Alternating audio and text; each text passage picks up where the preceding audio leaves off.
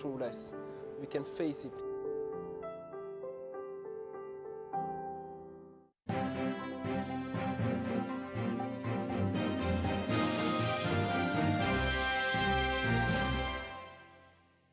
Hola y bienvenidos a ITC Trade Compass. Soy Jesús Serrano desde la Organización Mundial del Comercio en Ginebra.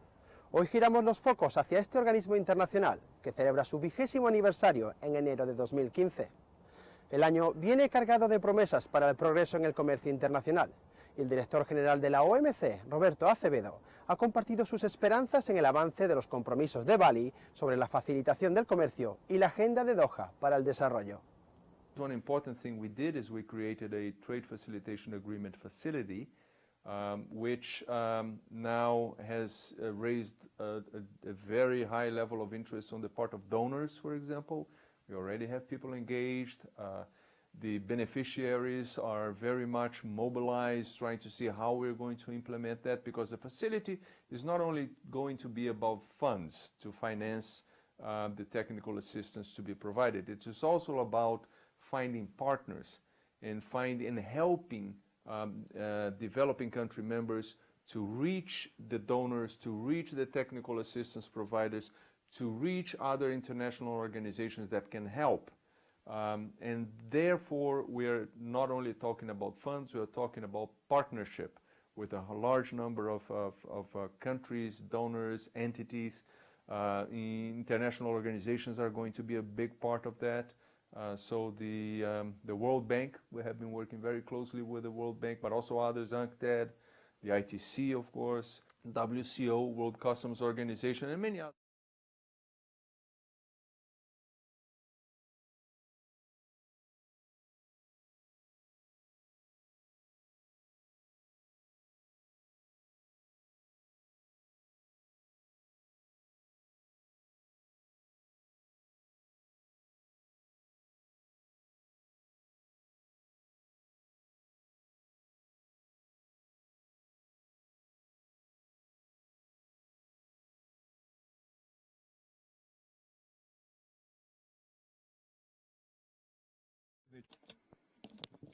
Respected Mr. President, Excellencies, respected delegates, ladies and gentlemen, 6 days ago, world leaders gathered at this very place have brought to life a new vision of a just and sustainable world, free from poverty, fear, and oppression. We agreed that our achievements of the past decades, including all our mistakes and failures, form a solid enough foundation to make the implementation of the Agenda 2030 a reality, not a utopia. Determination and unity we demonstrated by creating and adopting the agenda have a special value in a year in which we mark the 70th birthday of the organization that brings us all together, the small ones and the big ones alike, that has never ceased to be a place we look to when running out of hope. The anniversary we are celebrating is also an opportunity to analyze and evaluate the degree of both individual and joint progress and achievement of objectives set in the UN Charter in the highly dynamic global environment of today that continually brings new challenges. The challenges are many, and it is increasingly difficult to predict the consequences of not addressing them efficiently. The crisis in Syria was up until yesterday a crisis in a country in the region of the Middle East. Several days ago, the refugee and the migrant crisis of the Syrian people arrived to the borders of our country and reminded us that the events of another place, another region, and the events at our own borders are closely intertwined and inseparable in this global environment of today. Number of refugees and displaced persons fleeing the destruction and death and leaving their homes seeking a safe haven is literally increasing by the hour. Waves of refugees present a much larger burden for the majority of countries to which the refugees arrive than those countries are able to cope with. In addition, tragedy of innocent victims, especially and unforgivably of the children, places great responsibility before individual states, but also the entire international community, while testing the limits of human solidarity and empathy. At the same time, this is a warning to us that it is necessary to find urgent and effective solutions. We are very concerned by the deterioration of the devastating conflict in Syria that additionally destabilizes the region. and presents the most serious threat to international peace and security. Bosnia and Herzegovina strongly condemns the unspeakable suffering and torture that the Syrian people are exposed to. In this regard, we support the efforts of the Secretary-General, the UN, and the wider international community to find a political and peaceful solution for Syria. We believe it is essential that the political transition in Syria is conducted in accordance with the Geneva Communiqué. We are also carefully monitoring the situation in Yemen. We are very concerned about the political destabilization of the country and deterioration of the security and humanitarian situation, which already assumed unbearable proportions in that country. We call on all sides to develop a way to peacefully settle all the outstanding issues in order to establish a lasting peace and to immediately allow for the passage of humanitarian aid for all sides to develop a way to peacefully settle all the outstanding issues in order to establish a lasting peace and to immediately allow for the passage of humanitarian aid for the civilian population. In so doing, the safety of humanitarian staff and United Nations staff must be guaranteed. As for the situation in Ukraine, we hope that the conflicted parties will adhere to the peace agreement reached in Minsk as the basis for a durable solution. Mr. President, terrorism and violent extremism are without any doubt the most serious of all of the challenges we face today. The ideology characterized by absolute disregard for life is seriously undermining the fundamental values and achievements of civilization.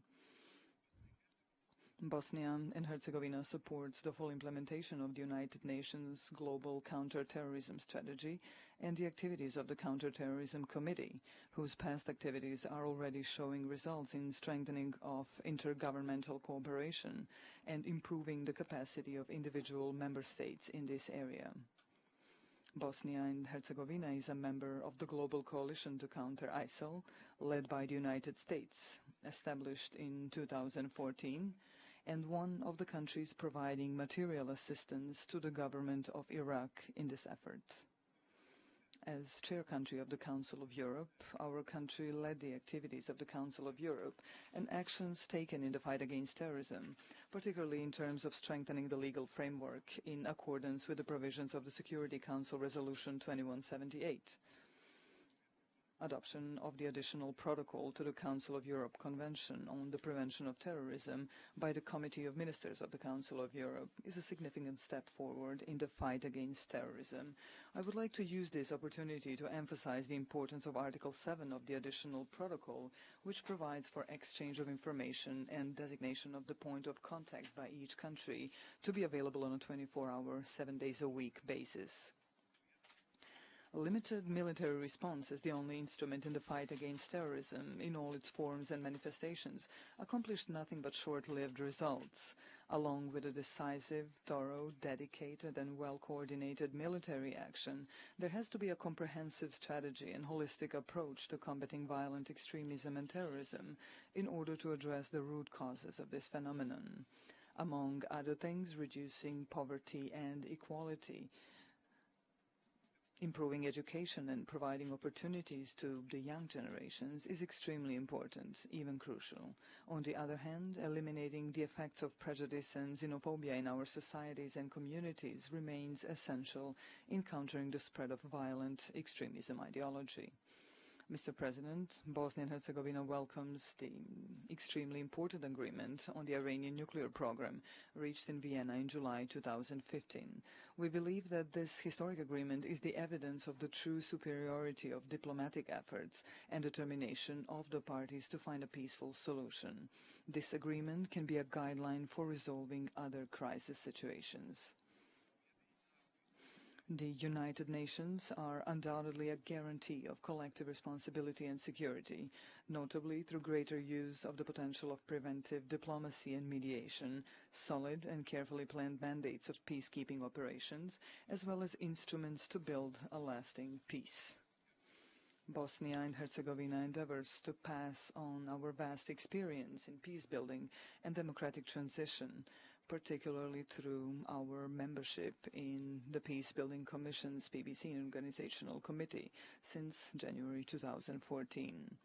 We support all activities and peace initiatives aimed at conflict prevention and give active contribution to collective security on a global scale.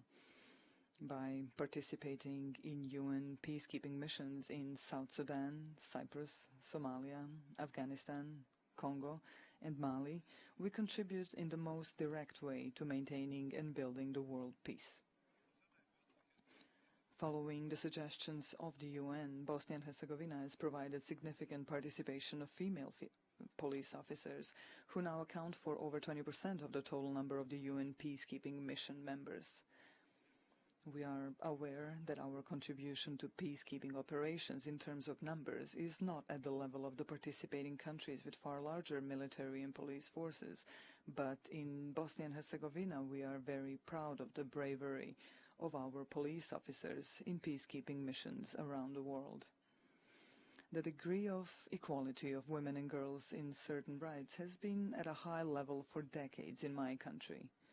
The reason for that is that we have always believed a woman to be a pillar of the family on the local level, as well as the carrier of development of a society, and today we are convinced that women are a major factor of reconciliation in light of the events my country has been through.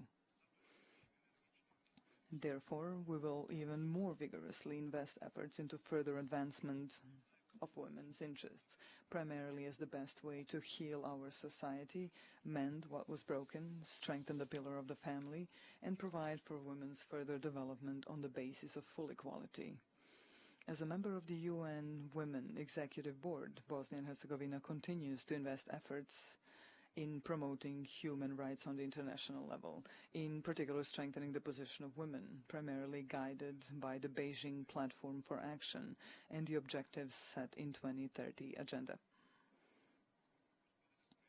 Mr. President, exactly 20 years ago, we got the long-desired peace. Today, we are intensively working on implementation of the reform agenda to improve the social and economic conditions and the rule of law in our country. At the same time, we are implementing the obligations under the Stabilization and Association Agreement, which came into force 4 months ago. This is the first contractual relationship of that kind signed between Bosnia and Herzegovina and the European Union. The next step for us is to submit the membership application and gain the status of a candidate country.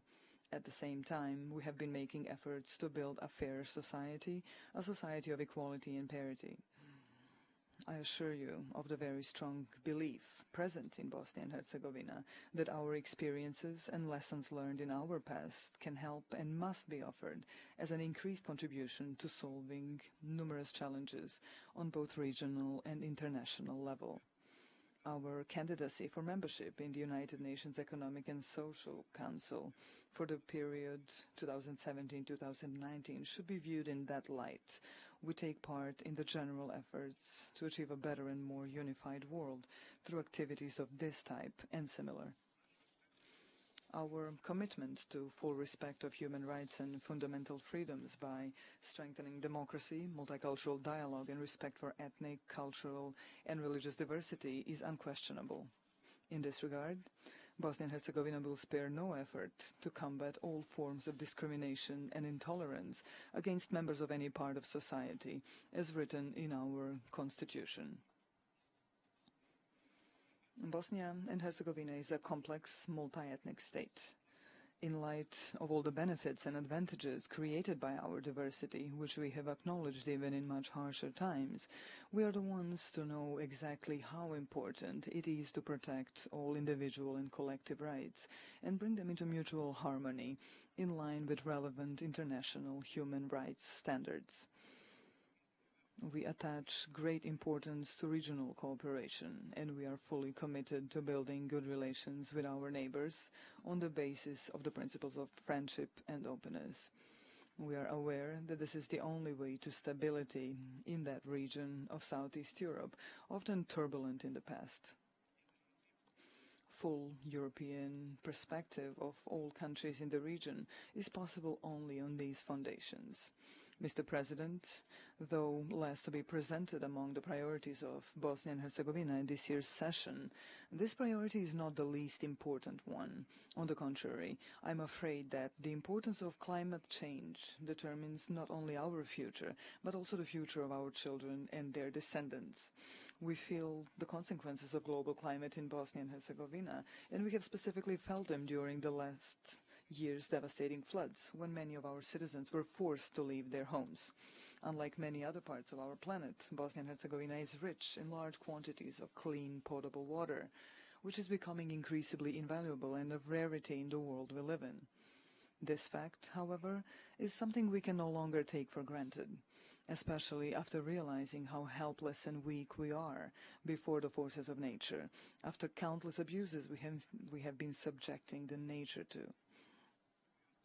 Therefore, along with the other United Nations member states, we place our hopes in the United Nations Climate Change Conference, which will take place in Paris next December.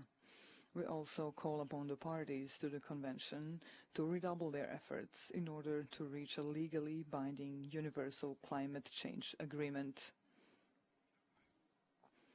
Finally, Mr. President, we all realize that the United Nations will have to change in order to continue being able to respond to our own increasingly complex requests and expectations. Therefore, this anniversary is also an occasion for a celebration, as well as critical consideration and reaffirmation of the values enshrined in the Charter of the United Nations. Bosnia and Herzegovina remains fully committed to the most important ideals of freedom, dignity, and economic development of every living creature on the planet, internationally and in the country. Thank you.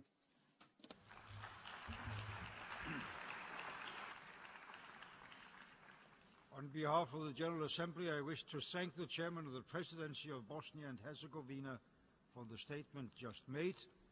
May I request representatives to remain seated while we greet the President.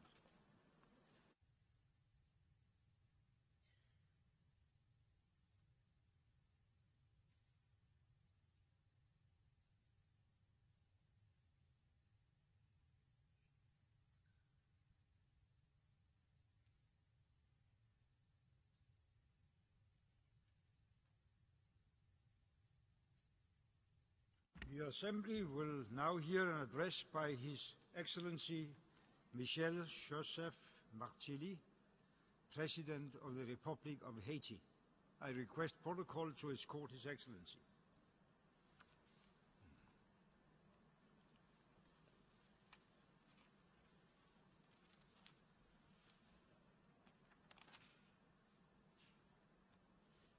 On behalf of the General Assembly, I have the honor to welcome to the United Nations His Excellency Michel Joseph Martelly, President of the Republic of Haiti, and invite him to address the Assembly.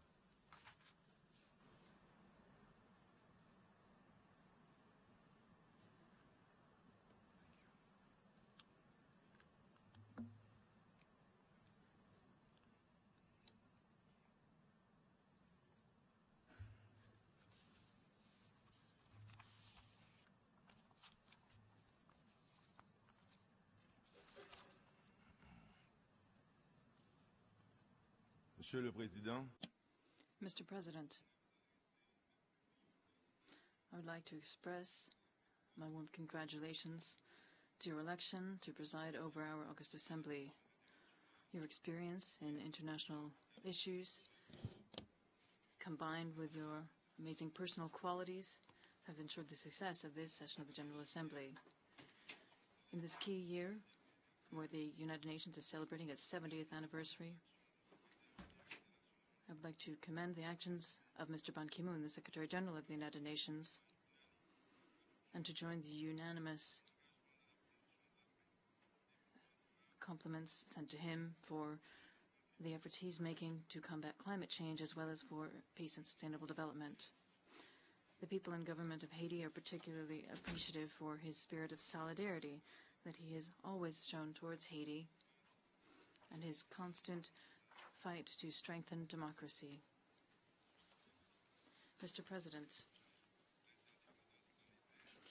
in a world where planetary interdependence requires a global approach to solve local problems, to use the expression of the Pope Francois.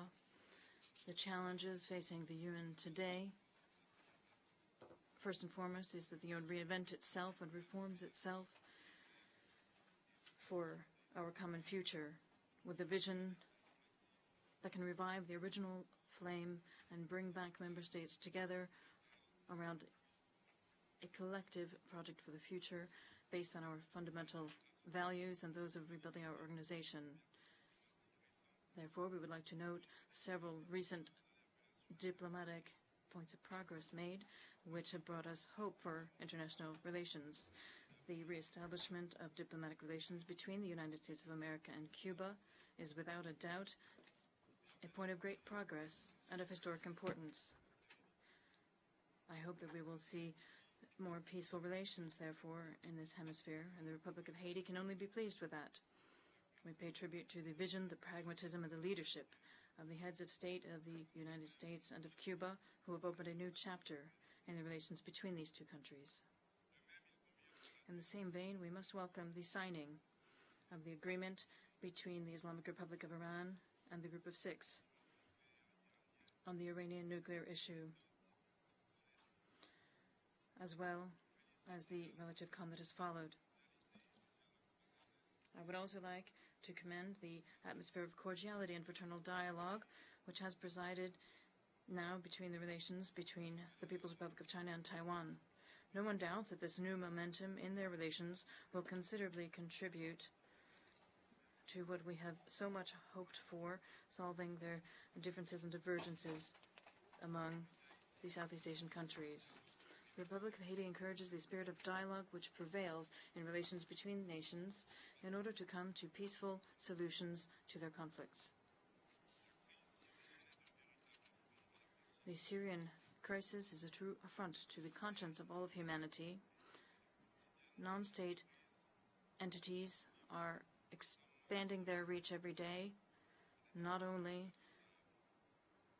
but specifically in Iraq and Syria, committing horrific atrocities against civilian populations and destroying cultural heritage sites.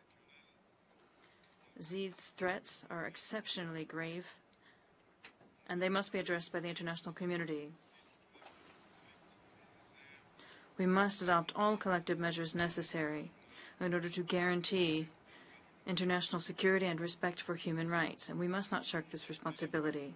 We must redouble our efforts in order to oppose with determination the barbarism of terrorist entities and the criminal behavior which threaten our common values.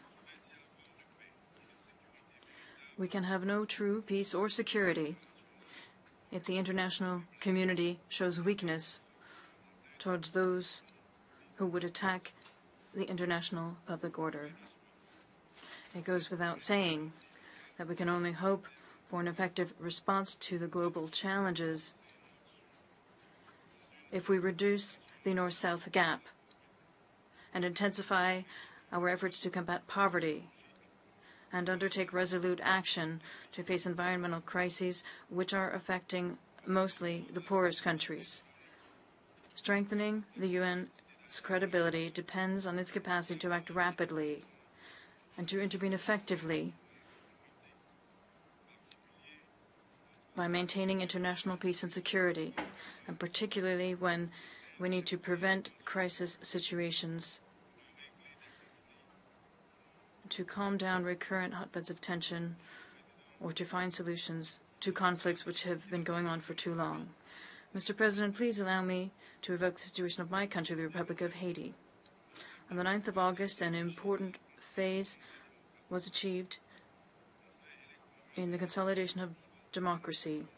An independent electoral council chosen by civil society launched the electoral process, which, before the end of this year, should lead to the achievement of presidential, legislative, municipal, and territorial elections. 1 year ago, in his report to the Security Council on MINUSTA, the Secretary General noted that the holding of inclusive elections was, and I quote, essential for the consolidation of democracy and the rule of law and the promotion of development, a condition necessary for the improvement of the standards of living of the Haitian population and the achievement of lasting stability." End quote. I'm pleased to affirm before this august assembly that the country is on the right path. The Haitian people are showing political maturity and their capacity to take their own destiny into their hands. It's important to me here to express my profound appreciation to all partners for the cooperation for Haiti and to the United Nations for the extent of the support they have provided in preparing and holding these elections. The success of the elections are an important milestone in the path of the country's stability and the political transition to take place in 2016. This will be a decisive indicator of the good performance and the success of the United Nations Stabilization Mission in Haiti over the past 11 years. Mr. President, significant progress has been achieved in Haiti over the past 4 years. I can affirm that under my administration, democracy has been strengthened. Institutions guaranteeing the rule of law have been strengthened, and the situation concerning security has clearly improved. Human rights have been promoted and respected. Never has the number of international conventions ratified by the country on the protection of human rights, the rights of the child, women, and vulnerable persons been so high. And in parallel, extreme poverty has been reduced. Foreign direct investment has largely expanded, and after decades of stagnation, the economy has also seen growth. Concerning the Millennium Development Goals, we have seen much progress. 3 years before the deadline, Haiti achieved the target of reducing underage children under 5 years. And due to the program of universal enrollment in school, which is compulsory and free, that was established by my administration, more than 1 million children have been able to go to school.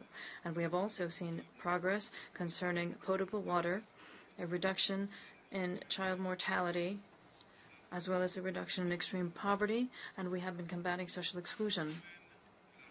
In the area of public health, we have also made undeniable progress in fighting HIV, AIDS, and malaria. Mr. President, the progress made in recent years have been made possible, partially, thanks to the support of the United Nations Mission for Stabilization in Haiti. These achievements represent a significant contribution to the stability of the country, without which no prospect for economic modernization or sustainable development could have been seriously pondered. MINUSTAH is currently adapting to a new context, which is different from that which was there when the country was born. The Haitian government is opting for a reconfiguration plan which takes account of the development of the situation throughout the country. And I would like to reiterate our hope to see progress made in an ordered manner. The transfer to Haitian institutions of the responsibilities for military matters as well as police and development matters should be carried out according to a specific timeline. This will avoid us having any kind of gap in internal security or external security of the country.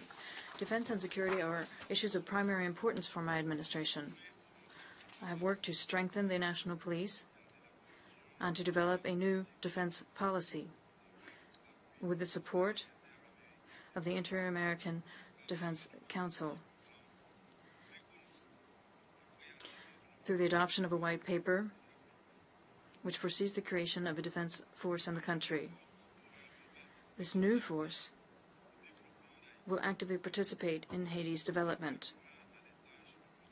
It will be dedicated to tasks concerning environmental protection, in providing relief for natural disasters, and to providing security for our borders and strengthening protection of investments. Mr. President, at a time when I am coming to the end of my mandate, I am pleased and proud to say that I have worked and will continue to work for the stability of my country by strengthening our democratic achievements and honoring the solemn commitments that I have taken before the Haitian people and to the international community. I would like to particularly note the various entities of the United Nations and express my appreciation to them for having constantly been present at our side. Haiti reaffirms its faith in the principles of the United Nations Charter and in the organization's work towards peacebuilding and strengthening international solidarity. The eradication of extreme poverty is not beyond our reach, and it is something that affects everyone. In this regard, the Republic of Haiti fully adheres to the new Sustainable Development Goals announced in the post-2015 development agenda, and we hope to see its rapid and effective implementation with appropriate resources allocated to it. At this 70th anniversary of the United Nations, the spirit which presided at its creation is more alive than ever.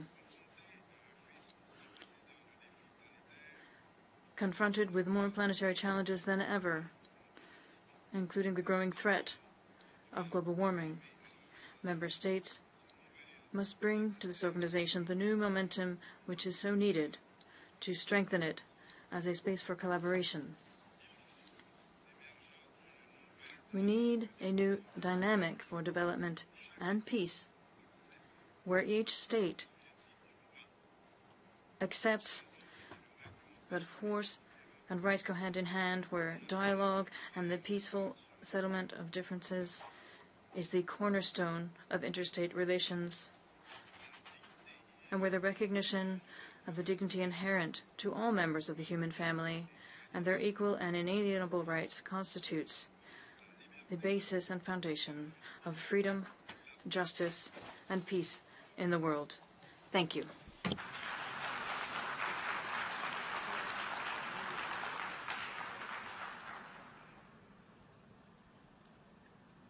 On behalf of the General Assembly, I wish to thank the President of the Republic of Haiti for his statement just made. I request representatives to remain seated while we greet the President.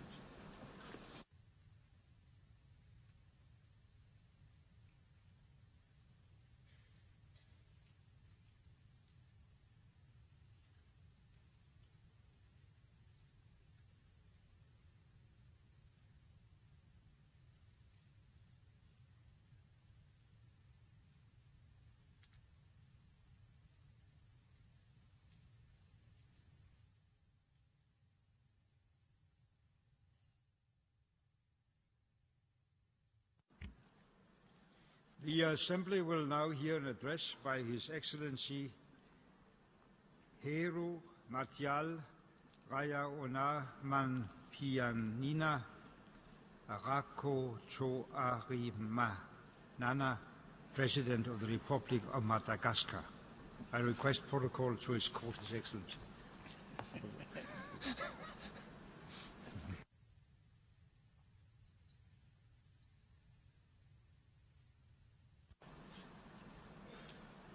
On behalf of the General Assembly, I have the honor to welcome to the United Nations His Excellency Heri Martial Raya Onari Mampianina Rako Choari Nana, President of the Republic of Madagascar, and I invite him to address the Assembly.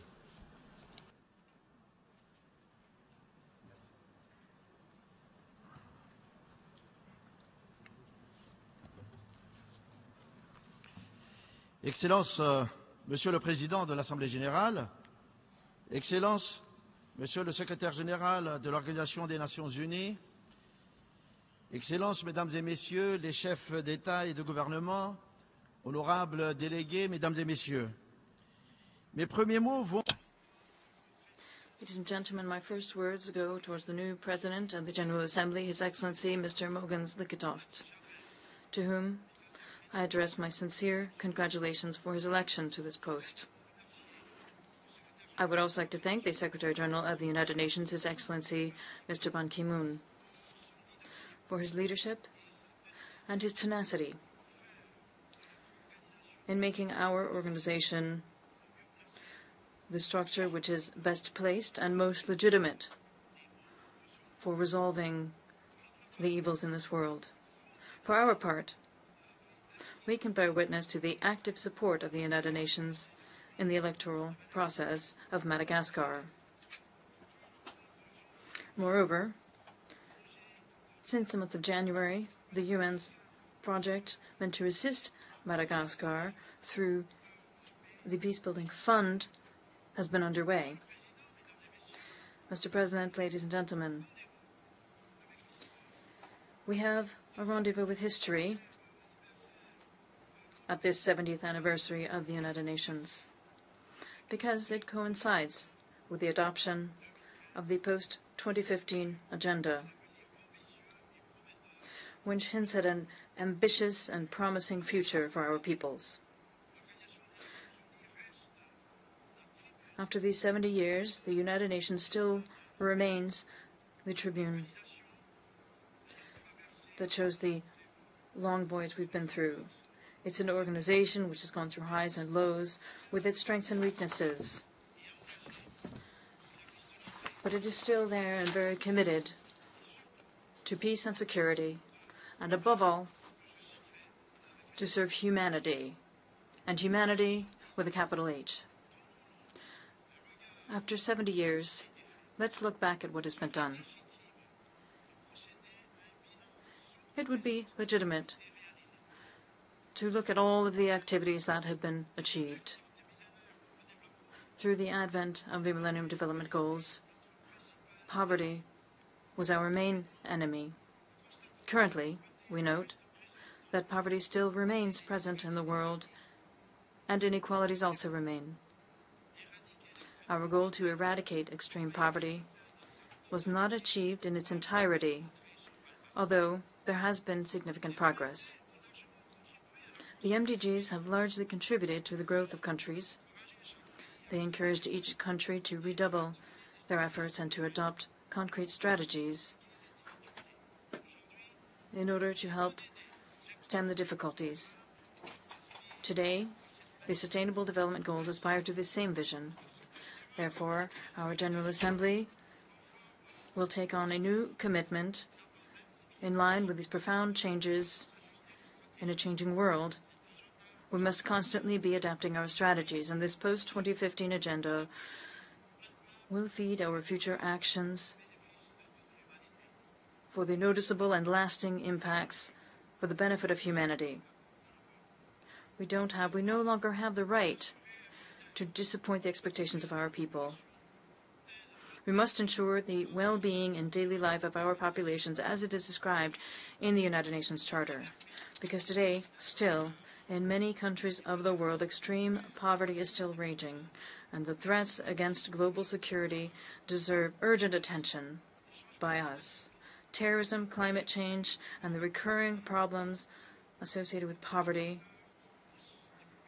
are also factors which push populations towards an axis towards hope for a better future, to just simply limp in dignity. And by adopting the post-2015 development agenda, we're offering a solution for development to governments to allow them to act effectively. Since its independence, Madagascar has always promoted the same values as the United Nations, and it has been important to Madagascar to take the same path as the United Nations in adopting universal strategies and policies. Mr. President, ladies and gentlemen, the world has just set the foundations for a new framework for its development. Commitments have been made in order to leave to future generations a better world, being aware of our current resources and the fact that they are not unlimited. With this joint momentum, Madagascar would like to renew its commitment for the implementation of this post-2015 development agenda, which will be a benchmark and which will support the achievement of our national development plan. The global threat of climate change is constantly deserving of our attention, and we all have an obligation to achieve results faced with this global scourge.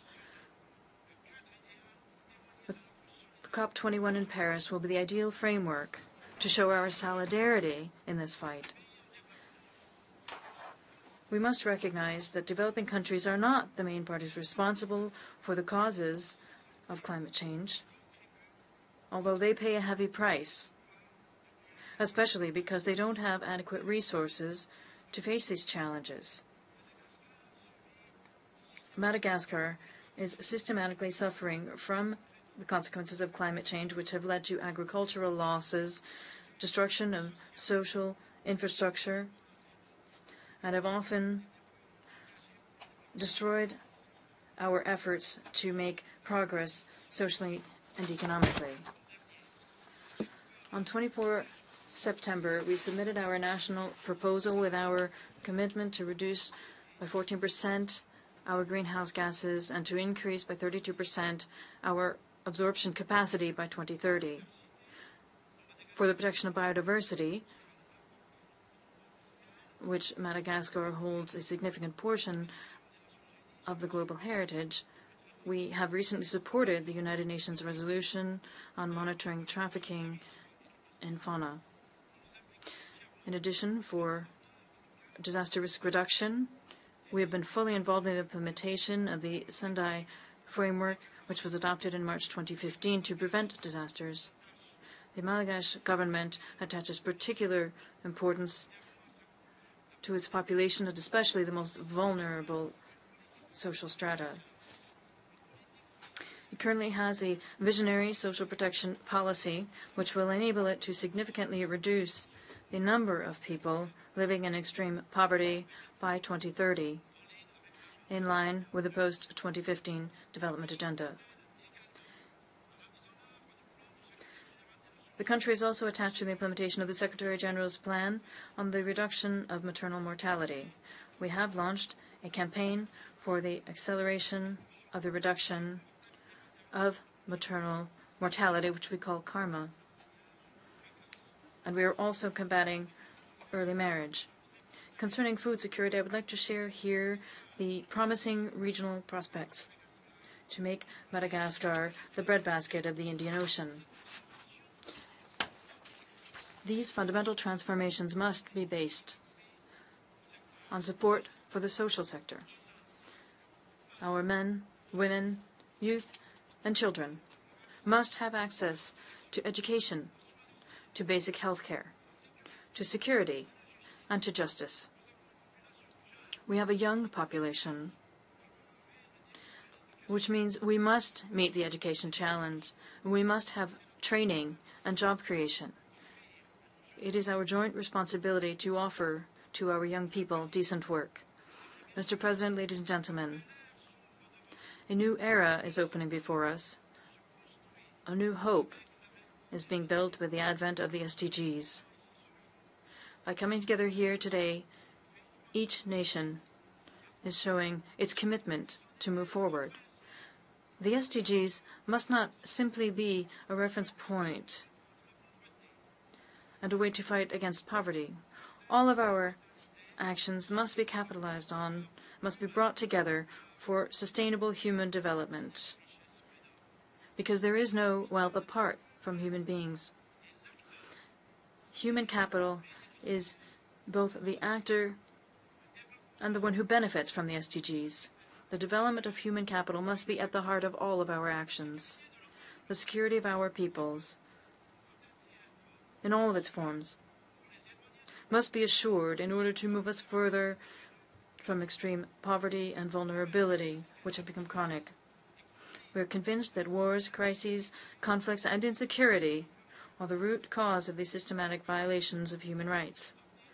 And from this point of view, peace and security remain the Achilles heel of all development strategies.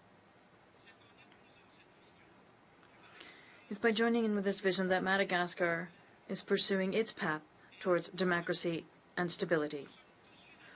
We are all unanimous that there is no real development without peace and sustainable security.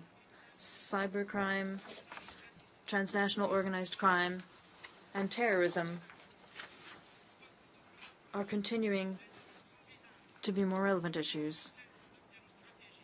We are fighting faceless enemies, and we must not stop adapting our strategies to these new threats. The security of our peoples must therefore be ensured in order to move them further from vulnerability and poverty.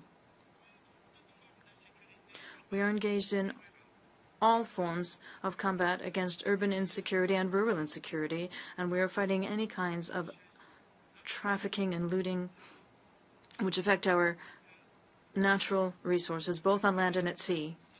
On this topic, our country has decided to host the Center for the Fusion of Maritime Information in the area of the Indian Ocean and Southern and Eastern Africa in order to combat maritime piracy, trafficking of all types, and terrorism.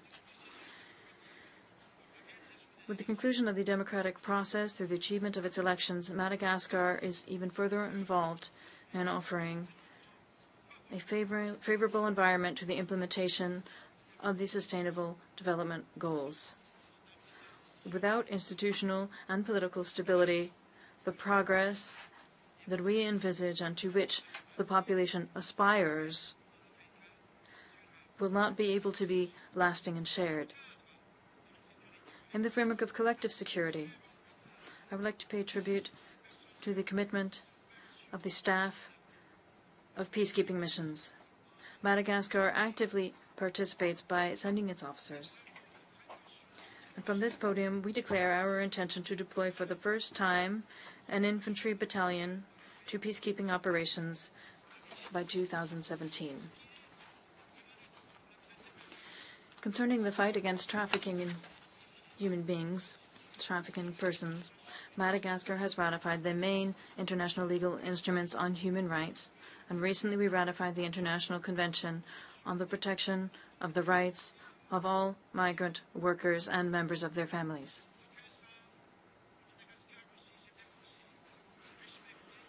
Madagascar will respect its international commitments by regularly submitting its reports on human rights to the various treaty bodies and to the Human Rights Council under the Universal Periodic Review. And the recommendations will be implemented through a national plan for their operationalization.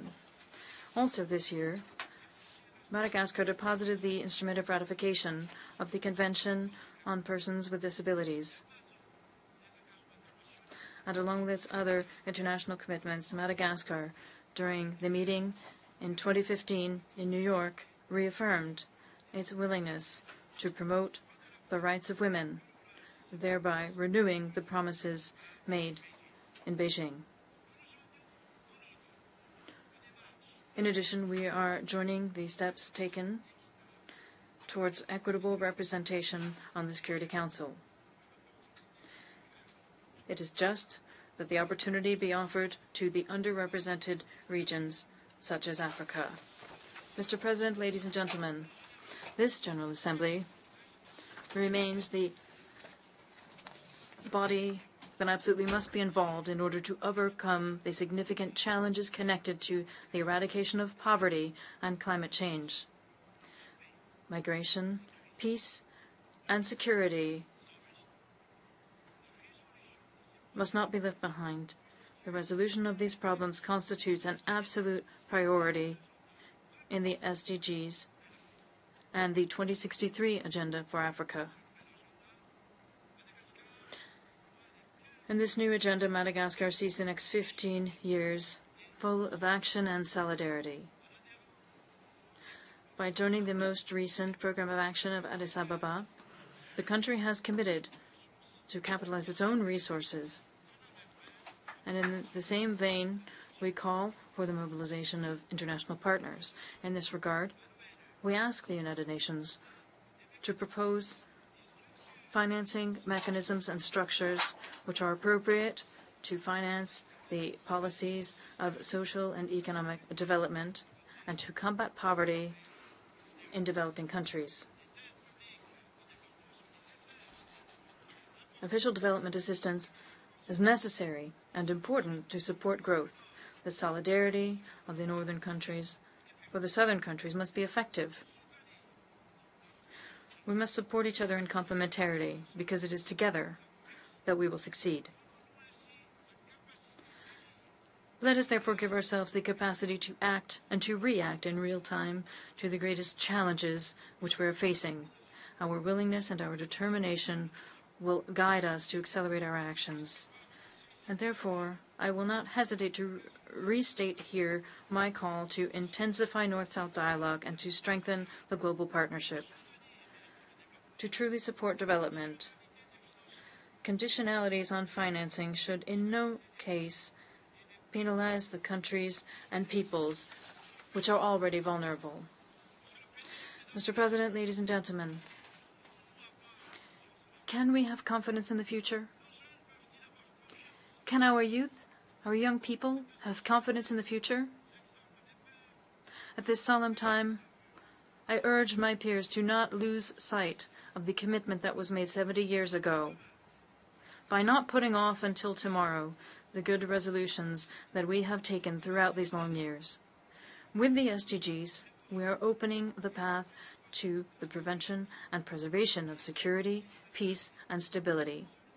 This new instrument will describe new strategic orientations which will guide us to forge the destiny of our peoples. Madagascar maintains its faith and hope in the UN for the next 70 years. A good portion of the road has already been walked, but the road remains long.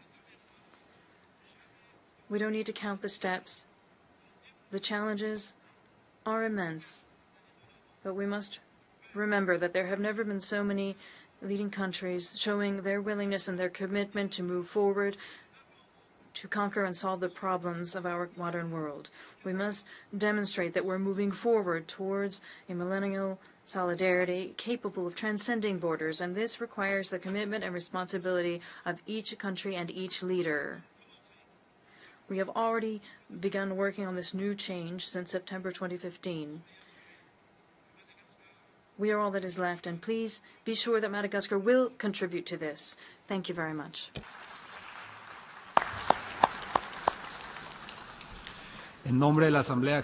On behalf of the General Assembly, I thank the President of the Republic of Madagascar for his statement, and I request representatives to remain seated while we greet the President.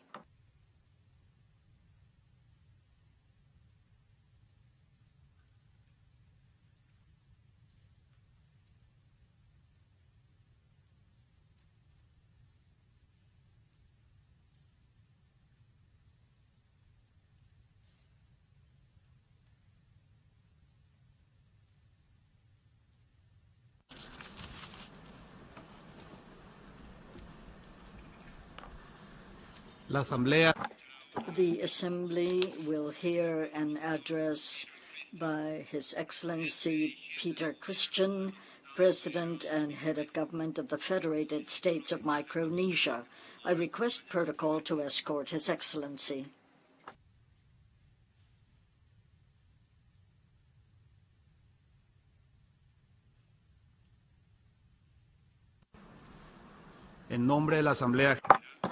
On behalf of the General Assembly, I have the honor to welcome to the United Nations His Excellency Peter Christian, President and Head of Government of the Federated States of Micronesia, and to invite him to address the Assembly.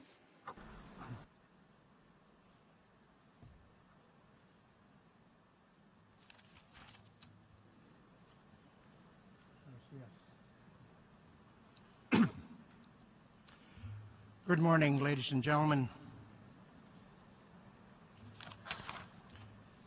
Mr. President, Mr. Secretary General, Excellencies, please allow me a few minutes.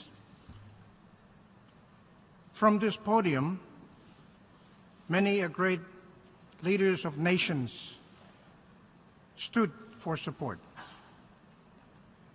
They spoke with great eloquence and conviction on matters of great import to their one nation and also to other nations in general. And in this hall, we speak with confidence and with hope that what we say here in this hall not only will be heard, but that it will give relevance to our efforts and make a good difference. Today I stand before you as the president of a small Pacific island country to reinforce our commitment to seek that difference, to participate in this noble attempt to bring nations together, and to speak on subjects of mutual concern and benefit to all. To those who have seen my remarks for this morning, they tell me that it is generic and expounds on no particular issue of controversy, such as those that generate murmur in the House. They may be right, but only if they do not live by the sea, at sea level, surrounded by the great Pacific Ocean, listening to the sounds of waves relentlessly pounding on the island, getting closer and dangerously closer by every wave. I will speak first this morning on the much debated issue of climate change, its cause and effect on many island nations, including mine, Micronesia. But I will not go into the details, because that's where the devil is king. I speak as an islander who has walked the shores of many atolls in the Pacific, where there was once sandy beaches and coconut trees. Now there are none. I am told that this will continue. And as islanders, we wonder why this is happening. Parents today show their children how further out on the reef their island used to be. And while we wait in fear for the predicted and inevitable sea level rise, other effects of global warming, like stronger ocean currents and more frequent typhoons, continue now to wash away shorelines and topple trees, not waiting around for the sea to rise and drown the island. People who live on these islands hear that some of the causes of sea level rise have been identified, that much debate has gone into validating these causes, that there is now a general understanding and agreement on the causes. They have heard also that there is a way to slow down and eventually save what is left of their islands. This is good news to them. And with the simplicity of islanders, they think, we think, that this will be done sooner rather than later. This is their hope, our hope, in your hands. I want to believe that many of us are here today to give this chance, that hope that we look for. I am encouraged that our discussions on climate change that have been ongoing and that will take place will usher in a more serious tone and speed, and that matter has captured adequate interest by member countries. We are thankful for that. Those countries will give us hope as we look forward to the meeting in Paris. We have set our hopes on Paris as the venue for the final stretch of dialogue on how we close the gap of disagreement over allowable emission by our industrial member friends of the United Nations. We must become more cohesive in our actions to bring useful conclusion to help mitigate the threat of sinking islands and prevent the potential genocide of oceanic peoples and their cultures. Water. Just a reminder that I would drink some water. Forgive me. The next subject I'd like to speak on is HFCs. But you question FSM, Montreal Protocol, and HFCs. What do they have in common? In 1995, the Congress of the Federated States of Micronesia passed a bill that approved the accession of FSM to the Montreal Protocol. In 2009, the Federated States of Micronesia made the first proposal for an amendment to the Montreal Protocol to phase down HFCs, which are powerful greenhouse gases, as you all know. The Federated States of Micronesia took the lead among developing countries to promote the phase down as a complementary climate change action.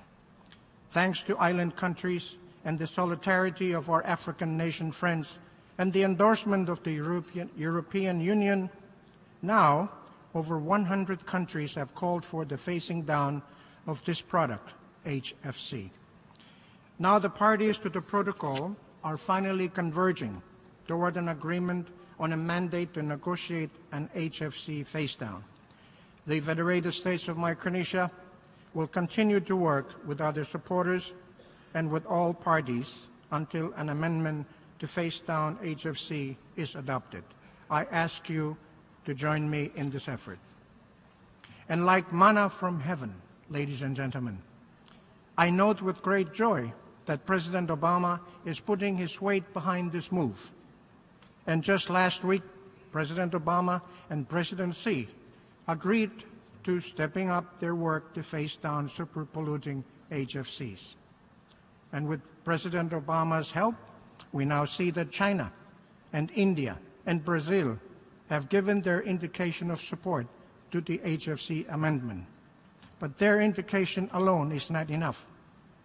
They must do something about that indication. May you be blessed, President Obama, for your leadership in this particular area. How true that the journey of 1,000 miles begins with a single step. The benevolence of good leaders raises that hope islanders have. That people still care is important to the Pacific people. They take great shelter in the thought that they no longer are alone in their crusade in this area. I am reminded that Pope Francis did not forget to remind us of the golden rule. Do unto others as you would they do unto you. Our second strategy on climate change is quite simple. We are going to Paris, and we are going to support the issues that are raised in order to gain ground on the issue of climate change mitigation. There is in Micronesia what we call the Micronesian Challenge. Micronesia, the sprinkling of islands that span an ocean area quite larger than the continental United States, larger than the European Union, is the Republic of the Marshall Islands, the Republic of Palau, the territory of Guam, and the Commonwealth of the Northern Marianas, and my own Federated States of Micronesia. These entities have established what is now the Micronesian Challenge, a bold undertaking by small island countries to save our planet. By agreeing to set aside 30% of nearshore marine areas and 20% of terrestrial areas as our dedicated contribution to efforts by people of this earth to save this earth. We invite those who care and can to join us in this effort to contribute to the well-being of our planet.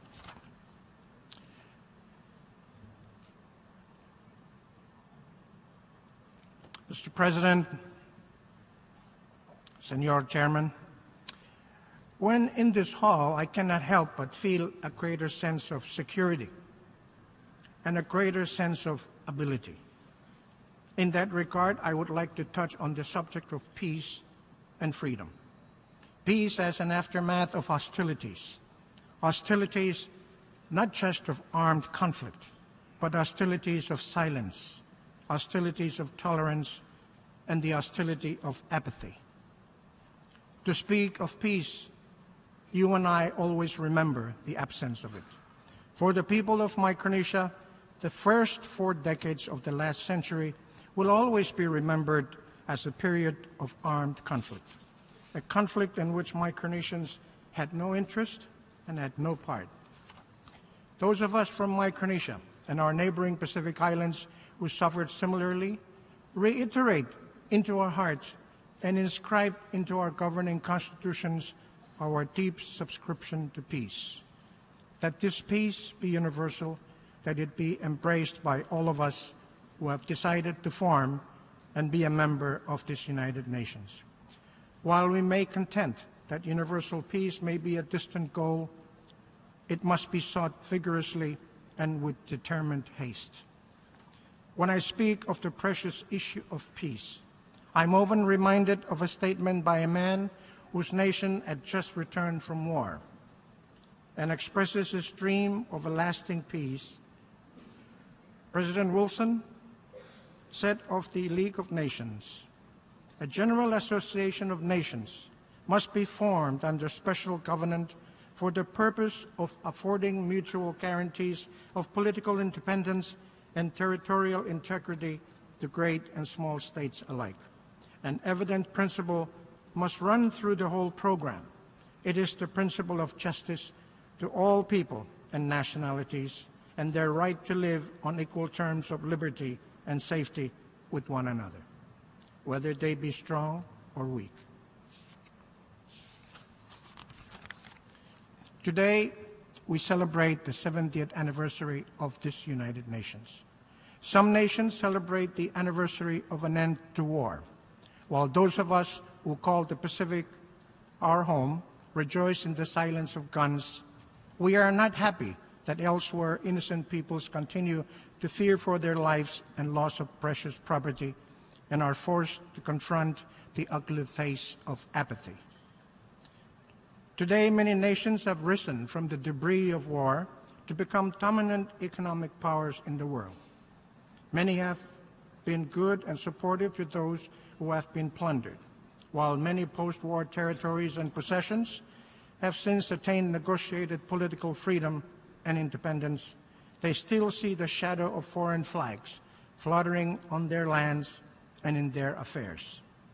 Some still labor to improve their status as nations, while some still await the awakening of this United Nations to heed their plea for political autonomy and the honor to fly a flag of independence.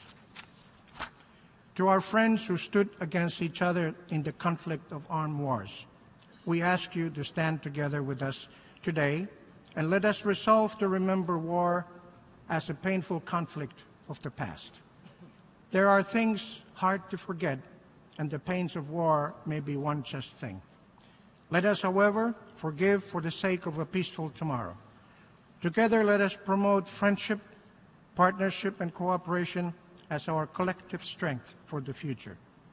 We have enough common enemies today, enemies that have no respect for culture, no respect for boundaries, religion, or social status. They are climate change, sea level rise, poverty, hunger and famine, illiteracy, incurable diseases, and domestic violence. Genocide and human trafficking are added, and economic imbalance and apathy.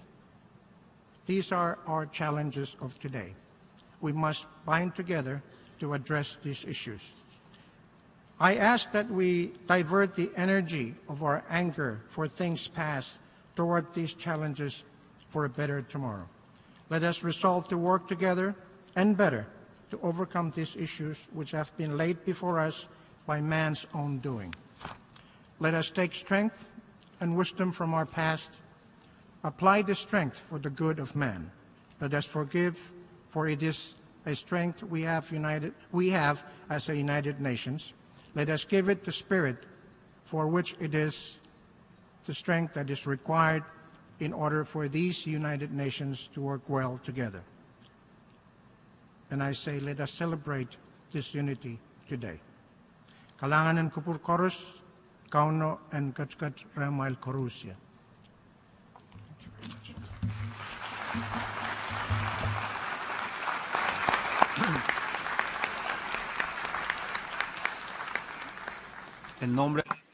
On behalf of the General Assembly, I wish to thank the President and Head of Government of the Federated States of Micronesia for the statement just made. May I request representatives to remain seated while we greet the President.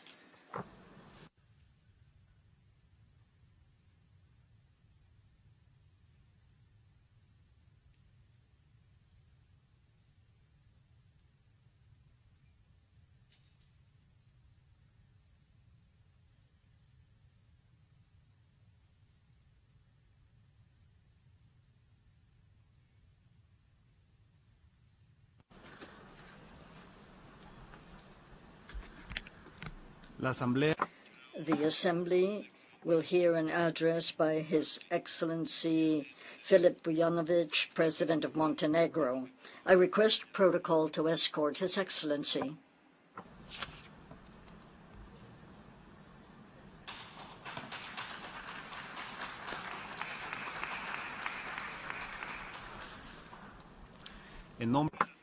On behalf of the General Assembly, I have the honor to welcome to the United Nations His Excellency Filip Vujanovic, President of Montenegro, and to invite him to address the Assembly.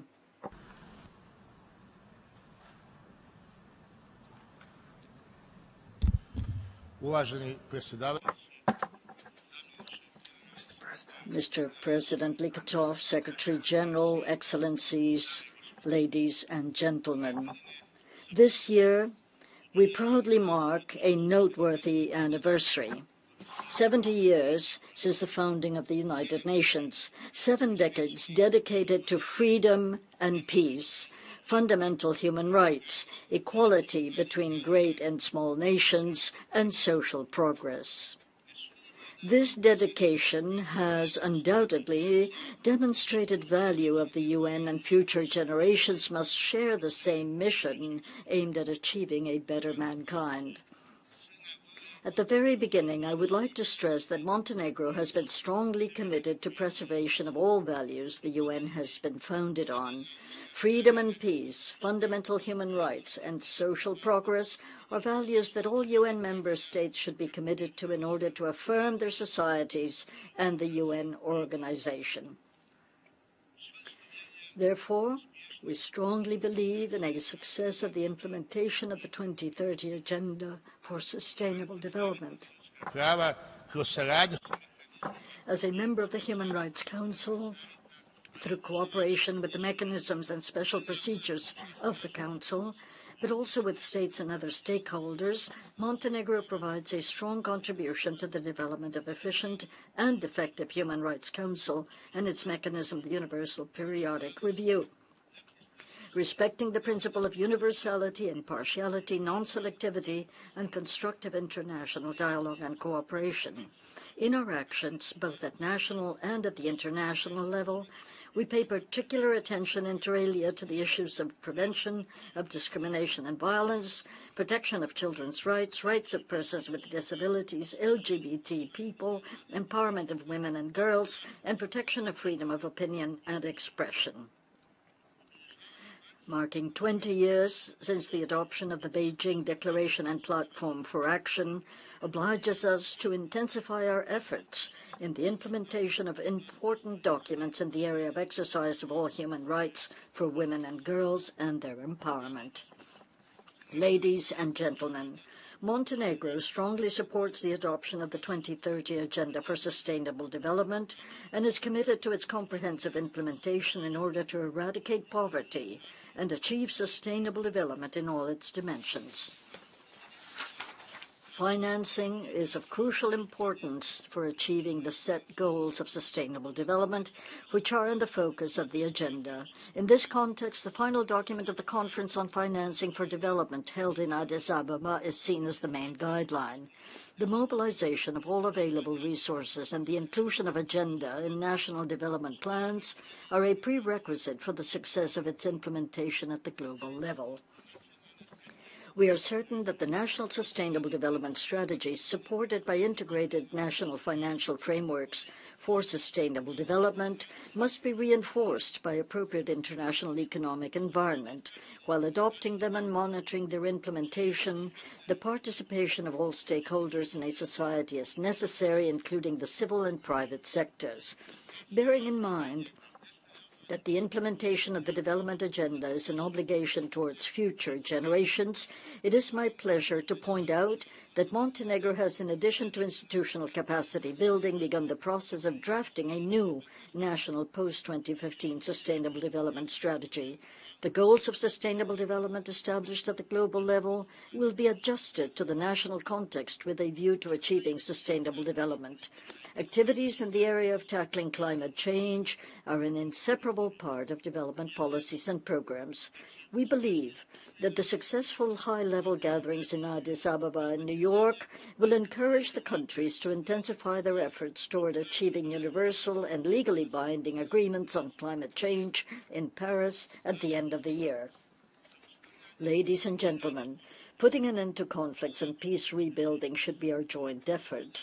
Therefore, international action in accordance with the norms of international law is essential for putting an end to violence in Ukraine, Syria, Iraq, and Libya, and other crisis areas. Serious human rights violations, as well as the intensification of violence and crimes committed by terrorist and extremist groups, ISIL and Boko Haram, clearly show that terrorism poses a serious threat to international peace and security.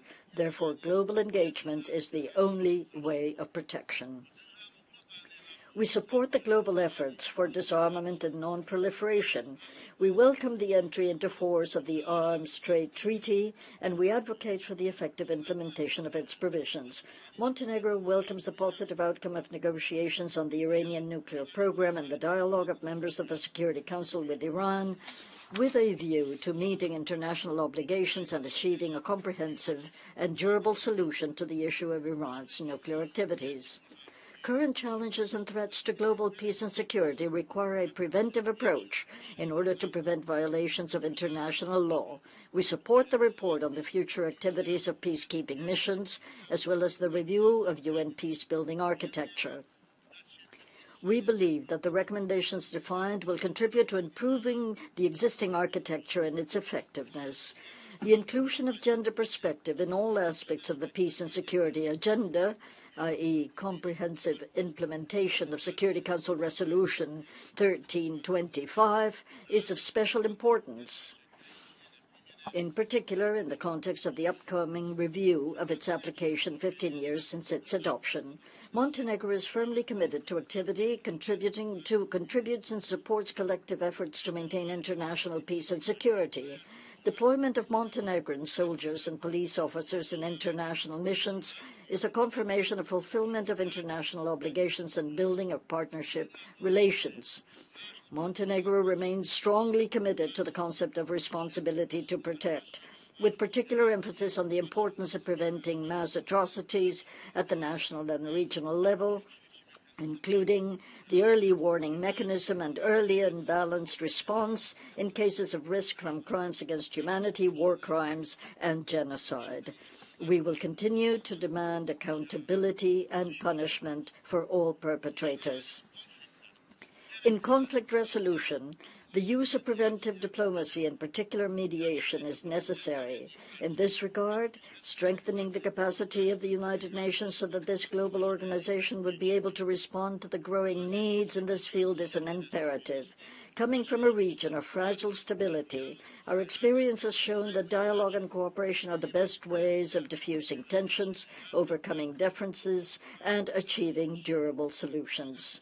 Therefore, Montenegro will, in the course of 2016, organize a meeting under the initiative of mediation in the Mediterranean, which is a sign of our commitment to the further promotion of mediation as an effective means for the prevention and management of conflicts and peace consolidation. Ensuring protection and basic humanitarian needs of civilians in conflict areas is essential.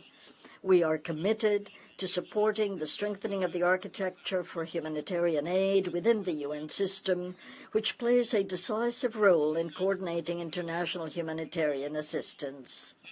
For that, the organization of the upcoming World Humanitarian Summit in May 2016 is important, which will be an opportunity to consider the challenges that the humanitarian sector is facing today. Ladies and gentlemen, faced with current migrant crises, we must be guided by humanity and solidarity as shared UN values, taking into account the need for assistance to be offered to migrants. This implies removal of cause for migration and taking into account real possibilities of each state to receive migrants and offer related assistance. Montenegro, as a country where refugees accounted for 1/5 of the population in the recent past, understands the need for solidarity with people in great trouble and the heaviness of the burden of a receiving country. Mr. President, ladies and gentlemen, interrelated challenges the world faces point out to the need to reform the global organization with a view to its adequate positioning in the system of global governance. Guided by this, Montenegro will continue to support efforts towards strengthening of the UN and improving efficiency, transparency, accountability, and representativeness of the UN and its agencies. This also confirms our commitment to building an effective multilateral system with the central role of the UN. By encouraging the program of coordinated proceedings, delivering as one, we undertake activities in the field of adopting the second integrated program of cooperation of the UN system in Montenegro and the government of Montenegro for the period 2017 to 2021. Finally, I would like to reiterate that Montenegro has been fully committed to the implementation of the values and programs of the United Nations. As a country in the last stage of the integration process to NATO and in the successful negotiation process for EU membership, Montenegro has been a good neighbor and reliable partner in the Western Balkan region, in which values of cooperation and stability have been increasingly affirmed. Being confident that in this way, inter alia, we also contribute to the achievement of UN goals, I would like to thank you for your attention.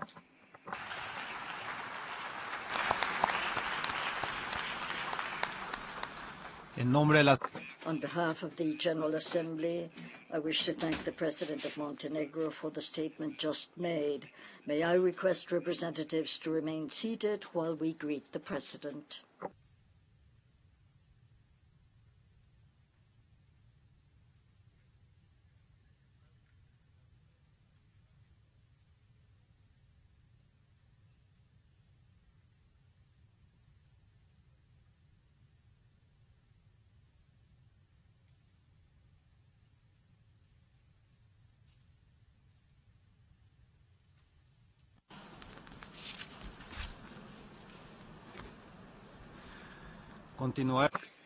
We shall now continue the general debate.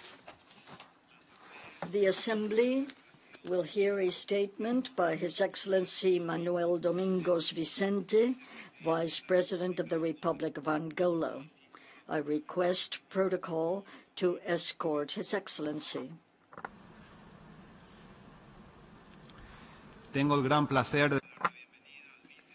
I have great pleasure in welcoming the Vice President of the Republic of Angola, His Excellency Manuel Domingos Vicente. I invite him to address the Assembly.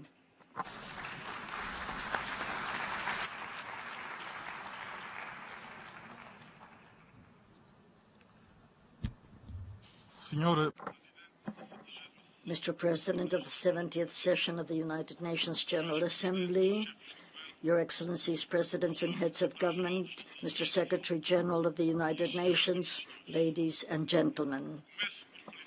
At the outset, on behalf of the President of Angola, José Eduardo dos Santos, I would like to congratulate His Excellency Mogens Lykketoft for having been elected to the presidency of the 70th session of the United Nations General Assembly.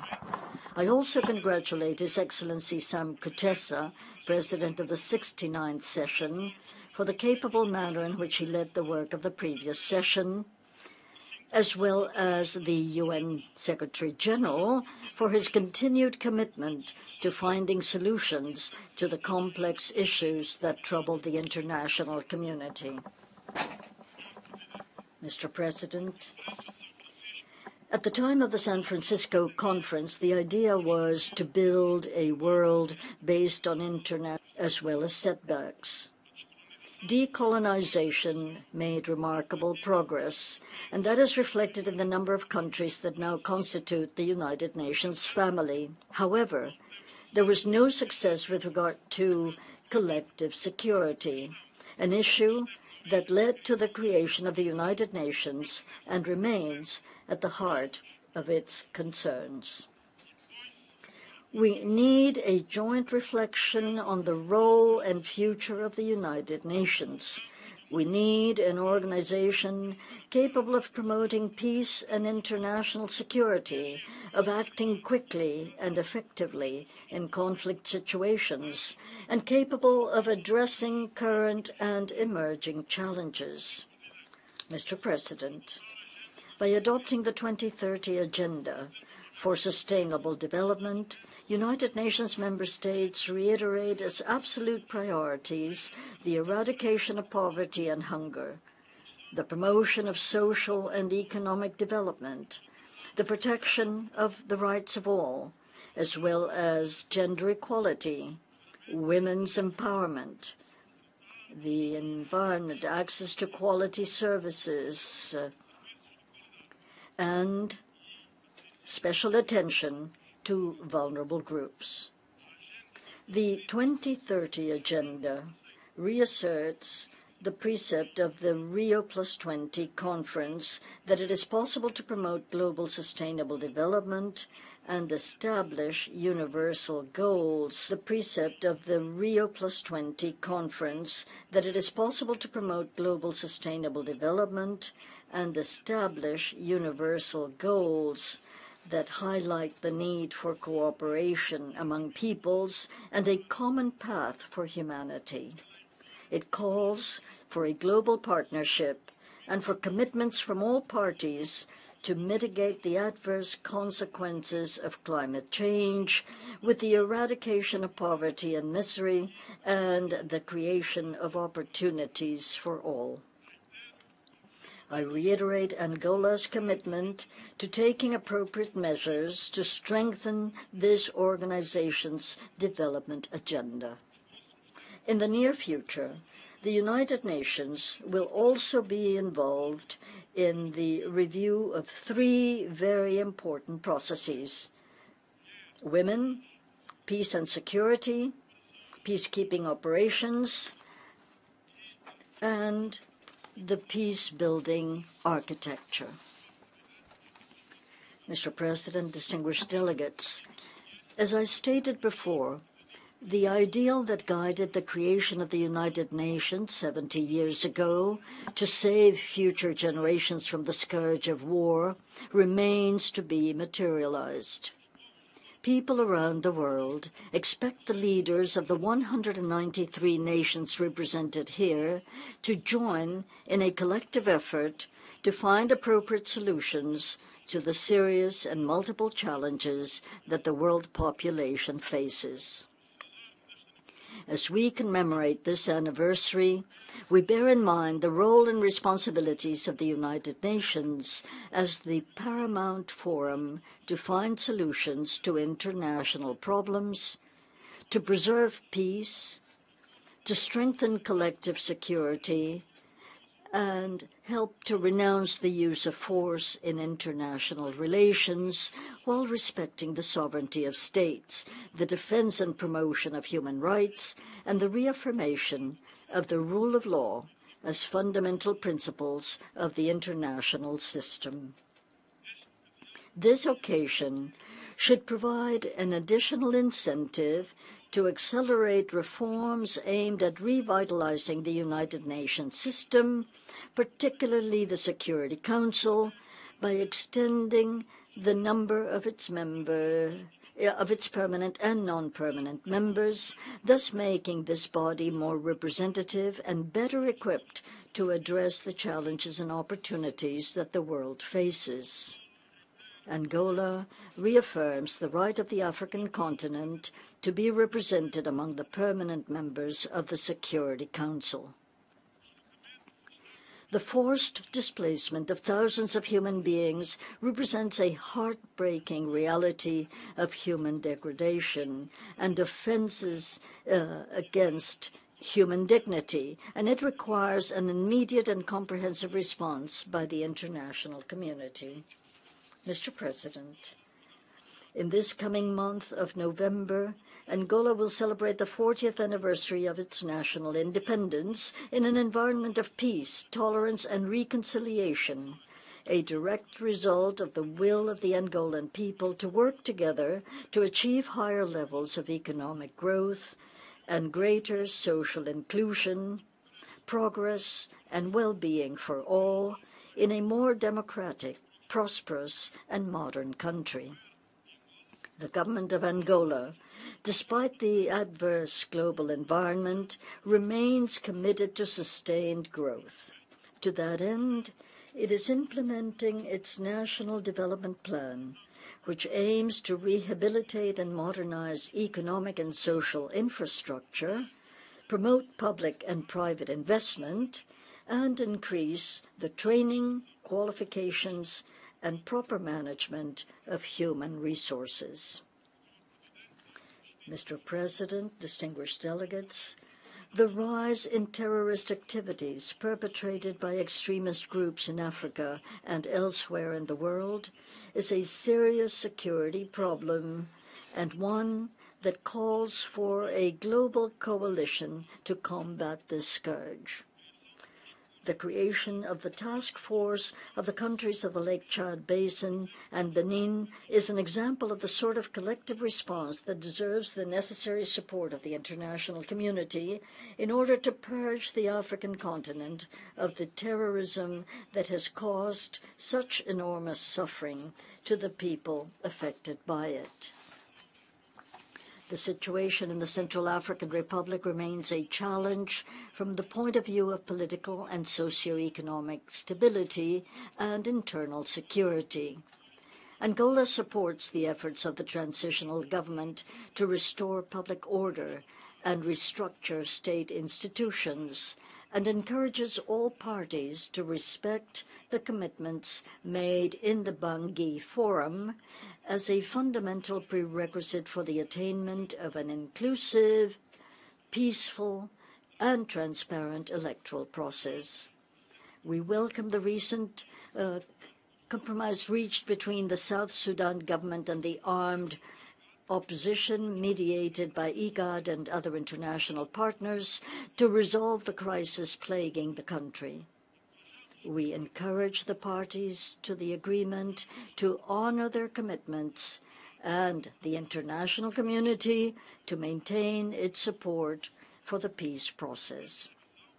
In Guinea-Bissau, with the institutional crisis now overcome, recent political developments foretell economic growth and political and social stabilization. We appeal to all Guinean political and social actors to display the utmost sense of responsibility and the international community to continue to support the promises made at the Brussels Donors Conference. The question of Western Sahara continues to concern us, considering the need for the Sahrawi people to exercise their right to self-determination. We call on the parties to continue negotiations and find a mutually acceptable solution within the framework of the United Nations Charter and relevant Security Council resolutions. We are concerned with the business-as-usual mindset that prevails in the process of finding a solution to the Israeli-Palestinian conflict. We advocate the resumption of negotiations leading to a peaceful and lasting solution based on two states living side by side in peace and security.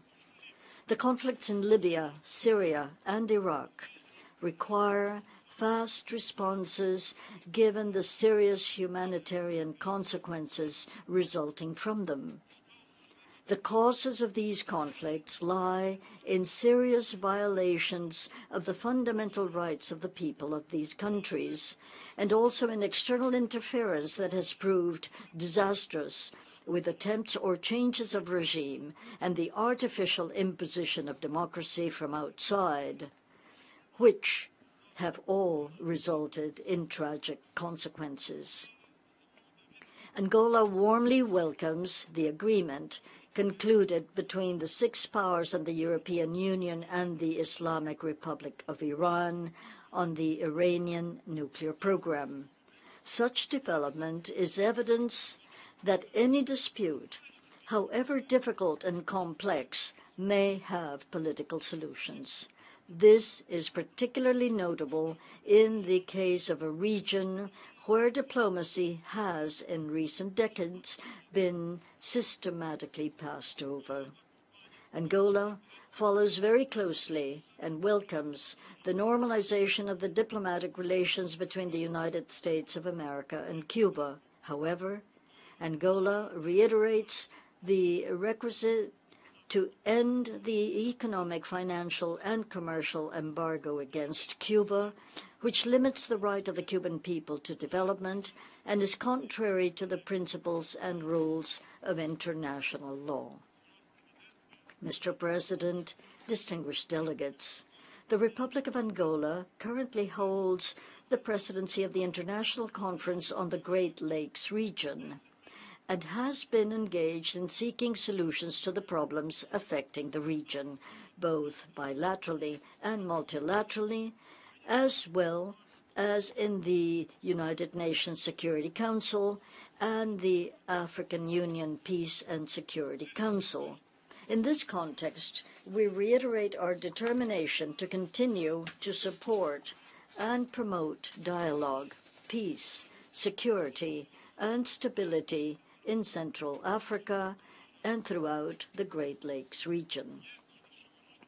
Aware of its responsibilities in an international context that is becoming increasingly fluid and complex, and aware of the security challenges that the states bordering on the Gulf of Guinea face, the Angolan government, with the support of the United States of America and Italy, will host an international conference on maritime and energy security in the coming days in Luanda in order to contribute to a response to threats of terrorism and piracy in the Gulf of Guinea.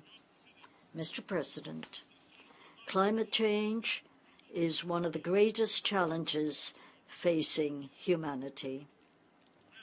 For this reason, adopting a protocol that will govern the global action to protect the climate system during the 21st Conference of the Parties to the United Nations Framework Convention on Climate Change is of the highest importance.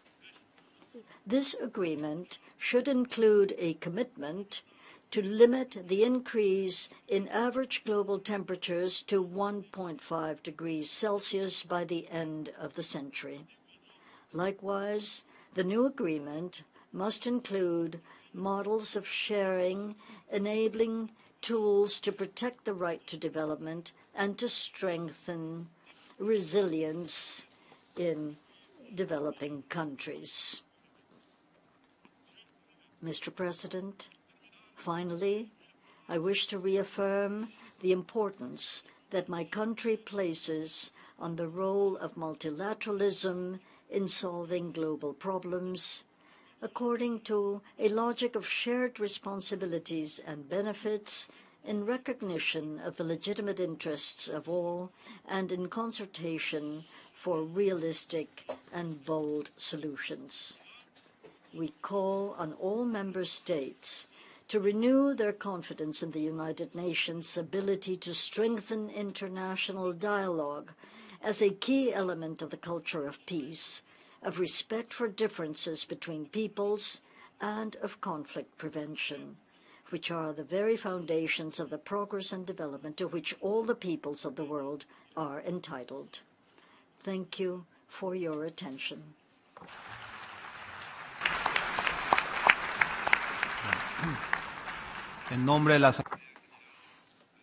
On behalf of the General Assembly, I wish to thank the Vice President of the Republic of Angola for the statement just made, and I request protocol to escort His Excellency.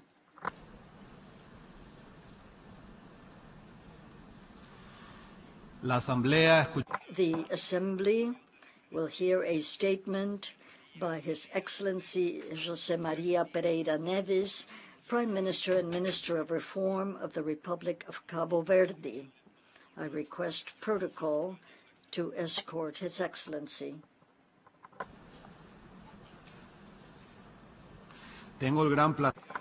I have great pleasure in welcoming the Prime Minister and Minister of Reform of the Republic of Cabo Verde, His Excellency José Maria Pereira Neves.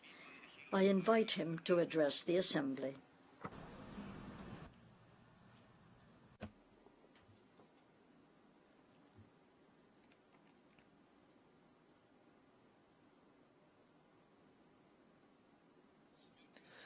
Mr. President of the General Assembly, ladies and gentlemen, I ask the indulgence of this distinct audience that I may greet, on behalf of all Cape Verdeans, the illustrious delegates to the 70th session of the General Assembly of the United Nations, as well as add our voice to all statements made here which call for the building of a better world.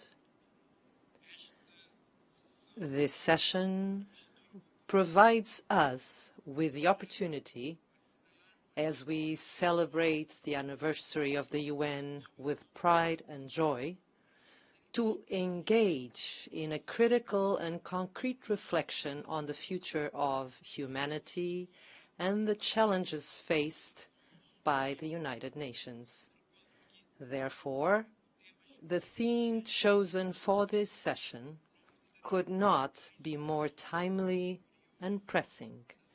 The United Nations at 70, the road ahead for peace, security, and human rights. 7 decades after the signing of the San Francisco Charter, it is incumbent on us to examine the road traveled so far as we identify new actions for our organization to grow in strength, unity, and capacity to overcome the challenges to international peace and security, as well as make more concrete contributions to a more just, equitable, sustainable, and solidary world. Cabo Verde, which also celebrates the 40th anniversary of our national independence this year, is among the countries that believe in the fundamental principles and goals of such framework and defend the preservation of these pillars, which continue to be fundamental and current for the United Nations actions and serve as crucial tools with which to build a common future. We underline the crucial importance of proceeding with UN reforms for the road ahead, and we appeal for constructive negotiations among the various member states toward renewing the powers of the General Assembly and an understanding regarding new members on the Security Council, which, in our view, should reflect the changes that have occurred in the world with a more equitable and appropriate representation. It was with great satisfaction that we participated in the Sustainable Development Summit, which began this past September 25th. We take this opportunity to again declare Cabo Verde's adherence to the principles contained in the 2030 Agenda and our full agreement with respect to the Sustainable Development Goals. The poorest and most vulnerable nations legitimately aspire to development, and we must all commit to achieving the goals that are being established for 2030. Specifically with respect to small island states, which is the case of Cabo Verde, some essential elements will have to be considered, namely the threat to their survival as a result of climate changes, their particular vulnerability to natural disasters, the risks of losing their biodiversity, the reduced size of their markets, the high costs of transportation and energy infrastructures, and their difficulties in accessing financing.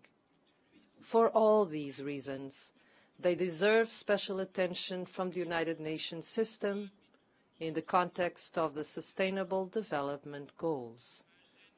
The 2030 Agenda for Sustainable Development is a source of hope for billions of human beings who await a more just, equitable, and inclusive world.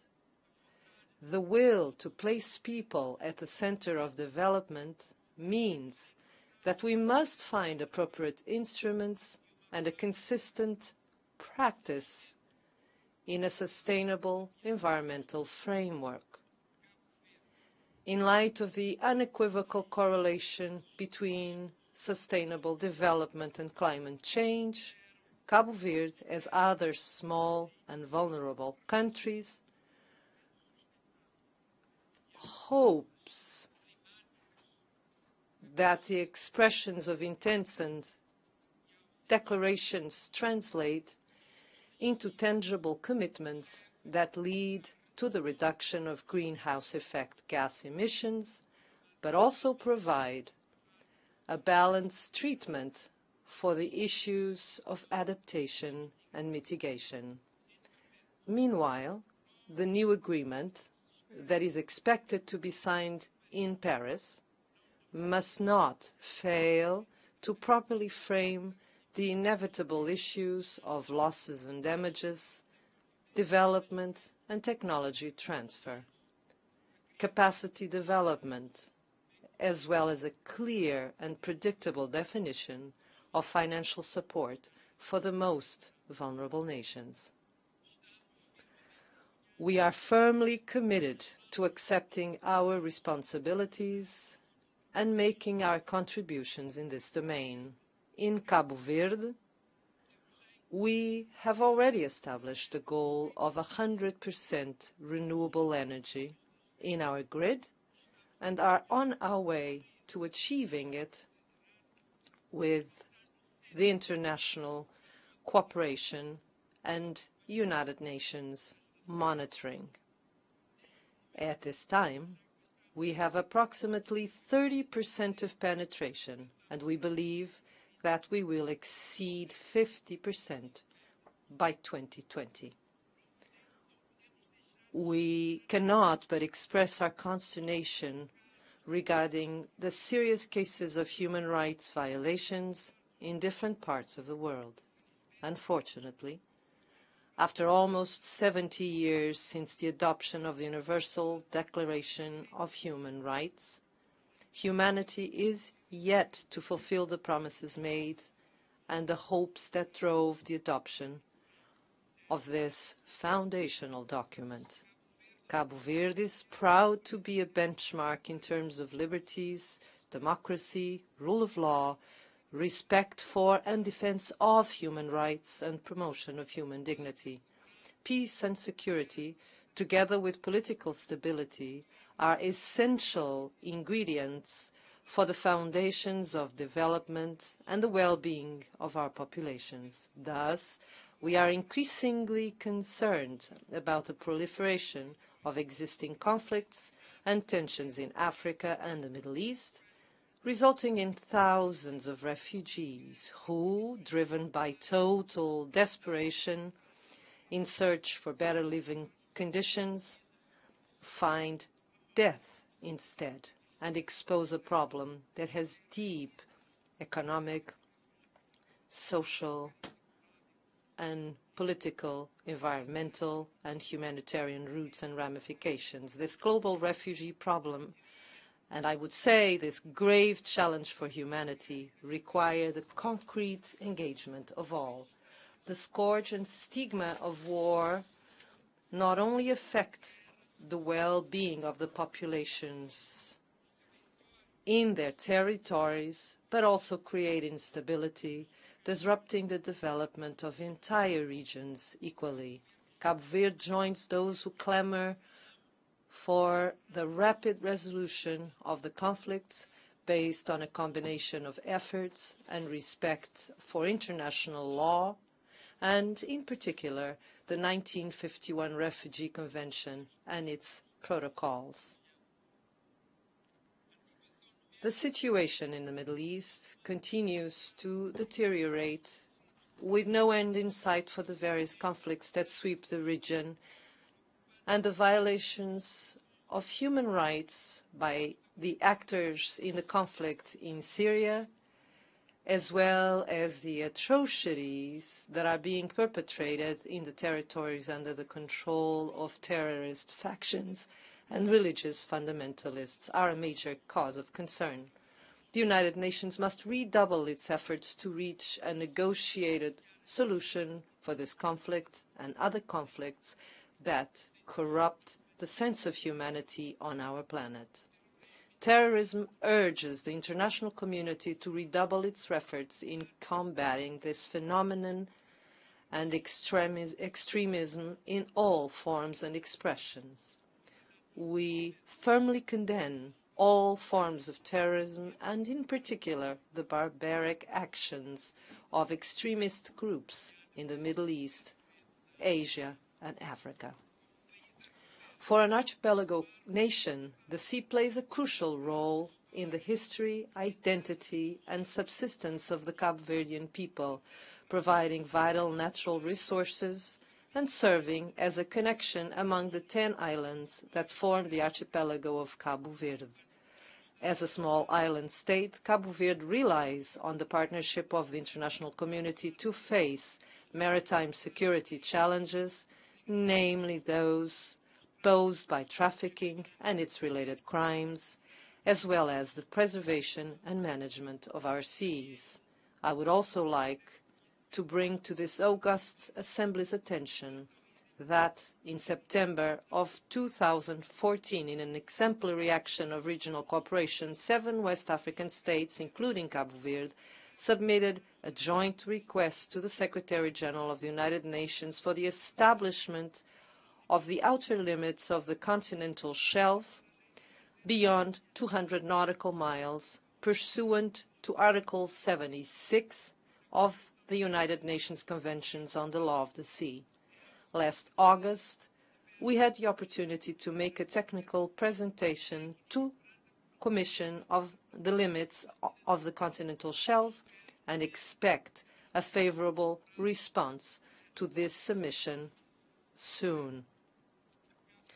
Cabo Verde also welcomes this General Assembly's decision to establish a preparatory committee for the development of a legally binding international convention on the conservation and sustainable use of marine biological diversity of areas beyond the national jurisdiction of the states. The world has great and renewed expectations for the role of the United Nations organization in maintaining international peace and security, but also in promoting development and creating a more prosperous and solidary international society reducing injustice and iniquity, combating poverty, promoting human rights, and combating the effects of climate changes. We do indeed believe that the United Nations is essential. A more sustainable world, living in peace and security, is possible. Thank you very much for your attention.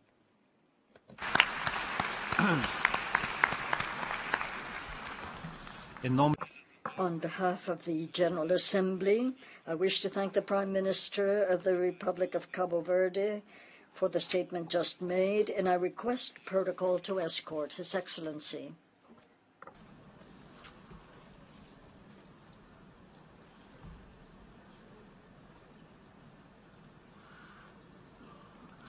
The Assembly will hear a statement by His Excellency Pakalita Betuel Mosisili, Prime Minister of the Kingdom of Lesotho.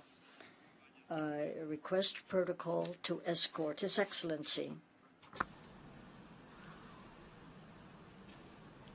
Tengo el gran placer de dar. I have great pleasure in welcoming the Prime Minister of the Kingdom of Lesotho, His Excellency Pakalita Betuel Mosisili. I invite him to address the Assembly.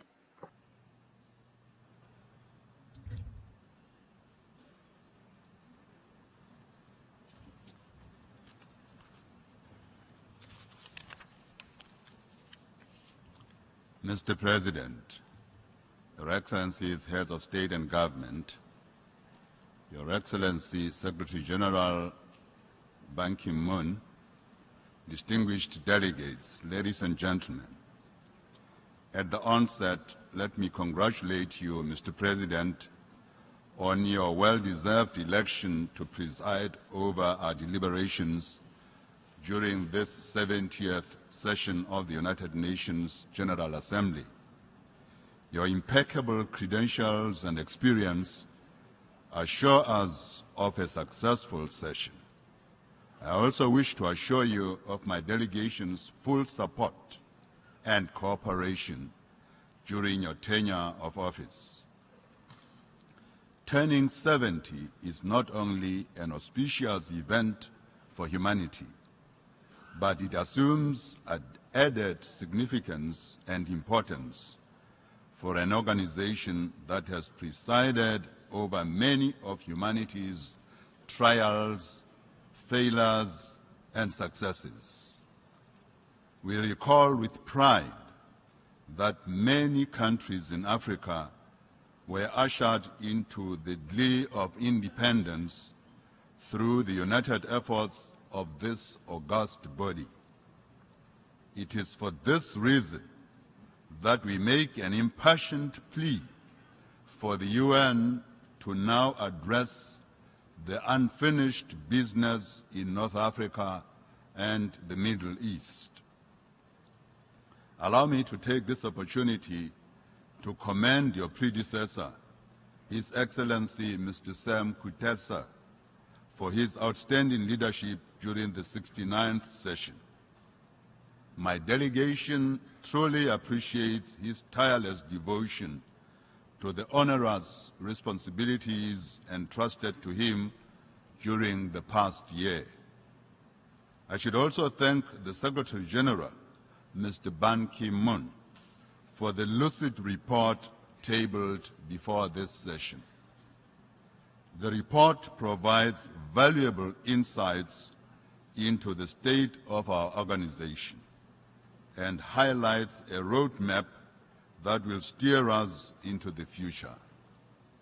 We further recognize and appreciate the tedious work our Secretary General performs throughout the year, dousing flames of discord wherever they occur, and applaud him for sharing the joy of our organization's successes. Mr. President, the UN was founded on the conviction that the nations of the world can and should cooperate to resolve conflicts peacefully and to change people's lives for the better. It further established conditions for justice and respect for international law and promotion of socio-economic development in the world. As the UN turns 70, that abiding conviction of our forebears must be steadfastly reaffirmed and their sense of purpose reasserted. It is in this context that we hail as the most appropriate the theme chosen for our general debate, namely the UN at 70, peace, security, and human rights. As the world's only truly universal global organization, the UN has, over the years, become the most important and relevant forum for addressing issues that transcend national boundaries. For the past 70 years, this organization has worked tirelessly to buttress the foundations of global security, as well as the safety and well-being of the world citizenry. As a result of the work of the UN, in many countries, corrupt dictatorships have given way to new democracies, and millions around the world today breathe the fresh air of freedom. Other notable moments of glory in the track record of the UN include its successful conflict resolution and peacekeeping initiatives, helping over 17 million refugees since 1949, and ensuring that governments meet their responsibilities to the fugitives in accordance with UN conventions. This notable achievement notwithstanding, we are of the firm belief that the world should not continue to churn out more refugees, but an environment must be created to ensure that a culture of religious and political tolerance is created to stop the flow of refugees. Another milestone in the work of the United Nations is the adoption of an ambitious, sustainable development agenda for the post-2015 period that epitomizes the UN's visionary endeavor to eradicate poverty, address climate change, and ensure that prosperity is equitably shared. After frank and constructive negotiations, we adopted by consensus a few days ago the outcome document, which might not be perfect, but represents the best hope for future prosperity and stability in the world. Mr. President, looking at the 17 Sustainable Development Goals, we draw courage and confidence over the fact that most of them resonate so well with the objectives of the new coalition government which I lead. A very ambitious commitment the leadership of the coalition government has made is to ensure that Lesotho emerges from the group of least developed states by 2015, and the practical roadmap under Goal 1 of the SDGs complements programs already in place in Lesotho. We are humbled by the African Union's faith in our country by nominating His Majesty King Letsie III as the champion for nutrition, a move which will intensify efforts already underway in my country in the area of nutrition. On the important issue of energy, Lesotho recently launched an innovative energy policy which will ensure a substantial increase of renewable energy production, leading to an increase in affordable energy provision to 50% by the end of this current term of Parliament. These are just a few examples of the development programs Lesotho is committed to implement in the next 10 years, which are in line with the SDGs just adopted. Of greater significance is the reform process that we have emphasized in the coalition agreement signed after the February 2015 elections. Lesotho has passed through many political challenges since the return to democratic rule in 1993, which placed us on the agenda of SADC for far too long. Most of these challenges have tested the resilience and relevance of our Constitution to the limit. We are now in agreement, together with our SADC partners, that there is an urgent need to address the issue of constitutional reform as a first step towards the road to political stability. The Commonwealth has also thrown its weight behind the need for such reforms. Our appeal to this world body is for it to remain seized of this process, offer the necessary guidance wherever and whenever the need arises, so that Lesotho's dignity can be restored and for peace and stability to reign. Mr. President, despite the laudable achievements made by the UN in shaping the form and content of global dialogue and negotiations, the world is still an unequal place, with large parts beset by intolerable poverty and hunger. Thousands still die from malnutrition, while many people still live below the poverty line. Small arms and light weapons continue to be illegally traded. These weapons are often used in violent terrorist attacks. The lack of political will to rid the world of nuclear weapons and other weapons of mass destruction is obvious to all. The Comprehensive Nuclear Test Ban Treaty is not yet universal, while the Nuclear Proliferation Treaty regime is at the crossroads, with some nuclear-capable states refusing to sign on. With the ongoing violence in Syria, Iraq, Yemen, and some parts of Africa, from the Sahel to the Democratic Republic of Congo, the capacity of the UN to find lasting solutions to these challenges is tested to the limit. Sadly, the human origin of many of these problems cannot be doubted. Among the most pressing issues for the international community today is the problem of refugees and mass migration. As a result of war and the carnage that has exposed the depths of man's cruelty to men, millions of people in the Middle East and elsewhere are fleeing across international borders on a scale reminiscent of the Second World War.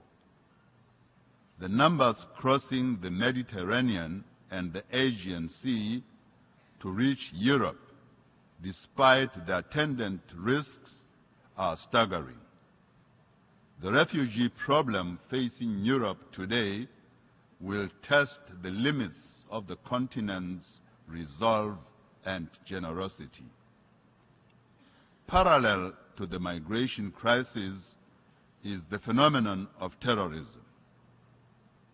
Terrorism has increased worldwide, and it has become more brazen and lethal than before. Terrorist networks are expanding across Africa, the Middle East, and Asia. Even as we remain vigilant against the threat of terrorism, we must move beyond a mindset that this menace can be defeated by force of arms alone. We may strike blows against terrorist networks, but if we ignore the fact that political instability and religious and other forms of intolerance fuel extremism, our efforts to root out this menace will be futile. Mr. President, climate change is a major challenge facing the world today, and unless it is addressed effectively, it will continue to rewrite the global equation for development, peace, and prosperity.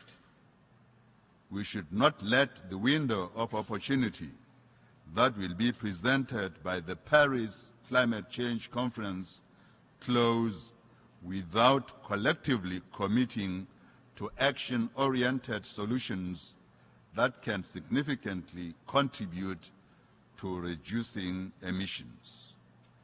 The Paris negotiations should be guided by the spirit of frankness, mutual understanding, and the willingness to compromise.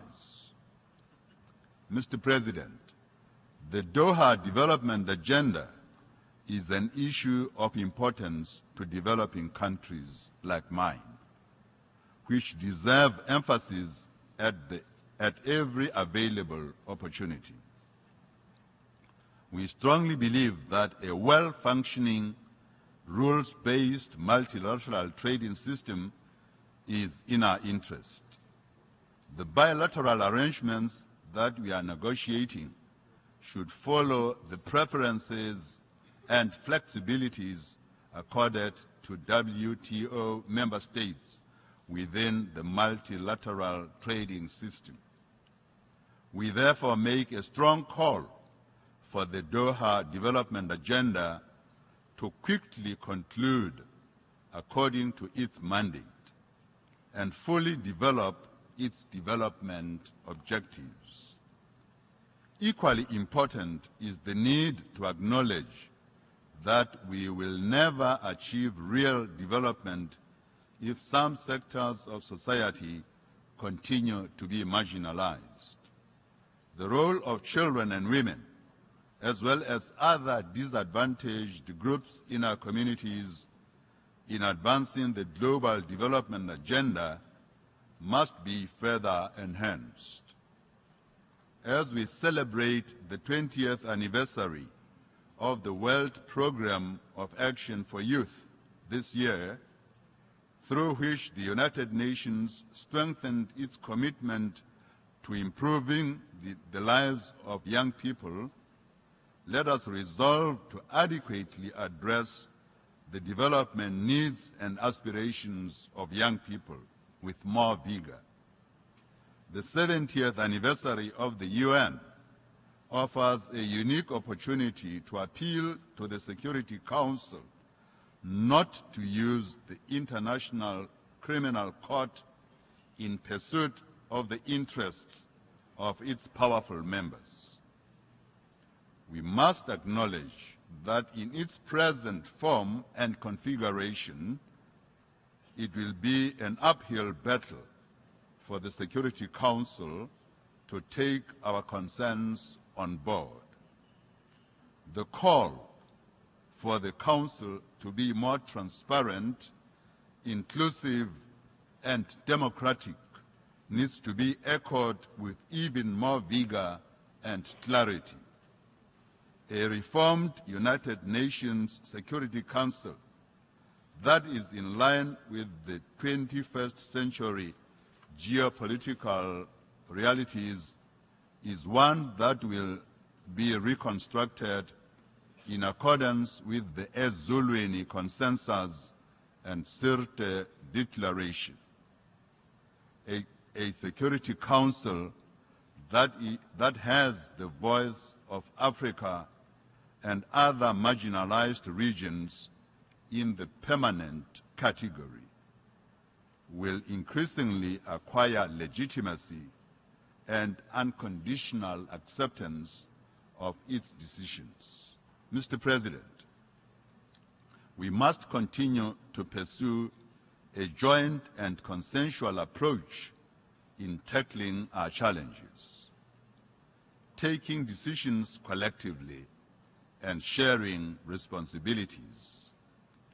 The General Assembly, in whose name the UN was created, is most suited to fulfill that task. It has continued to serve as the principal policy-making, deliberative, and most representative organ of the UN.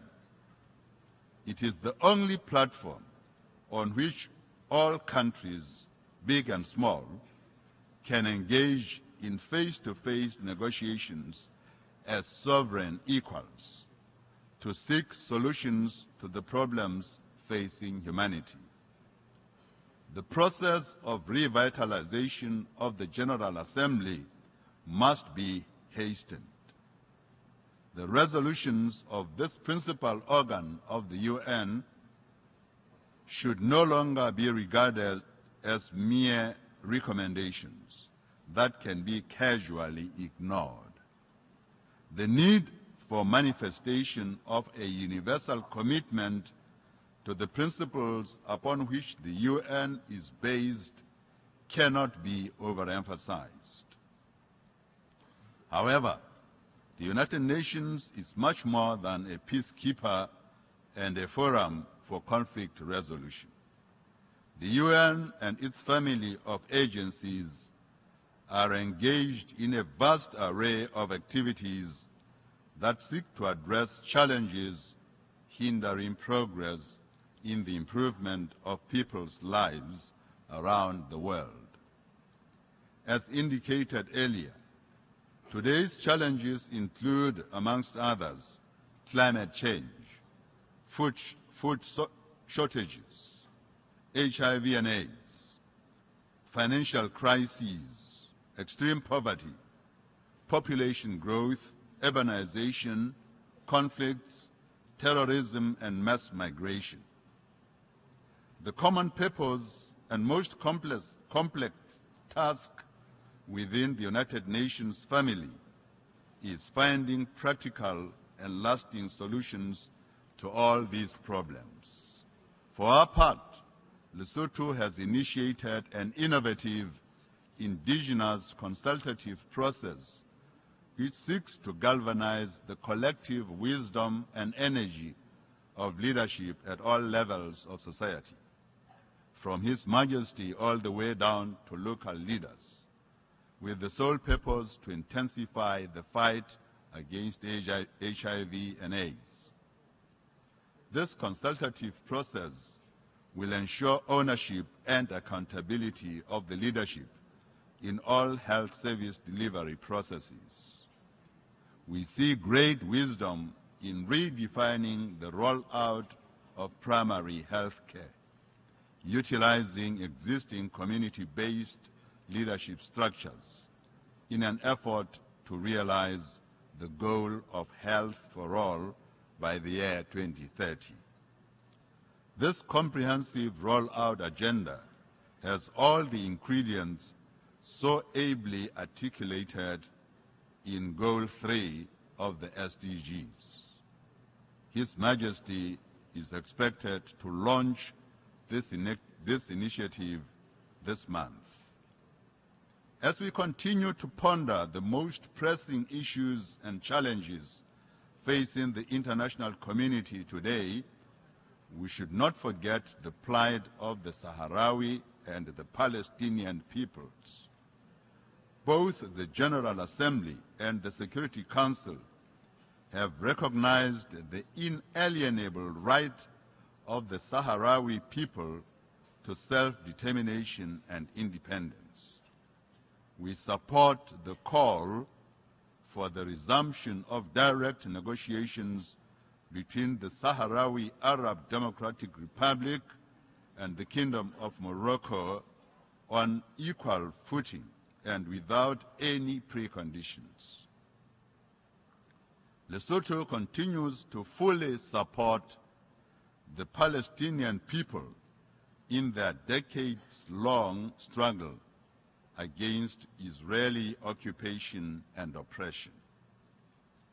Peace between Israel and Palestine is an essential cornerstone in the architecture of a comprehensive Middle East peace, a peace that will unlock the creative genius and entrepreneurship of the region.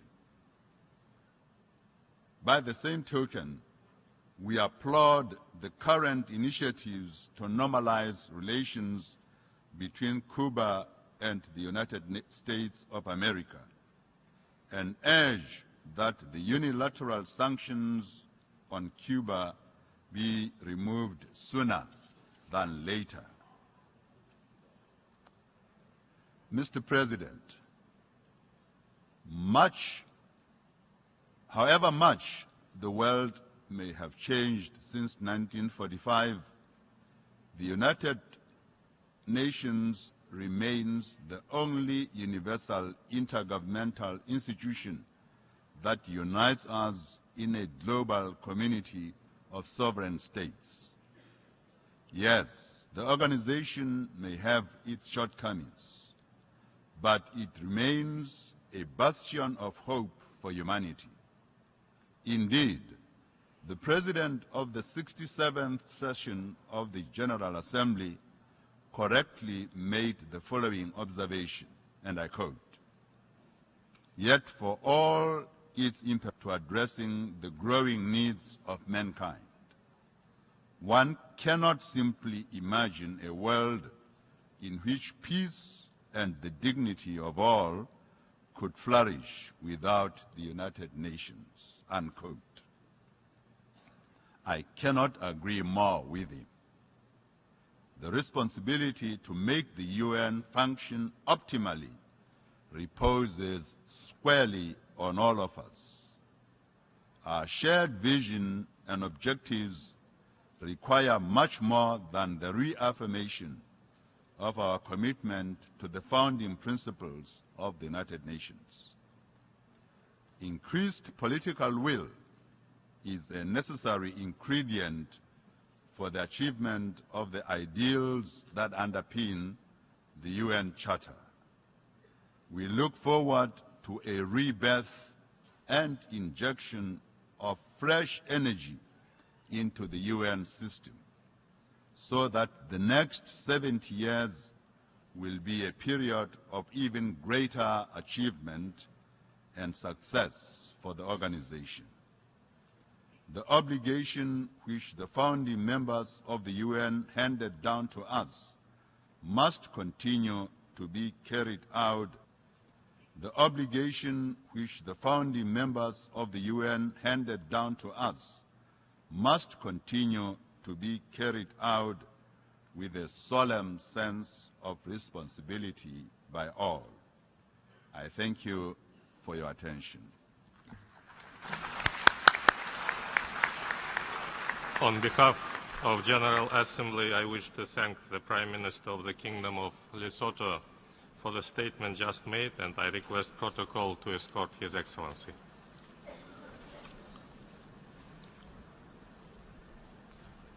The Assembly will hear a statement by His Excellency Irakli Garibashvili, Prime Minister of Georgia. I request protocol to escort His Excellency.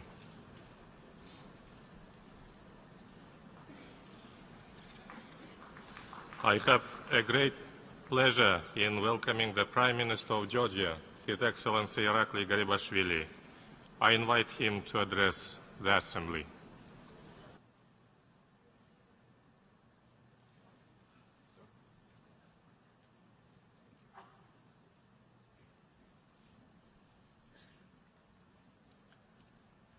Mr. President, distinguished delegates, Your Excellencies, it is a great honor to once again address the General Assembly as we mark the 70th anniversary of the founding of the United Nations.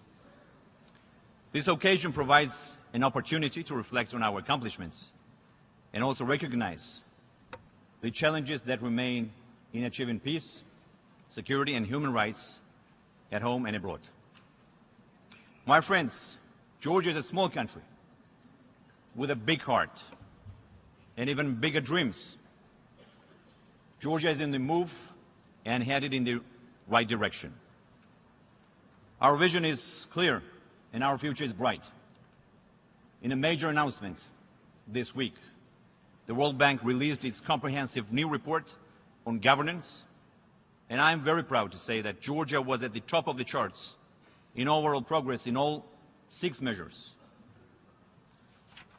According to the rankings, since 2012, Georgia jumped 13 places in regulatory quality, 16 places voice and accountability, 19 places in rule of law, 22 places in political stability and government effectiveness, and 23 places in control of corruption. This dramatic progress underscores the determination of my government to strengthen the rule of law and media freedom, build a modern economy, and move our nation forward with confidence.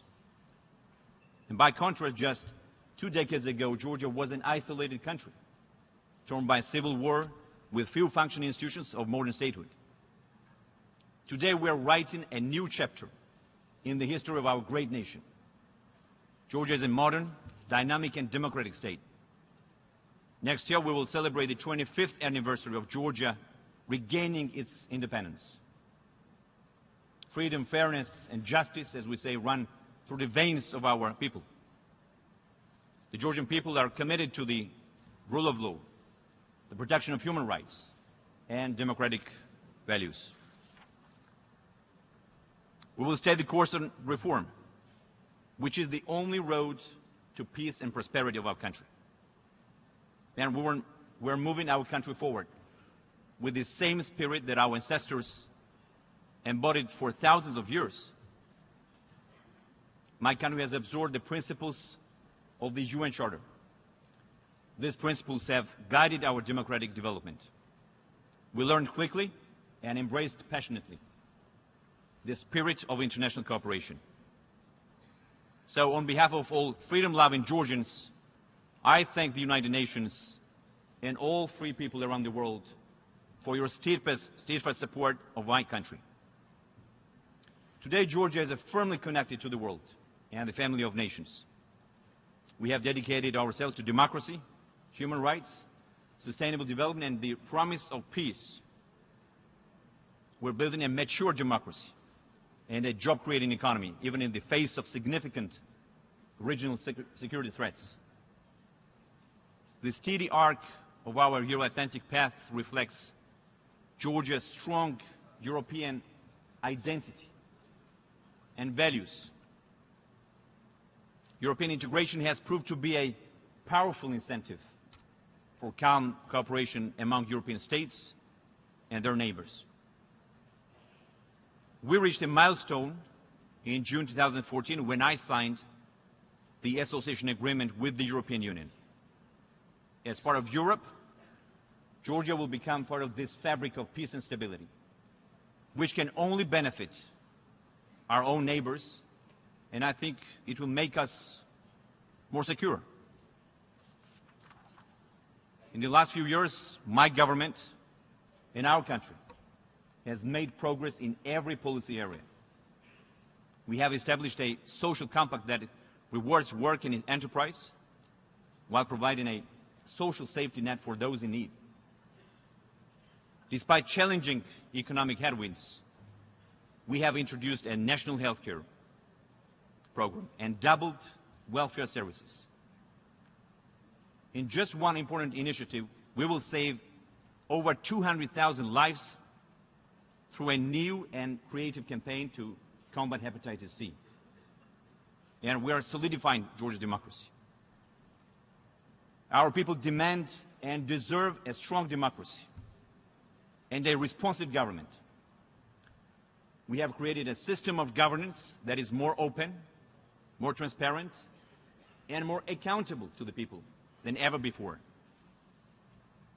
But we will not rest. More must be done. The 2013 presidential election and the 2014 local elections were praised by international observers as free and fair. I'm also proud of the fact that last year we adopted Georgia's first comprehensive long-term human rights strategy and enacted a new anti-discrimination law. So my government strives to ensure human rights for all of our people. And hand in hand with a free and open democracy is a free and open marketplace. Economic freedom remains the central pillar of our development plan. And our plan is designed to grow our economy. It's to strengthen our institutions of governance and deliver more jobs and more opportunities for Georgian people. We're driving growth by making Georgia a great place to do business and an attractive location for foreign investment. Since 2014, we have added 90,000 new jobs in Georgia covering all sectors, including agriculture, manufacturing, tourism, and energy. Doing business in Georgia continues to be easy. Foreign and domestic businesses really operate in a competitive environment with strong guarantees of private property rights. The World Bank also ranks Georgia as the 15th easiest place to do business in the world. In 2014, Georgia achieved an 87% surge in foreign direct investment. And this is the largest growth and highest amount of FDI since 2007. Georgia has also become a major tourist destination, a venue for international sporting events. The world is catching on to the fact that Georgia has it all. Beautiful beaches and stunning mountain resorts, a gourmet tradition, exceptional wines, unique historic sites, and world-class hospitality. In August, Tbilisi hosted two major sporting events, the European Youth Olympic Festival and 2015 UEFA Super Cup. And these sporting events provide a unique opportunity to celebrate cooperation over conflict. And speaking of sports, I must use this opportunity to wish the Georgian national rugby team success as they face New Zealand tomorrow at the Rugby World Cup. Our nation is proud of you guys. Another area of our national development is education. I personally know the value of good education and studying abroad. And I want Georgian youth to have that same opportunity. To that end, we launched a new program where the Georgian government will provide financial support for our students to study abroad. In return, they must come back home and put their skills to use in service to our country. And for those hard-working Georgians who cannot travel abroad, we are bringing world-class education right to Georgia. And I'm proud to say we have recently inaugurated a new program in cooperation with the U.S. Millennium Challenge Corporation so that Georgian students can now obtain U.S. engineering degree from San Diego University without leaving Georgia. But even with all these achievements, dear friends, we still face challenges to our security at home. Since my last address to the United Nations, I regret that the Russian Federation signed the so-called integration treaties with Sukhumi and Skinvali. And Russia therefore continues to illegally extend its control over Georgian sovereign territory. I therefore condemn this creeping annexation and Russia's disregard for international law. A tragic result is that the local population in the occupied territories of Georgia are robbed of the fundamental rights of a free people. De facto authorities recently undertook additional measures to suppress still further the Georgians' right to be educated in their mother tongue. The freedom of movement and the basic rights of a free nation are crushed off pushed along with the hopes and dreams of hundreds of thousands of victims of ethnic cleansing who only wish to return to their places of origin. I must once again underline the importance of the resolution on the IDPs and refugees from Abkhazia, Georgia, and the Tskhin Valley region, Georgia, annually adopted by the UN General Assembly. And dear friends, the pain of this conflict is real. The dislocation is profound. Just since 2012, our government has provided homes to approximately 10,000 IDP families from the occupied territories. Against the backdrop of continued Russian occupation, my government has nevertheless been clear on the need to forge responsible and pragmatic relations with the Russian Federation. To that end, we have taken a number of constructive, concrete steps to advance trade, transport, communication, humanitarian contacts, and tourism when and where possible with Russia. But let me be clear. Relations with Russia cannot be settled at the expense of our sovereignty and territorial integrity. So I hope that the Russian Federation will finally fulfill its international obligations, including the August 12, 2008 ceasefire agreement, and act as a responsible member of the international community. At the same time, I want to once again reaffirm our strong commitment to the peaceful resolution of this conflict, based on the fundamental principles of international law and the UN Charter. Let me now address the Abkhazian and Ossetian peoples. My brothers and sisters, I firmly believe that no one will rewrite history and erase our common past. And all attempts to cut off the ties and divide our peoples will fail. You'll benefit from a growing Georgian economy soon, and from our association agreement with the European Union, including increasing trade and visa liberalization. We know that the arc of history is for more cooperation, more integration, and more prosperity. So when we work together, we all succeed and benefit. And I look forward to the day when we will share in our mutual prosperity.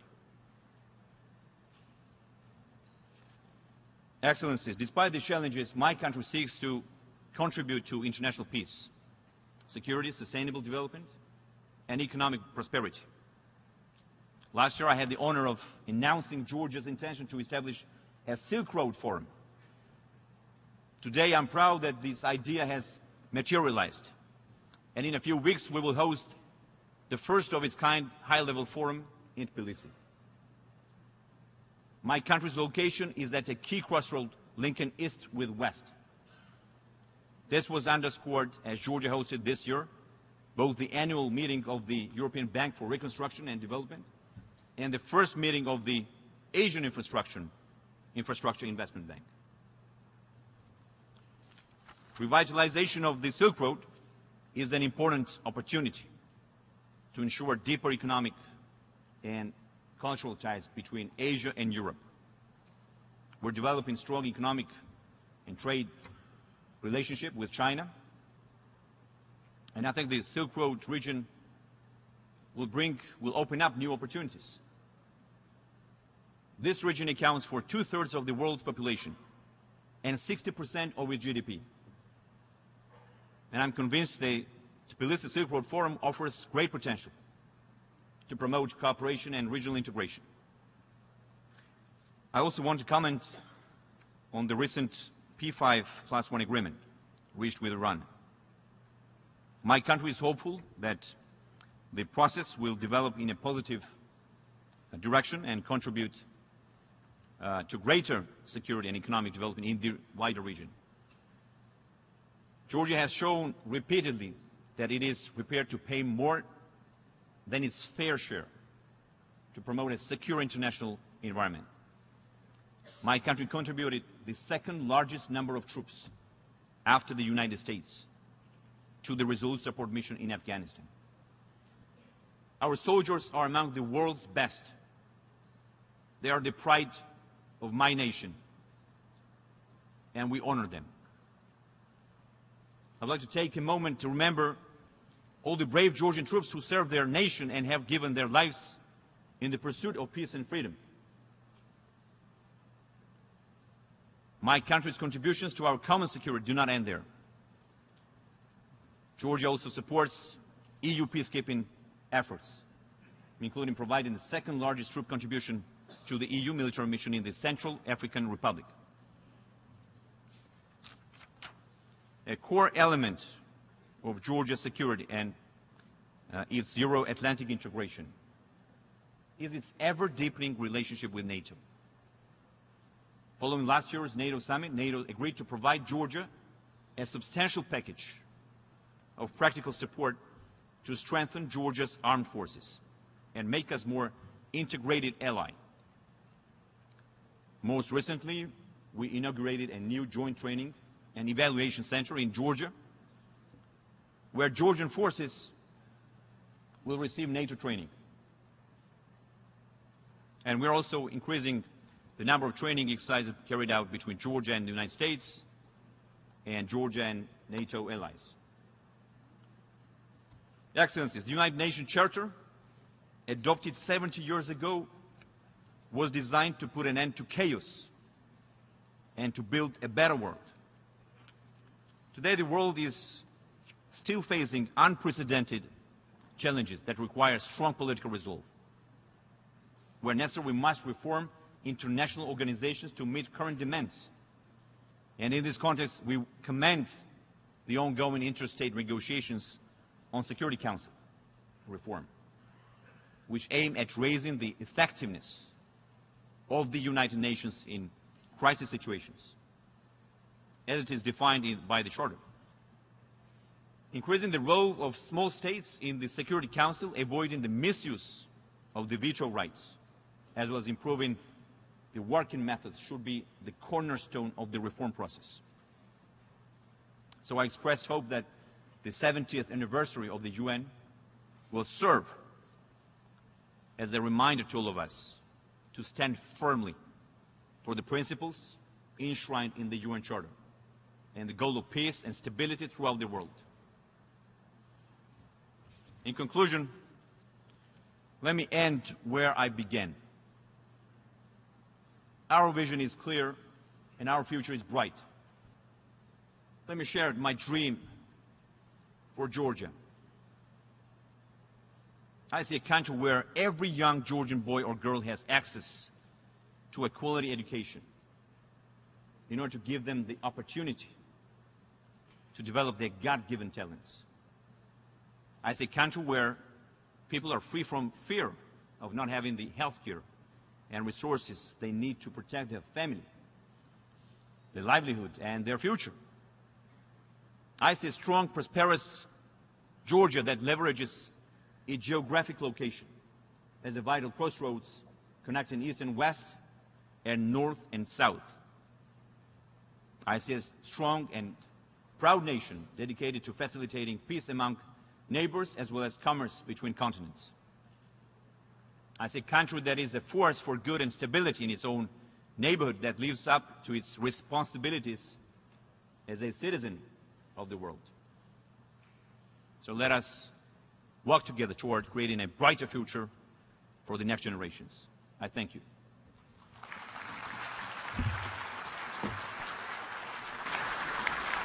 On behalf of the General Assembly, I wish to thank the Prime Minister of Georgia for the statement just made, and I request the protocol to escort His Excellency.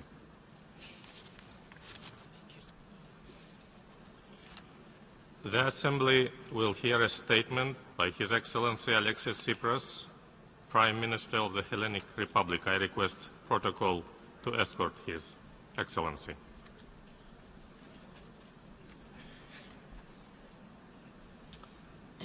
I have great pleasure in welcoming the Prime Minister of the Hellenic Republic, His Excellency Alexis Tsipras. I invite him to address the Assembly.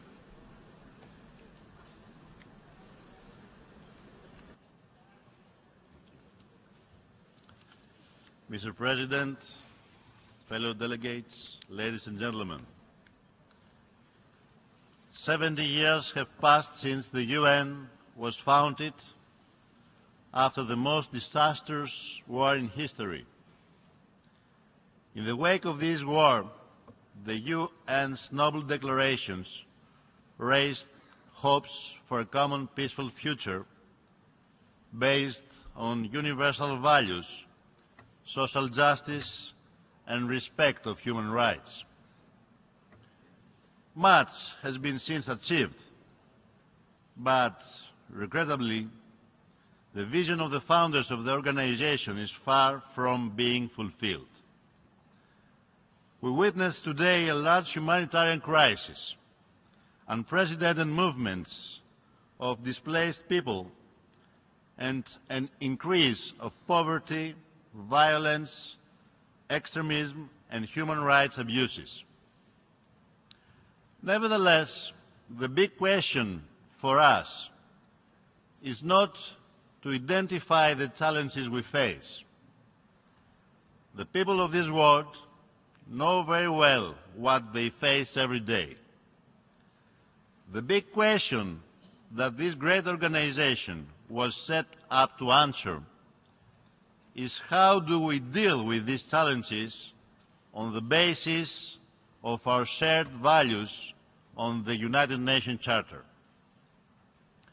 Unfortunately, as years go by, we seem to be returning not only to the same problems, but to the same old failed recipes that fostered these problems in the first place.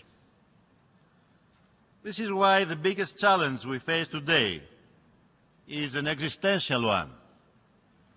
Whether to continue with the same old recipes of social exclusion, political fragmentation, and economic aggression, or to try to reclaim our future step by step, with confidence, but also with the ability to learn from our mistakes. Allow me to refer to the efforts of my own country in confronting three specific crises in the last few years. As many other countries, Greece was hit hard by the 2008 economic crisis due to the structural weaknesses of its economy and its high debt and budgetary deficits. Yet the neoliberal recipe we and other European countries were called to implement came at devastating social cost and contributed to deepening the economic and fiscal crisis instead of carrying it. We lost 25% of our GDP. Our debt-GDP ratio grew to 180%, while unemployment reached 27% and the migration of graduates to European countries accelerated. What we faced was a firm commitment of some to the idea that Greece must exit the Eurozone, or that the institutional and structural reforms that we need have to be combined with austerity, tough austerity measures and welfare and wage cuts. After many months of negotiation, Greece agreed to a new stabilization program that includes reforms in our public administration, pension and tax system, and gives us the opportunity to stabilize our economy by setting the foundation for a necessary reprofiling of our debt. Unfortunately, at the same time, it imposes measures burdening further both society and the economy. These measures should have been avoided. We needed and still need to struggle step by step to claim a growth rather than an austerity agenda, to protect the most vulnerable members of society and distribute tax burdens justly, to link the development of the economy and the restoration of confidence to the need for a restructuring of our debt. How familiar does this sound to others in this Assembly? How many times since the 70s have countries in the developed and more recently in the developing world struggled to face exactly these problems that concern not just their weaknesses, but the recipes they are given to deal with them? We have to realize that we need a global financial and economic system oriented to fostering national growth strategies and our post-2015 development agenda. We have to discuss the issue of debt restructuring in all competent fora, including this one, in connection to developing growth and not austerity strategies. Another regional European crisis where Greece is at the forefront concerns recent unprecedented migration flows. Since the beginning of the year, over 300,000 people, mostly from Syria, Iraq and Afghanistan, have entered the country with the aim of transiting to Western European countries. Greece, like all other European countries, was taken aback by this development. Nevertheless, the people of Greece showed their solidarity in providing food and shelter to the refugees. In cooperation with the European Union and other international organizations, we are doing all we can to manage these flows in an effective and humane way. By improving reception facilities and identification procedures, as well as setting up hotspots to facilitate relocation. Nevertheless, for some, the only way to deal with this challenge is to build walls higher, to repel migrants by force, or to ensure that they remain someone else's responsibility as far away as possible. We do not believe that the future of Europe or the future of our world can be built on ever higher walls or children dying at our doorsteps. Neither can we forget that many of our ancestors were refugees and migrants. We cannot allow racism and xenophobia to destroy our common principles. In the framework of the UN, we have to build the necessary resettlement mechanism from countries neighboring Syria, while also supporting them directly in hosting refugees and dismantling trafficking networks. This resettlement mechanism, together with the existing relocation mechanism in Europe, will give hope to these people, discouraging them from trusting traffickers. Furthermore, we have to increase support for frontline European states such as Greece in their effort to manage these flows. Greece is also at the center of a third security crisis that causes this refugee crisis. We are at the heart of a triangle of destabilization with Ukraine to the north and the conflicts in Libya and in the Middle East to the southwest and southeast. Located in this unstable environment, Greece has been striving to bolster regional security and supports all efforts promoting peace and stability. Nevertheless, again, we hear some insisting that we should embark on unilateral initiatives without considering the prospects and consequences, or leave the conflicts to be settled by themselves without contributing to stabilization or reconstruction. Yet these are exactly the mistakes that brought us here in the first place.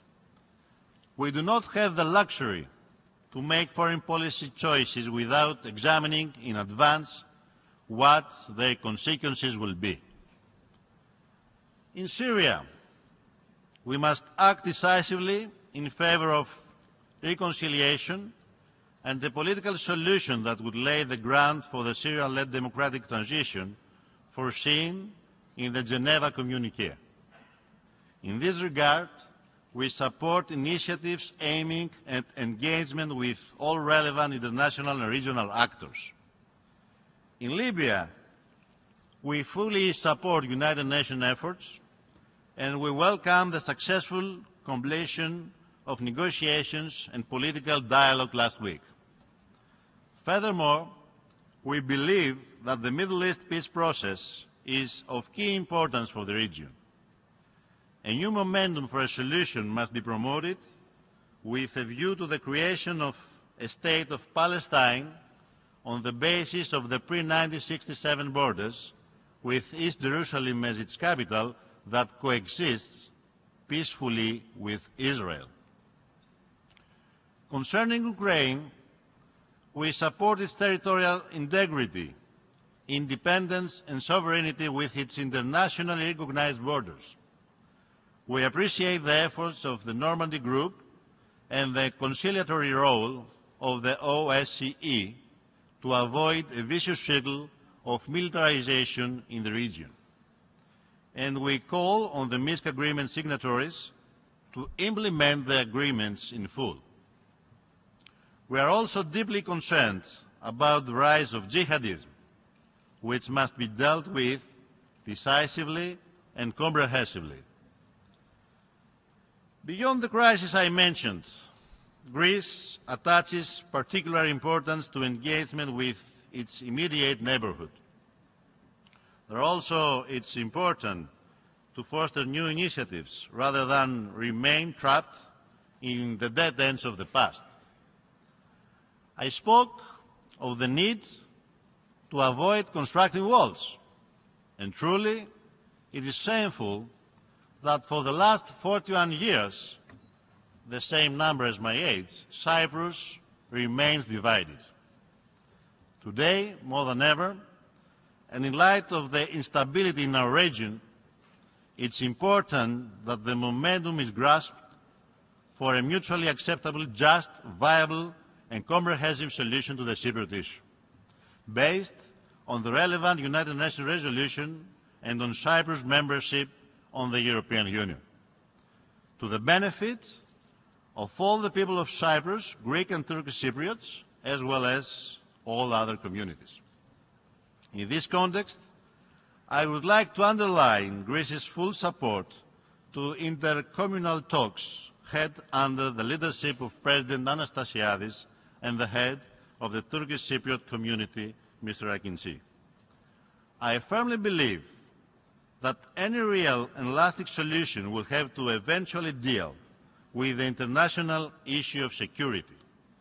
The cancellation of the anachronistic treaties of alliance and guarantees, and the withdrawal of all foreign troops, including the troops occupying the northern part of this island.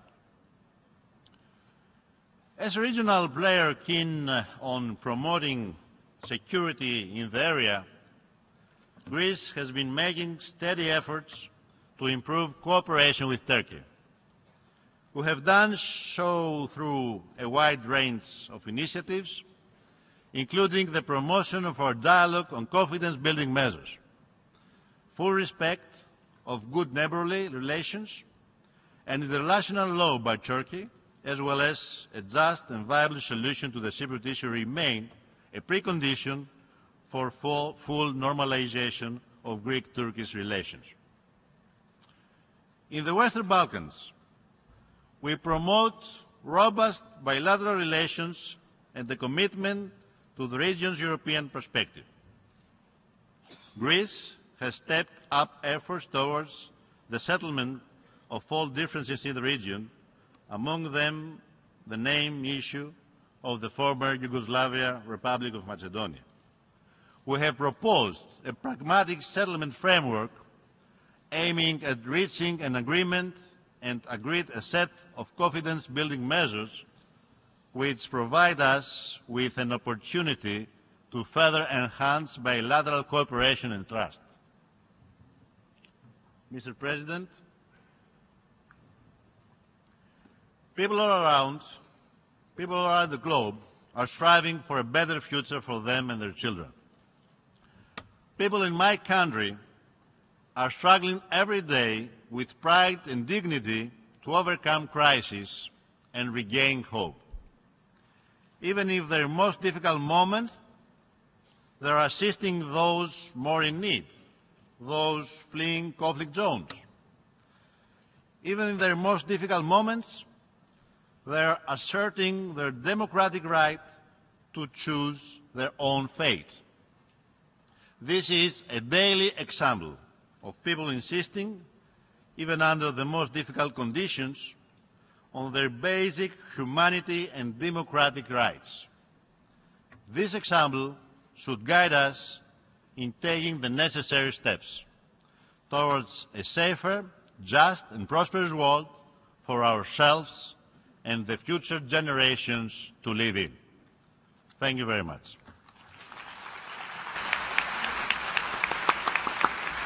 On behalf of General Assembly, I wish to thank the Prime Minister of the Hellenic Republic for the statement just made, and I request protocol to escort His Excellency. The Assembly will hear a statement by His Excellency Benjamin Netanyahu, Prime Minister, Minister for Foreign Affairs, Minister for Health, and Minister for Communication of the State of Israel. I request protocol to escort His Excellency.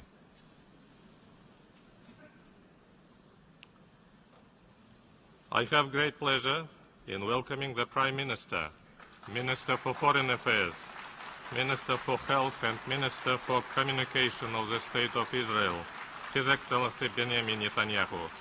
I invite him to address the Assembly.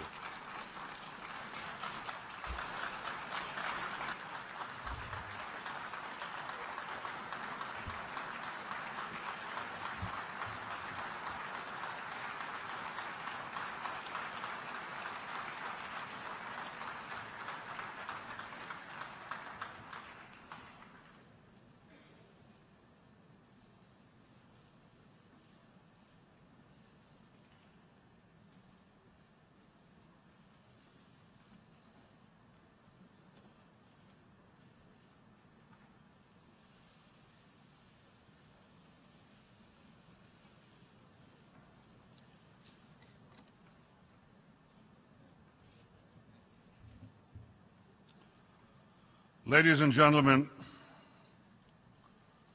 I bring you greetings from Jerusalem, the city in which the Jewish people's hopes and prayers for peace for all of humanity have echoed throughout the ages.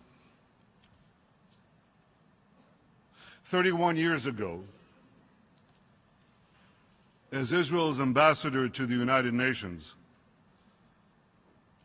I stood at this podium for the first time. I spoke that day against a resolution sponsored by Iran to expel Israel from the United Nations. Then as now, the UN was obsessively hostile towards Israel, the one true democracy in the Middle East. Then as now, some sought to deny the one and only Jewish state a place among the nations. I ended that first speech by saying, gentlemen, check your fanaticism at the door. More than 3 decades later, as the Prime Minister of Israel, I'm again privileged to speak from this podium. And for me, that privilege has always come with a moral responsibility to speak the truth. So after 3 days of listening to world leaders praise the nuclear deal with Iran, I begin my speech today by saying, ladies and gentlemen, check your enthusiasm at the door.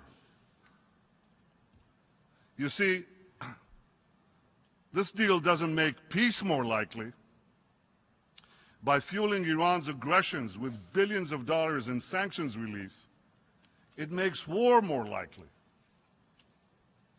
Just look at what Iran has done in the last 6 months alone, since the framework agreement was announced in Lausanne.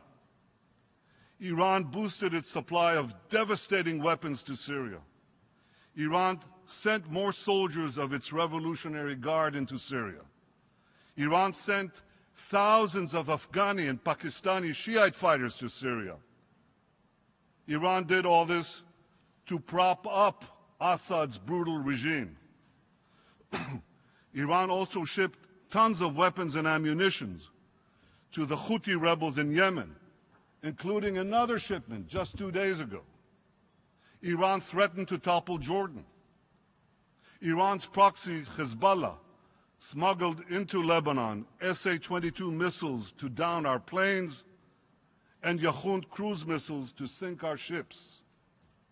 Iran supplied Hezbollah with precision-guided surface-to-surface missiles and attack drones so it can accurately hit any target in Israel.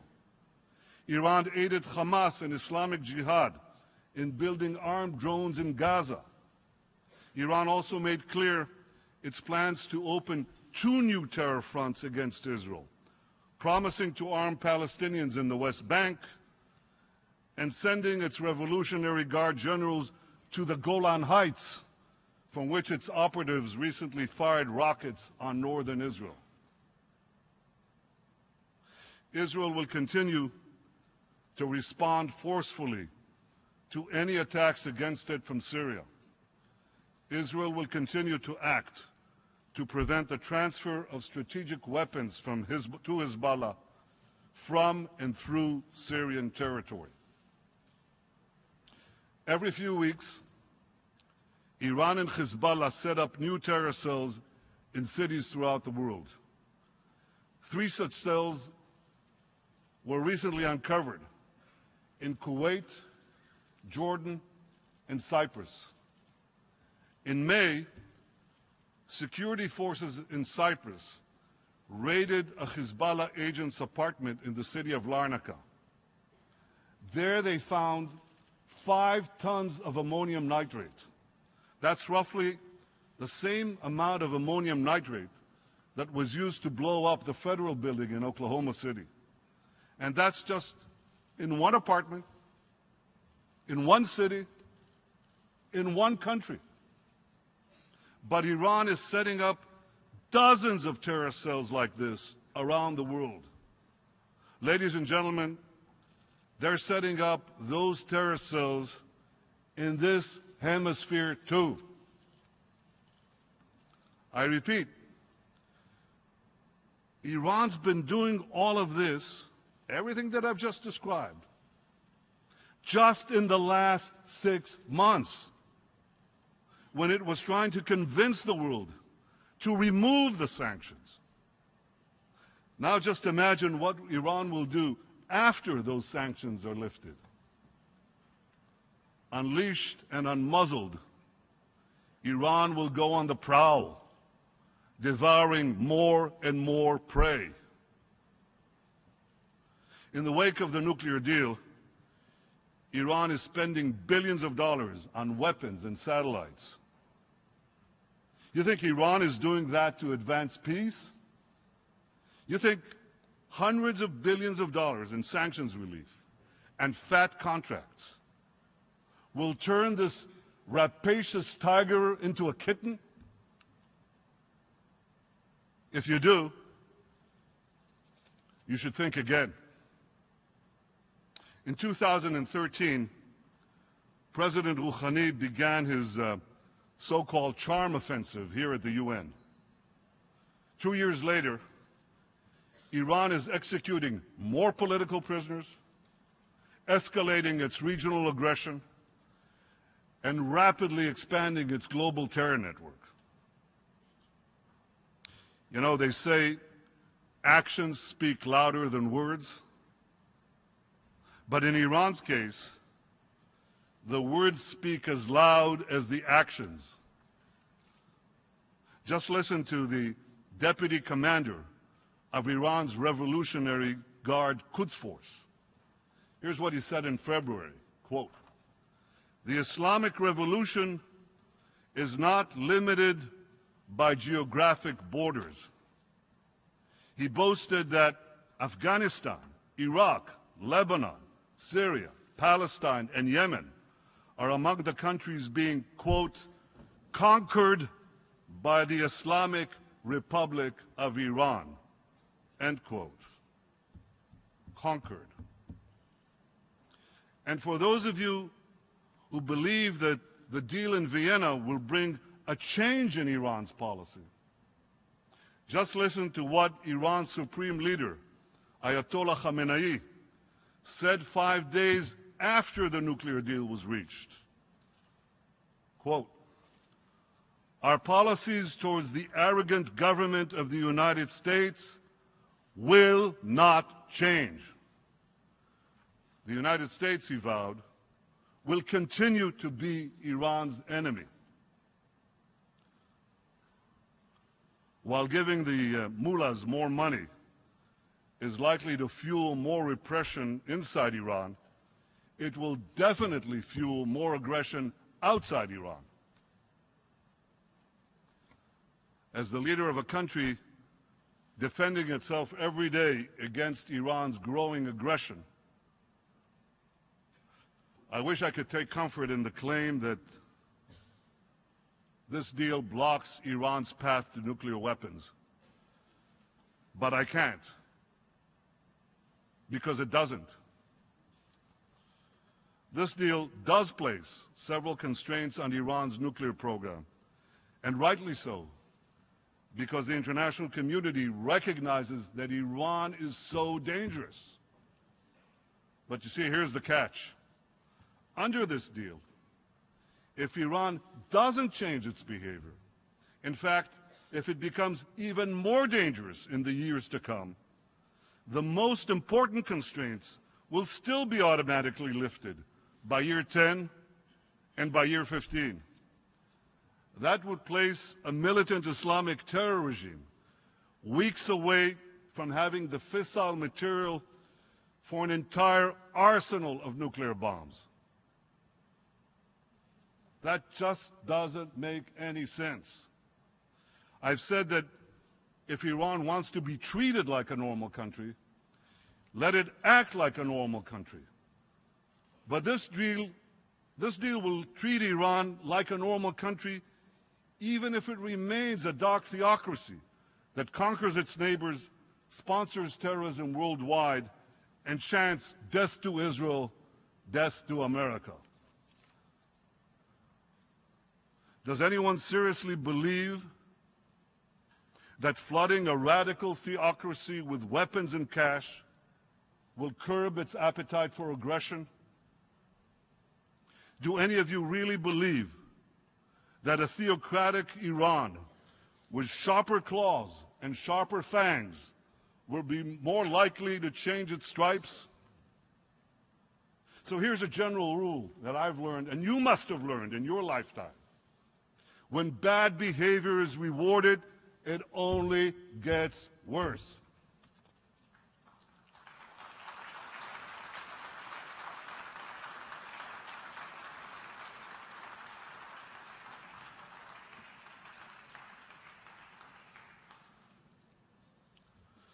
Ladies and gentlemen,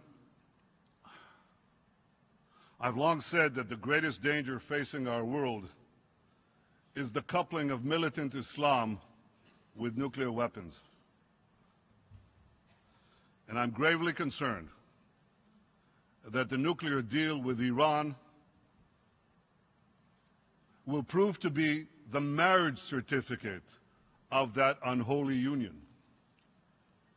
I know that some well-intentioned people sincerely believe that this deal is the best way to block Iran's path to the bomb. But one of history's most important, yet least learned lessons is this: the best intentions don't prevent the worst outcomes. The vast majority of Israelis believe that this nuclear deal with Iran is a very bad deal. And what makes matters even worse is that we see a world celebrating this bad deal, rushing to embrace and do business with a regime openly committed to our destruction. Last week, Major General Salehi, the commander of Iran's army, proclaimed this, quote, "We will annihilate Israel for sure. We are glad that we are in the forefront of executing the Supreme Leader's order to destroy Israel." End quote. And as for the Supreme Leader himself, a few days after the nuclear deal was announced, he released his latest book. Here it is. It's a 400-page screed detailing his plan to destroy the state of Israel. Last month, Khamenei once again made his genocidal intentions clear before Iran's top clerical body, the Assembly of Experts. He spoke about Israel, home to over 6 million Jews. He pledged, quote, "There will be no Israel in 25 years." End quote. 70 years after the murder of 6 million Jews, Iran's rulers promised to destroy my country, murder my people. And the response from this body, the response from nearly every one of the governments represented here, has been absolutely nothing. Utter silence. Deafening silence.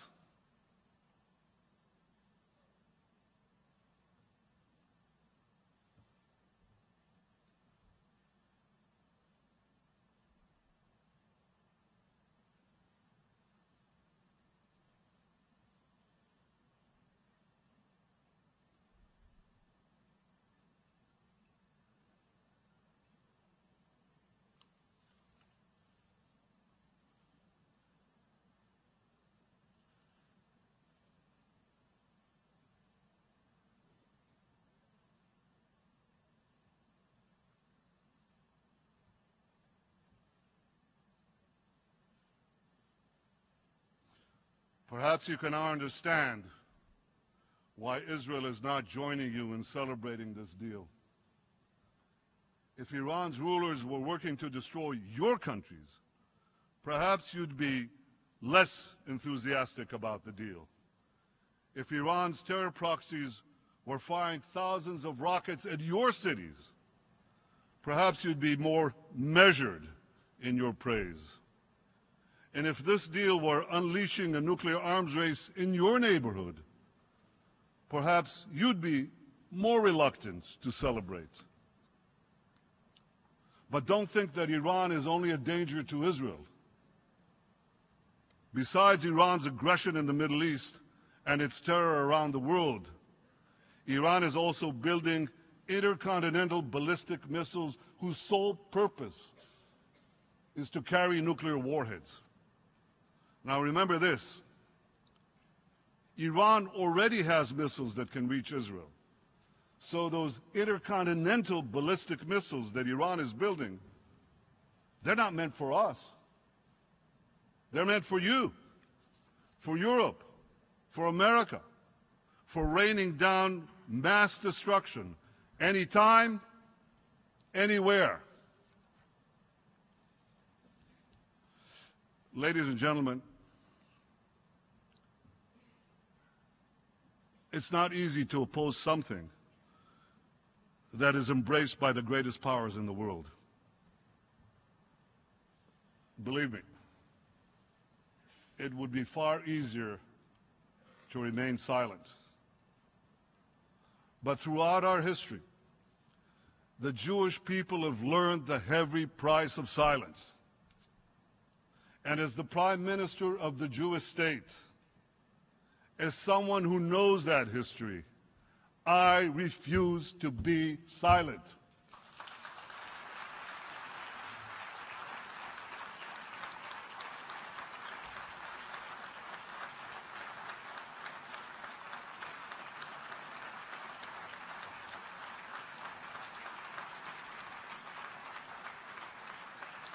I'll say it again. The days when the Jewish people remained passive in the face of genocidal enemies, those days are over.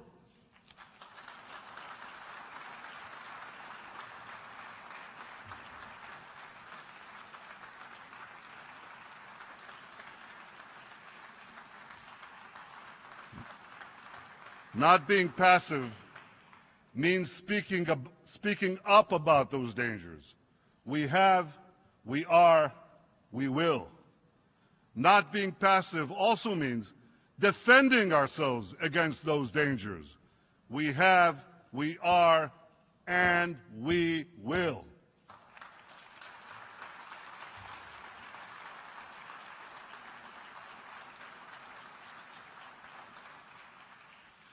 Israel will not allow Iran to break in, to sneak in, or to walk into the nuclear weapons club.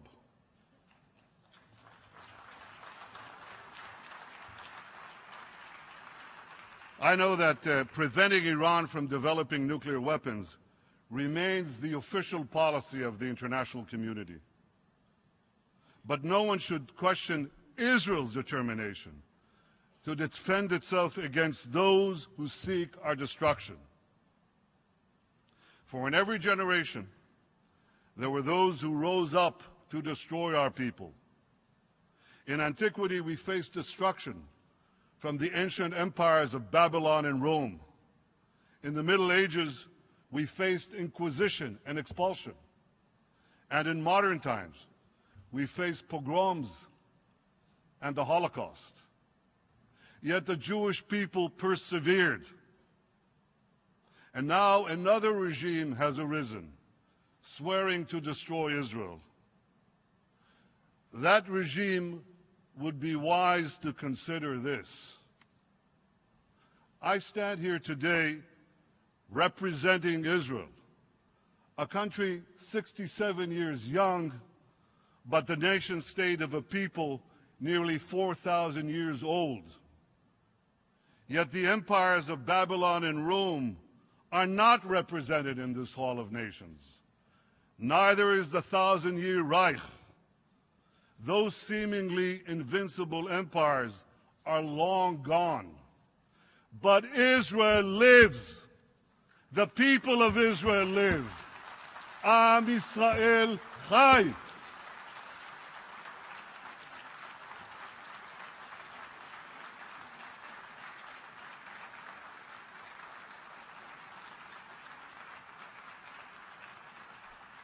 The rebirth of Israel is a testament to the indomitable spirit of my people. For 100 generations, the Jewish people dreamed of returning to the land of Israel. Even in our darkest hours, and we had so many, even in our darkest hours, we never gave up hope of rebuilding our eternal capital, Jerusalem. The establishment of Israel made realizing that dream possible. It has enabled us to live as a free people in our ancestral homeland. It's enabled us to embrace Jews who've come from the four corners of the earth to find refuge from persecution. They came from war-torn Europe, from Yemen, Iraq, Morocco, from Ethiopia and the Soviet Union, from 100 other lands.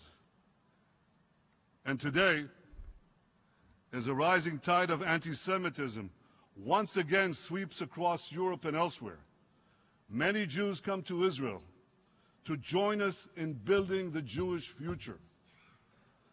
So here's my message to the rulers of Iran. Your plan to destroy Israel will fail.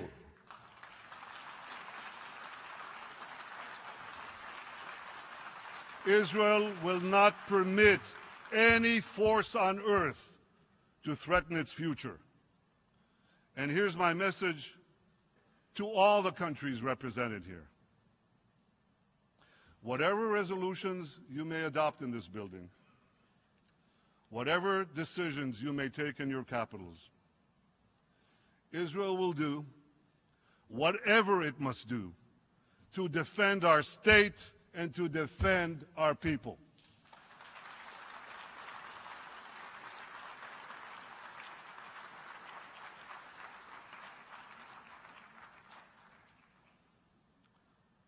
Distinguished delegates, as this deal with Iran moves ahead, I hope you'll enforce it. How can I put this? With a little more rigor than you showed with the 6 Security Council resolutions that Iran has systematically violated and which now have been effectively discarded.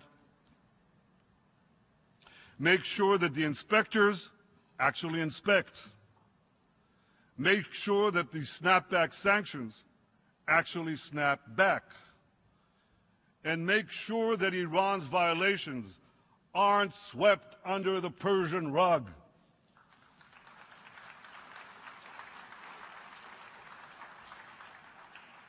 Well, of one thing I can assure you, Israel will be watching closely. What the international community now needs to do is clear. First, make Iran comply with all its nuclear obligations. Keep Iran's feet to the fire.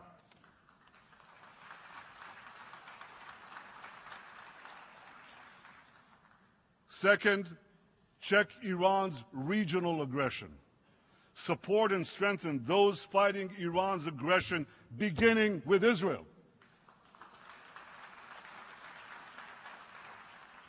Third, use sanctions and all the tools available to you to tear down Iran's global terror network.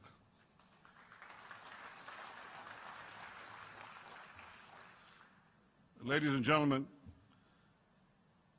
Israel is working closely with our Arab peace partners to address our common security challenges from Iran and also the security challenges from ISIS and from others. We're also working with other states in the Middle East, as well as countries in Africa, in Asia, and beyond. Many in our region know that both Iran and ISIS are our common enemies. And when your enemies fight each other, don't strengthen either one, weaken both.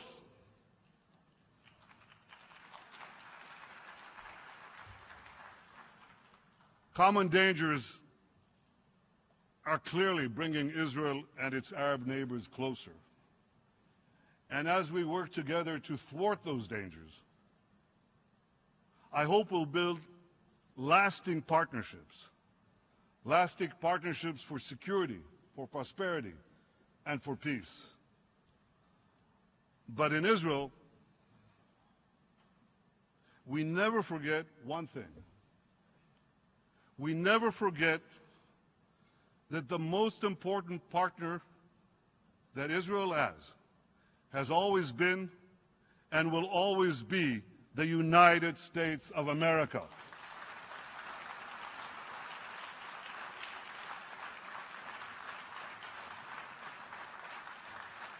The alliance between Israel and the United States is unshakable.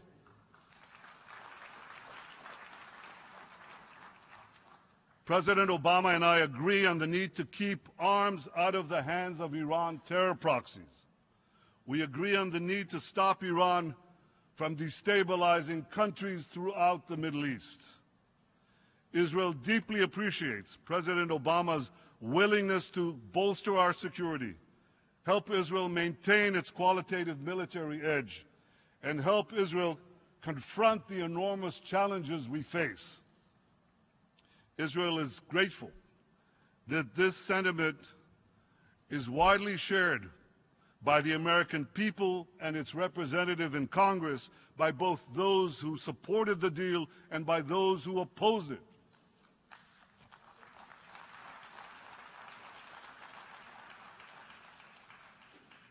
President Obama and I have both said that our differences over the nuclear deal are a disagreement within the family. But we have no disagreement about the need to work together to secure our common future. And what a great future it could be. Israel is uniquely poised to seize the promise of the 21st century.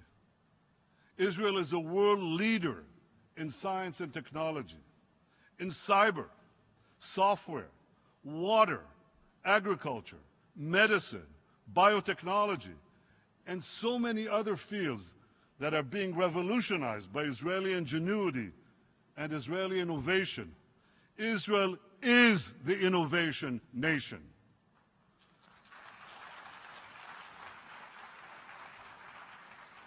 Israeli know-how is everywhere. It's in your computers' microprocessors and flash drives. It's in your smartphones when you send instant messages and navigate your cars. It's on your farms when you drip irrigate your crops and keep your grains and produce fresh. It's in your universities when you study Nobel Prize-winning discoveries in chemistry and economics. It's in your medicine cabinets when you use drugs to treat Parkinson's disease and multiple sclerosis. It's even on your plate when you eat the delicious cherry tomato. That too was perfected in Israel, in case you didn't know. We are so proud in Israel of the long strides our country has made in such a short time. We're so proud that our small country is making such a huge contribution to the entire world. Yet the dreams of our people,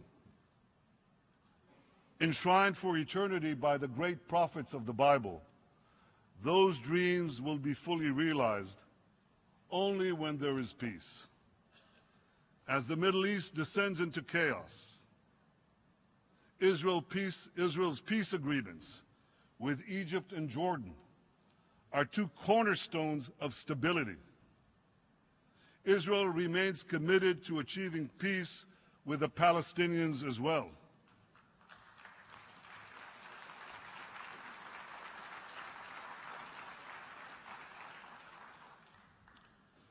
Israelis know the price of war. I know the price of war. I was nearly killed in battle. I lost many friends. I lost my beloved brother Yoni. Those who know the price of war can best appreciate what the blessings of peace would mean for ourselves, our children, our grandchildren.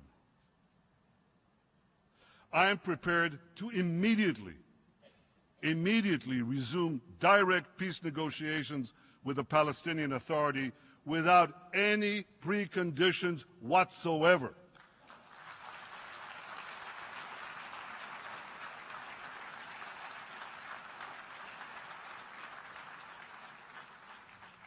Unfortunately, President Abbas said yesterday that he is not prepared to do this.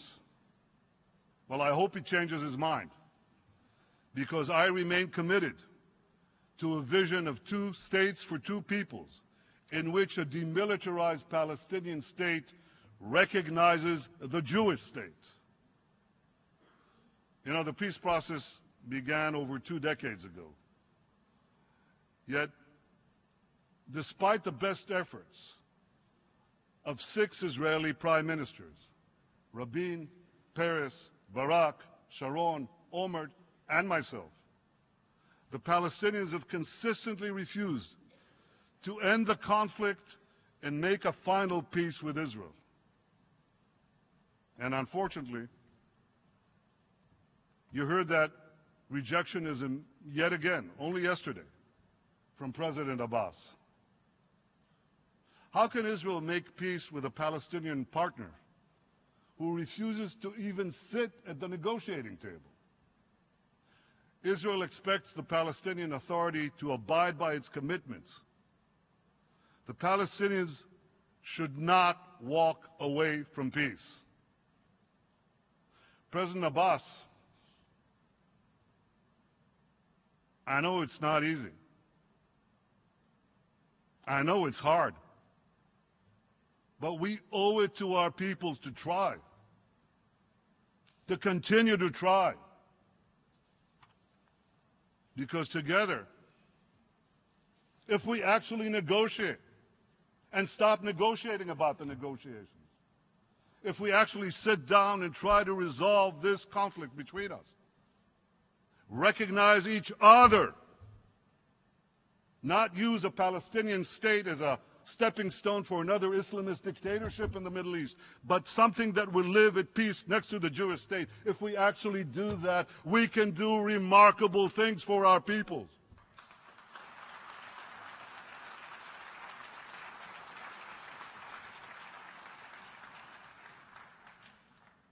The UN can help advance peace by supporting direct, unconditional negotiations between the parties. The UN won't help peace, certainly won't help advance peace, by trying to impose solutions or by encouraging Palestinian rejectionism. And the UN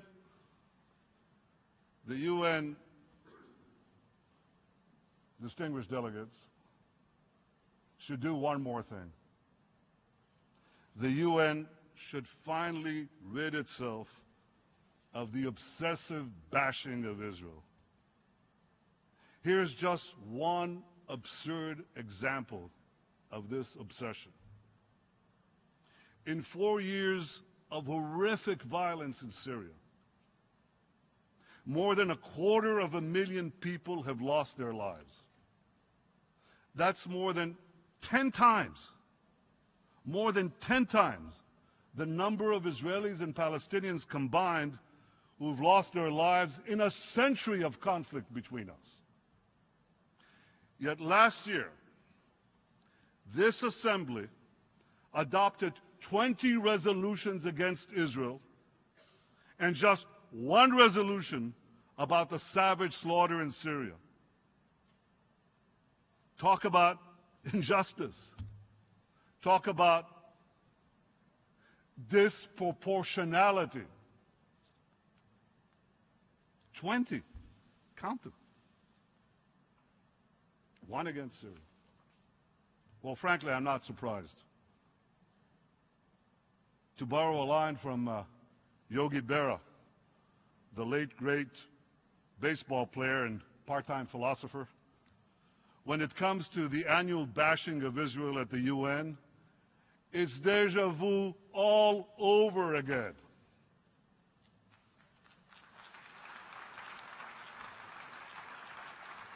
Enough. 31 years after I stood here for the first time, I'm still asking, when will the UN finally check its anti-Israel fanaticism at the door? When will the UN finally stop slandering Israel as a threat to peace and actually start helping Israel advance peace? And the same question should be posed to Palestinian leaders.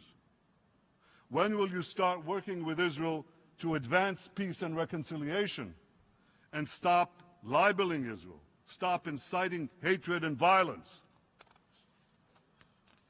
President Abbas, here's a good place to begin. Stop spreading lies about Israel's alleged intentions on the Temple Mounts.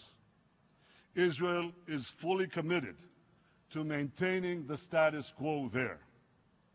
What President Abbas should be speaking out against are the actions of militant Islamists who are smuggling explosives into the Al-Aqsa Mosque and who are trying to prevent Jews and Christians from visiting the holy sites. That's the real threat to these sacred sites.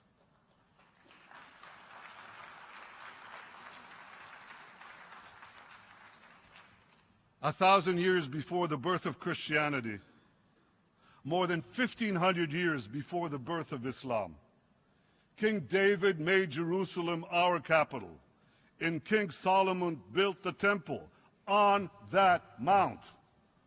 Yet Israel will always respect the sacred shrines of all in a region plagued by violence and by unimaginable intolerance, in which Islamic fanatics are destroying the ancient treasures of civilization. Israel stands out as a towering beacon of enlightenment and tolerance. Far from endangering the holy sites, it is Israel that ensures their safety.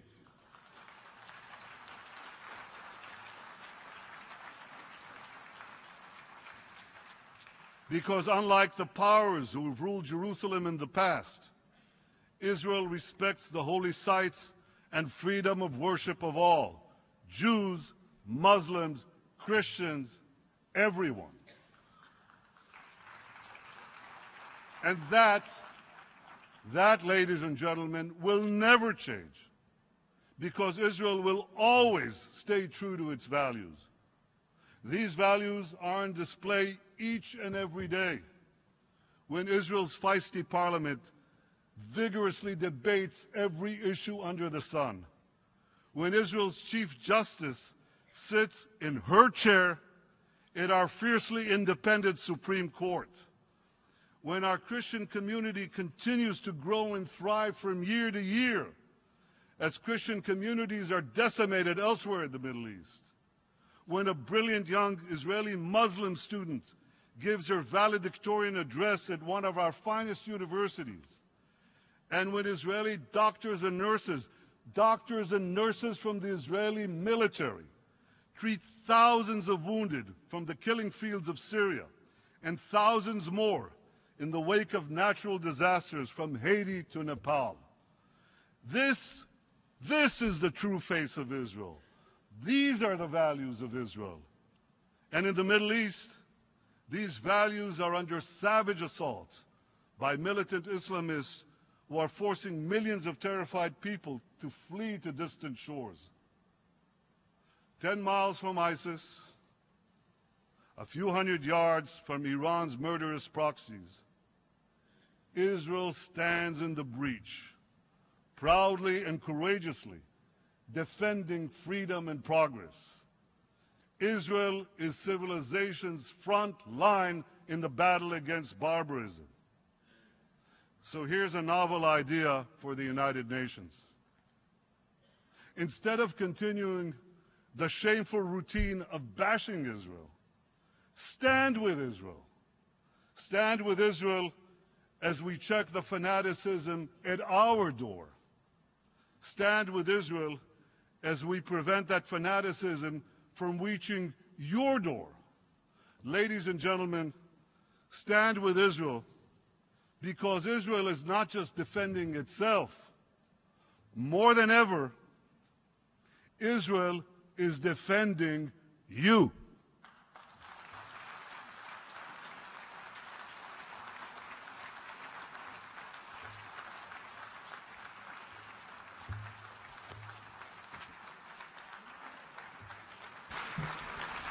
On behalf of General Assembly, I wish to thank Prime Minister of the State of Israel for the statement just made, and I request protocol to escort His Excellency.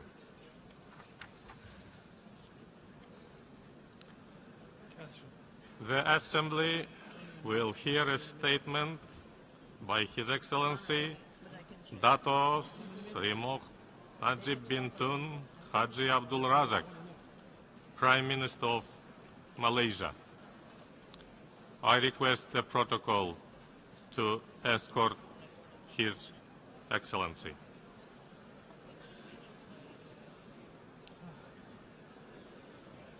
I have great pleasure in welcoming the Prime Minister of Malaysia, His Excellency Dato Sri Moh Najib bin Tun Haji Abdul Razak. I invite him to address the Assembly.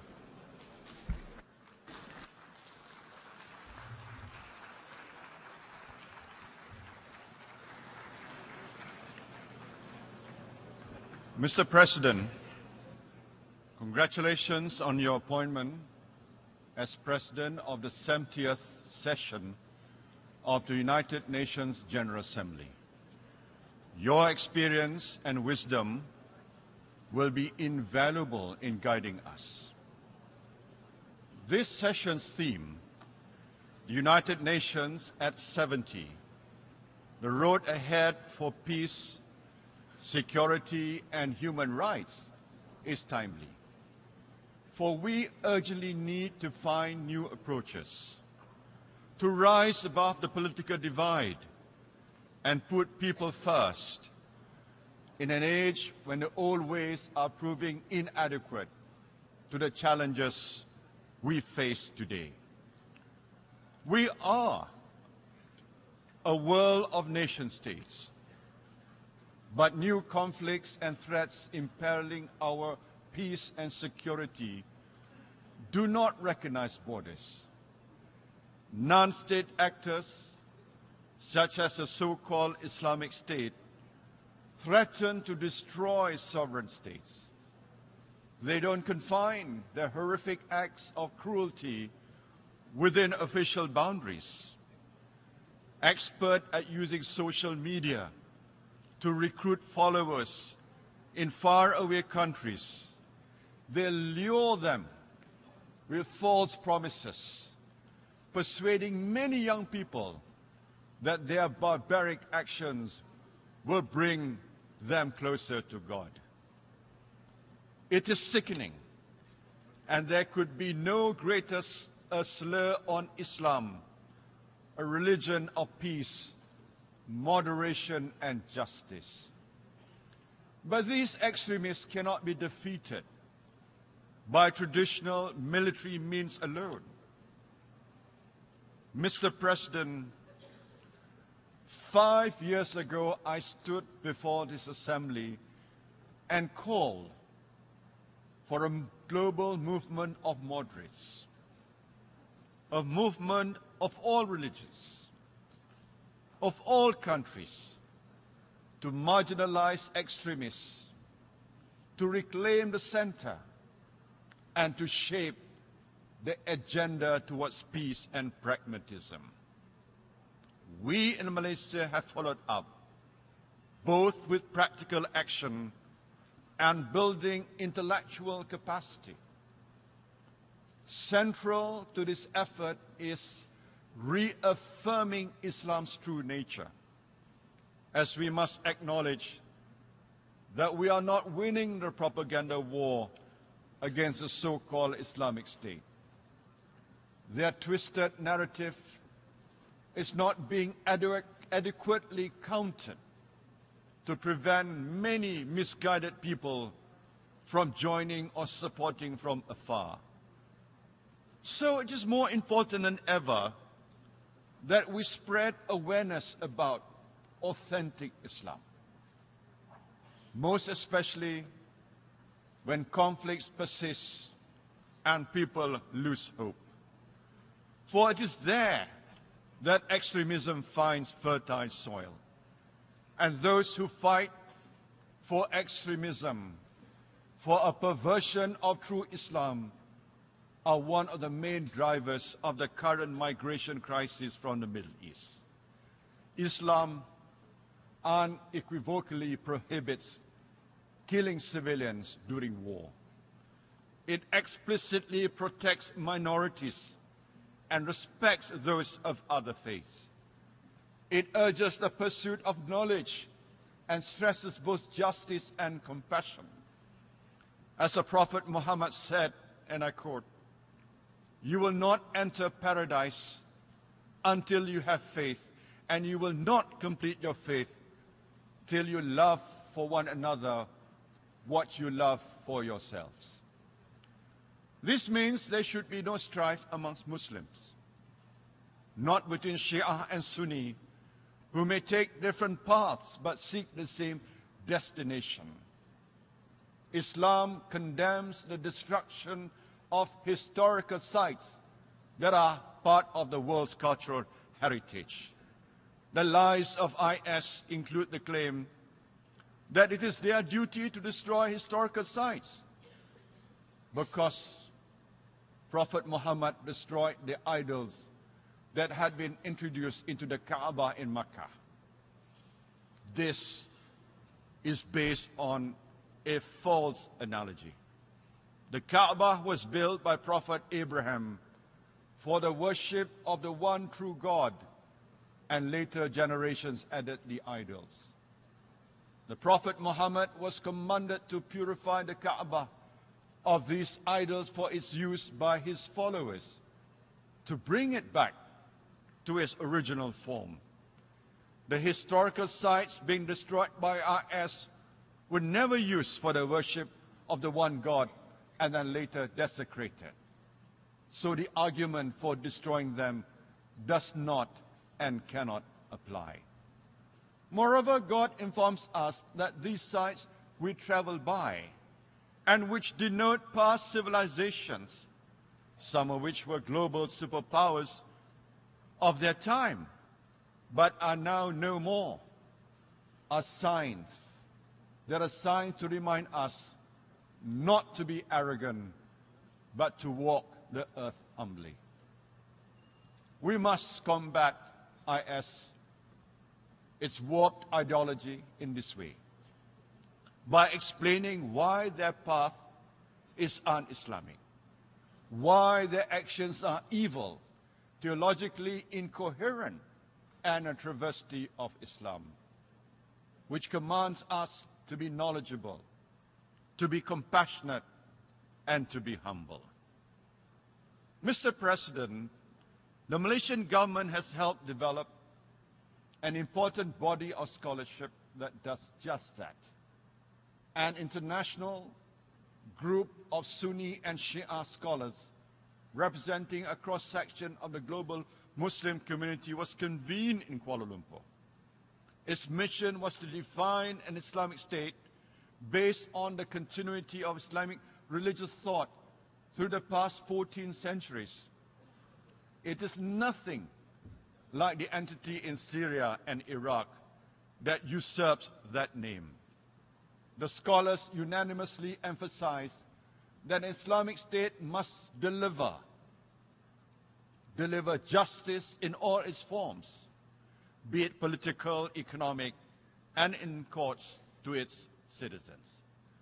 It must be based on the objectives of Sharia or Maqasid Sharia, which is to protect and enhance life, religion, intellect, property, family, and dignity. An Islamic state must defend the different peoples under its rule and preserve their religions, languages, and historic sites, because God commands us. And I quote from the Quran, "Indeed, we have made you nations and tribes, that ye may know one another." God could have created us as one religious community, but He did not do so in order to test us and orders us to compete with each other in being virtuous. A true Islamic state, therefore, aids God's divine intent in testing humanity and urges us to compete in virtue, in knowledge, kindness, compassion, and humility, but crucially, not coerce us in this. These are Islam's true principles. The so-called Islamic State knows nothing of Islam's noble ideals, of its compassion, or of its solemn duty to care for and learn about our fellow men. They are violating the divine will. They are desecrating the name of our religion to their self-proclaimed caliphate, to which no true Muslim will pledge allegiance.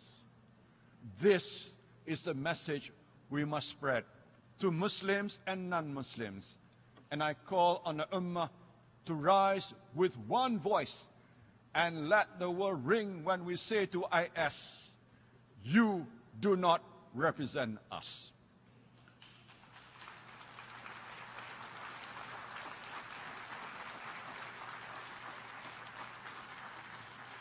Mr. President, let no one doubt how seriously Malaysia regards the problem of militants, both those who wish to use Kuala Lumpur as a transit point and those who wish to sow violence and destruction at home.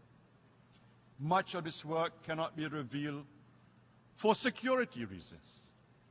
This may lead some to think that because Malaysia has not suffered from a successful terrorist attack, we do not have national security challenges.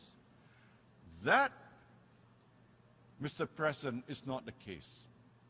Our tireless, ever-vigilant security forces have intercepted many would-be IS recruits transiting through Kuala Lumpur. It is because of our efforts that they have not fallen into the darkness that blights Syria and Iraq. But unfortunately, some have. We have identified 39 Malaysians who have traveled to join IS. We have arrested over 100 of our citizens suspected of links to IS. These threats are real. There are people who want to bring terror to our streets. We will not stand for it. Neither will they succeed. For Malaysia has been and will always be a land where many faiths and ethnicities freely prosper and thrive.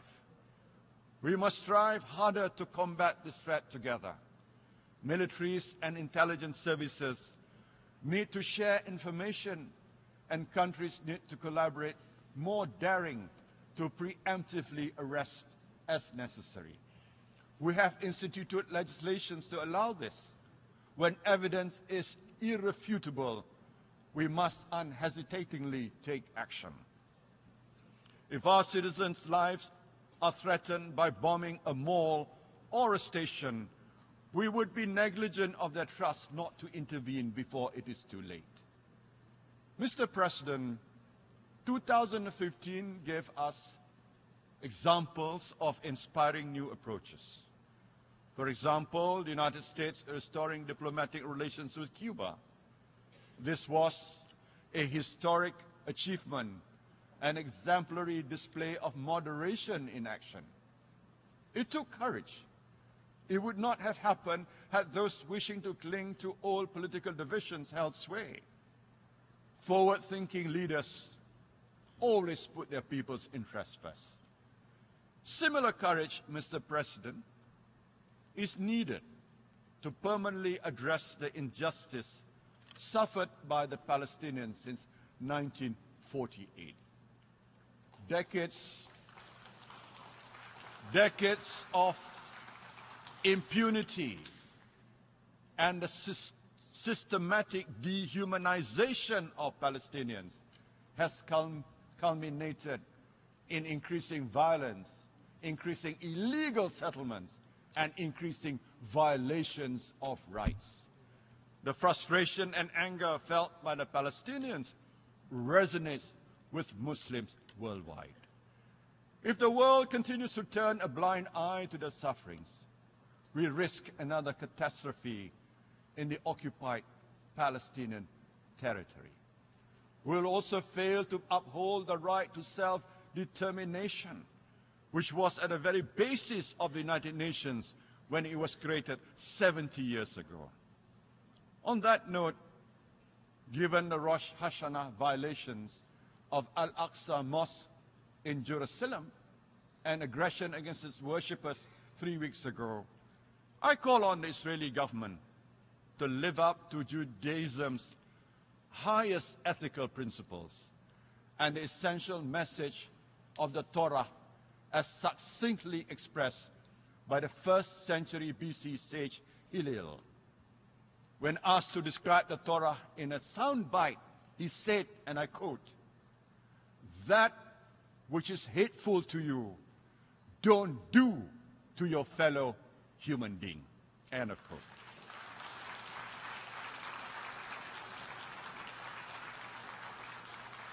This dictum, known universally in all religions as the Golden Rule, could herald the dawn of a much-needed revised relationship between Muslims and Jews.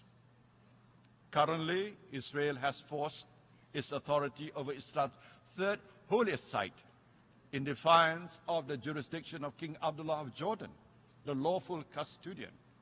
It is therefore Israel's duty to facilitate Muslims from around the world to visit. For this is an aspiration that all devout Muslims harbor and pray to be able to realize in their lifetime. Mr. President, putting people first will not always be easy, but the problems of today require new and global solutions.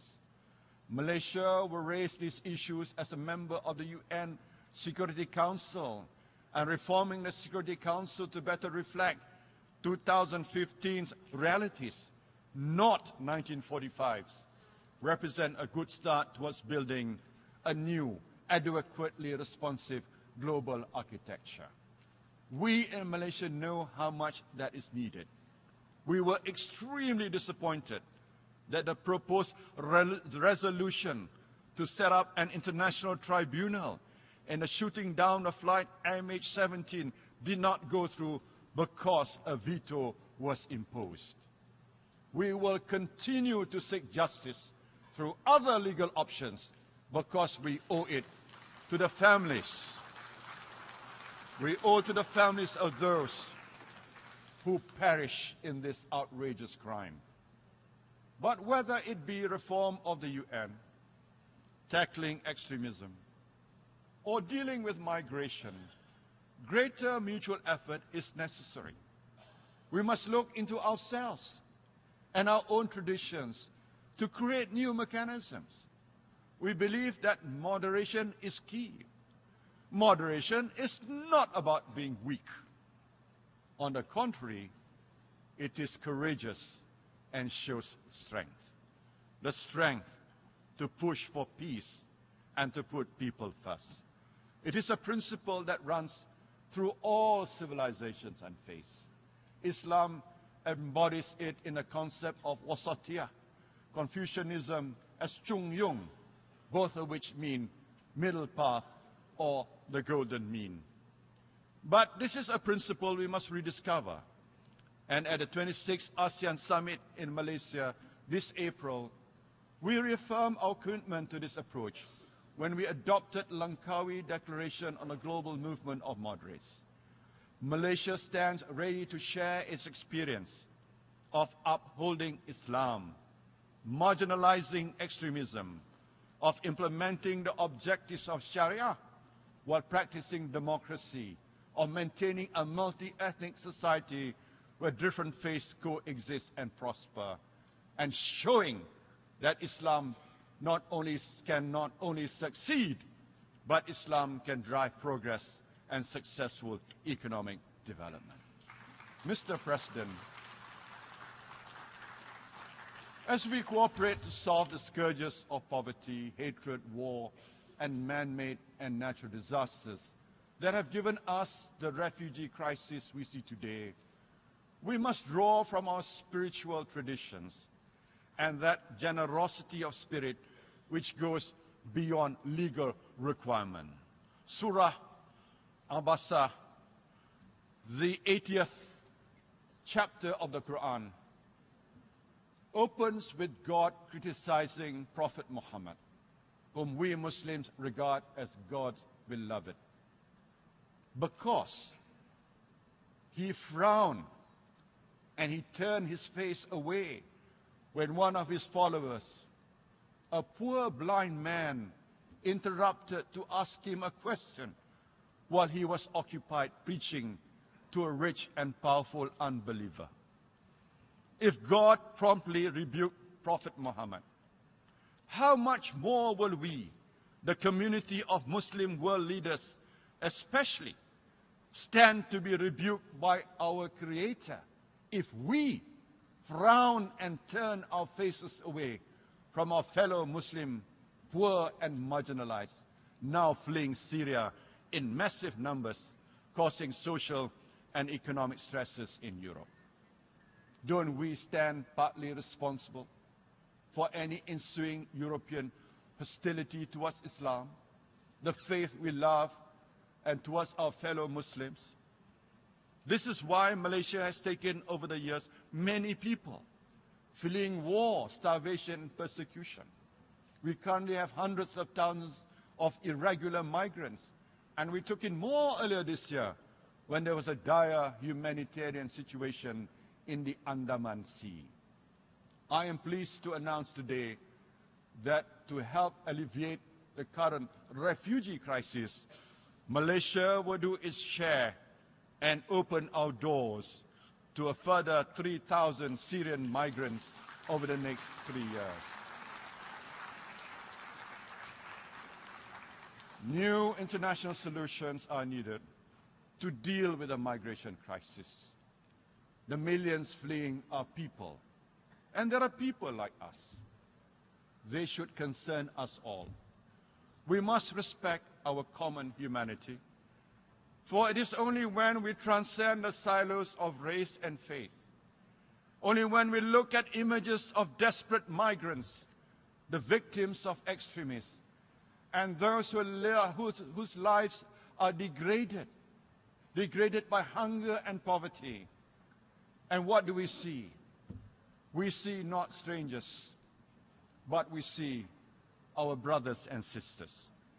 And it is only when we see that dreadful picture of that 3-year-old Aylan Kurdi washed ashore and recognize our own children in that tragic boy's innocent face that we will act as our better selves. People around the world cry out for our help. We cannot, we must not pass on by. I thank you.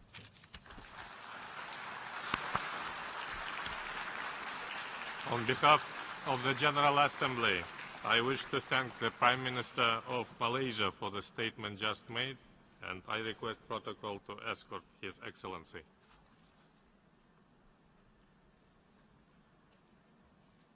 I now give the floor to His Excellency Miroslav Lajčák, Deputy Prime Minister and Minister for Foreign and European Affairs of Slovakia.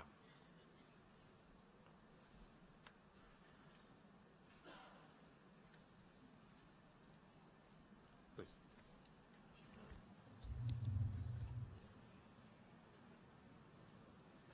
Mr. President, Excellencies, ladies and gentlemen. During the past 70 years, we, the Member States, have been driven by the noble ideals and inspirations of the visionary United Nations founders laid down in its charter. At the same time, we've been regularly confronted with the grim realities of international affairs. Over its history, the United Nations, both as an intergovernmental organization and as an actor on the world stage, has been tested by numerous conflicts, humanitarian crises, and immense political and economic changes in the world, as well as lack of financial stability. All these years, the United Nations has played a crucial role in preventing global conflicts and carried out vital work around the world in its service to humankind. Encouraging the development and codification of international law as a way of regulating international relations has been a major contribution of the United Nations since its very beginning. We should take a step back and see how far we have come and how far we need to go in meeting the challenges across the 3 pillars of the organization's work: peace and security, development, and human rights. New and acute challenges to the multilateral system and threats to peace and security that transcend national borders have unfortunately emerged. Pandemics, climate change, migration, cybersecurity, or the multifaceted and violent nature of terrorism, including organized crime, are the threats that concern each and every one of us. There are no exceptions. And the right place where all these threats should be addressed and eventually solved is the United Nations. I'm deeply convinced that the United Nations remains strategically positioned to provide leadership and effective multilateral response.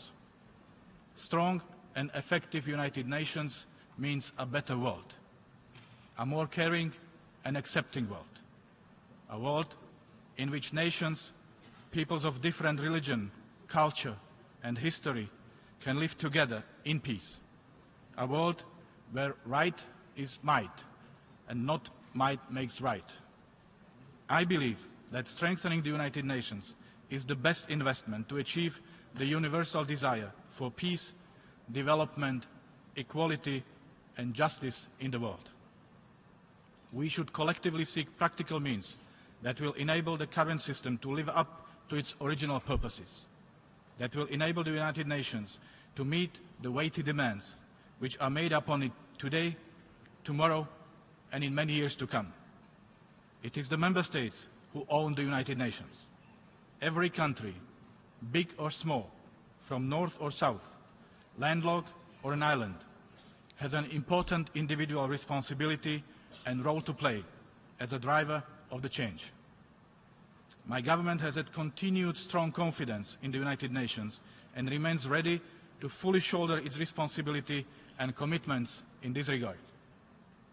Mr. President, the scale of global development challenges is unprecedented. A couple of days ago, in this very place, we adopted the historical document defining sustainable development goals, transforming our world, the 2030 Agenda for Sustainable Development. We may call it a program for a better planet. This program is not about the numbers. This program is about changing our mindsets. It is setting up the new philosophy of existence in sustainable future. Its cornerstone is full inclusivity and zero disparity. Mr. President, the global security environment has never been as dynamic and uncertain as today. The number of major civil wars has almost tripled. The volumes of battle death have skyrocketed. The most worrisome fact is an increased number of civilian casualties, including women and children. The United Nations works to maintain international peace and security in a world where security threats are becoming more complex and asymmetric, and conflicts more intractable and less conducive to traditional political settlements. The current pattern of violence has also serious implications for the implementation of protection of civilian mandates in the field. In areas where the United Nations has had a presence, it has increasingly come under attack. Naturally, in such conditions, the level and the main priorities for the United Nations involvement are being re-evaluated in a process of strategic reflection. A secondary effect is a dramatic increase of the number of refugees. The World Bank estimates that roughly 1/5 of the world's population is affected by some form of violence or insecurity. The total number of people forcibly displaced by war, conflict, and persecution rose to roughly 60 million at the end of 2014. We are confronted on a daily basis with the gruesome images in the news or directly in our streets, squares, and ports of transportation. Forced displacement has sadly become a deliberate and widespread tactic, meaning displacement is not only a short-term humanitarian problem, but also a long-term development and state-building issue. The current migration crisis is one of the most complex challenges we have to face up front and address together. It affects all of us, the countries of origin, transit, and destination. Thus, it requires joint responses. Both immediate as well as long-term measures are absolutely necessary to address these challenges, which include illegal migration, smuggling and trafficking of human beings, and gross human rights violations. We must offer our assistance to those in need and prevent further tragedies involving refugees. For that to happen, we need a systematic and comprehensive action, close cooperation of countries, both of origin and of destination, that will bring a long-term sustainable solution. We must address the root causes of migration, namely conflicts, intolerance, violence, poverty, lack of conditions for decent life, just to mention a few of them. Mr. President, as acknowledged many times before, it is peacekeeping in which the irreplaceable nature of this organization is most marked. The last 2 decades have significantly tested the concept and conduct of the United Nations peacekeeping operations. Slovakia has been an active contributor and stands ready to continue its cooperation with the United Nations in this field. I was particularly pleased to see that both review panels have put strong emphasis on enhanced conflict prevention, diplomatic engagement, and mediation support in the work of the United Nations system. Speaking from my personal experience as a mediator in Southeastern Europe, I cannot but support the importance and high relevance of preventive diplomacy across the conflict spectrum and as a part of broader nationally owned strategies to promote sustainable peace and development. The culture of conflict prevention and conflict resolution approaches that are now taking root in the United Nations system must be further developed alongside with more effective peacekeeping and peacebuilding. Mr. President, it's been 15 years since the adoption of the landmark Security Council Resolution 1325 on women, peace and security. Yet, the impacts of conflict on women and children are still inordinate, and their engagement in peace processes is still insufficient. Greater equality is a natural precondition for sustainable development, stability, and peace. As Kofi Annan said, I quote, "When women thrive, all of society benefits, and succeeding generations are given a better start in life," end quote. The presence of women negotiators in high-profile United Nations peace and mediation processes, role of women deployed by the United Nations to major conflict zones and high-stake interstate negotiations, as well as in peacekeeping and peacebuilding in general, is irreplaceable and should continue to grow. Mr. President, international terrorism and its most violent forms are an increasingly alarming threat to global peace and security and have become more diverse and fragmented over the recent years.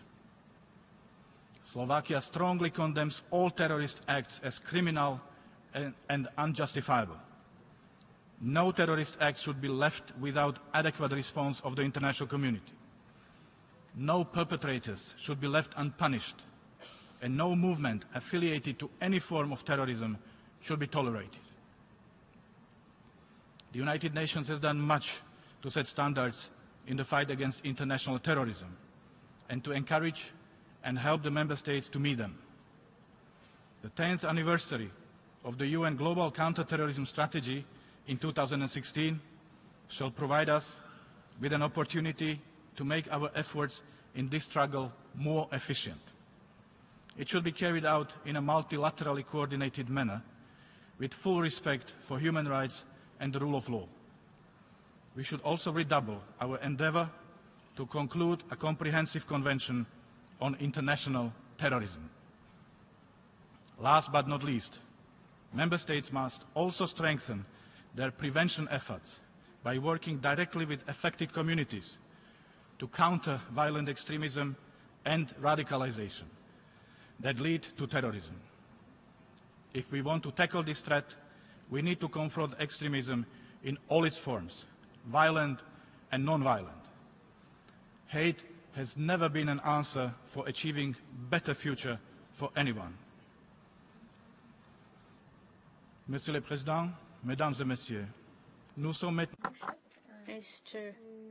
President, ladies and gentlemen, we are 60 days before the Conference of the Party to the United Nations Framework Convention, which will take place in Paris.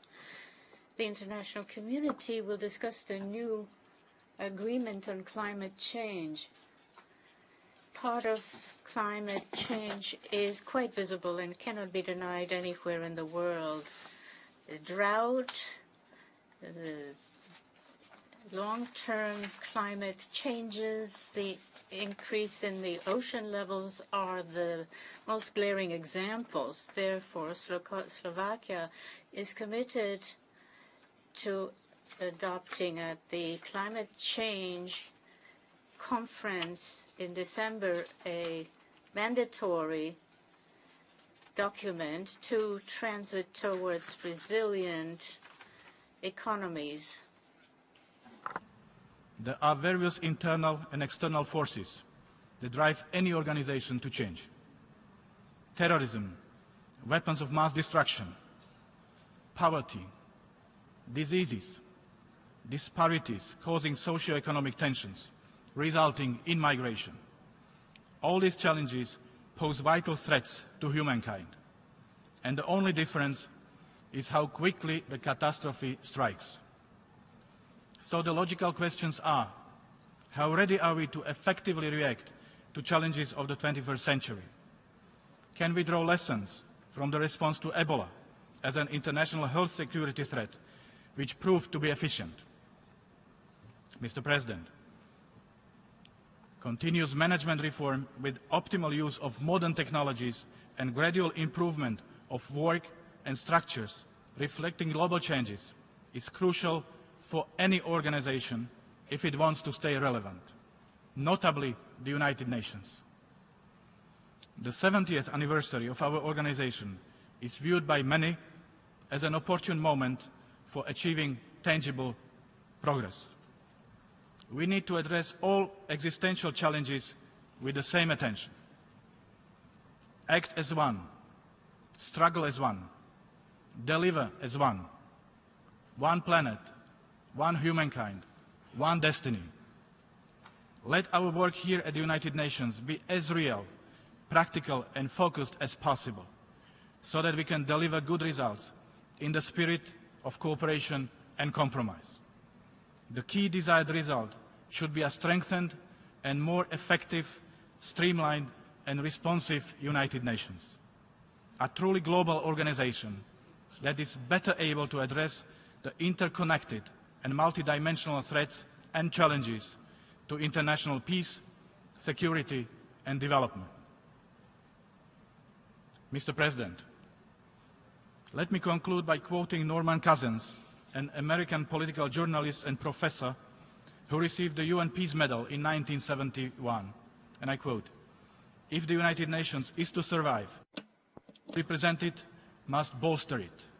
Those who advocate it must submit to it, and those who believe in it must fight for it," end quote. The current General Assembly session will be again a test for our commitment and ability to join forces in a pursuit of common goals. I'm confident, Mr. President, that under your leadership we will be able to achieve desired outcome. I thank you for your attention. Je remercie le vice-premier ministre. I thank the Deputy Prime Minister and Minister for Foreign Affairs and European Affairs. I now call on His Excellency Frank-Walter Steinmeier, Minister of Foreign Affairs of Germany.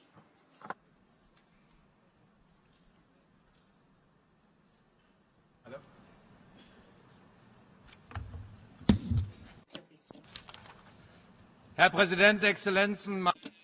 Mr. President, Excellencies, ladies and gentlemen, esteemed colleagues, 70 years ago, light was shed on the dark 20th century with the foundation of the United Nations. This was a pivotal moment for our world, but it came not against the backdrop of glorious sunshine and pastures green.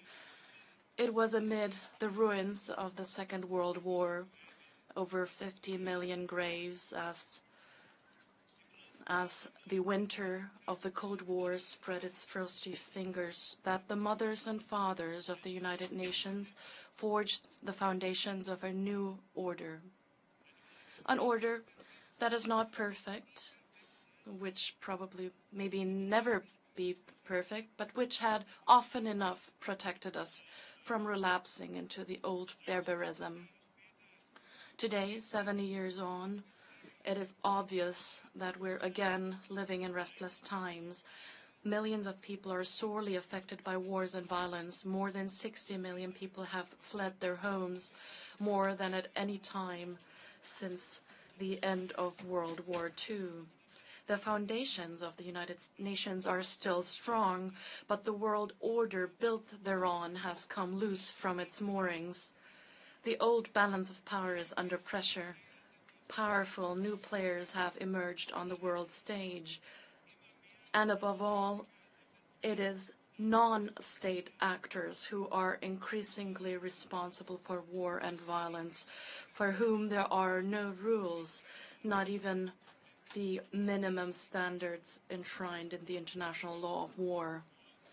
We thus urgently need new buttresses and pillars so that the order based on the United Nations can withstand the tempests of our times. What form could these new pillars take? What should the world order of tomorrow look like? I don't think there is any theoretical answer to that question. The only answer is a practical one. Just as the Charter of the United Nations was adopted as a bold response to war and suffering, new pillars will only be formed today if states are ready to assume responsibility and together find concrete answers to the crises of our times, to poverty and underdevelopment, to refugees and migration, to the devastating civil war in Syria and failing states across the arc of crisis from Libya to Afghanistan, to religious extremism and terrorism and the murderous deeds of the people who call themselves Islamic State. There is, ladies and gentlemen, however, one major difference between now and the situation 70 years ago. The world of today is more closely interconnected than ever before. Borders are becoming indistinct. In this age of globalization, some say, the world has become a village. If that is so, esteemed colleagues, then we're all neighbors, in which case I would advise us to act as good neighbors. We come from very different backgrounds. We have different traditions and religions, different values and worldviews. This diversity must be respected. No worldview takes precedence over any other. But I can think of no culture in which people are unaware what it means to be a good neighbor, and in which people do not appreciate living in an atmosphere of good neighborliness. Nobody is investing so much hope in the spirit of good neighborliness today than the millions of women, men, and children who have fled their homes. My country has assumed responsibility for them over the past months. Since the start of the year, we have taken in 600,000 refugees. At present, up to 10,000 new refugees are arriving every day. These figures show that even we cannot shoulder this alone in the long term. We need a European solution together with our European neighbors, a solution that moreover builds on close cooperation with our neighbors around the Mediterranean, especially Turkey. Secondly, ladies and gentlemen, the United Nations relief agencies, UNHCR, the World Food Programme, UNRWA, and OCHA all help people in need on the spot with no intermediaries. It is scandalous that these organizations are so underfunded that they have to cut food rations and medical aid. I therefore met with the G7 states and other partners the day before yesterday, and I'm delighted to report that together we have raised an additional $1.8 billion, of which over 100 million come from Germany, for the UN relief agencies. This also helps relieve the burden on the neighboring countries in which the huge majority of refugees arrive, especially Turkey, Lebanon, and Jordan. They too need our help so that one exodus does not trigger another. But good neighborliness, Mr. President, comprises more than just humanity and compassion.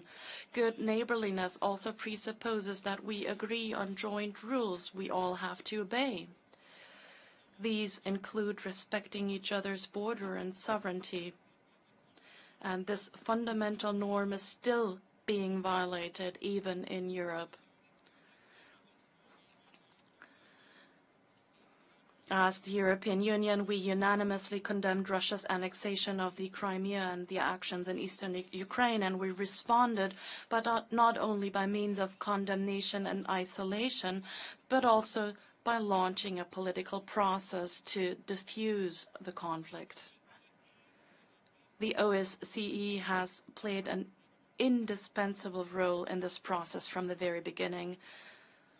We want to further strengthen the OSCE as an institution for our common security when we Germans assume its chairmanship next year. That too, Mr. President, that too, act of political responsibility is also part and parcel of good neighborliness. A neighborhood in which nobody looks beyond their garden gate will not be worth living in for long. People have to look because there are many conflicts that can only be solved in concert by means of multilateral diplomacy. This may take time and perseverance, but it works. This summer, the 5 permanent members of the Security Council and Germany concluded an agreement with Iran. After more than 10 years of negotiations, we not only managed to ensure that Iran will never have an atomic bomb and that we can verify this. No, the negotiations have also brought many actors, including Russia and the US, to sit at the same table. The negotiations have thus proven that while neighbors may not like each other, they can still solve problems together. Indeed, they must do so if living together is not to become unbearable for them both. The agreement thus reached has created a common ground on which greater security can be established in the Middle East. I say can be established if we continue to work on it. Yet, however, Mr. President, the realities are still somewhat different. In Syria, the slaughter knows no end. In the 5th year of the war, we will only stop it by acting together. We have to end the brutality of Assad's dictatorship as evinced by its use of barrel bombs and torture. We have to break the control of the Islamic State, and we have to silence the guns in Syria and finally provide for humanitarian access to the people who live there. For we also have common goals: to preserve the territorial integrity of Syria and to restore conditions in which all ethnic and religious groups can live in peace with each other and in peace with neighboring countries. These are goals that all actors believe in, have to believe in, whatever differences may exist between the US and Russia, between Saudi Arabia and Iran and other actors in the region. We already have a joint basis for action towards these goals. Here in the United Nations Security Council Resolution 2139, we have to implement these together with all stakeholders to take this as a first step towards diffusing this conflict. I appeal to the stakeholders in Syria and Syria's neighbors, but not only to them. Instead of lone decisions of individuals, lately by Russia, to take direct military action in Syria, we need now Russia to take political action, advocating transition in Syria. That would be an important contribution towards overcoming the stalemate, for this stalemate is a lethal one which claims new lives every day. At the risk of repeating myself, let me stress that when dealing with a humanitarian catastrophe as horrifying as the one in Syria, we are all neighbors. That is what we must all remind ourselves of and crawl out of our diplomatic trenches. In the end, there will not be a military solution, and neither supposed eternal truths nor national interests must be allowed to obstruct an effort to take the first steps towards diffusing the conflict in Syria. Esteemed colleagues, ladies and gentlemen, Mr. President, in these restless times, the idea of global good neighborliness would be no more than a dream if there wasn't already an umbrella, a roof, under which global neighborliness has been practiced for decades. Today, we need the United Nations more than ever. We need a legitimate and responsive United Nations, and that is why Germany is campaigning for the reform of the United Nations and the Security Council. That is why we are working with others on the major global projects, on the ambitious Sustainable Development Goals contained in the Agenda 2030, which has just been adopted, and on the equally, if not more ambitious goals to combat climate change, which we hope to adopt together in Paris this December. The United Nations provides a framework, a roof for our global endeavors, but under this roof, the work must continue at many levels. We Germans believe the way forward lies in regional cooperation in the European Union and the OSCE, and in cooperation with other regional organizations such as ASEAN and the African Union, and more. Secondly, we're committed to re-establishing and stabilizing state structures across the arc of crisis from Libya to Iraq and Afghanistan. And thirdly, especially in our capacity as presidency of the Human Rights Council, we are championing the fundamental importance of human rights, for no political order can endure if the people are not secure in their rights. To conclude, distinguished colleagues, Mr. President, I would like to return to the founding of the United Nations 70 years ago. As magnificent as this moment was, it also inspires a sense of great humility in me as a German, because the Charter of the United Nations was indeed partly a response of humankind to the war and inhumanity which had originated in my country. Over the 7 decades that have passed since then, Germany has been fortunate enough to be gradually and cautiously welcomed back into the heart of the international community. For that, we Germans are grateful, but we're also aware of our responsibility.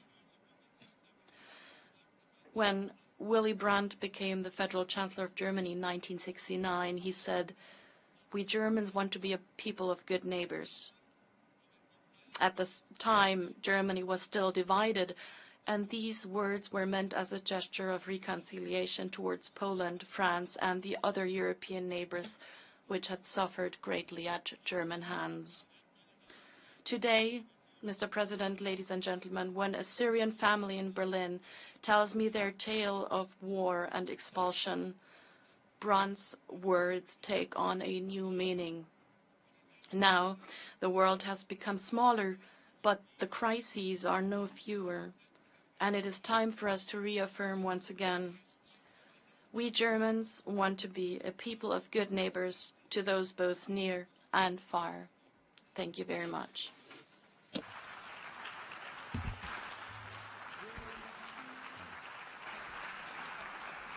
Je remercie le ministre.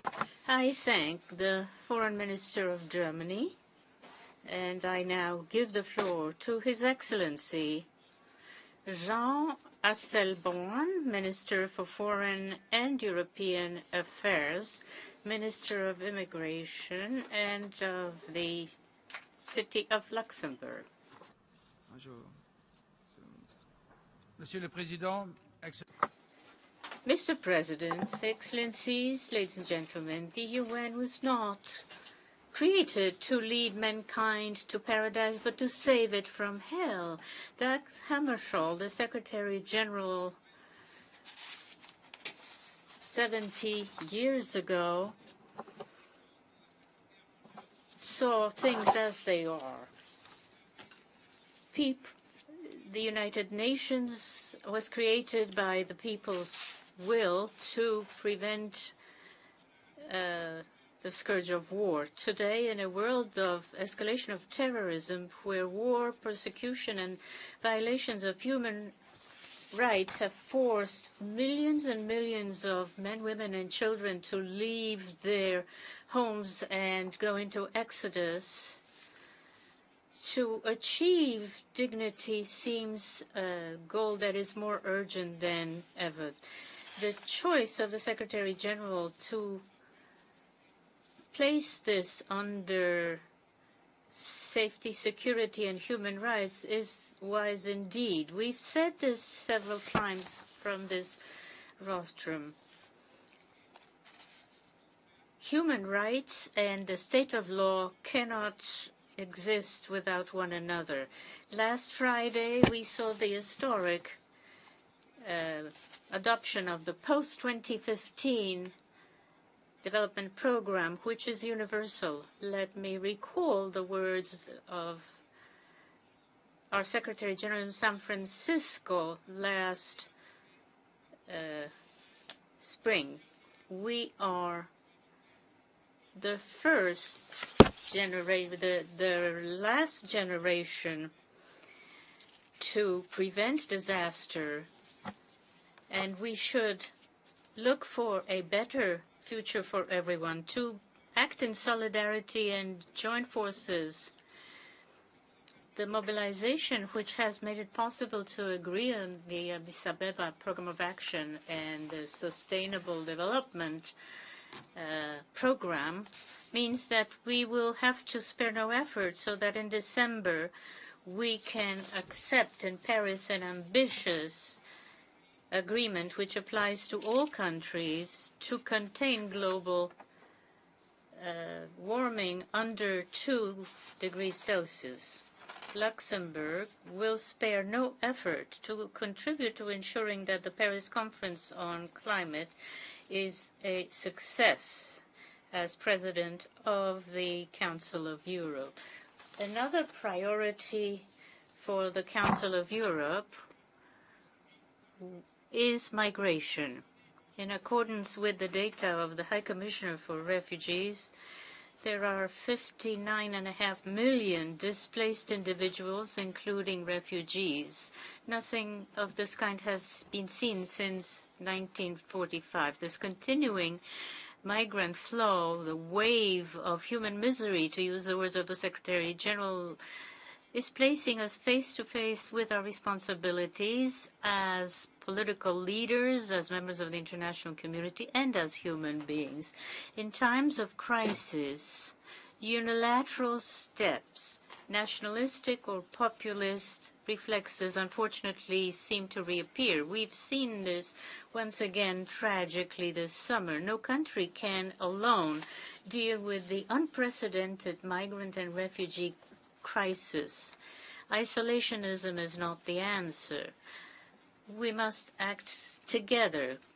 Countries of origin, of transit, host countries for migrants, we will have to deal all together with these issues in the Mediterranean basin, the Balkans and elsewhere, fully acting on the basis of our respect for our international commitments, that we will be able to act in the way that is the foundation of the United Nations and the European Union. In the European Union, we have 120,000 people who will clearly need international protection. Other decisions will be to help the World Food Programme, the HCR, and other bodies by providing at least another $1 billion. We will increase our assistance to Lebanon, Jordan, and Turkey to face the Syrian refugee crisis. We will help the Western Balkan countries to deal with this flow of refugees, particularly by means of pre-accession instrument. We cannot simply deal with the symptoms. We must tackle the root causes of migration and refugee flows, the development inequalities, particularly in Africa, conflict and violence, the absence of a state of law, persecution, violations of human rights, and impunity, which takes us back to the links between security, development, respect for human rights, and the need to adopt a global integrated approach which best combines the tools of foreign and security policies, trade, cooperation and development, and migration. The La Valette Summit on 11 and 12 November of this year will make it possible to discuss this global approach, the question of migration, especially with our African partners, and I welcome this. For more than 4 years now, Syria has become synonymous with war, violence, and exodus. 1 out of 6 Syrians has now fled its own country. 1 out of 2 has had to leave his home. Every day, 9,500 persons are added to this list of displaced individuals. Everybody has to leave everything behind. A whole generation of children was exposed to war, violence, and death, and was deprived of fundamental freedoms, protection, and especially education. More than 220,000 people have died. Random air bombardments, huge amounts of explosive and violations of human rights continue unabated. Siege continues, refusal to help, and obstacles to humanitarian assistance. Human rights crimes are constantly there with impunity. This is something the Security Council must deal with. Our own responsibility is involved. The solution of the Syrian conflict cannot be simply humanitarian or military. The worst now, today, are bombings which are bombing at random, without any coordination, without respecting a people which is waiting for us to put an end to the carnage rather than aggravating it. A real solution must be political. A lasting settlement requires a political transition which meets the legitimate aspirations of the Syrian people in keeping with the June 2012 Geneva Communiqué. Words must turn into action and negotiations must begin. We must all support the Secretary General's Special Envoy, Staffan de Mistura, in his efforts. The very future of the Syrian people depends on this, as well as the stability of Syria, its neighbors, and the whole region. Let me say a word about the terrorist group Daesh and the absolute necessity to fight it. The tragic events in Syria, Iraq, Libya, and elsewhere, and its repercussions on Europe, show that we must work together to stop the movement of the terrorist group. My country yesterday took part in a summit organized by President Obama. You can continue to have the support of our country to counter the violent extremism of Daesh and prevent radicalization, to foster information exchanges, and to fight this phenomenon. I must mention another tragedy at the heart of the peoples in the Middle East, the Israel-Palestinian conflict. 2015 was the year of a baleful symptom of the deadlock, of a process of which only the name remains. In the face of the situation, the cycle of vengeance, the idea that the two-state solution must be implemented is something I've seen just recently, last month, when I traveled to the region. This may be an illusion, perhaps the most dangerous illusion. The two-state solution remains the only way possible. The parameters are clear regarding the 67 borders as well as Jerusalem as capital of the two states. We must put an end to colonization. That is an evidence. It's an appeal to reason, as stated by the Prime Minister of Israel. Negotiation is what's needed. In order to safeguard the two-state solution, we must abandon the beaten path. We can no longer repeat actions which lead nowhere. We must promote new negotiations and enlarge the circle by associating European and Arab countries more, especially reactivate the role of the Security Council and establish a reasonable deadline for negotiations to succeed. Israel has the right to live in peace and security, but it is clear to me that the security of Israel in the medium and long term will depend on the creation at its side of a Palestinian state which will be sovereign and democratic. The two-state solution is the only just and moral solution for both parties. The Palestinian flag has since yesterday been flying along those of other member states. Let us all make sure this is not a mere symbol. The global solution to the question of nuclear Iran, where the E3+3 and the EU have succeeded in negotiating with Iran, shows that we mustn't despair in the ability of diplomacy to resolve the worst problems. The international community has made considerable efforts in this negotiation with Iran, which also provides security for Israel. Let us not be fatalistic. The right of the existence of Israel is not affected by this agreement. On the contrary, we are convinced that a rigorous adoption of the plan adopted last July will see a fundamental change for security in the region. There is a great deal more to be said about other regions of the world, on Africa as well as our own continent, Europe, where a conflict of another era has touched Ukraine in February of last year and continues to date, thanks to considerable mediation through Germany, France, and the EU, and close cooperation with the OSCE, and the continuing action of the United Nations, particularly in the human rights situation in Crimea and countries in the East, has seen a settlement of the Ukraine crisis. Praiseworthy efforts have been achieved regarding decentralization and regional autonomy. Regional elections will be crucial, particularly the commitment to ensure that elections are held in every country, including in Donbass, on the authority of Ukrainian law.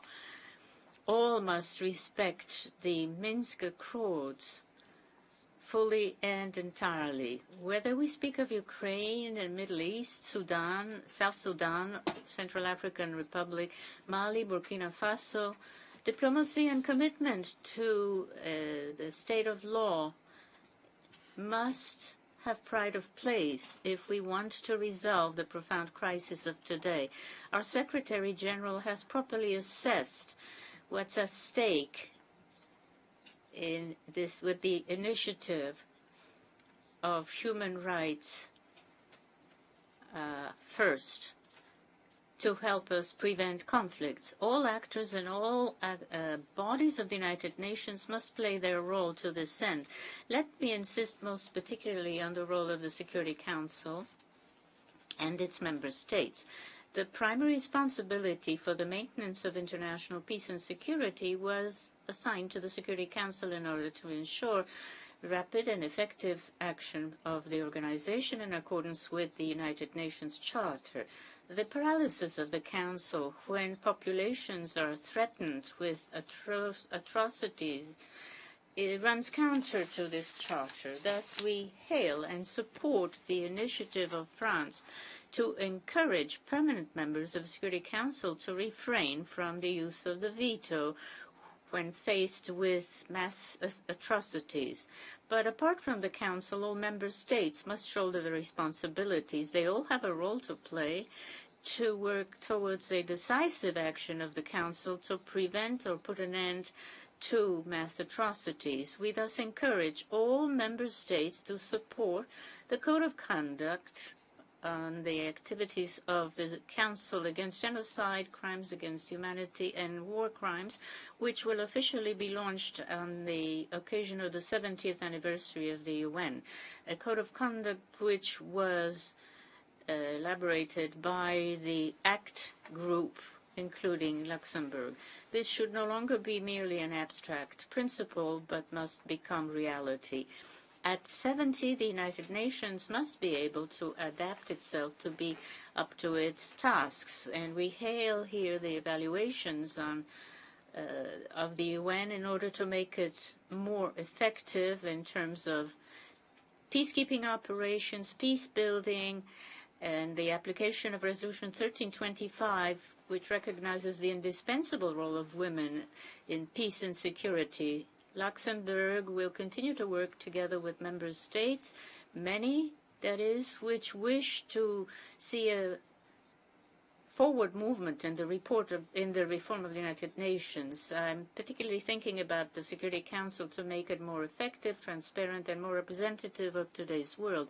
May I conclude my statement as I began with a quote of Mahatma Gandhi. I understand it as urging us to discharge a responsibility if we wish to see the dream of our creators, those that created this organization for a world of peace and dignity for all. And I quote, "You must become the change which you wish to see in the world." Thank you. I thank the Minister for Foreign and European Affairs and of Migration of Luxembourg. I now give the floor to Her Excellency Sushma Swaraj, Minister for Foreign Affairs of India.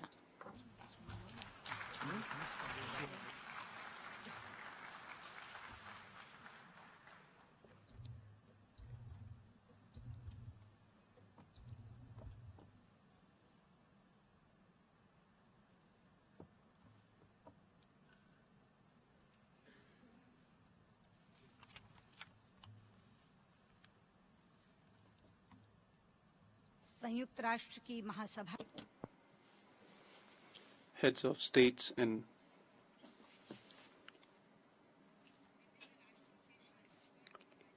Mr. President, heads of states and government,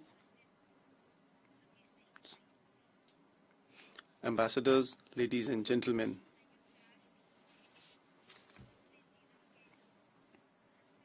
The United Nations is completing 70 years this year. Therefore, this General Assembly is historic.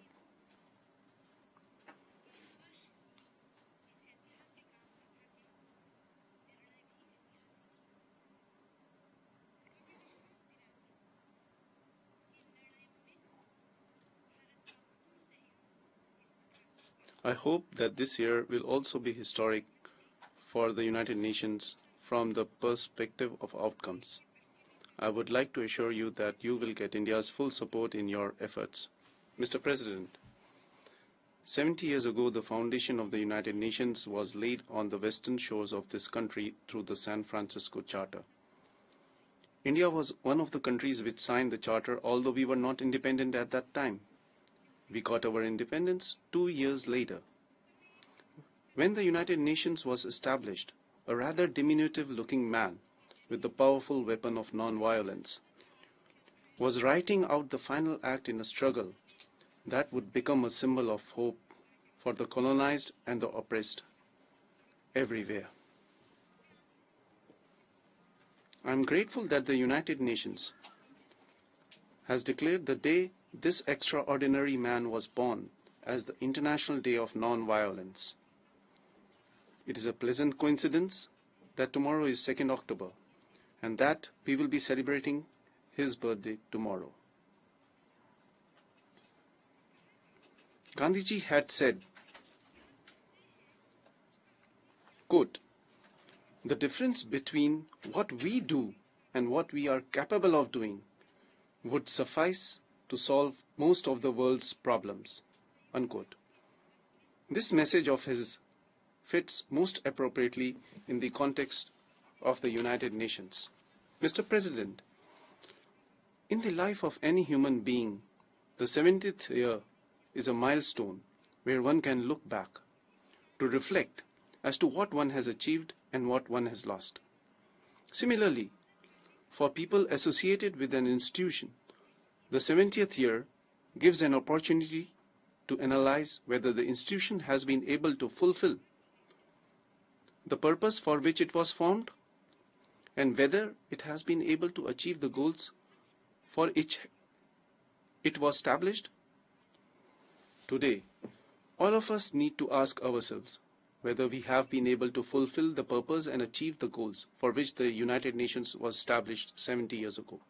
When I ask this question to myself, I get an answer in the affirmative for some questions and in the negative for some. For example, United Nations has been successful in preventing a third world war, in assisting decolonization and dismantling apartheid, in combating global epidemics and reducing global hunger, and in promoting democracy and human rights. Yet, when we ask ourselves whether we have been able to prevent conflicts taking place in several parts of the world, the answer is no. If we ask whether we were able to find permanent solution to these conflicts, the answer is no. If we ask whether we were able to show the path of peace to a world which is going on the way of violence, the answer is no. On these parameters, the United Nations appears as an ineffective institution in the area of international peace and security. It has failed to effectively address the new challenges to international peace and security. Today, the world is ravaged by a war in 3 continents, with the Security Council being unable or unwilling to stanch the flow of blood. Traditional solutions that emphasize force have only proven to exacerbate problems. We must ask ourselves if we have the political will to craft alternatives to conflict and to pursue them with commitment and single-minded dedication.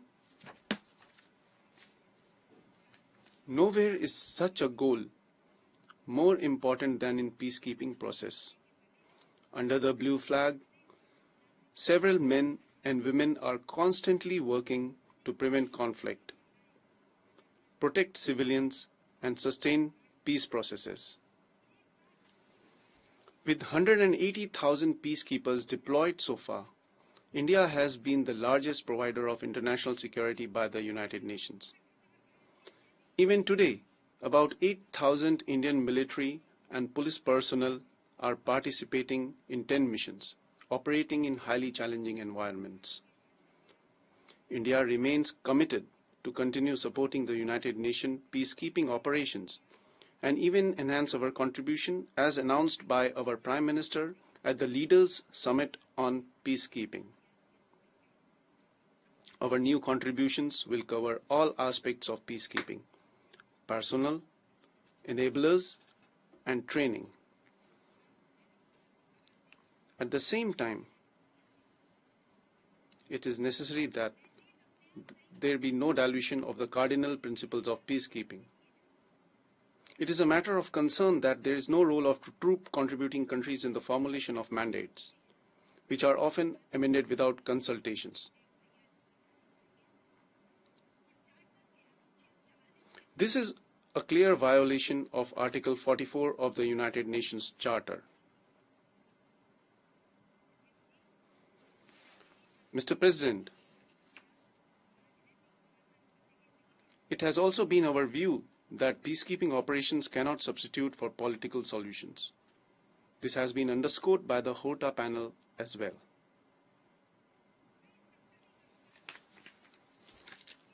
As we mark the 70th anniversary of the United Nations, I take the opportunity to pay tribute to more than 3,300 peacekeepers, including 161 from India, who have made the ultimate sacrifice. We stand ready to contribute to the Peacekeepers Memorial Wall, which has been approved by the 69th Assembly. Mr. President, the safety of our peacekeepers, the security of our nations, indeed the future of the international community itself is now dependent on how we respond to the greatest threat that we face today, terrorism. A threat that India has lived with for more than a quarter of a century was tragically brought home to this very city in the autumn of 2001. Since then, the proliferation of terrorist acts, the rise of extremist ideologies, and the impunities of states that back it have not been adequately countered. International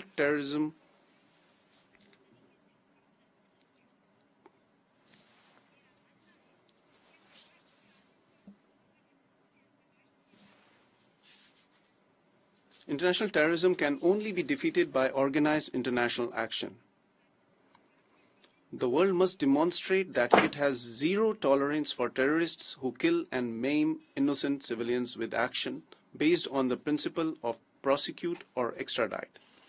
Countries that provide financing to terrorists and safe havens for their training, arming, and operations must be made to pay a heavy price by the international community. Equally important, an international legal regime under the Comprehensive Convention on International Terrorism, CCIT, can no longer be held up. 19 years ago, in 1996, India had made this proposal to the United Nations, but we have been unable to adopt it and entangled ourselves in the issue of definition. We have to understand that there can be no distinction between good and bad terrorists. Neither can terrorism be linked to any religion. A terrorist is a terrorist. One who commits crimes against humanity cannot have any religion. Therefore, my appeal to all of you is that we should come together in this 70th anniversary year of the United Nations and pledge to unanimously adopt the CCIT. Mr. President, while on the subject of terrorism, I take the opportunity to share the challenges that we face in our ties with Pakistan. None of us can accept that terrorism is a legitimate instrument of statecraft. The world shared our outrage at the 2008 Mumbai terror attacks, in which citizens of many nations were helplessly butchered. That the mastermind behind the attack is walking free is an affront to the entire international community.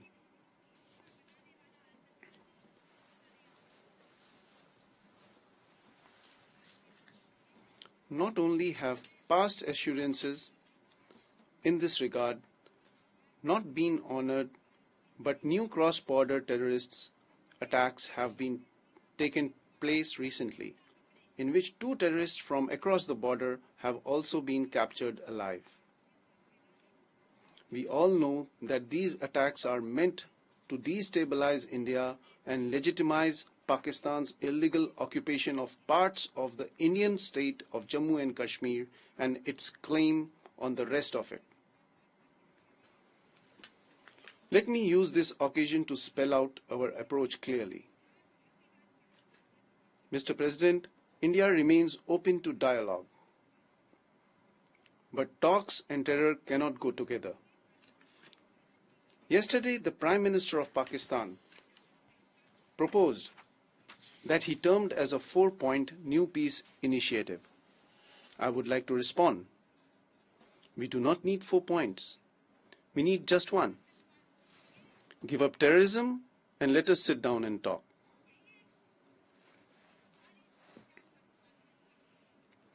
This will resolve all the problems. I also want to tell this was precisely what was discussed and decided by the two Prime Ministers at UFA this July.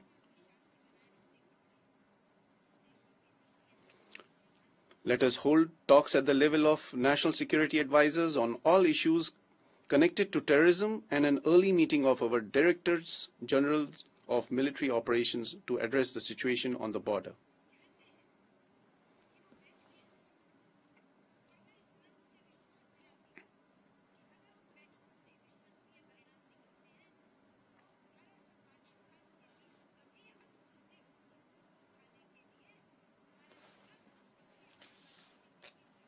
If the response is serious and credible, India is prepared to address all outstanding issues through a bilateral dialogue.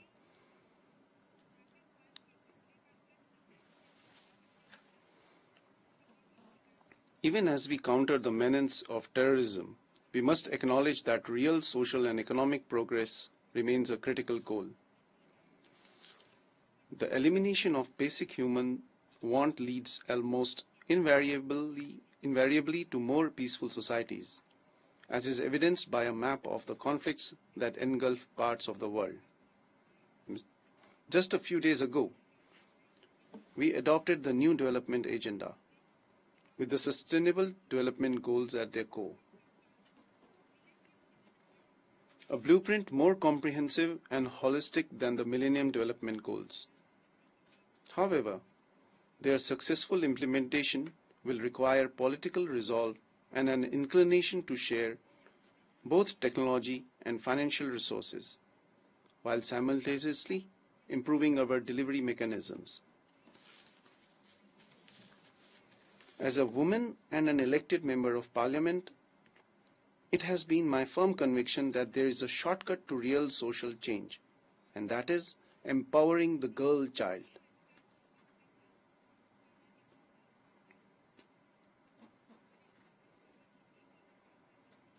Our government's policy and our Prime Minister's program of Beti Bachao, Beti Padhao, educate the girl child to empower her, was conceived with this vision.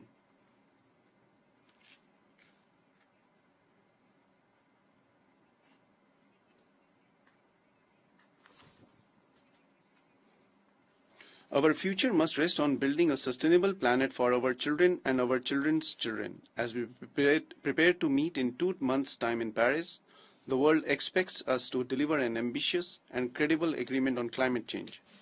We have a duty for common action, but in doing so, we must keep in mind the larger historical contribution of some and the differentiated responsibilities of others.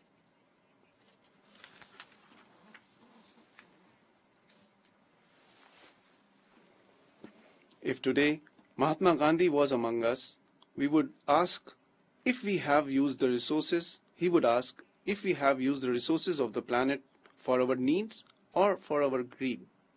Also, if adopting our lifestyle choices and reducing extravagant consumption would help us correct the course. For this reason, the agreement in Paris needs to be comprehensive and equitable while delivering concrete action. Developing countries can do more if they are enabled in their efforts with the provision of finance, technology, transfer, and capacity building support from developed countries. India has always been and is a willing partner in global efforts towards this goal. We will play our due role in reaching a meaningful, equitable, and effective agreement in Paris. India's reverence for the environment is based on our traditions, that have always held nature as sacred.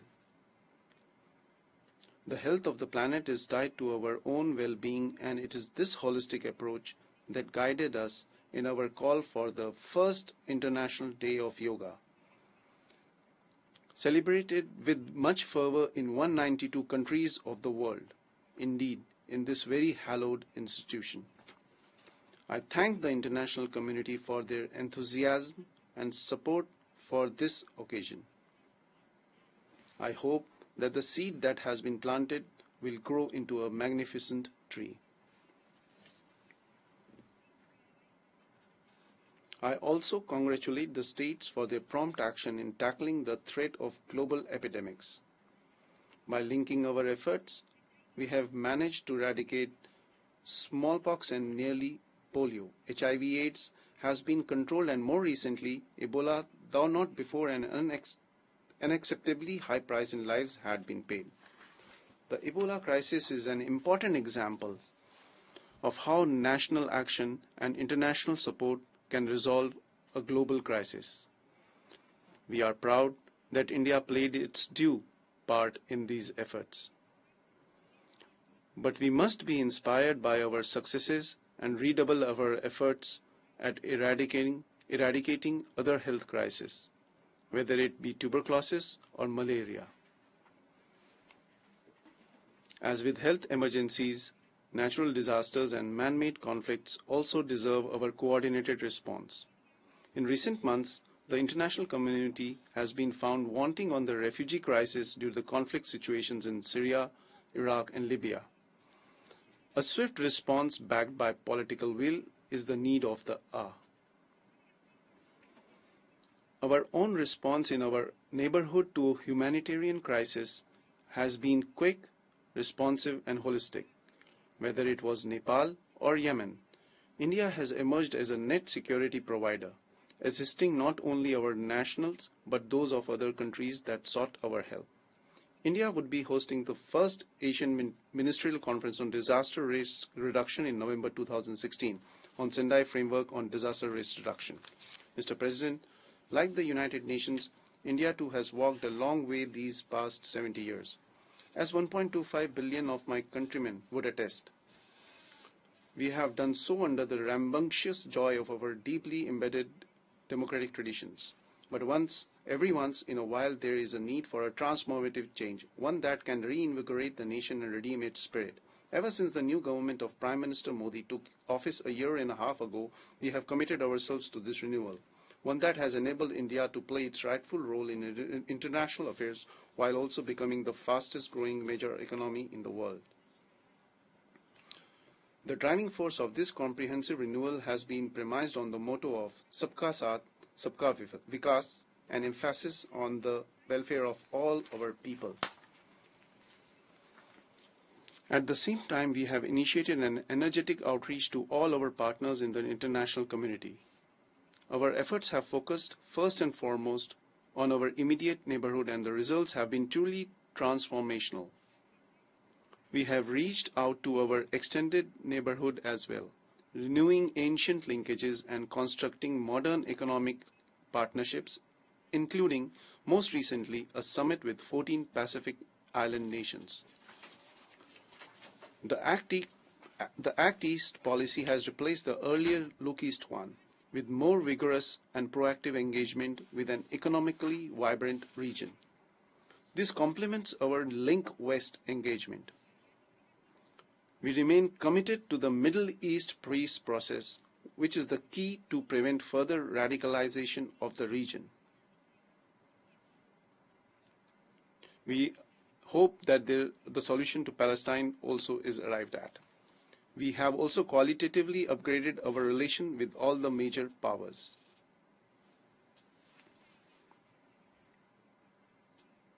Africa is a region with which we have historical bonds, a solidarity born out of a common struggle against colonialism and the belief in a future of shared prosperity.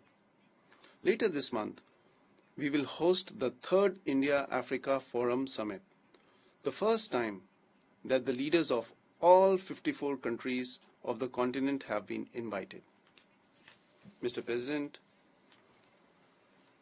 As a nuclear weapon state, India is aware of its responsibilities and its support for global, non-discriminatory and verifiable nuclear disarmament has not diminished. Mr. President, as with nations, so with institutions.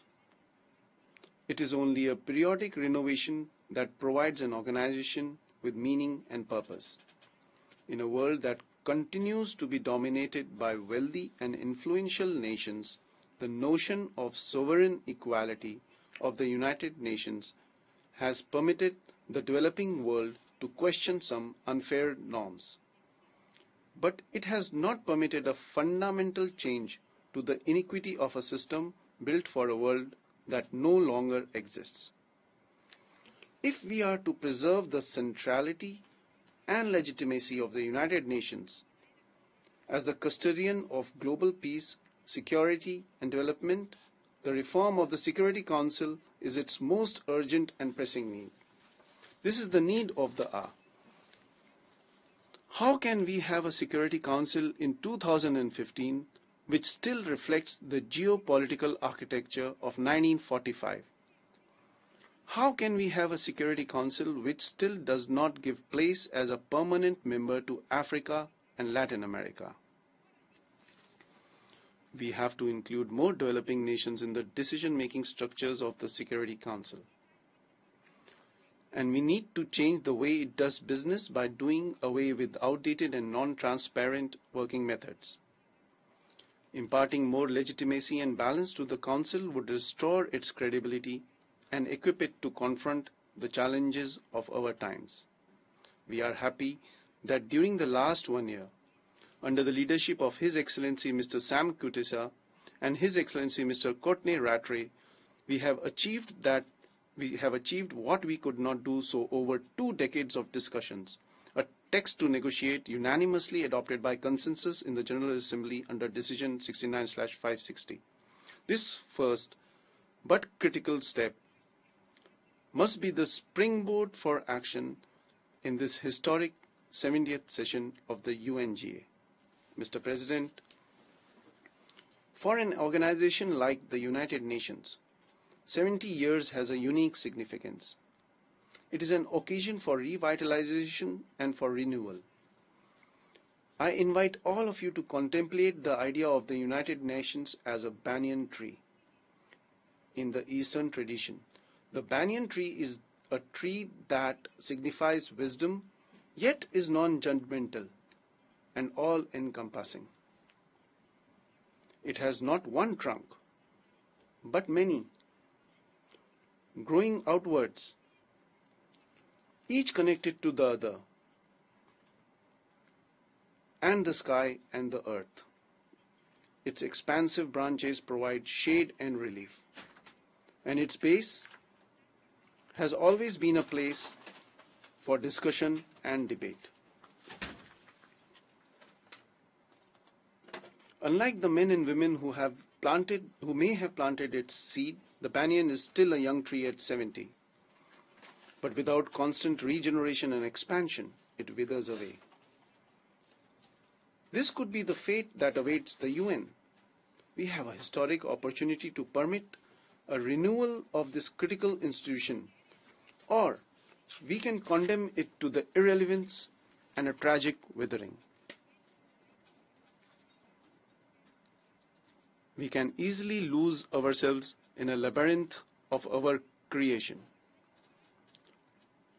But if we seize the day, we will see a United Nations that will grow to its full potential, a United Nations which reduces the deficit between what it does and what it is capable of doing, a mighty banyan tree providing the canopy for peaceful and prosperous humanity. I end my speech with the hope that the United Nations will grow into such a banyan tree. Thank you. Je remercie I'd like des Affaires étrangères. I'd like to thank the Minister of Foreign Affairs of India.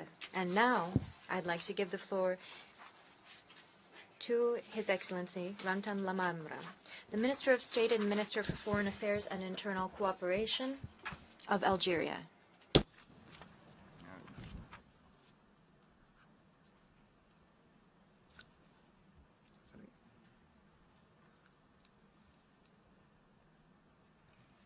الرحمن الرحيم والصلاة والسلام على نبيه الكريم السيد الرئيس السيدات والسادة.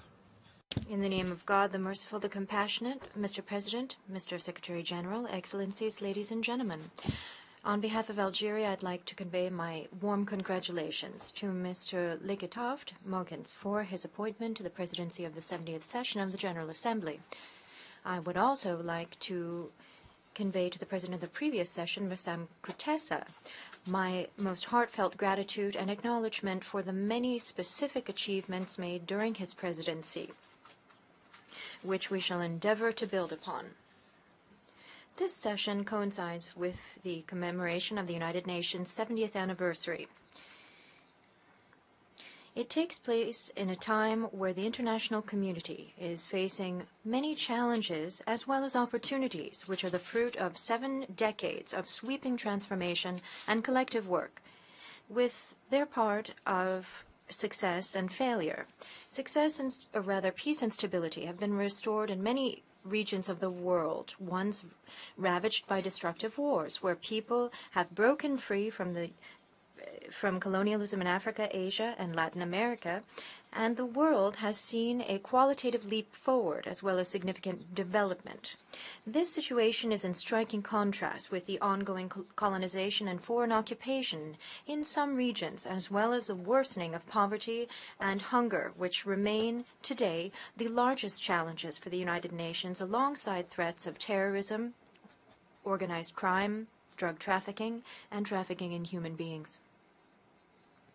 In this context, I would be remiss were I not to reference the media images of the massive flow of refugees to Europe due to humanitarian catastrophes from war and crises. They undoubtedly evidence a collective failure in dealing with conflict and ensuing consequences in many regions, in particular in the Middle East. The outcome declaration of the Development Summit for post-2015, which was held some days ago, has confirmed this observation of failure. But at the same time, it reinstates the universal commitment to tackling challenges before humanity on the economic, social, security, and environmental fronts, and in particular, the need to pool efforts so as to push back against poverty, to adopt new approaches to jumpstart development and improve living conditions for human beings, who should be the focus here, while also ensuring that there's a conservation of natural resources and the environment is protected. From this podium and during this watershed moment, Algeria would like to reiterate the primacy of the purposes and principles of the United Nations Charter. We'd also like to reiterate our determination to continue work so as to ensure the victory of values which bring us together and which make the United Nations a mirror for the concerns of the people across the world, their ambitions, their hopes. May I also once again underscore the need to continue reforming the United Nations, adapting its mechanisms and updating tools. This will allow our organization to carry out its mission more efficiently. On the one hand, this is a matter of reaffirming the role of the General Assembly as an architect and mouthpiece for international cooperation for development and the implementation of its resolutions and guidelines. On the other hand, there's also a need to reform the Security Council due to emerging threats and challenges which loom large on peace and security internationally.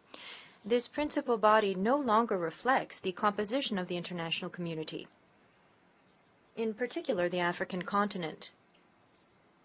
President, Algeria participates in this historic session at a time where we have achieved ahead of time the majority of Millennium Development Goals adopted during the summit of the year 2000, and thus has been recognized by the United Nations due to the program of the President of the Republic, His Excellency Mr. Abdelaziz Bouteflika. We have carried out a far-reaching development policy so as to relaunch economic growth and provide for social needs for all citizens. At the same time, we continue to shore up the rule of law, independence of the judiciary, freedom of expression, as well as equal opportunity for men and women. Due to our central location in the Maghreb and the Sahel, and guided by the principles of our foreign policy, our countries continue to work for peace, security, and agreement with our immediate neighbors, and has provided political and economic support to said neighbors so as to strengthen integration in the Maghreb and in Africa, convinced that this is an investment in the future for all, and will forge peace and stability regionally and internationally. This is reflected in the approach of the international mediation team in Mali, headed by Algeria, which led to the conclusion of a global agreement for peace and national reconciliation. We would encourage all signatories of this agreement, and more broadly speaking, all political and social forces in Mali. We call upon the international community, in particular donor countries, to endorse this process and to support it politically and financially.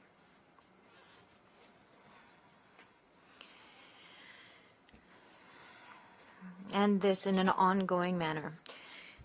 Mr. President, Algeria has been alongside the brotherly Libyan people since the outbreak of the crisis in this neighboring country. We've spared no effort in assisting the country in reinstating peace and stability,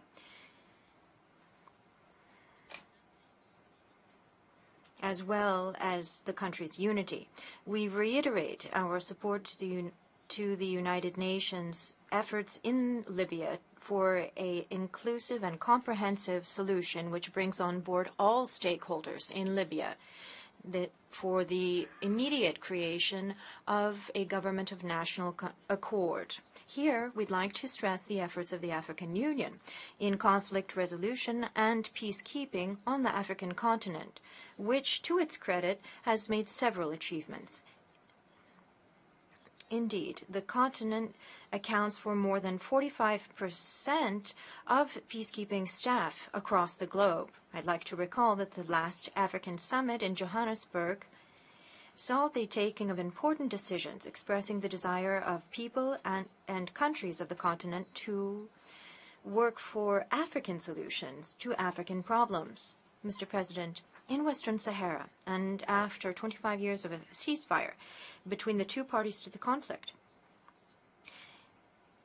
the Kingdom of Morocco and the Polisario, and the adoption of the UNAU peace plan, the Sahrawi people continue to be subject to occupation and hardships.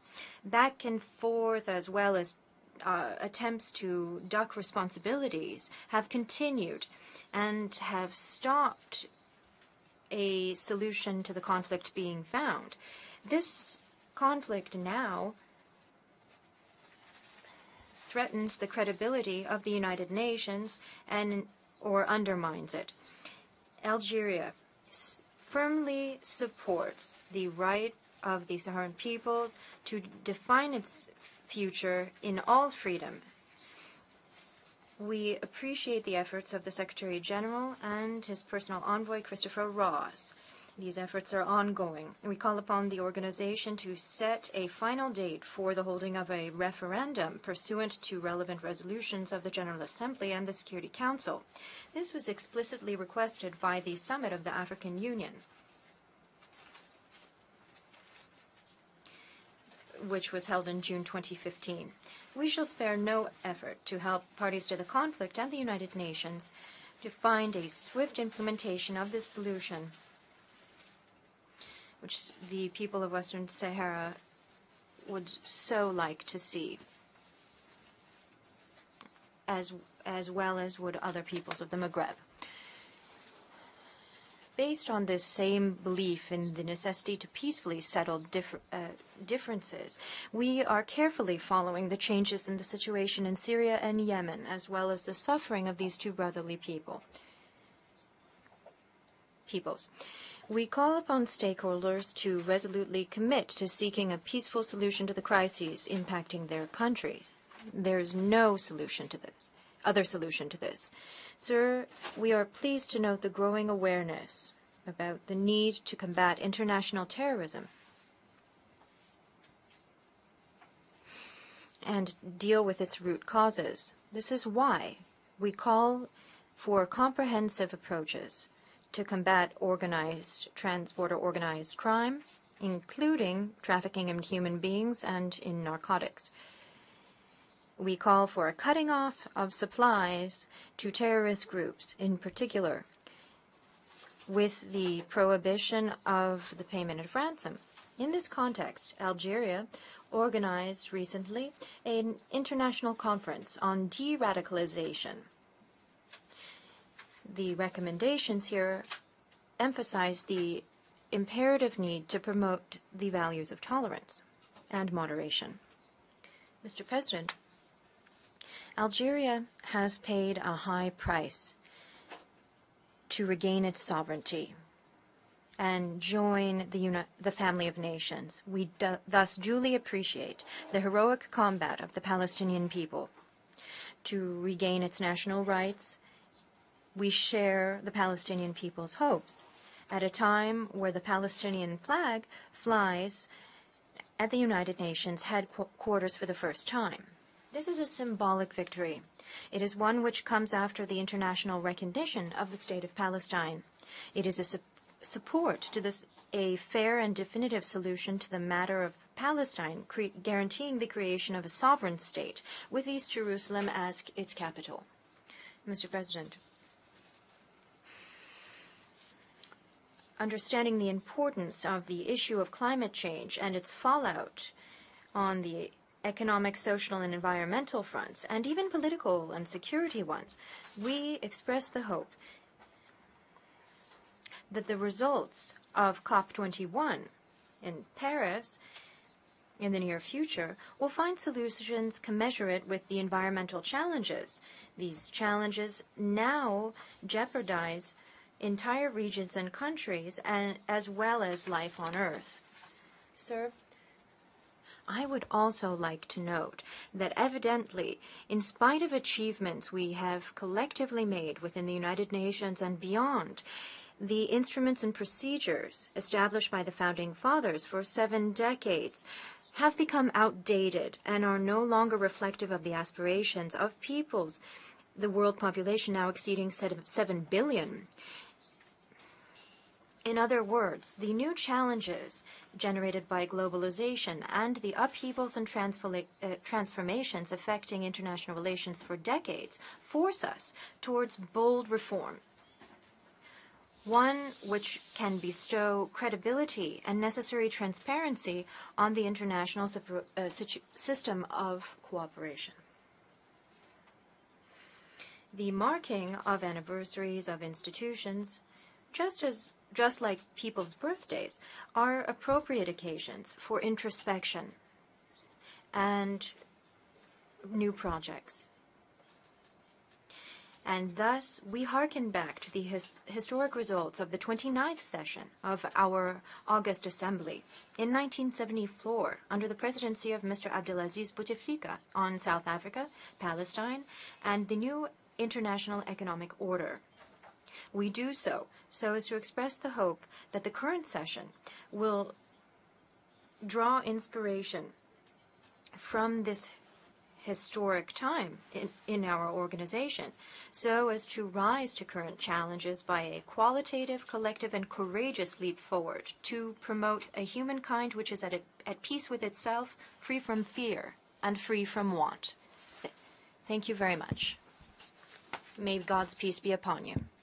I thank the Minister of State and Foreign Minister and Minister of Integration of Algeria. I now call on His Excellency Sebastian Kurz, Federal Minister of Europe, Integration and Foreign Affairs of Austria.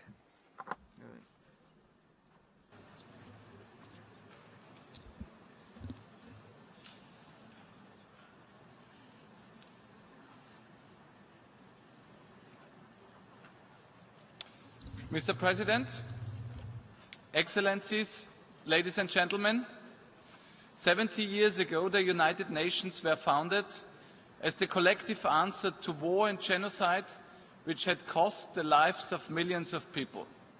The principal idea of the UN was to prevent war, to uphold the respect for international law and human rights, and to promote social and economic progress. I myself haven't even lived through half of this period. Nevertheless, I believe that today, 70 years later, we all have to ask ourselves if we have really succeeded. We are facing a record high of over 50 violent conflicts reaching from Syria and Iraq to Yemen, Sudan and Somalia. We are facing a rise of radicalization and extremism. And we are facing the highest number of refugees since World War II. Nearly 60 million people worldwide are on the move as refugees or internally displaced persons. Alone 4 million of them are Syrians who have left their country fleeing from civil war and terror. Every day, over 40,000 people flee from their homes in search of peace, security, or a new life.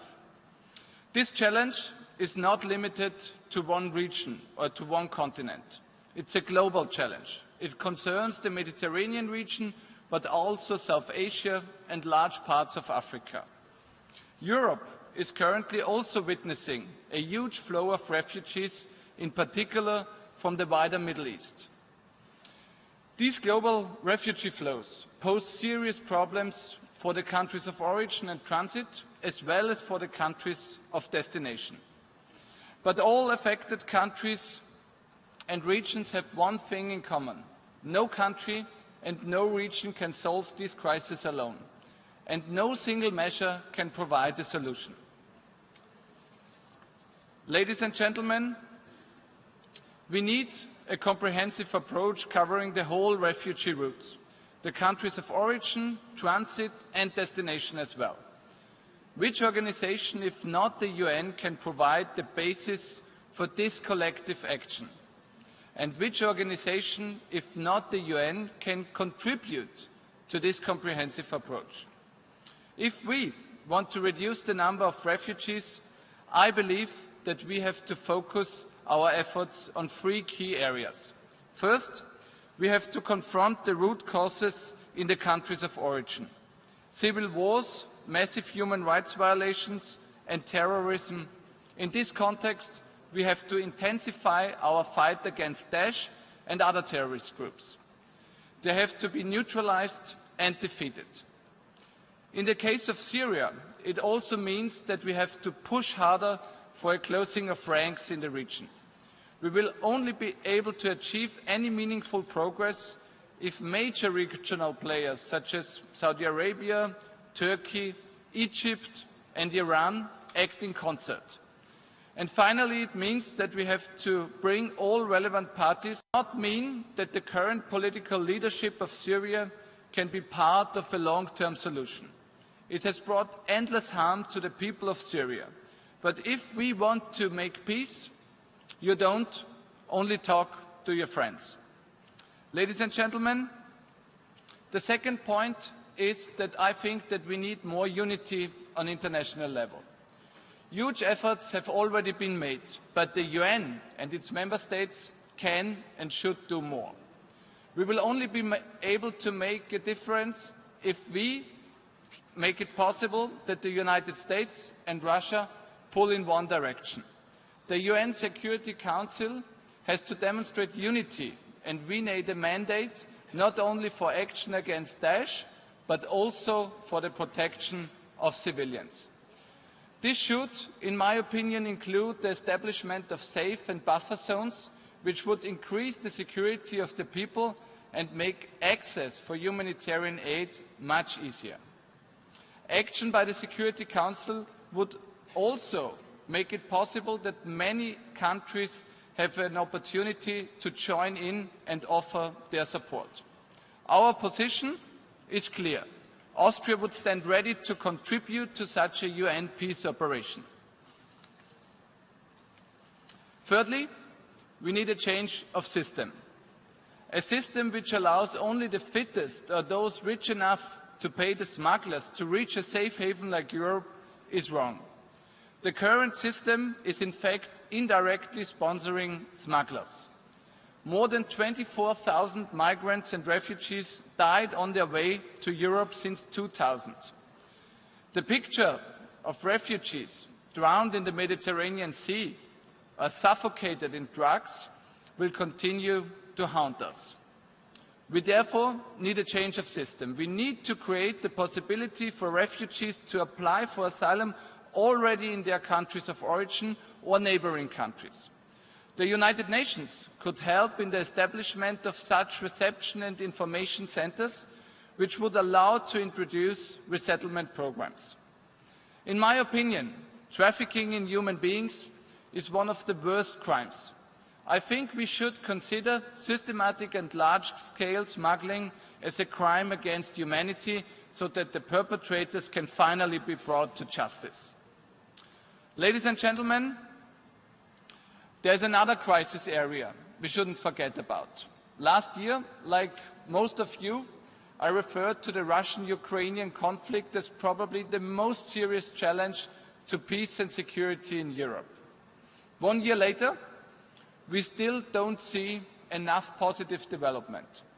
The conflict is ongoing, the number of deaths has even increased, and the socio-economic consequences are huge. There is only one way ahead, a peaceful settlement based on dialogue and negotiation. We must find a solution that provides for a free and stable Ukraine, which enjoys strong ties with both the European Union and the Russian Federation. In this respect, the Minsk Agreement is and remains the only option on the table. There is no alternative to implementing this agreement. All parties have to live up to their commitments. And in this context, let me underline the crucial work of the OSCE, the Organization for Security and Cooperation in Europe. The Special Monitoring Mission and the Trilateral Contact Group play a unique role for a peaceful settlement. The OSCE deserves our full support, and Austria will do its utmost to contribute to this work, especially during our OSCE chairmanship in 2017. Ladies and gentlemen, all these conflicts show that 70 years after the establishment of the United Nations, we need the United Nations more than ever. But in some areas, the UN is also pushed to its breaking point. It urgently needs reforms in order to be prepared for the future. What can be the way forward? Firstly, we have to remind ourselves of the purposes and principles of the Charter. It is and remains our backbone. Failure is guaranteed if we don't respect it. Secondly, we have to look at the functioning of its main bodies. We need a Security Council that is united and can act swiftly. We therefore welcome the efforts to improve the work of the Security Council, and we support the initiatives to suspend the use of the veto in case of mass atrocities. In order to be able to address global challenges, we all need a UN that is capable of taking action and a Security Council that is more representative, accountable and transparent. Ladies and gentlemen, we highly value the fact that one of the headquarters of the United Nations is in Vienna, and we will continue to support it actively. We remain committed to act as a place for international dialogue, such as the Iran nuclear talks that took place in Vienna this year. We will also continue to contribute to all diplomatic initiatives for a better world. In this sense, one key area for us is nuclear disarmament. The NPT Review Conference last May failed to reach an agreement, but there is a growing international momentum is nuclear disarmament. The NPT Review Conference last May failed to reach an agreement, but there is a growing international momentum on nuclear disarmament and non-proliferation. At this conference, I delivered a joint statement on the humanitarian consequences of nuclear weapons on behalf of 159 states. And the Vienna Conference on the humanitarian impact of nuclear weapons last December resulted in a humanitarian pledge which has been endorsed by 116 states. Austria, together with co-sponsors, will table several resolutions on the humanitarian initiative. We hope that they will receive broad support. Ladies and gentlemen, 70 years after Hiroshima and Nagasaki, nuclear weapons still pose one of the most serious threats to humankind.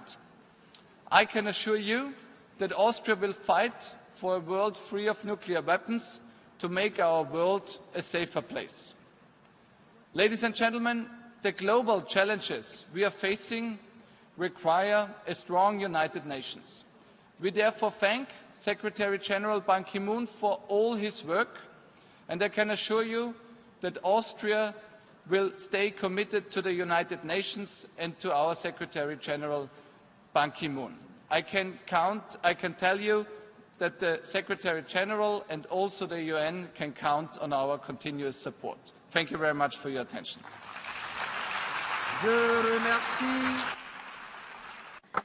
I thank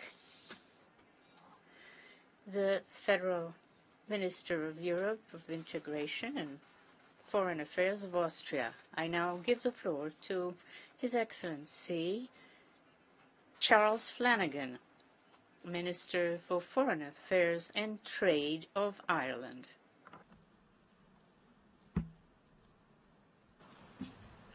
Thank you, Mr. President. Nations and the 70th anniversary of the founding of the UN itself.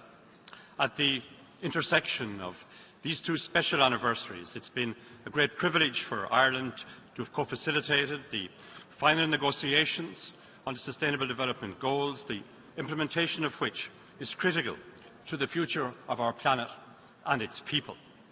The SDGs are a tangible manifestation of the capacity of the United Nations to deliver positive outcomes in the most challenging of circumstances. But we cannot be complacent. On the contrary, in this anniversary year, we must critically appraise our failures as the international community to prevent war and genocide, forced displacement and deprivation. Today we face unprecedented challenges in confronting the savage violence, well-resourced non-state actors, as well as some states, with consequential humanitarian catastrophe unfolding in many parts of the world. Strong and assertive leadership by the UN has never been as critical, and I know the UN and its members can live up to this great challenge. In our 60 years at the UN, Ireland has pursued a series of policy priorities which continue to be central to our foreign policy. These include peacekeeping, non-proliferation, nuclear disarmament, development aid, promoting peace and security, while on the Security Council, and advancing gender equality. I'll touch on these policies and outline their continuing relevance for Ireland today. In the 1950s, when Ireland joined the UN, our then Prime Minister John A. Costello identified our goal, and I quote, "Our part to secure what small nations have always required, the maintenance of peace." We are extremely proud of the loyal service Irish peacekeepers has been central to our negotiations with the UN since 1958. On 12 occasions, our soldiers have led UN missions. There are currently 370 committed and courageous Irish peacekeeping troops serving in 7 UN missions. 87 Irish peacekeepers have tragically lost their lives in the active service of the United Nations. Ireland feels a strong sense of responsibility to protect the reputation and honour of UN peacekeepers. We owe this to our peacekeeping troops, past, present and future. And so, like Secretary-General Ban, we receive reports of sexual abuse involving some UN peacekeepers which shock and outrage. UN peacekeeping missions must never be associated with exploitation because of the actions of a few. Ireland will always speak out to defend the vulnerable. We will not be silent about the plight of women and children harmed by those very people responsible for their protection. Those serving under the UN flag have a fundamental responsibility to behave in an honourable way and to be a force for good in this world. Ireland demands decisive action in confronting any criminal behaviour by UN troops. This is vital to protect the good name of the UN and its peacekeepers, the overwhelming majority of them being principled people. We want appropriate training, clear accountability and strict sanctions. I welcome Secretary-General Ban's commitment to making the United Nations' firm zero-tolerance policy into an effective zero-crime reality. Ladies and gentlemen, UN peacekeeping and Ireland's contribution have adapted in scale and complexity to challenges over the past 6 decades. Continuing flexibility and innovation are essential. I therefore welcome the high-level panel's report on peace operations and its comprehensive analysis of the challenges ahead and the changes required. In particular, our own experience of conflict in Ireland has taught us that full and equal participation by women in decisions around peace and security are vital to building a sustainable peace. Turning to the 1960s, Mr. President, from our earliest days at the United Nations, Ireland has been passionately committed to disarmament and non-proliferation. As the first state to sign the NPT in 1968, following several years of work as initiator of General Assembly resolutions that led to its agreement, we have a deep and abiding commitment to the full implementation of the treaty. Indeed, significant progress has been made on non-proliferation. We warmly welcome the agreement reached with Iran, look forward to its implementation. More broadly, we hope that this will also mark the opening of a new and constructive chapter in Iran's engagement in the international system. Conversely, the outcome of the NPT review conference in May was deeply disappointing. States with nuclear arsenals have special responsibilities, and Ireland will continue to press them to deliver on their commitments under NPT. Today, there are at least 17,000 nuclear weapons posing a threat to our very survival. We cannot accept this status quo. Ireland wants real momentum injected into the nuclear disarmament pillar of the NPT. The SDG negotiations process has underscored the very positive role that civic society groups and people around the world can play. Ireland would like to see that positivity, inclusivity and urgency in the nuclear disarmament debate. Ladies and gentlemen, we see the daily consequences of illegal and irresponsible flows of arms and conventional weapons in the appalling scenes of chaos and brutality into which parts of our world have descended. These scenes, in our newspapers, on our TV screens and on our computers, are truly horrific. People wonder what can be done to stem this industrial-scale violence. Part of the solution is the Arms Trade Treaty, one of the international community's most significant achievements in recent years. Ireland was one of the first states to ratify the treaty, and we have offered financial support to enable wider participation in negotiations and more effective implementation. The onus is now on all states parties to maintain the immense and sustained effort we put into negotiating the treaty. We must ensure that we live up to its great promise with the ultimate goal of enhancing peace and security and thereby saving lives. In the 1970s, in 1974, ladies and gentlemen, having acceded to the European Union the previous year, Ireland established its programme of overseas development cooperation, Irish Aid. Since then, Ireland has provided over $13 billion in support of the world's most impoverished people, and we've championed the aid agenda within the European Union, which is the world's largest provider of development assistance. Last week, here, world leaders adopted the new Sustainable Development Goals for the period up to 2030. We have committed ourselves to an ambitious programme on the transformational agenda to end extreme poverty, to preserve the planet for this and future generations, and to create conditions for balanced economic growth throughout the world. Reaching agreement on these goals is one of the most important achievements of the UN in recent years. It was an enormous challenge, and we, the 193 member states, rose to it. This was multilateral diplomacy at its very best. The United Nations has demonstrated its continuing relevance and indeed indispensability. And I am proud that Ireland was able to make its contribution through the co-facilitator role played by Ambassador David Donoghue and his team in the negotiations, which, working with Kenya, brought about this landmark agreement. Moving to successful implementation of this huge global agenda will be the next great challenge. We do not underestimate the challenges for all countries in implementing a universal agenda which is as broad and diverse as the new SDGs. But we cannot underestimate the huge achievement and benefits for humanity if it is successfully implemented. Ladies and gentlemen, our development gains are threatened by the unprecedented scale of humanitarian crisis facing our world. The total number of refugees and internally displaced people worldwide has now surpassed 50 million people. In Europe, we have clearly seen the tragic consequences for those who, driven by desperation, are taking inconceivable risks to find a safe haven for their families. Addressing the migration crisis is a huge challenge for Europe, and one which we are working hard to resolve. People are fleeing their home countries for a multiplicity of reasons. They are arriving in Europe from a multiplicity of routes. They undertake perilous journeys, often exploited by ruthless criminals along the way. This is a disaster which requires the close collaboration of the international community. The United Nations is undertaking vital work in seeking to address the root causes of mass migration and to provide humanitarian assistance to those who have been driven from their homes by the ravages of war. I urge states to work with Secretary-General Special Envoy on Migration, Irishman Peter Sutherland, who is dedicating himself to assisting in the resolution of this global catastrophe. Ireland supports the humanitarian effort by providing crucial funding and other resources. We have deployed search and rescue ships to the Mediterranean. We are providing for the resettlement of over 4,000 refugees. Ireland welcomes the Secretary-General's setting up of a high-level panel to address the growing gap between humanitarian needs and resources.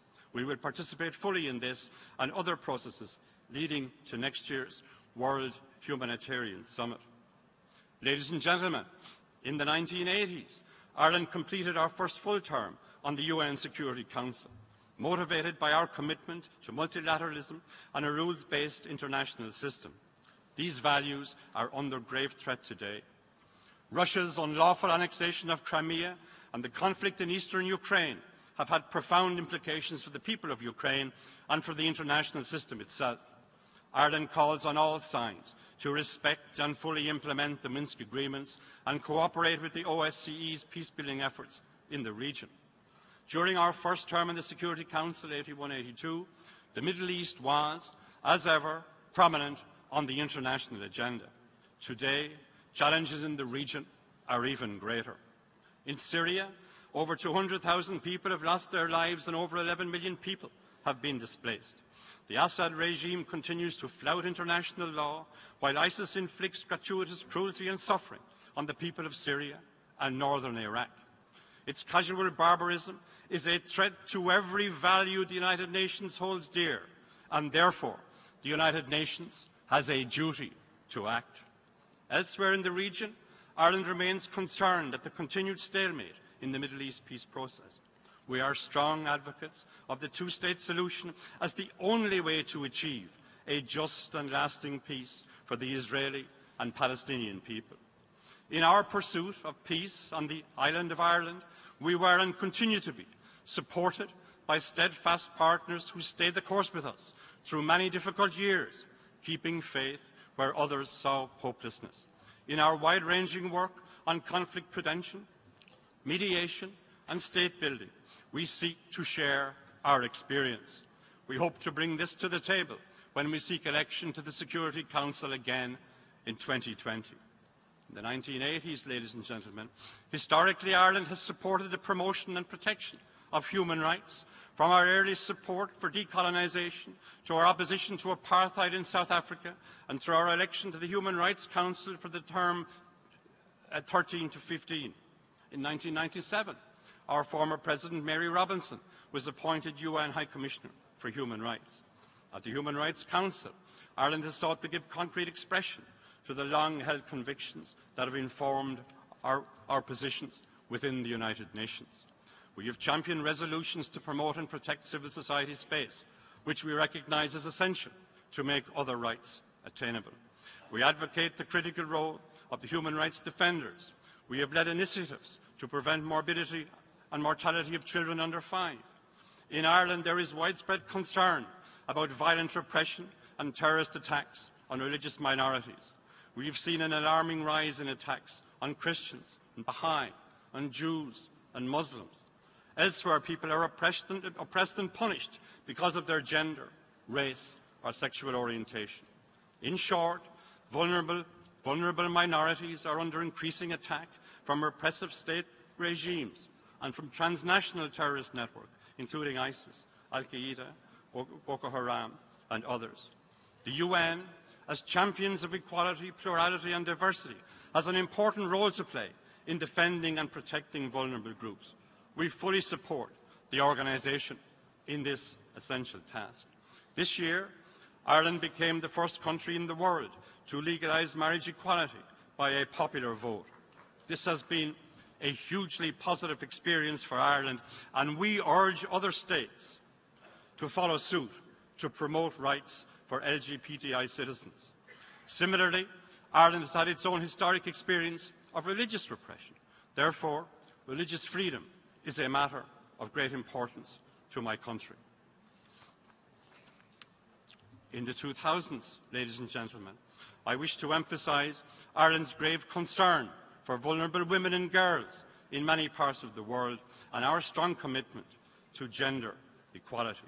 In the year 2000, just before our last membership of the Security Council, Ireland co-sponsored UN Resolution 1325 on women, peace and security, reflecting our strong national commitment to this agenda.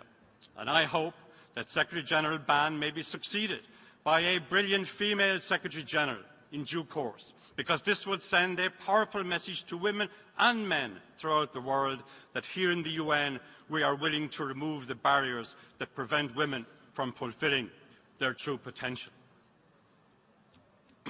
We strongly endorse the Code of Conduct on the Security Council action on mass atrocity crimes developed by Liechtenstein and the ACT group, and we support the declaration by France and Mexico on regulating the use of the veto.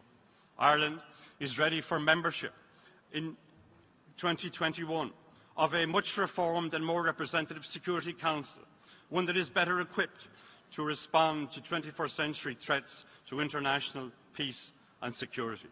Realising the UN's core values in every member state will mean a fairer, more prosperous and sustainable world for this generation and all those who come after. I wish to conclude, ladies and gentlemen, with the words of the late Irish poet Seamus Heaney, and I quote, "I have begun to think of life as a series of ripples widening out from an original centre."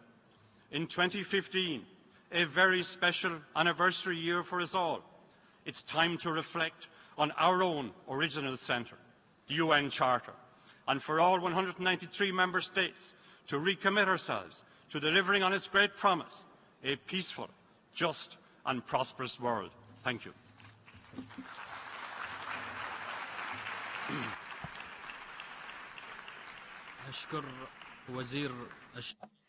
I thank the Minister of Foreign Affairs of Ireland, and I'd like to give the floor now to His Excellency Mr. Moussa Faki Mohammed, Minister of Foreign Affairs and African Integration in Chad.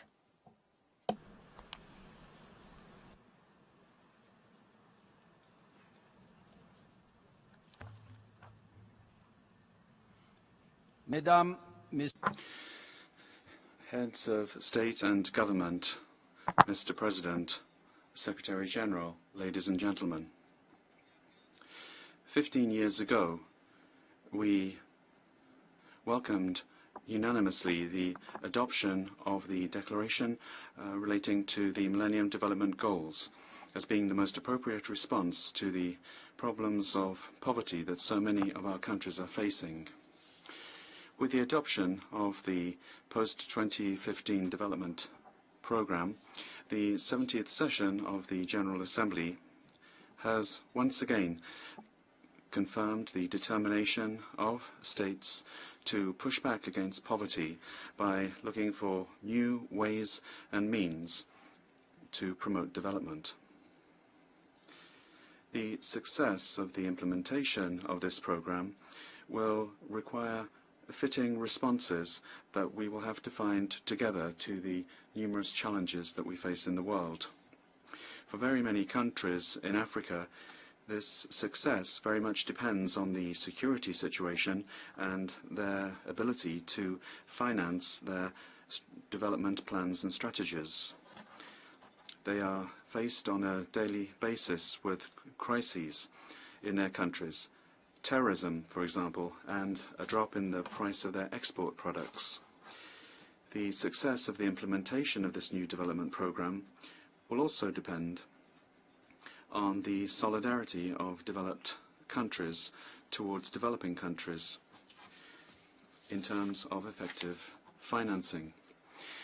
This is why our expectations to see the conclusions of the Addis Ababa Conference on Financing for Development and that these conclusions be applied, our expectations remain strong. Ladies and gentlemen, the subject of this session, the 70 years of the Organization of the United Nations, a path to peace, security and human rights, should be at the heart of our general debate. The issue of resolving the challenges that our organization currently faces. Amongst the most intractable of these are the armed conflicts and terrorism and migration. Undoubtedly, Africa is at the epicenter of all of these movements with regard to the multiple tragedies taking place there. The Central African Republic, for example, where particularly bloody clashes in recent days have called into question the few hard-won victories gained during the transition. The international community must not throw in the towel, however, and must, as a matter of urgency, help these countries come out of this phase by providing them with the necessary budget support to hold elections within determined timeframes. In the Lake Chad Basin, terrorist activities carried out on a virtually daily basis by the terrorist group Boko Haram against countries of the sub-region have not ceased, and this despite considerable losses that they suffered during attacks by a coalition of the country's armies. A multinational joint task force has been set up by the Lake Chad Basin Commission in order to put an end to the evil acts of this sect. We remain confident that with an intensification of this military cooperation, we will be able to once and for all eradicate this terrorist sect. We also expect that the United Nations and all of our partners will provide material, financial and logistical support to this force. Apart from military actions, these countries have decided to adopt an emergency development program to help the most vulnerable populations in order to fight against the deep-seated causes of insecurity which is linked to poverty. This initiative, which originated in the Lake Chad Basin Commission, represents a game changer in peace and security efforts in the region and merits our support. In Mali, the peace agreements recently signed in Algiers, and which should make this country a haven of peace and tolerance, which it always was, are being put seriously to the test by armed groups, despite the presence of international forces. Chad calls upon all parties to show wisdom and to respect their commitments in implementing the aforementioned agreements. In Libya, the presence of a number of elements linked to ISIS can continue to contribute to the breaking up of this country. And this is another source of concern and destabilization for the whole of Africa, and in particular neighboring countries such as Chad. We would urgently call for an end to the violence and the establishment of a government of national unity. In South Sudan, Chad is working actively alongside a number of African countries to deal with the fratricidal war taking place there. The politicians must rise above their own agendas and concentrate solely on building their young state. IGAD and the ad hoc committee tasked with supporting it in mediation must continue to stand firm and act cohesively to work towards a lasting solution to this terrifying crisis. In Sudan, we support the holding of the national dialogue that is planned for next month, and we call upon the whole political class and all armed groups to take part in this. Ladies and gentlemen, the majority of African crises are born of or have prospered due to underdevelopment. This is why initiatives have been launched, including the United Nations Integrated Strategy for the Sahel of 2013. This gave rise to great hopes for the countries of the region, confronted with the dual challenge of insecurity and underdevelopment.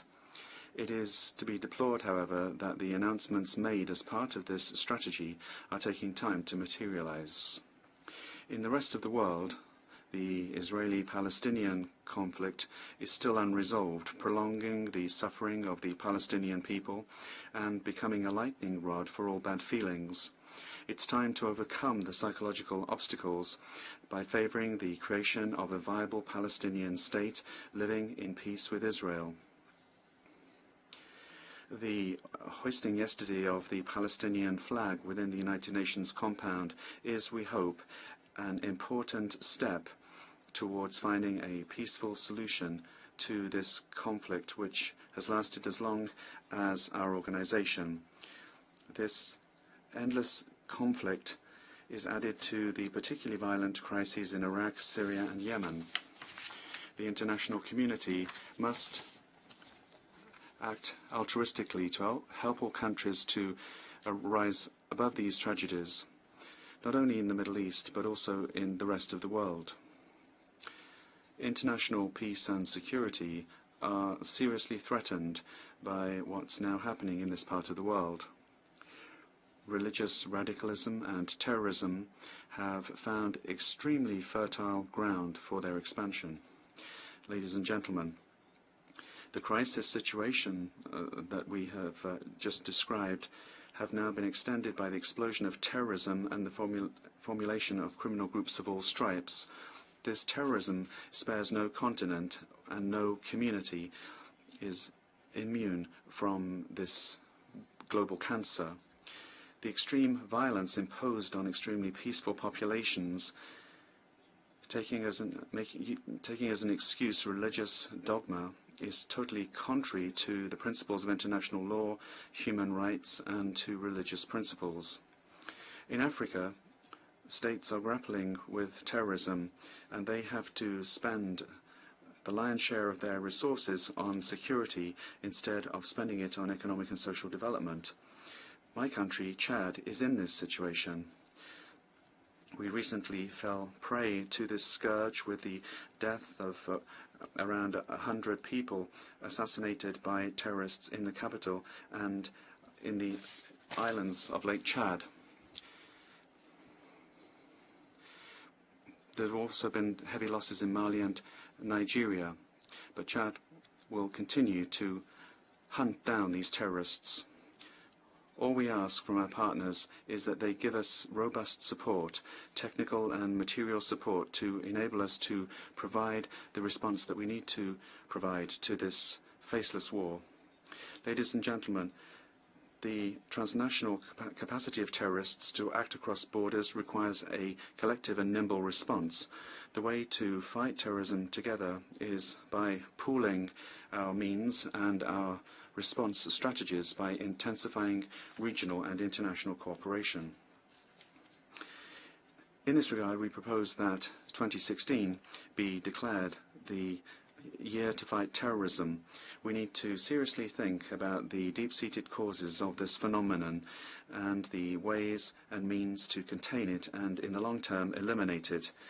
The increase in the number and seriousness of crises must also be taken into account. Migration, for example. The world, for some months now, has been seeing an unexpected ballooning of international migration. These consequences are dramatic on hundreds of thousands of women and children desperately seeking a better life. The international community cannot put an end to this migration unless appropriate solutions are found to its underlying causes, particularly resolution of conflicts, the eradication of poverty in the countries of origin. Ladies and gentlemen, we must also find solutions for the thousands of refugees and those displaced throughout the world. They also need our help. Chad is the second African country in terms of refugees, returnees and displaced persons on our territory, estimated at more than 500,000. They come from border regions of Chad, particularly the Sudanese Darfur, Central African Republic, Nigeria and Libya.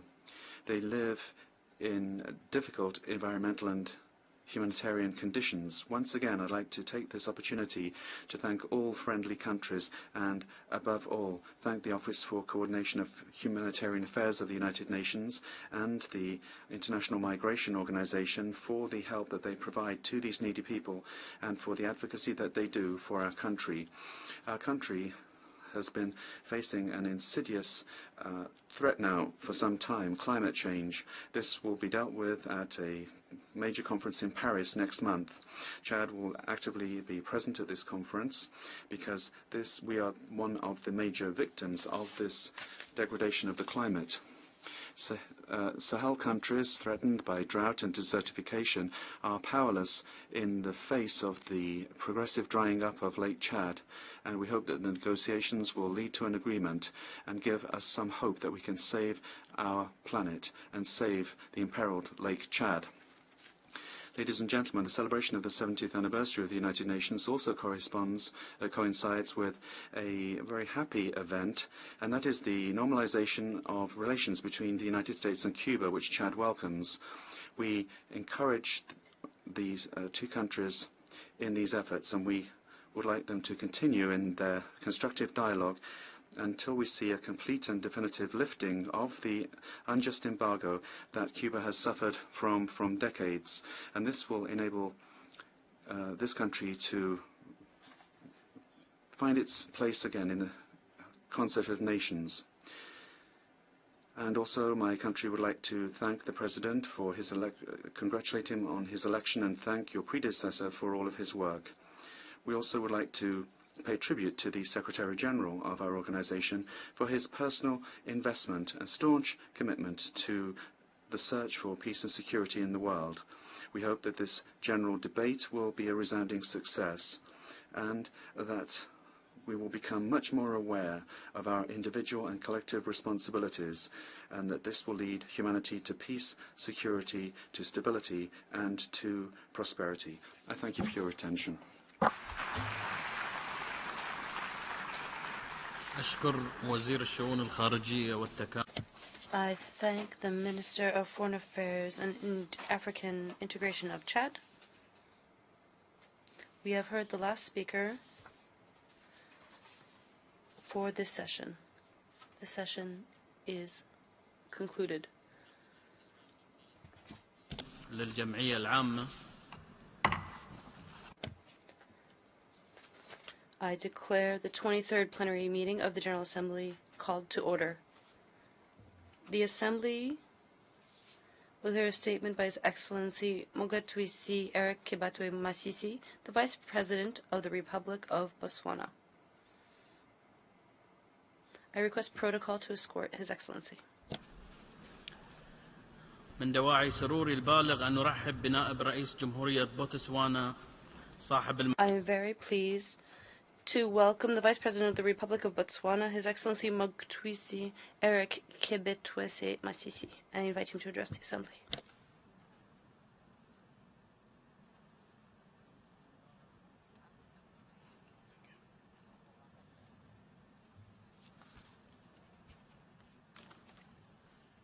Mr. President, on behalf of His Excellency, the President of the Republic of Botswana, Lieutenant General Sarazakama Ian Khama, allow me at the very outset to join other delegations in extending our heartiest congratulations to you on your election to the presidency of the 70th session of this August body of the United Nations. Your election bears testimony to the excellent credentials you bring to the office of the President of the General Assembly, and which should greatly support the execution of your mandate during this historic year on the UN calendar. We wish to assure you of Botswana's unequivocal support throughout your term of office. My delegation and I take this opportunity to also recognize with appreciation your predecessor, His Excellency Sam Kahamba Kutesa, whose leadership and purposeful endeavors as President of the 69th session of the General Assembly was significantly evident in international efforts to address the global challenges confronting the world today. The high-level events he convened in this regard demonstrated his genuine commitment to sustainable development, to peace and security, as well as human rights and human dignity. We are confident that your efforts will further and firmly guide the general membership of this Assembly onto a path which ensures the full and effective implementation of the historic post-2015 development agenda, which the world leaders adopted only a few days ago. It would be remiss of me not to seize this opportunity to commend the Secretary General, His Excellency Mr. Ban Ki-moon, whose passion and dedication has been and continues to be instrumental to the work of this noble organization. Mr. President, this year, 2015, marks an extraordinarily momentous year in the history of humanity. Not only is it the 70th anniversary of the naissance of the United Nations, it is also notably the 70th anniversary of the end of the Second World War, the 20th anniversary of the World Summit on Social Development, and the 20th anniversary of the Beijing Declaration and Platform for Action, and the 15th anniversary of the Millennium Summit, to mention but a few. The list of the global milestones is by no means exhaustive and demonstrates the resolute and enduring commitment of the United Nations to champion the cause of humanity. The significance of this year impels us to pause and recall the purpose, ideals, and founding principles of and upon which the United Nations was established. It is imperative that we reflect on the history of this eminent organization and take account of what we, the international community, have achieved and can still achieve to safeguard the aspirations and integrity of the founders of the UN, as well as uphold the absolute primacy and veracity of the UN Charter. It is furthermore an opportunity for us to admit our failures and draw attention to the areas where we have fallen short of fulfilling our individual and collective responsibility to deliver on all three anchors of human development: peace and security, development and human rights. Mr. President, your choice of this year's theme, the United Nations at 70, a new commitment to action, is therefore fitting, being a most pertinent context for our deliberation and reflection at this critical juncture in our lifetimes. 15 years ago, following the Millennium Summit of 2000, the largest gathering of world leaders in history adopted the Millennium Declaration, which inter alia espoused the need for a people-centered framework for global development. That framework gave birth to the Millennium Development Goals. The MDGs were a landmark set of 8 time-bound targets aimed at addressing extreme poverty and social inequalities. For the first time, there was a clearly codified global agenda focusing nations globally on priority areas for meeting the needs of the world's poorest people and liberating them from the dehumanizing conditions of abject poverty. The Secretary General's firm report on the MDGs illustrates that significant progress has been made in realizing those goals. These notable achievements notwithstanding, the somber truth is that progress has largely been uneven across and within countries and regions. We continue to see multitudes, especially the poorest, vulnerable and marginalized in our societies, subjected to unacceptable living conditions. Social exclusion and inequalities still present a significant challenge in most countries, with women and girls and the youth bearing the heaviest weight of those circumstances. The situation varies from one nation to another due to their different national realities and capacities, requiring more focused and targeted interventions to effectively address and ensure the sustainability of the developments achieved. In Botswana, we are proud of the tremendous strides we have made in the implementation of the MDGs, particularly given the enormous resource and capacity constraints we face and continue to face as we implement our development programs and prepare to domesticate the new agenda. Poverty eradication, gender equality and empowerment of women, girls and youth, job creation, as well as equal access to health and other social services remain high on our national agenda. We, however, march on with steadfast determination to ensure that every opportunity is seized, every effort galvanized, and every resource employed to ensure the inherent dignity and fundamental freedoms of all citizens of Botswana. This includes paying due attention to the needs of the aged and to people with disabilities. In this regard, the Botswana government is currently at the final stages of finalizing the country's National Vision 2030, the National Development Plan 11, in order to ensure that firm alignment and complementarity between national aspirations and the building blocks to deliver them. Mr. President, as dusk descends on the MDGs, the government of Botswana has enthusiastically begun to prepare for the dawn of a new global development framework. Botswana therefore welcomes the highly anticipated adoption of the profoundly ambitious and transformative SDGs of the 2030 Agenda for Sustainable Development, which come as a culmination of over 2 years of exceptionally intensive and widely exhaustive negotiations. The agenda represents a global vision for the sustained prosperity of humankind and the living planet, wherein universal peace and security form the foundation for sustainable development across all nations. We look forward to the effective implementation of the integrated and indivisible 17 goals and 169 targets arrived at through an all-inclusive intergovernmental process as mandated by the outcome document of the Rio +20 conference of 2012. The Botswana government embarks on this new course with increased optimism that we shall indeed realize the future that we all want. Mr. President, in December this year, parties to the United Nations Framework Convention on Climate Change will convene in Paris to adopt a universally legally binding agreement on climate change. The importance and urgency of agreement on this framework cannot be overemphasized. Climate change is arguably the greatest environmental challenge the world continues to face, with potentially catastrophic consequences for our planet and future generations, if left unchecked. We continue to witness a dangerous rise in sea levels, melting glaciers, severe decline in agricultural output, changing weather patterns, and health challenges caused by the changing climatic conditions. Climatic change also presents a serious security threat, displacing millions and condemning even greater numbers to subpar living conditions.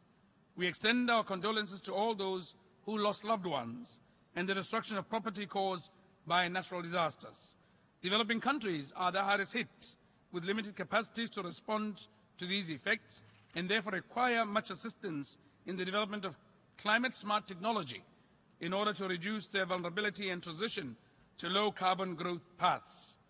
Mr. President, the Botswana delegation believes it is critical that in our pursuit of global development that leaves no one behind, particular focus be given to countries with special situations and the very specific support they require to build their economies.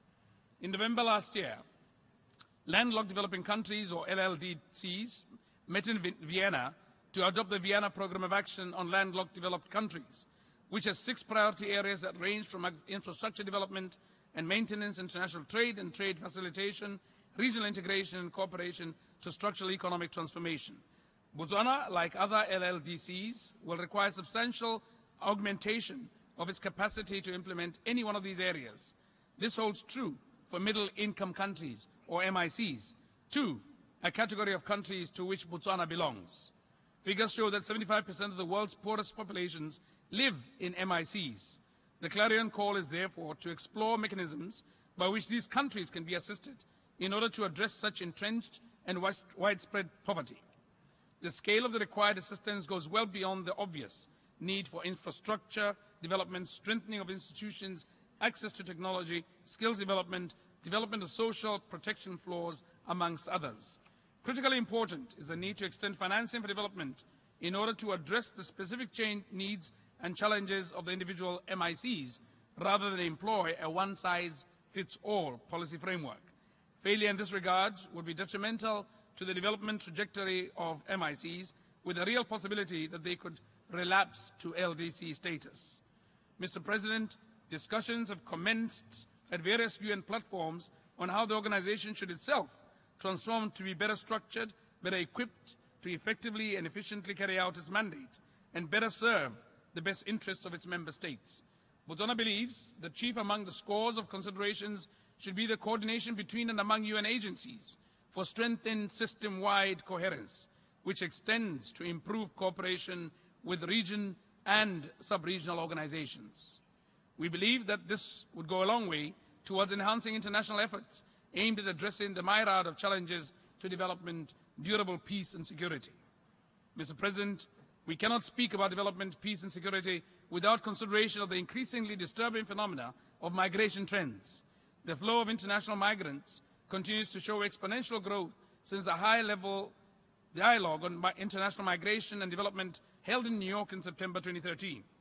Conflict, political instability, and poverty are the main push factors of migrants from the developing to developed countries, as evidenced by the thousands that continue to cross the Mediterranean Sea into Europe in search of economic opportunities. The grave conditions that migrants are exposed to, including what they contribute to the unprecedented levels of humanitarian crises, is a cause of great concern. It is wrong to blame any single country in Europe on its policy towards immigration, as every country has to assess its own ability to accommodate such influx. It is also not Europe's fault about the tragedy of the drownings in the sea, but that of the countries they originate from. In this regard, Botswana believes that the issue of migration warrants urgent attention by the international community, with a view to developing a comprehensive and lasting solution to it. The imposition of quotas to make it mandatory for countries to accept migrants or refugees is not the best solution. Instead, consideration should be given rather to reward and support the countries accepting these migrants or refugees by setting up a special fund under the UNHCR that Europe, or preferably the entire international community, should contribute to annually, based on an assessment of the economic status and whether they themselves are playing host to refugees. If anything should be mandatory, it should be this approach. In summary, the more refugees you take, the bigger the reward or support and the less contribution you make to the fund. We welcome the Secretary General's initiative to convene the first ever World Humanitarian Summit next year, which should not only enhance existing and new efforts to address issues of migration, but to also ensure comprehensive, coherent and cohesive approaches to respond to the critically urgent issue of the global humanitarian architecture. Mr. President, Botswana remains gravely concerned about the serious threats to international peace and security in many parts of the world, which arguably present the greatest challenge to human development. We are witnessing an alarming rise in instability, insecurity, and violent conflict, causing untold devastation and human suffering. The unremitting loss of innocent lives and escalating humanitarian crises have reached tragic levels, making it imperative for the international community to take urgent and decisive action. We take this opportunity to commend all humanitarian organizations and human rights organizations for the good work they do for humanity. Deeply troubling is the increasing involvement of non-state actors and radical extremists in most of these conflict situations. Activities by these entities introduce additional layers of difficulty to conflict management and resolution processes. Terrorism, including the emergence of abductions as one of its many forms, further complicates the complexities of response to conflict in areas of unrest. In a world where borders are porous and nations ever more interdependent, threat to security in any region have consequences for us all. The only difference is the degree of the impact. In Africa, the situations in Somalia, Libya, and South Sudan to mention but a few, are a current preoccupation and a cause of deep concern to the continent. The African Union, through its regional mechanisms and international support, is, however, actively engaged in efforts to resolve the conflicts, and Botswana remains fully supportive of these ongoing efforts. It is our hope that lasting solutions can be found before there is any further loss of innocent lives and instability becomes entrenched in these societies. In other parts of the world, we remain deeply concerned about the situation in the Middle East. The Israeli-Palestinian conflict has remained unresolved for several decades, without any real promise of it ending in sight. Botswana continues to lend unequivocal support to this two-state solution, and we join others in calling for constructive dialogue by the parties involved. Of particular concern in the Middle East is the political crisis in Yemen and the protracted war in Syria. The latter especially has wreaked unprecedented havoc on a people to the extent not seen since the Second World War.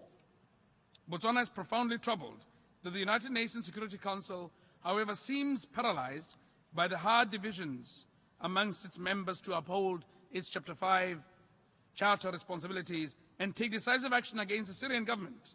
Despite the carnage and destruction of property of unspeakable proportions that has raged in that country since 2011, there are members of the Council still obstructing initiatives intended to end the war and alleviate the desperate plight of the poor Syrian people.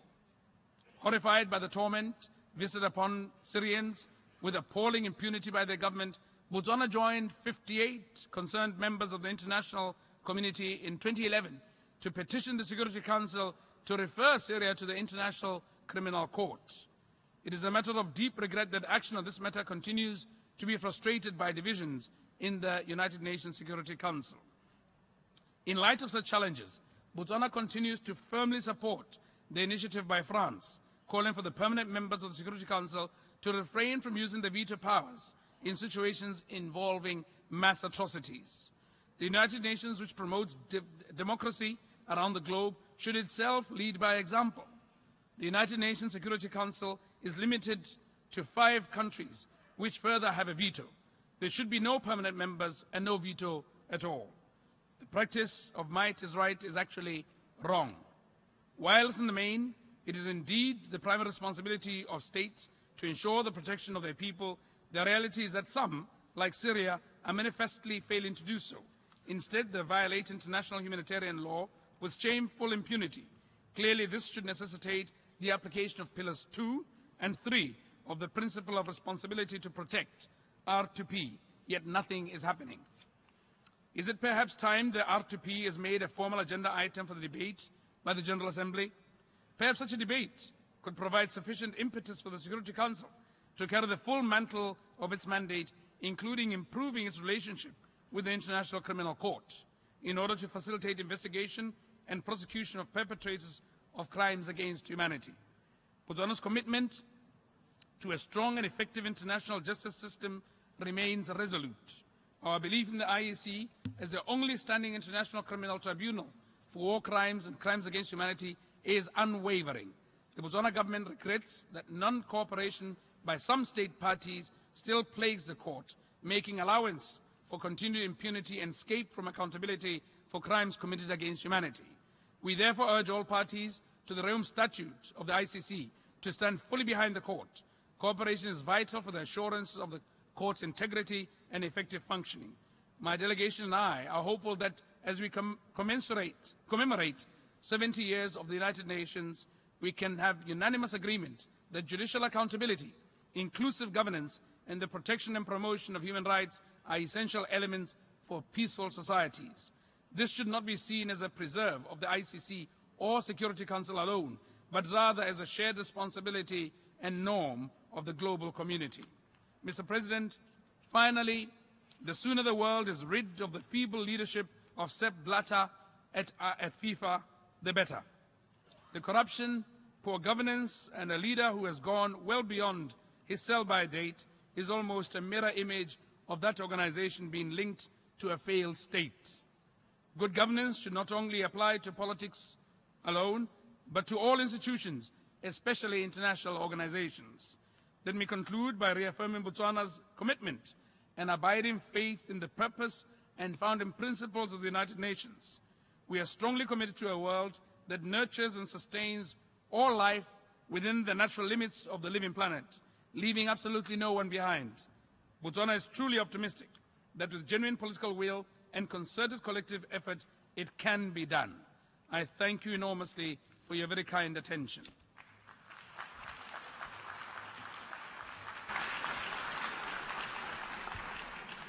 On behalf of the General Assembly, I wish to thank the Vice President of the Republic of Botswana for the statement just made, and I request protocol to escort His Excellency. The Assembly will hear a statement by His Excellency James Wani Iga, Vice President of the Republic of South Sudan. I request the protocol to escort His Excellency.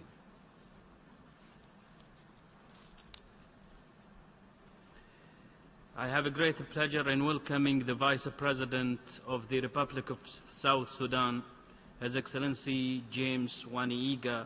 I invite him to address the Assembly.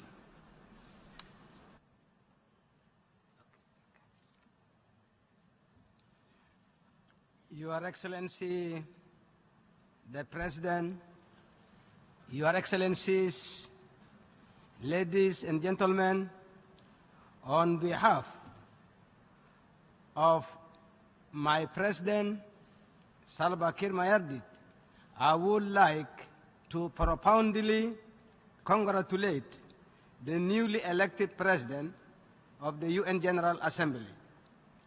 Go ahead, we are with your leadership. I also thank Mr. Sam Kutesa of Uganda for his beautiful and successful tenure in office. Your Excellency, the President, I would like to express sincere gratitude for the pivotal role the United Nations, alongside many friends, have played before, during, and after the birth of our country, South Sudan, in July 2011. First and foremost, this noble world body and its able leadership must be strongly appreciated for vehemently supporting this independence.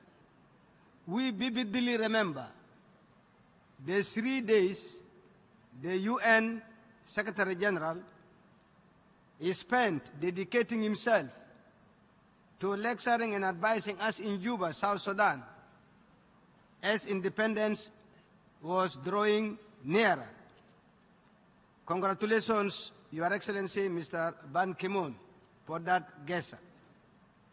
Having gone through so much for too long, the people of South Sudan,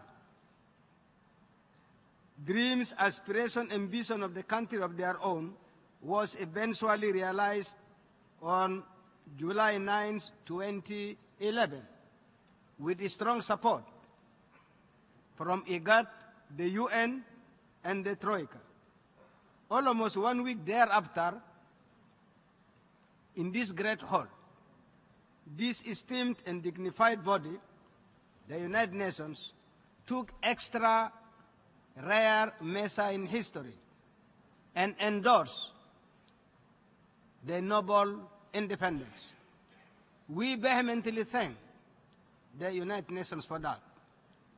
Having attained freedom for our country and its people, we, the leaders, wasted no time in pushing forward with the creation of institutions of good governance and democratic exercise. Actually, we started virtually from rubble, following the post-civil war.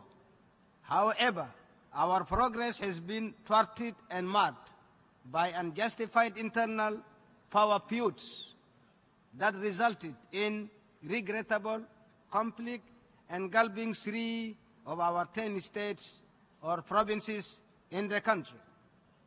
Your Excellencies, it is my pleasure and relief to announce to you and this August gathering that this regrettable war and uncalled for bloodshed has been ended.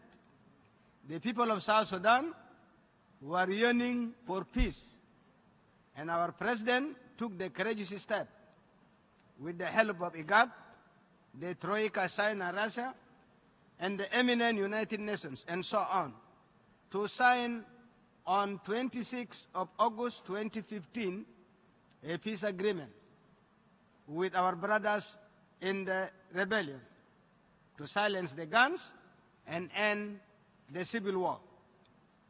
This signature was immediately followed by the President's declaration of permanent ceasefire in the following day. We must congratulate our people for this historic achievement of peace. I am sure it will be cemented by prosperity and happiness. We give credit to our neighbors and the international community at large. The next step now is for this august body to quickly join and help us, both in terms of humanitarian assistance and reconstruction, as we vow to implement the agreement. Your Excellencies, South Sudan is concerned about the global and regional peace, security, and adherence to human rights. Though we have been tied down by our own difficulties, we are also mindful of our participation in the global and regional strategies aimed at tackling threats of terrorism, environment change, and the like. I commend the role the United Nations mission in South Sudan, UNAMIS, has played during the period leading up to the declaration of independence in 2011 and afterwards. Nonetheless, any renewal of the UNAMIS mandate without consultations and consent of our government is not right and unacceptable. It is a well-known fact that matters of this nature are sovereign and due consultation is imperative. Ladies and gentlemen, peace and security of the people of South Sudan committing crimes against the people we govern or violations of human rights have never and shall never be condoned by our government. Promoting and protecting the safety of persons, families, communities, and their physical and social well-being is a duty that we take more seriously. We will not allow impunity to reign. We are conscious of our obligation to humanity and do respect Human Rights Charter as contained in the Universal Declaration of Human Rights and related protocols. We respect the content and provisions of the Geneva Conventions, and we vow to thoughtfully observe and apply them in our difficult and complex context. Since our independence, whenever we receive reports of human rights abuses by elements associated with our security institutions, we have often investigated and immediately dealt with them in accordance with the law. Your Excellencies, we are full of joy to announce that through the efforts exerted by the esteemed IGAD alongside Troika, on the 26th of last month, His Excellency President Salva Kiir Mayardit not only signed the agreement but also the ceasefire. The ceasefire is surely holding in certain parts of the country, no doubt about that, but not in all, I must underline. This is mainly attributed to the absence of a joint monitoring and verification mechanism installed on the ground, and related also with the absence of funds on the side of IGAD to do so. I urge IGAD to speed up creating and designating this vital instrument for enforcing any meaningful ceasefire. On the security arrangements, from the 13th to the 18th of September, the warring parties held a workshop in Addis Ababa, which ended by our government delegation signing the minutes and the communique thereto. But our brothers in the rebellion declined from signing for reasons best known to them. It is now incumbent upon the IGAD Plus to persuade the opposition, the armed opposition, so that they sign these minutes as quickly as possible.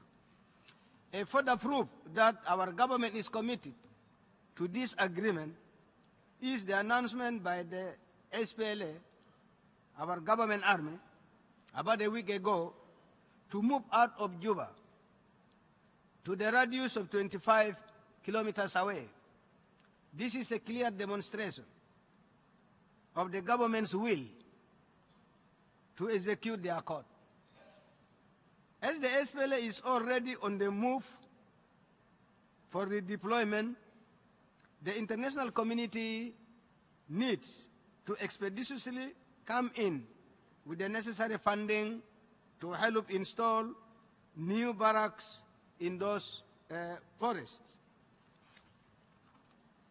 Ladies and gentlemen, as we embark on the implementation of this peace agreement, sanctions and travel restrictions on our officials should no longer be the option. At this juncture, I urge all countries of goodwill to rush in with humanitarian, resettlement, as well as development projects. There is no doubt that development and prosperity can quickly lead to cementing peace and stability.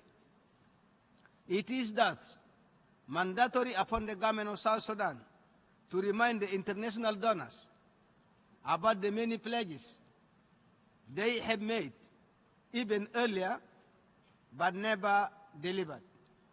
More than any other time in our conflict-riddled history, the upcoming post-conflict imperatives of resettlement, rehabilitation, and disarmament require concerted financial and technical intervention from many of our friends of goodwill around the world. Honoring the numerous pledges made in fora, such as in Oslo in 2005, and later in 2014, and the International Engagement Conference, hosted by the sisterly country of the United States in 2011, will go a long way in enabling the full implementation of the current peace agreement in terms of meeting a pressing need for humanitarian aid and post-conflict reconstruction. Ladies and gentlemen, in conclusion, we are solidly determined to correct the past and look forward to the future. I chase this opportunity to appeal to all friends and supporters of South Sudan to rapidly step in to back up the process of humanitarian that I alluded to, process of rehabilitation, the process of peace building, cantonment, and national reconstruction. South Sudan is very resilient, and its future is certainly full of hope, particularly with all your assistance and cooperation.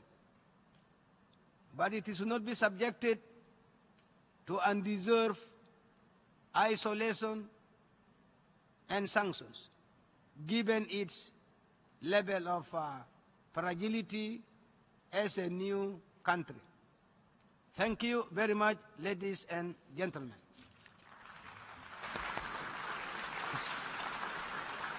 باسم الجمعية العامة أود أن أشكر نائب رئيس جمهورية جنوب السودان على البيان الذي أدلى به وأرجو من مسؤول المراسم اصطحابه معه. On behalf of the General Assembly, I wish to thank the Vice President of the Republic of South Sudan for the statement just made, and I request protocol to escort His Excellency. The Assembly will hear a statement by His Excellency Joseph Butore, Vice President of the Republic of Burundi. I request protocol to escort His Excellency. من دواعي سروري البالغ أن I have great pleasure in welcoming the Vice President of the Republic of Burundi, His Excellency Joseph Butore. I invite him to address the Assembly.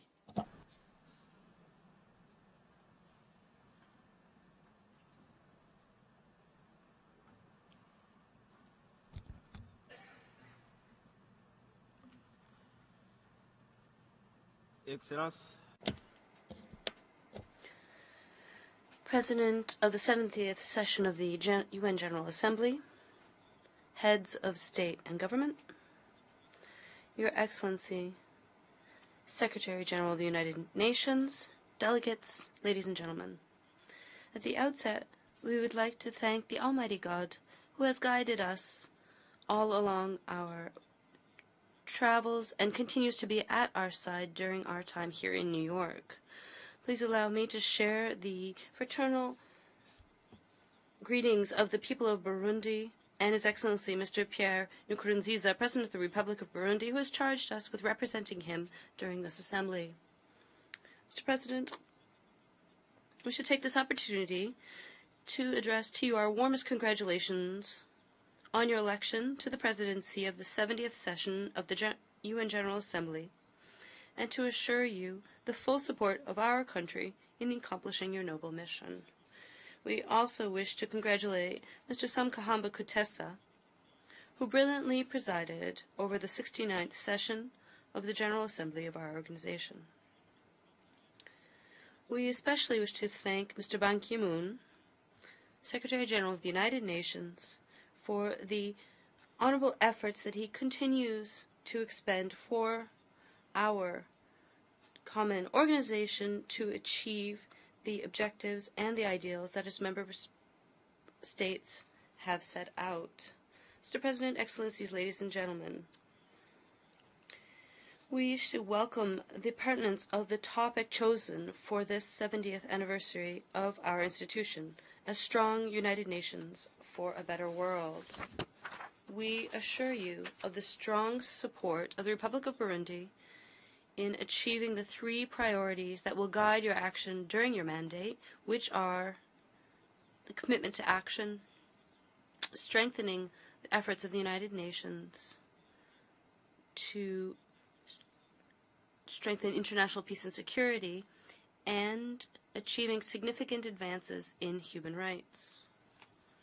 Mr. President, Excellencies, ladies and gentlemen, as many know, Burundi has just gone through some events that have led to questions from some of you. Please allow me to briefly touch on them. Burundi has just ended an electoral process as was laid out in the 2005 Constitution, which has not been modified in any way to this day, contrary to what some wish to think. The process was a great success despite the violent protests which were rapidly transformed into an insurrection in some neighborhoods of the capital, Bujumbura. The elections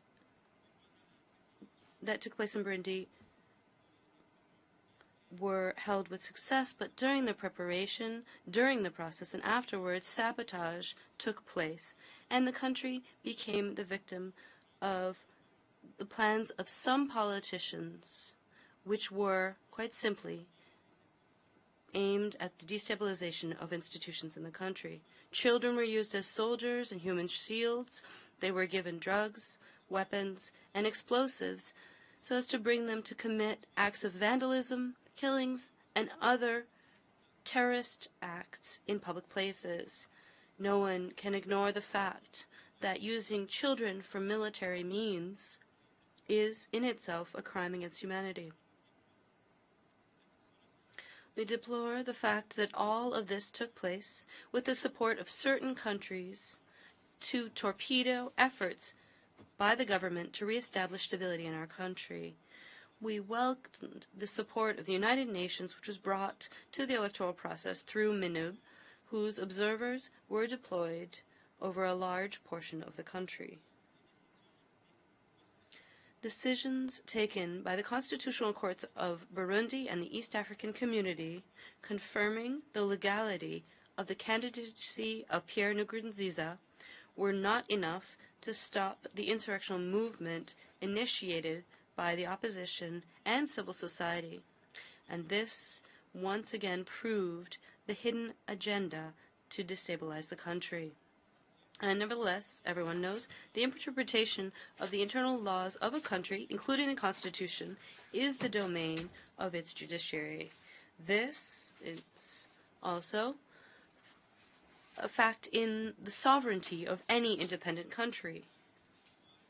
We believe that the peoples of the world must have their choices respected. The people of Burundi, while remaining receptive to the Council of Friends, deserve respect in the choices they have just made during the recent elections. They do not ask for any more, and this is not the hiding of the ideas of a people, as some of our traditional friends from the north believe. The instigators of this insurrection, those I have already mentioned, were cautioned by certain political parties without popular support who, as a result, knew in advance that they would lose these elections.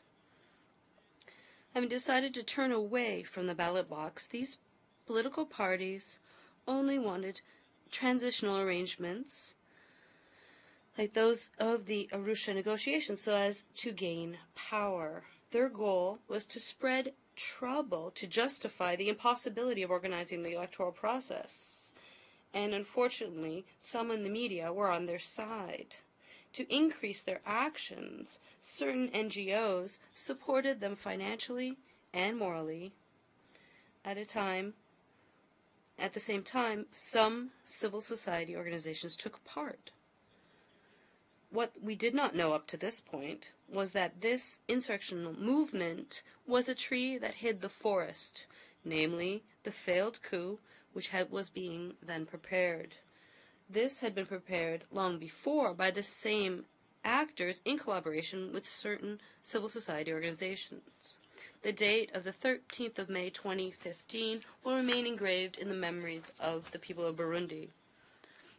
Unable to seize the institutions of sovereignty, the mutineers used some local and international media to announce to the nation and to the world that they already had control of national radio and television, that the international airport and all borders of the country were closed, that the constitution was suspended. In short, this was a true media war, and this in no way reflected the reality on the ground. The government of Burundi greatly values the support of the international community and regional organizations, as well as loyal forces who rapidly condemned this coup attempt and called for the respect of constitutional order. After the failure of the coup d'etat, certain detractors fled to one of our neighboring countries, which is sheltering them and facilitating their destabilization campaigns in the country. Burundi remains vigilant and condemns this unfriendly attitude that is contrary to the United Nations Charter, as well as other pertinent instruments of international and regional organizations to which we are members. Mr. President, Excellencies, ladies and gentlemen, with these difficulties that occurred after the failed coup in mind, the summit of the heads of state of the East African Community recommended that the elections be deferred so as to allow all parties and political actors to participate in proper conditions. Burundi adjusted to this decision so as to cut short any pretext to contest the results. The communal, legislative, and presidential elections were thus delayed twice. But the prolongations could not go beyond the constitutional deadlines. We had to, at all costs, avoid falling in a constitutional vacuum. To note the democratic advances of Burundi, our country successfully introduced a single voting sheet and grouping of several evaluation processes. Thus, after this electoral marathon, consultations between various political powers in the country allowed for the creation of the offices of the two chambers of the parliament with the participation of the historical leader of the opposition, Mr. Agathon Rwasa, the president of the Amizero ya Burundi coalition. Following this national dialogue, the new government was named on 24 August 2015, including 20 ministers, of which 5 are from the opposition, and all this in the strict respect of the Arusha Accords and constitutional balances. Mr. President, Excellencies, ladies and gentlemen, after the elections, the government of Burundi has now opened a new political phase, that of dialogue. Dialogue that is inclusive, sincere, and open to all topics. This new stage is seen already in the implementation of a national Inter-Burundi Dialogue Commission through the Presidential Decree of 23 September 2015. Its main mission is to bring the Inter-Burundi dialogue process, both within the country and abroad, on topics such as social, political issues, peacebuilding, security, economic development, the Arusha Accords, the Constitution, the Comprehensive Ceasefire Agreement, the National Unity Charter, and other topics. Based on the outcomes of the debates that will be held, the Commission will formulate recommendations for the government, political parties, civil society, and religious groups, so as to agree on modifications to be made to fundamental documents for the general good of all the people of Burundi. On its makeup, the Commission will be made up of 15 Burundi nationals named by decree in the respect of constitutional balances. We wish to use this opportunity to call for support in this process from Burundi's partners, beginning with the United Nations, which recently has strongly called for us to organize a truly inclusive dialogue in the country. We wish to recall that this dialogue framework takes place several months after the start of the Truth and Reconciliation Commission, whose main mission is to bring to light the crises that have been a part of Burundi since its independence.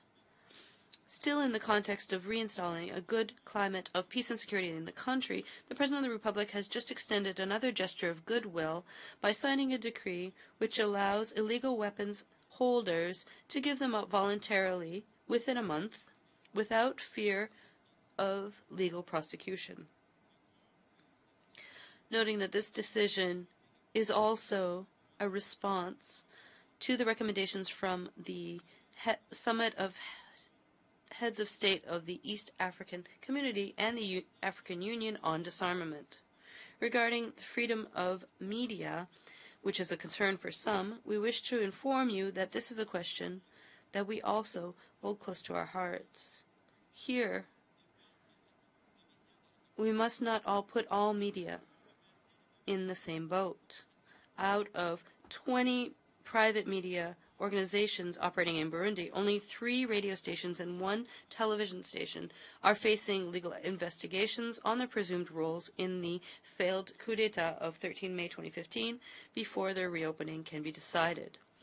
Other media, both national and international, that operates in the territory of Burundi continues to transmit constantly and without difficulty. Also, media will occupy a key position in the inter-Burundi dialogue that will soon begin.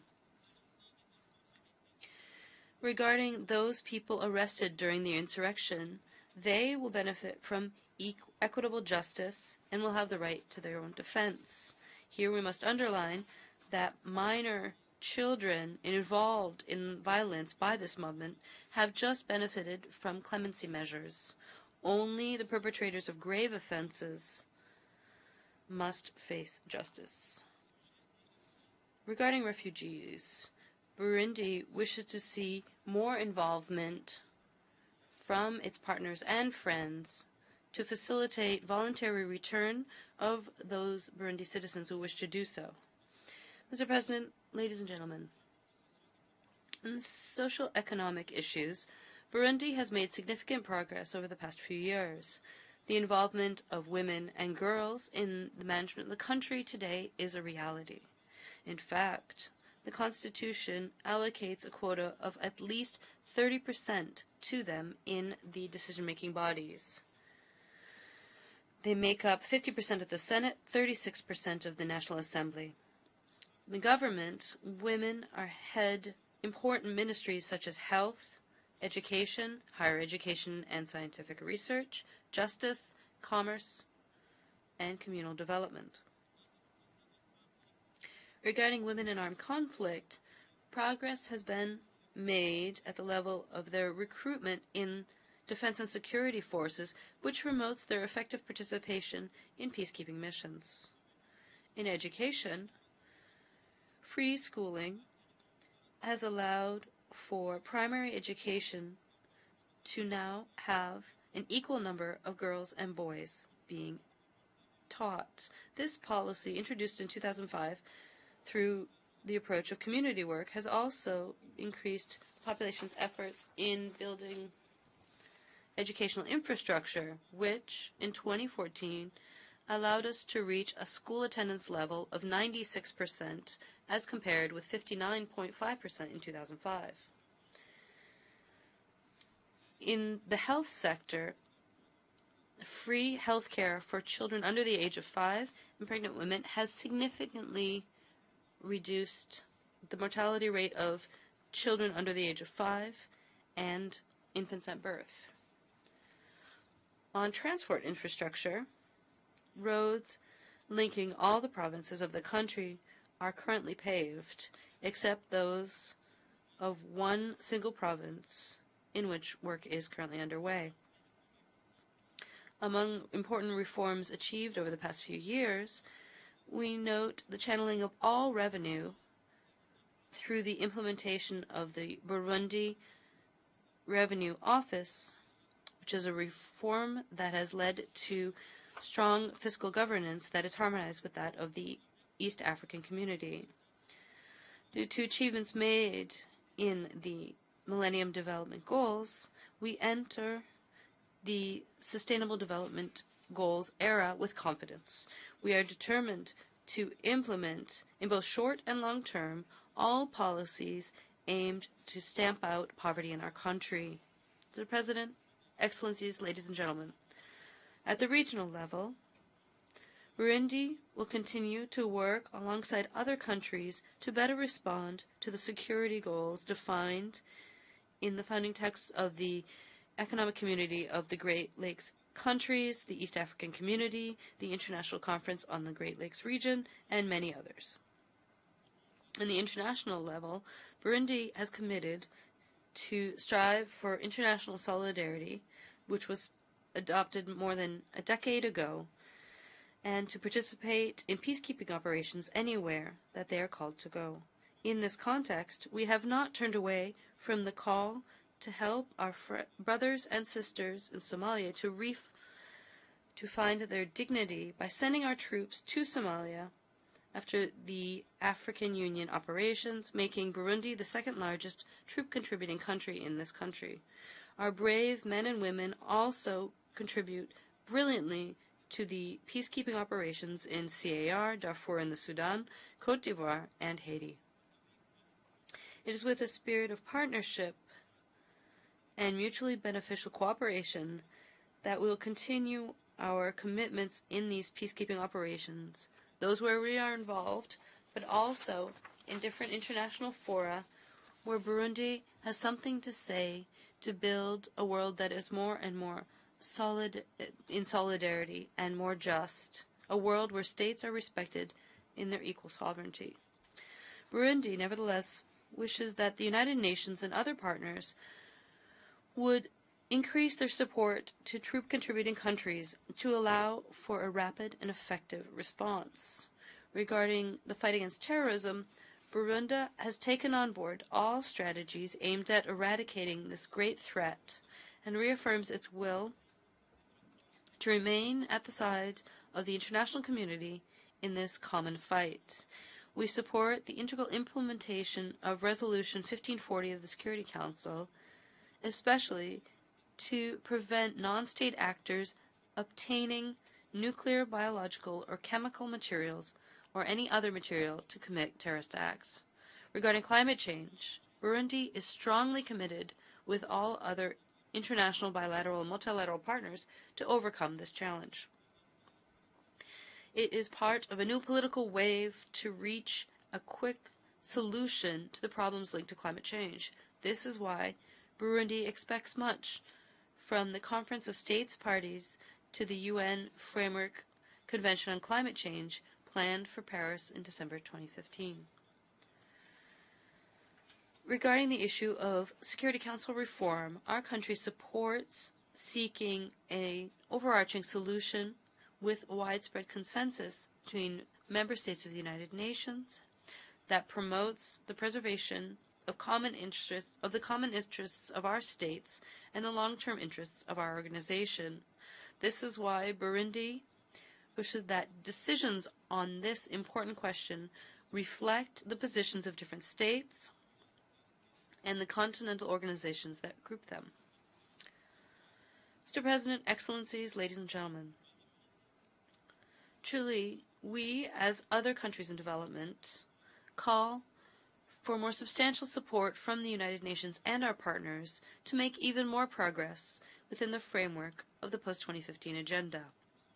For our part, we are committed to ownership of the agenda from the bottom to the highest summit of our state for the benefit of both the national and international communities. Finally, Burundi hopes that the Great Lakes region can be stabilized on the basis of the principle of non-interference into the internal affairs of other countries, and largely in the respect of commitments made within regional organizations, which all advocate for peace and security as the foundation of all development. Long life to the family of the United Nations, and I thank you.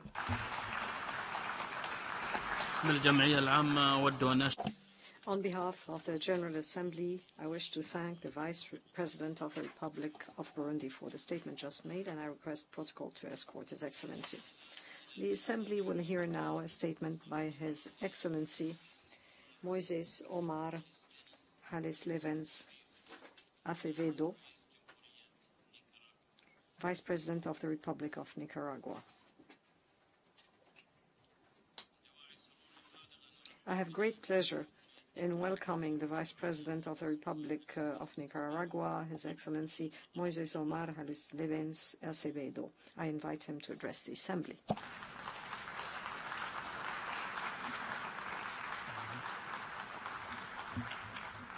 Gracias. Thank you. Mr. President,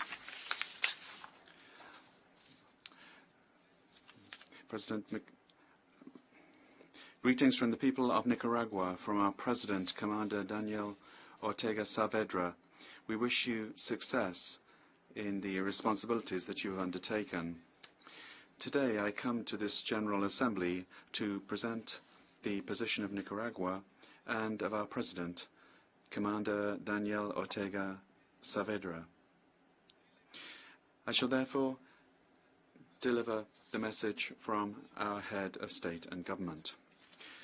Secretary General of the United Nations, Mr. Ban Ki-moon, President of the General Assembly of the 70th anniversary of the United Nations, Morgans Likatoft, distinguished delegates, This 70th General Assembly commemorates the 70th anniversary of our organization. 7 decades ago, 51 states signed the Charter of the United Nations. Nicaragua is a founding state. The world was at that time emerging from a terrible war, and humanity was crying out for peace, peace, peace, as was said by our immortal Rubén Darío. Since the 24th of October 1945, the United Nations organization has projected to the world an image of an entity which would bring peace. But from its foundation until today, the stated objectives have been frustrated. As we celebrate the 70th anniversary, we are now 193 member states, and the organization which we created was created in a completely different world. Now it must be transformed. We inhabit a planet with more people, and we are threatened by multiple and highly complex challenges. A world where egotism, arrogance, and interference have altered and completely broken the right to peace, sovereign security, and life for millions of human beings.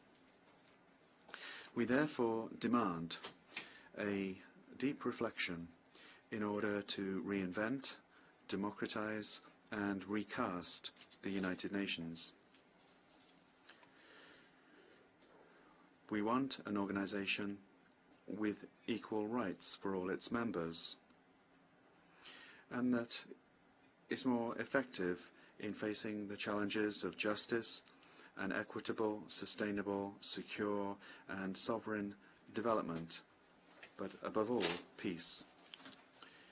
The increasing greed of global capitalism, particularly in the Middle East and in Africa, has caused wars and has created, fostered, cultivated, and used fanaticism and terrorism, spreading insecurity, destruction, and causing all forms of crises: military, food, environmental, labor, humanitarian, of infinite proportions and ramifications. The forced and brutal displacement of thousands of people, including the elderly, children, boys and girls, entire families, from countries that were previously developed, such as Syria, Libya, Iraq, and sub-Saharan Africa. All of this lays bare the true nature of wars and of terrorism, and the conflicts which we experience, created and promoted as they are by the greed of the empire of global capitalism. We all have stated that this situation will get worse unless we act together to address and resolve the causes of so much distress, barbarism, and catastrophe. Our organization should encourage respect, peace, sovereign security, justice, and solidarity among human beings. Our organization must respond to this barbaric intervention in and interruption of our tranquility and the right to prosperity in the lives of millions of families, of countries, and of peoples. Our organization must respond to the challenges of our time with measures and actions that reflect the supreme interests of peoples. Respect the inviolability of sovereignty, the recognition of national natural resources, the promotion of security, justice, and peace. It should not be ignored that the achievement of the so-called Millennium Development Goals was hindered by the awful impact of wars and terrorism created by and encouraged by the empires. Moreover, climate imbalance or climate change, the unusual frequency of earthquakes and volcanic eruptions, disasters, epidemics, droughts, floods, landslides, all calamities known to man have vented their fury on the most impoverished countries. Countries and peoples that had fully implemented the MDGs, such as Syria, Libya, and Iraq, have seen interventions and have been devastated by terrorism, which is promoted to sustain imperial invasions and wars. And all of this is disguised as internal conflict brought about in an effort to seize and take control over our natural resources.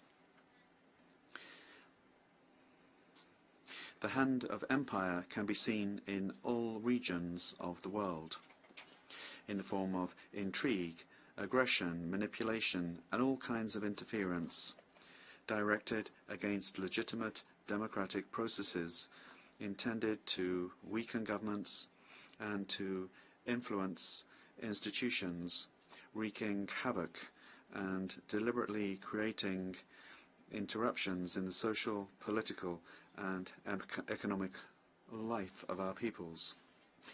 In Latin America and the Caribbean, we have reiterated our desire to declare ourselves a zone of peace and fair development, and our commitment to continue to create conditions in each country and in the region to achieve, through dialogue and through coming together, firm and enduring peace and justice. The pending MDG agenda and the new world agenda to combat poverty requires the following: restoring peace, sovereign security, respect for independence, the natural resources of every people, for dignity and for cultures. To work for justice, to work for equality, to work for development requires the establishment of a culture of coming together, of dialogue, of consensus. It requires the recovery of the essential values of humanity. It requires putting an end to wars and terrorism that have been created and nurtured, and it requires the constructive work of dialogue and respectful affirmation of sovereign security and peace. Nicaragua and the Government of Reconciliation and National Unity has worked to fight against poverty, as can be seen in national and international indicators. And it's on the basis of this commitment, and as a government and a country and a people that are committed to our rights and well-being and security for Nicaraguan families, it is from this point of view that we are raising here in the United Nations and proposing to the United Nations that it should take on the responsibility of addressing the battles to come. We have to work for justice, for peace, respect, dialogue, sovereign security in the world. In order to do this, we have to bring about the indispensable changes so that this organization can serve the interests of all its members. We would like to highlight that during the presidency of this assembly in 2008, Father Miguel Descoto developed these very ideas and proposals, complying with Nicaragua's mandate to establish the basis for the discussion of these transformations. and to serve as a basic document for reinvention of the United Nations. We feel that only when we have a United Nations that is fair and democratic, that has been recast, recreated, and is functioning properly for the world and for humanity in the 21st century, only when we have that can we really face the great challenges of our time. Our government and our people advocate for a world of values where human beings are able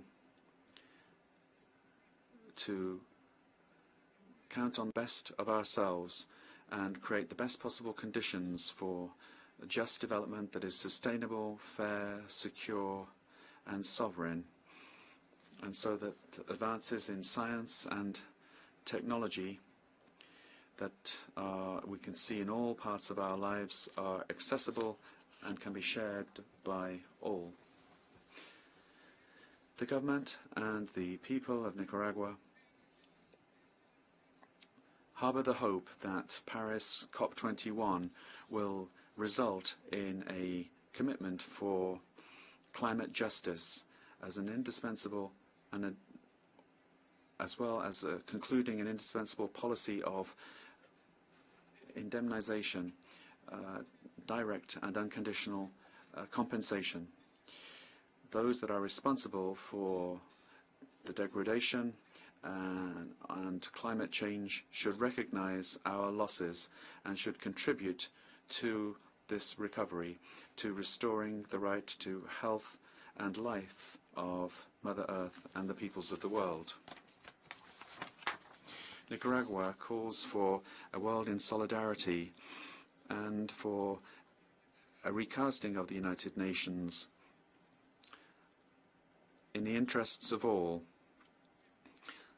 so that we're able to listen and talk to each other on an equal footing, all member states. We also advocate for a respectful, responsible and ethical role to be played by United Nations agencies, devoid of any form of interference and intervention in the internal affairs of sovereign states. Once again, we come with the greetings of the people of Nicaragua, with the hope that this 70th anniversary and the commitments that we make will lead to an open process of reflection with regard to how we can change this organization, reinvent it and make it democratic. From Nicaragua, blessed and always free, we are committed to the initiative to recreate, reinvent and refound the United Nations in order to deal with the growing demands of a democratic organization that will serve the supreme interest of sovereign security, justice and peace in the world. I hope that the United Nations will fulfill this role to provide for dialogue, respect, understanding, sovereign security, peace and future without interference, but working together equally. In other words, with everyone, for the well-being of everyone. Let it be such. Daniel Ortega Saavedra, President of Nicaragua, the 1st of October 2015. Thank you very much.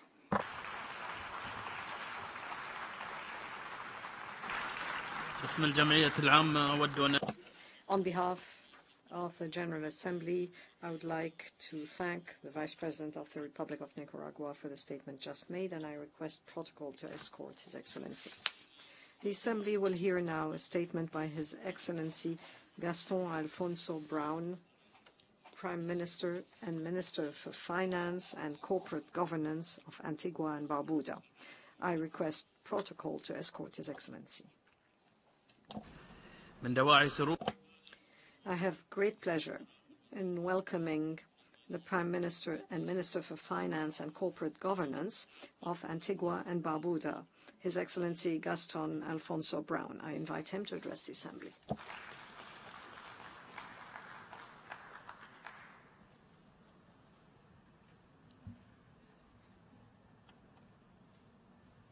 Mr. President, Secretary General, Ban Ki-moon, Excellencies, ladies and gentlemen. Democracy, peace, security, the rule of law, and respect for human rights are crucial elements in achieving the economic and social development to which my people aspire.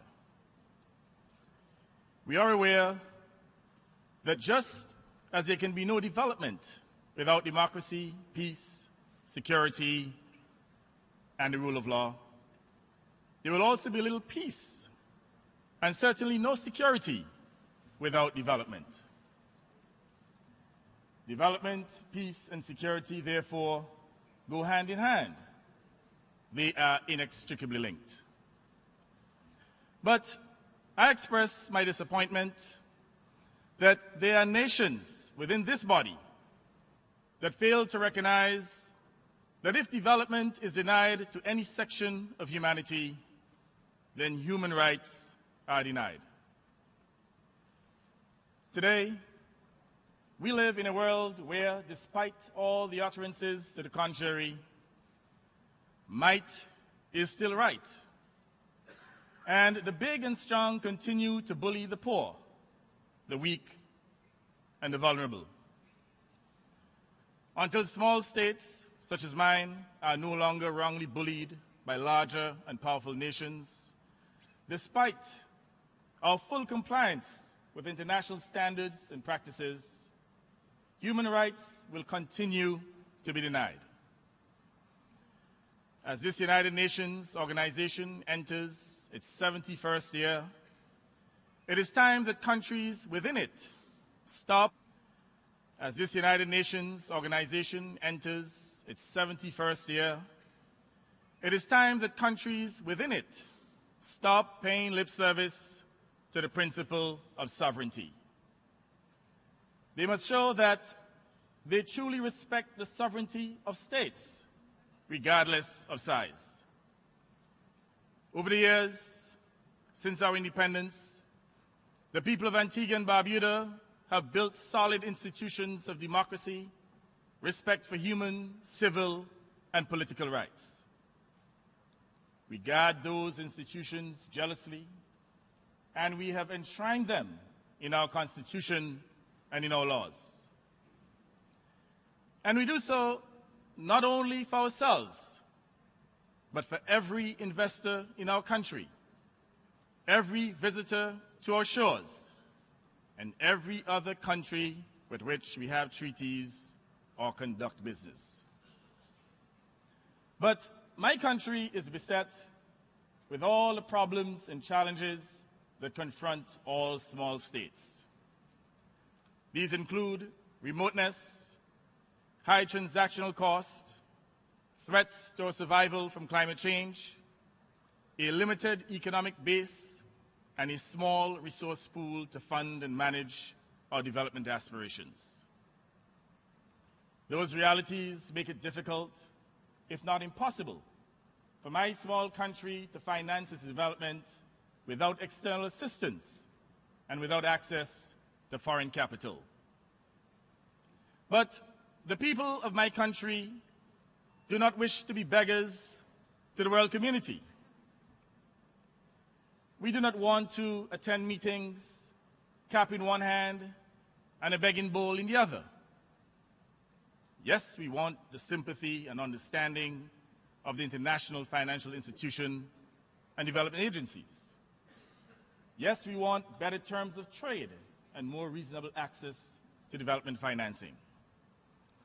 But we also are determined to stand on our own 2 feet and to earn our place among the community of nations. We are resolved not to beg for it, but to work for it.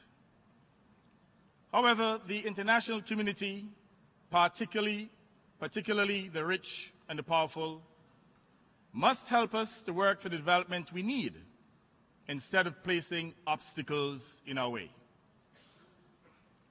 Yet, 11 years after the World Trade Organization delivered a judgment in my country's favor,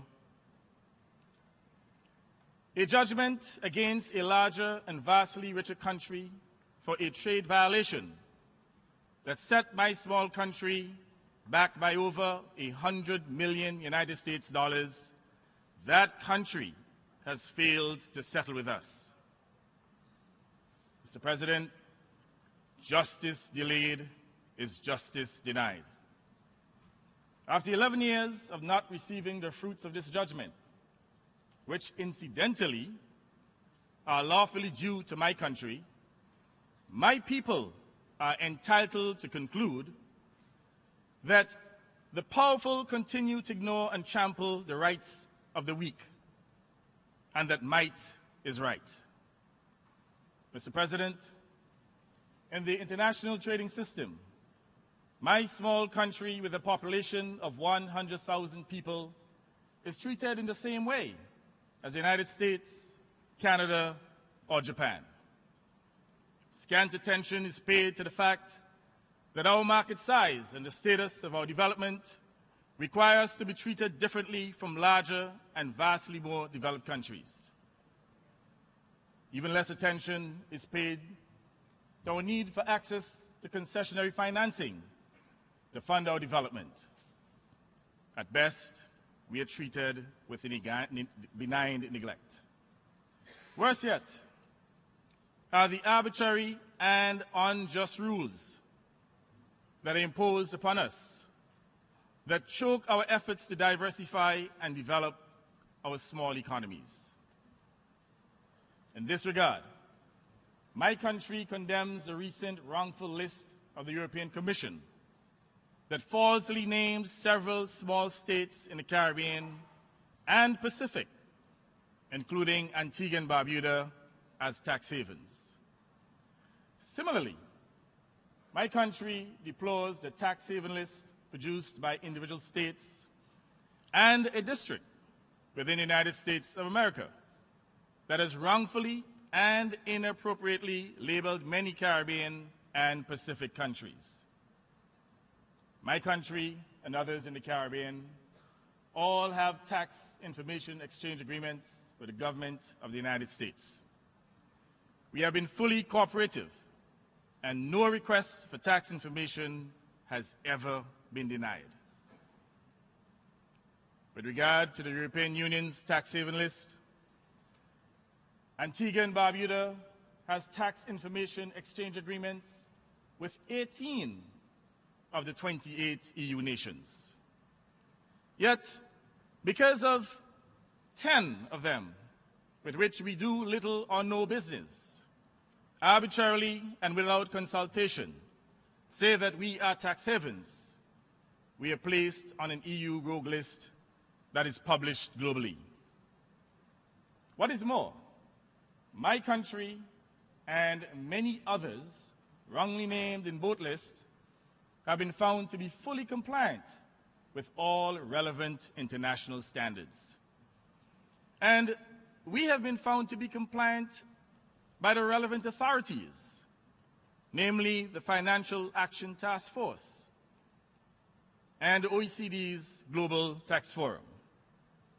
It cannot be right that our small country's reputation should be wrongfully tarnished by powerful countries, despite all that we've done at great cost to our limited resources in order to comply with international standards. Such wrongful tarnishing opens the possibility of financial institutions in Europe and the United States discontinuing corresponding relations with our banks.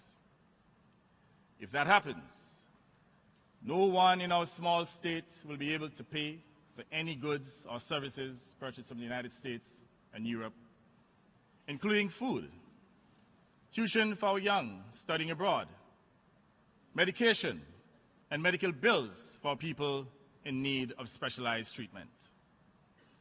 The consequences would be disastrous, since we would be excluded from the international payment system and would be unable to settle our trade and investment transactions. Our banking system would collapse, our economy would be irreparably damaged, and our people would be plunged into abject poverty, contrary to the objectives of the post-2015 development agenda.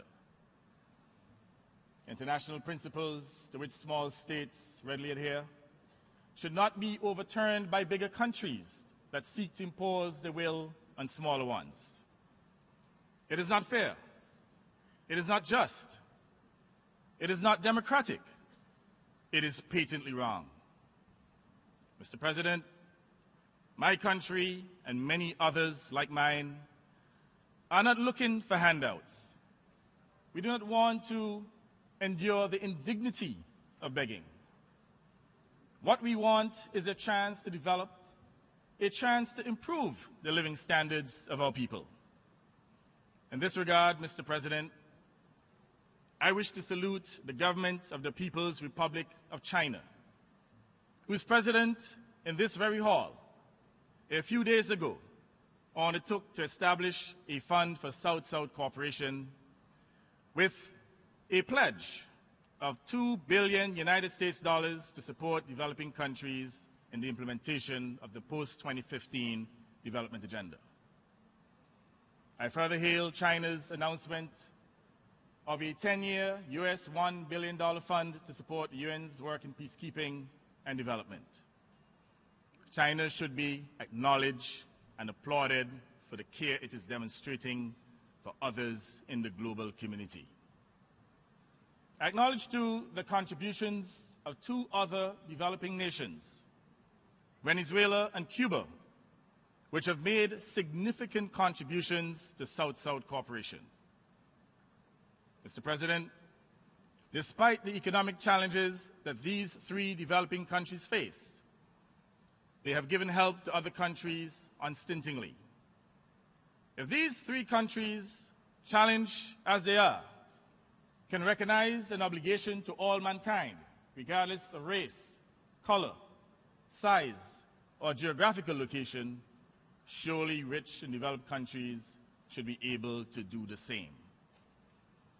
I call in these developed countries to stand up and be counted. I applaud those countries such as Britain, Germany, and Sweden, which have met their commitments to deliver 0.7% of their GDP as official development assistance. I urge the others to follow their lead and to join them not as a giveaway to beggars, but as an investment in a safer and more peaceful world, whose progress will contribute to the prosperity of all mankind. Mr. President, on the matter of peace and security, my country firmly believes that the world's prospects for peace and security were greatly enhanced by two recent developments. The first is the establishment of diplomatic relations between Cuba and the United States of America. We hail that accord.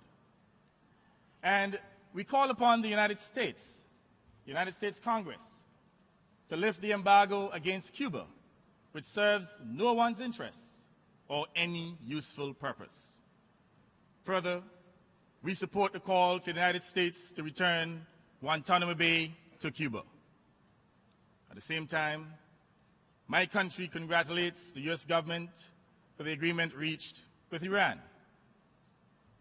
While we are mindful that 5 other countries were involved in the process, we recognize that President Obama faced the most difficult circumstances. We commend his far-sightedness as we applaud the willingness of all the participating countries, including Iran, to overcome obstacles through negotiations and dialogue. The President of Iran told this assembly that while his country will not forget the past, it does not wish to live in the past. He has committed his nation to the practical path to security and stability through the development that comes with economic engagement. My country welcomes that commitment and in turn stands ready to participate with Iran in such economic engagement.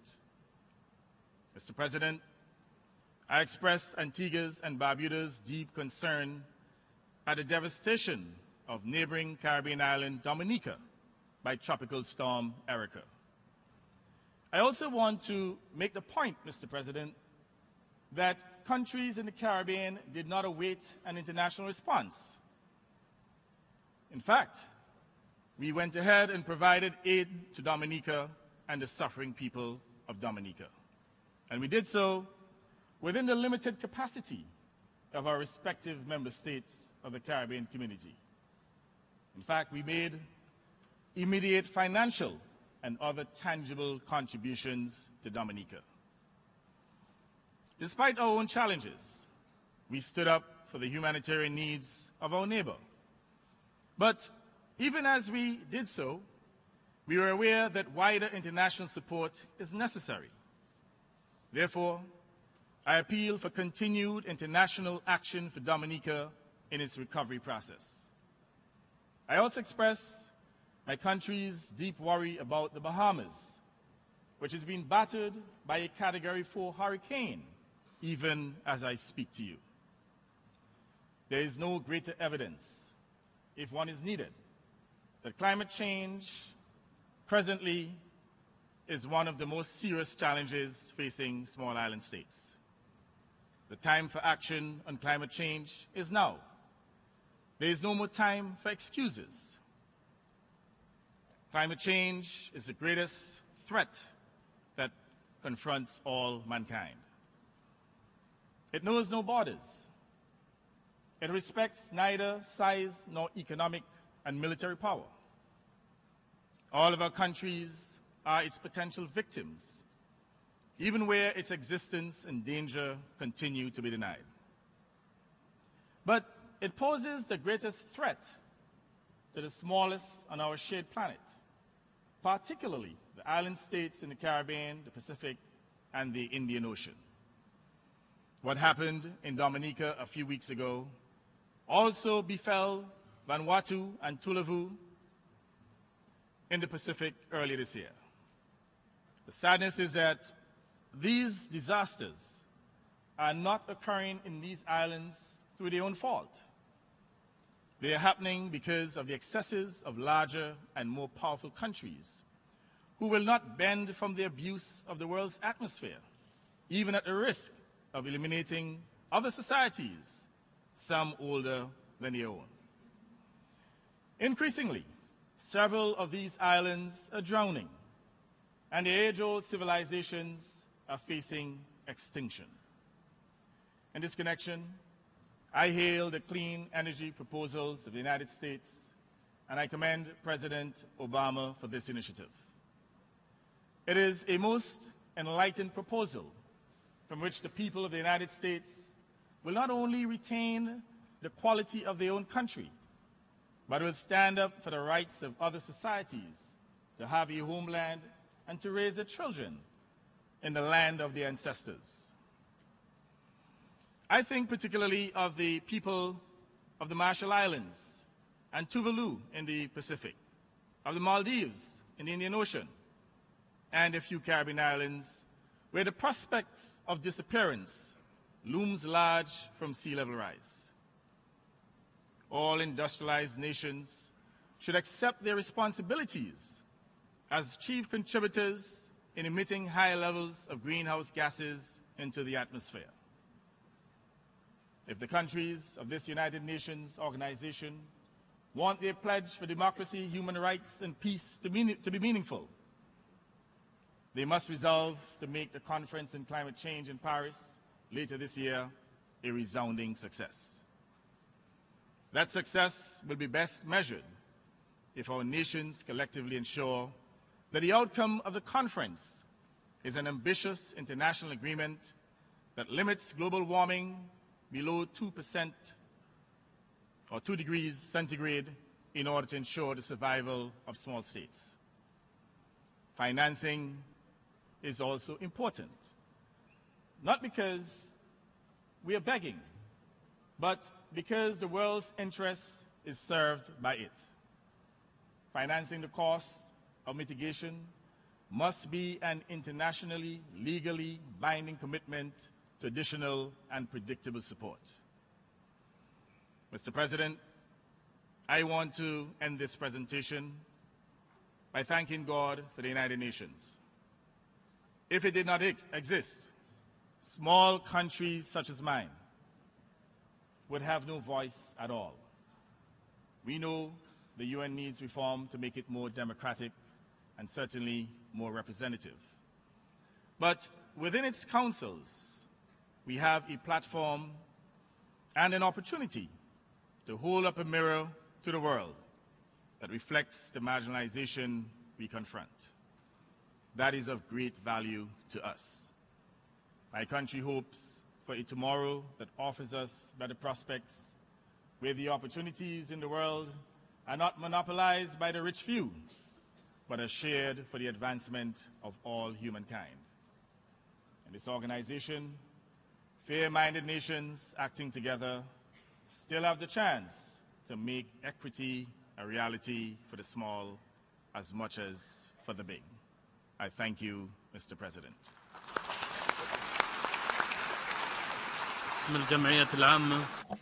On behalf of the General Assembly, I wish to thank the Prime Minister of Antigua and Barbuda for the statement just made, and I request protocol to escort His Excellency. The Assembly will now hear a statement by His Excellency John Key, Prime Minister of New Zealand. I request protocol to escort His Excellency.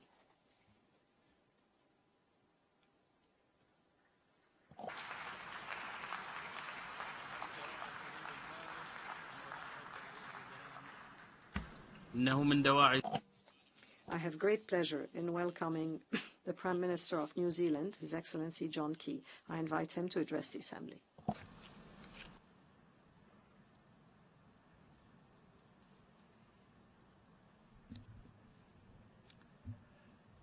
Mr. President, the 70th anniversary of the United Nations is a good opportunity to reflect on the organisation. For most of us, the United Nations has been one of the key international realities of our lives. It's been at the heart of what has shaped us in the significant developments of the post-World War II era. But as we all know, it is not perfect. A lot can be said about the shortcomings of the UN.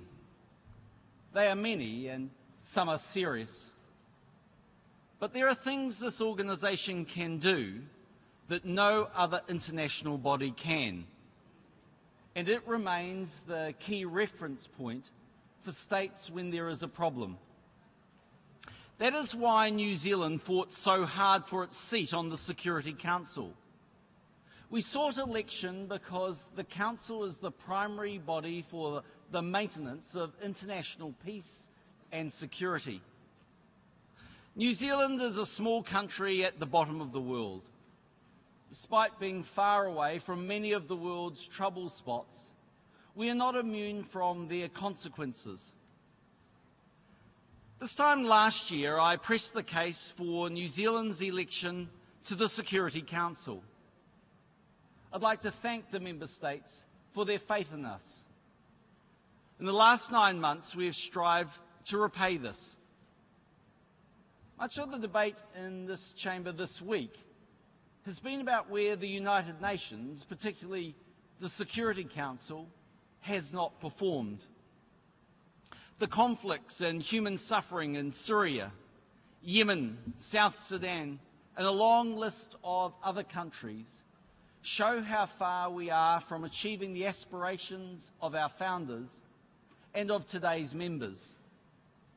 So too does the lack of progress in bringing peace in the Middle East. Since we have been on the Council, we have found it as hard as many of you warned. The Council's agenda is lengthy and contentious. the dynamics within it are difficult. When Council members work together, as they did with the recent agreement over Iran's nuclear capability, they can still deliver on the Council's role as set out in the Charter. The Iran deal was a notable bright spot this year. While it was negotiated in Vienna, only the Council had the power to implement it. New Zealand is proud that this occurred during our presidency in July. Now the deal needs to be implemented, and its example needs to be followed. That is because this important agreement must become the basis for something wider, a fundamental reset of relationships and a foundation for the resolution of other regional conflicts. Nowhere is the resetting of relationships needed more than in Syria. Syria has been torn apart by internal divisions and a leader prepared to wage war on his own people to cling to power. External actors, both from within the region and beyond, had tried to tilt the balance in pursuit of their own interests. And as the country descended into lawlessness, the evil nightmare of ISIL that first took hold in Syria spread death and terror into the region and beyond. ISIL's warped ideology and unprecedented use of social media to export its twisted message to a threat is a threat to all of us, even to a country as distant as New Zealand. It is because of this that New Zealand joined the international coalition against ISIL. We are doing what we can to help the victims of the Syrian conflict and to combat the scourge of ISIL. New Zealand's armed forces are helping the government of Iraq to train its soldiers to defend its people. In the response to the humanitarian crisis, we are helping fund programs in Jordan, Lebanon and Turkey to assist their efforts to support thousands of displaced refugees. Like so many other countries, we are implementing an emergency Syrian refugee resettlement program. None of this gets to the root of the problems in Syria. All Council members carry responsibility for ending the misery in Syria and beyond. The consequences of inaction are not theoretical. The human toll is real. A 3-year-old boy dead, washed up on a Turkish beach, hundreds of thousands killed and millions forced to flee their homes.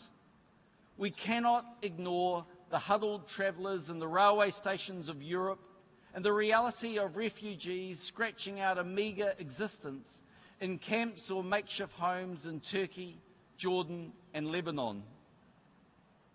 More than 160 leaders have shown up in New York this week to mark the enduring importance of the United Nations over the past 70 years. Yet we do so against the backdrop of the worst refugee crisis since World War II. Every one of us sees the harrowing images daily. At the same time, we see the consequences of the Security Council's failure to act over the past 4 years. Mr. President, it's time for the Council to step up. It's time for it to stop talking about what's right and do what's right. It's time for the Council to do the job for which it was created. It's time for its members to set aside their vested interests and historical alliances in order to stop the violence and end the suffering. It's time for the Council to do its duty for those who have lost their lives and loved ones and for the millions who have been displaced. We cannot afford to let the Council go from an institution with failings to a failed institution. Mr. President, there must be a political solution to the conflict in Syria, and it must come soon. It should address all issues and involve all relevant actors from within the region and beyond. The question is not Assad or ISIL. Both need to be dealt with. A workable political solution will not be a perfect one. Indeed, this is a classic case of the perfect being the enemy of the good. It will require international cooperation and compromise on all sides. Mr. President, the Council also needs to engage in making progress on the Middle East peace process. Since being elected to the Council, New Zealand has made clear its view that the status quo is unsustainable. It puts at risk the achievement of the two-state solution that we all know is the best hope for a lasting peace. This is a matter of urgency and another critical issue on which the Security Council should lead. We are told the conditions are not right on the ground, that the parties are not ready. But we should not let conditions on the ground dictate our actions if our actions can help progress a solution. Mr. President, we stood for the Council because we believe small states have a positive contribution to make, and we want to provide a voice for those who go unheard too often. It was for this latter reason that we arranged the first open debate on the peace and security challenges of small island developing states during our presidency in July. We were heartened by the level of participation, both from those states and the wider membership. The challenge for a small elected member to have its voice heard and its views taken into account is considerable. Part of the problem is structural. That the 5 permanent members of the Council have the veto creates an extraordinary power imbalance. That imbalance is exacerbated by their practices of pre-negotiating outcomes before engaging with the 10 elected members, and of taking no action when one of the 5 does not agree. This experience has reaffirmed to us that New Zealand was right to oppose the veto when the Charter was being negotiated. It is still our view that the veto is a constraint on the effectiveness of the Council in realising the aspirations of the United Nations members. For that reason, New Zealand supports the 2 proposals being put forward this year by the ACT group of countries and by France and Mexico to limit the use of veto in mass atrocity situations. The fact that 2 permanent members are supportive is progress. But part of the problem is also behavioural. The permanent members have become used to exercising power and are protective of their privileged position. They presume to control the Council's agenda and to determine its processes. Despite this, we are doing what we can to ensure that the elected members have the information and the opportunity to contribute effectively to Council decision making, and in turn that it makes effective decisions. We want to contribute to a Council that is genuinely focused on finding practical solutions to political problems and not on preserving the status quo. We are well aware that the conflicts on the Council's agenda are complex and not easily solved, but we are realistic in our expectations of what can be achieved. New Zealand believes that the body responsible for maintaining international peace and security has a responsibility to find solutions to the world's most pressing crises. Mr. President, only the United Nations and its agencies have the capacity to focus world attention across a range of issues. This was demonstrated last week with the adoption of Sustainable Development Goals. We sincerely hope that that will be repeated in Paris in December with the adoption of a meaningful agreement on climate change. Mr. President, healthy and productive oceans are a key requirement for a sustainable future. I was pleased to announce earlier this week the creation of a marine sanctuary around New Zealand's Kermadec Islands. The Kermadec Ocean Sanctuary will comprise of 620,000 square kilometres of ocean in one of the most pristine and special environments on Earth. The sanctuary will be one of the world's largest and most significant fully protected marine areas. It will cover an area twice the size of our landmass and better protect the habitats of a huge array of sea creatures. New Zealand is committed to managing our oceans responsibly, and we are working with our Pacific neighbours to do the same. We have committed $1 billion in development assistance to the Pacific, focused on, among other things, helping support sustainable fisheries management. Our aid is focused on our region and in areas where we know we can get real results for real people, improving livelihoods and creating opportunities. Many governments around the world are doing the same, and we are proud to play our part. Mr. President, as I prepare to leave New York, I do so proud of the contribution that New Zealand has made to the sustainable development of our oceans. I leave proud of the contribution New Zealand is making of the Security Council, and proud of the values and principles that underpin the country I lead. I also leave dispirited by the Security Council's failure to help not only the people of Syria, but those in so many other countries. The collective effort of the Security Council, supported by the wider membership, could make a real difference. I think all of us who have been here over the past week know that collective action must start somewhere. Mr. President, it should start here. Thank you very much.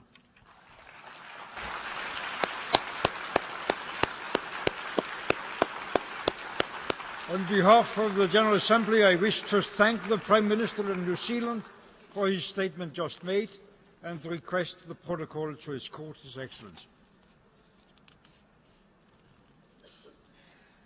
The Assembly will now hear a statement by His Excellency Rui Maria de Araujo, Prime Minister of the Democratic Republic of Timor-Leste.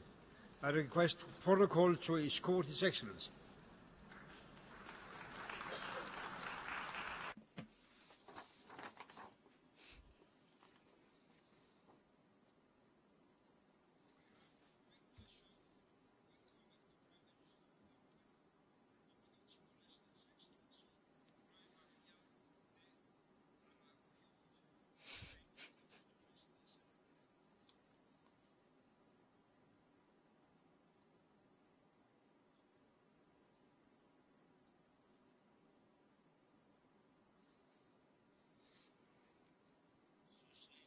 Your Excellency, Mr. President of the General Assembly of the United Nations, Your Excellency, Mr. Secretary General of the United Nations, Your Excellencies, Heads of State and Government, ladies and gentlemen. It is with the utmost pleasure that I address this prestigious organization today. It is my privilege to take this podium for the first time in this General Assembly, particularly because the Member States are together celebrating its 70th anniversary. This is undoubtedly a historical moment in the life of the United Nations when we can celebrate and honestly reflect on the principles and the spirit that were at the genesis of this organization, as well as the failures and successes over these 70 years. These failures and successes are intimately associated with various world events, including the establishment of the Democratic Republic of Timor-Leste, whose status as a sovereign state was internationally recognized on May 20th, 2002. Nonetheless, the world has changed dramatically since the United Nations Charter was signed 7 decades ago in 1945. Today, we are an organization with 193 member states, many of which formed after the end of World War II.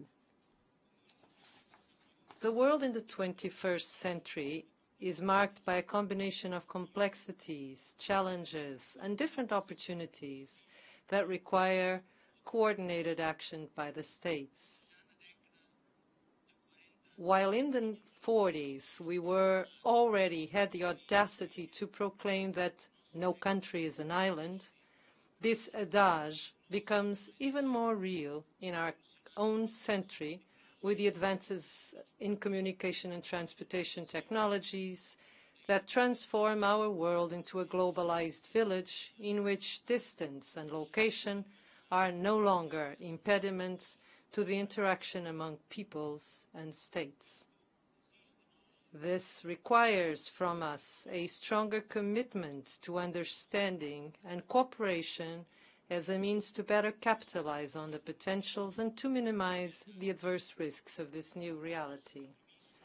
Our commitment to the principles of the United Nations Charter and the multilateral system thus constitutes an indispensable element in the interactions of humanity in our century.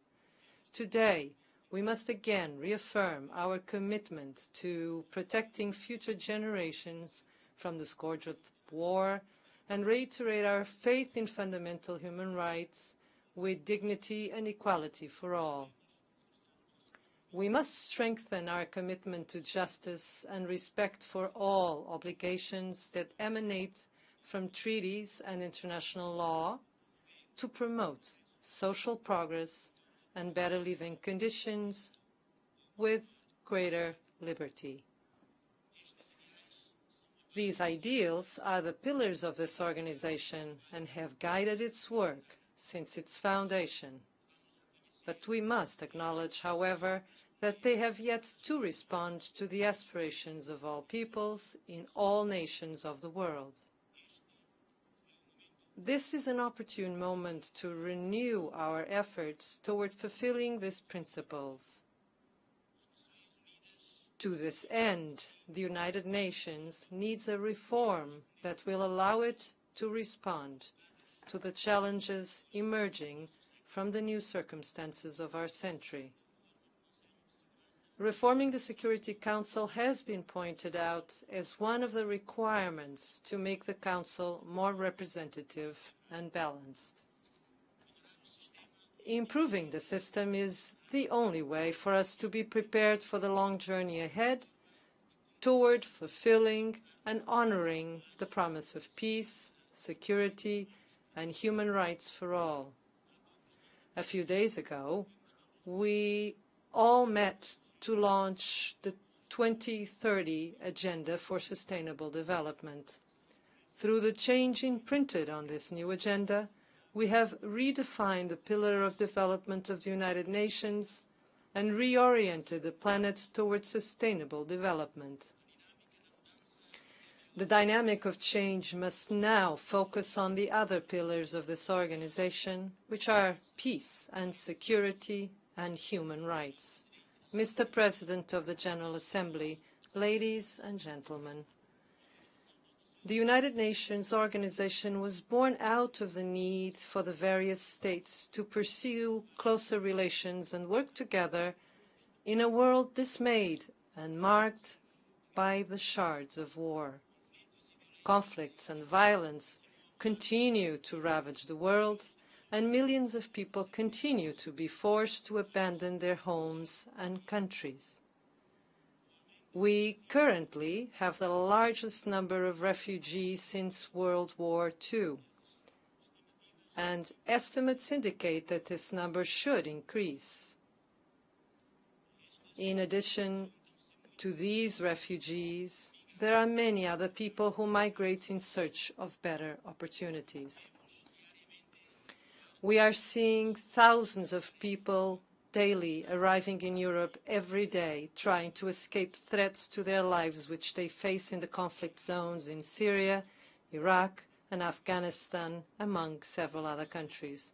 it is crucial that we bear in mind that we must provide those who are forced to flee persecution and armed conflict with protection to which they are entitled under international law. We cannot forget that crises, wherever they crop up, can drag on and spread indiscriminately, affecting the economy, social life, peace and stability in the regions and in the world. Notwithstanding the progress achieved since the establishment of the United Nations in 1945, we must acknowledge that there remains much to do and fulfill. Conflicts and crises still persist in Africa, the Middle East, Asia, Europe, and the Americas. The Sahrawi, Palestinian, many other peoples continue to be denied their fundamental rights. When there is disagreement, leaders must recognize that dialogue is a means to an end. Timor-Leste is particularly pleased with and congratulates the United States of America and the Republic of Cuba for their re-establishment of diplomatic relations and wishes that a frank and open dialogue may quickly lead to the removal of impediments to economical, financial, and trade relations. Mr. President of the General Assembly, ladies and gentlemen, new and different threats to peace, security, and human rights have emerged since the creation of the United Nations. Terrorism, organized crime, and extreme violence are new obstacles to international peace and security.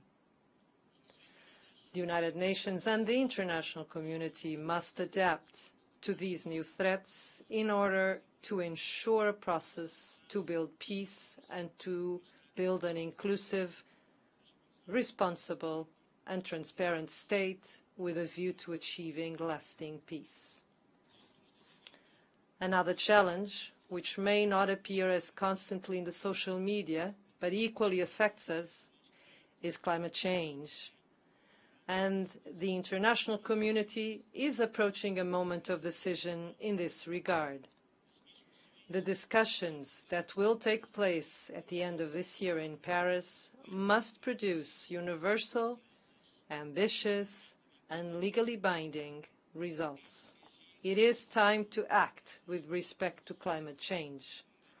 The whole world is advancing towards a consensus that recognizes the urgency of combating climate change, including citizens, civil society, and religious leaders, as seen in the message conveyed by His Holiness Pope Francis and the declaration by Muslim leaders, underscoring our moral duty to protect those who are most vulnerable and to care for the planet we inhabit.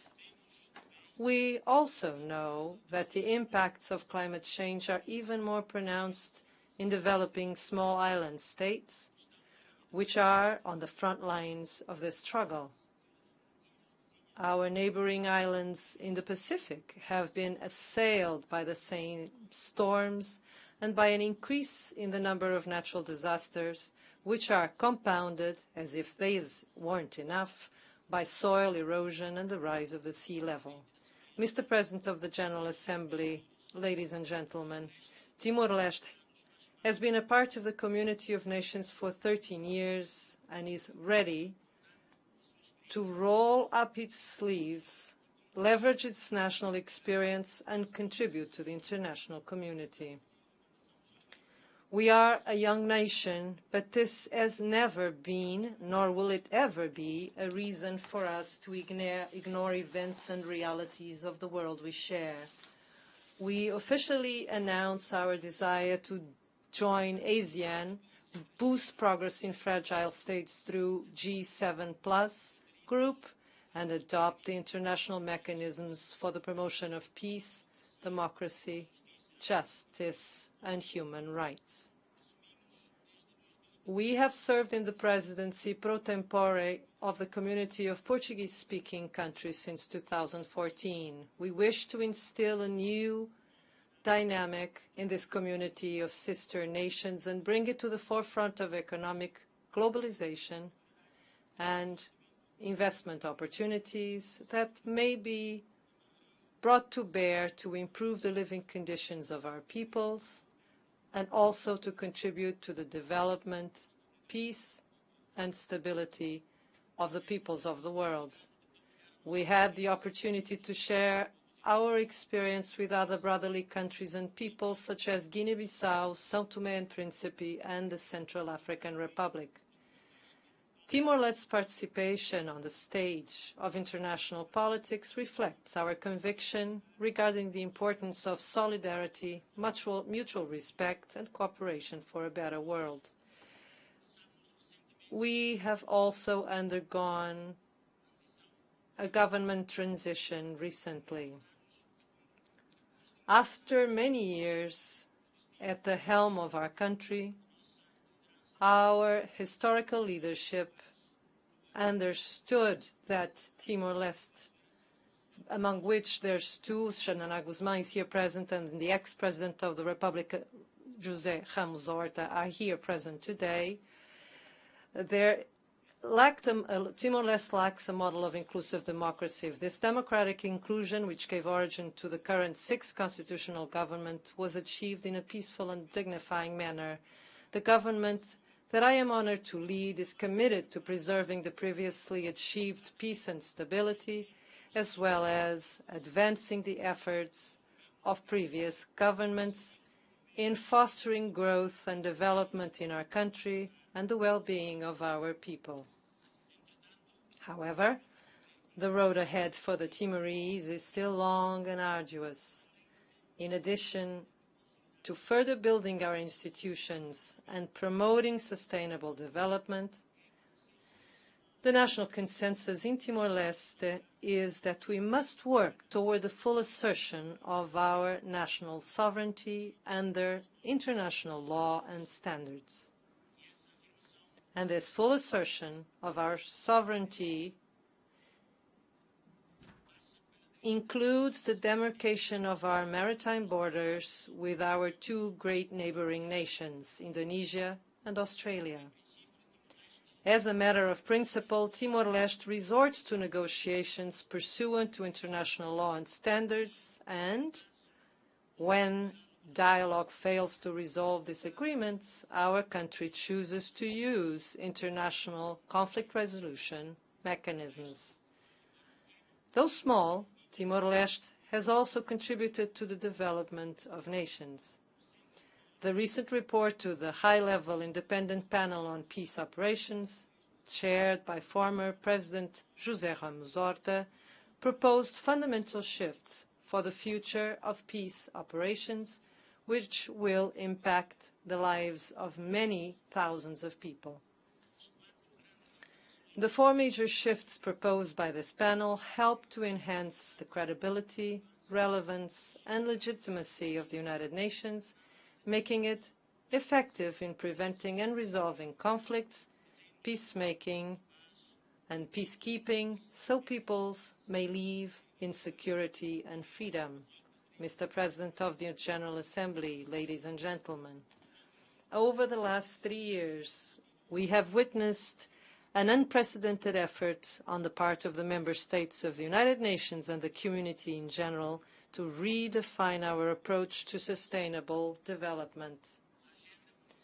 The 2030 Agenda for Sustainable Development embodies a remarkable balance of interests and priorities, with a set of goals that are profoundly interlinked and indivisible. Timor-Leste is particularly pleased with the inclusion of Goal 16, which strengthens the essential elements of peace, justice, and institutions. We know from our own experience that these elements are crucial to our joint commitment not to leave anyone behind on our path toward sustainable development. Goal 16 is the basis for a truly inclusive agenda, and together with Goals 5 and 17, serves as a cornerstone for the achievement of the other goals. Timor-Leste is committed to working with other countries and development partners and sharing what little we have to implement these and other sustainable development goals. In conclusion, I wish to thank the United Nations, its Secretary General, the President of this august General Assembly, and all member states of the United Nations here present, as well as all sectors of society that supported us in our struggle for liberation until we were recognized as a sovereign state.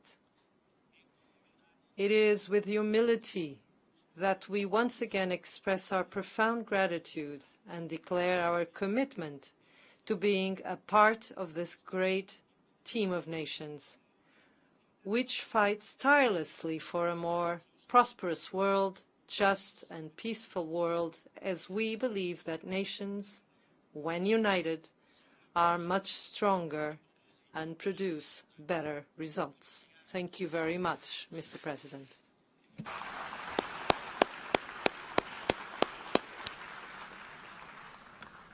On behalf of the General Assembly, I wish to thank the Prime Minister of the Democratic Republic of Timor-Leste for the statement just made, and I request protocol to escort His Excellency. The Assembly will now hear a statement by His Excellency Manasseh Sogavara, Prime Minister of the Solomon Islands. I request protocol to escort His Excellency.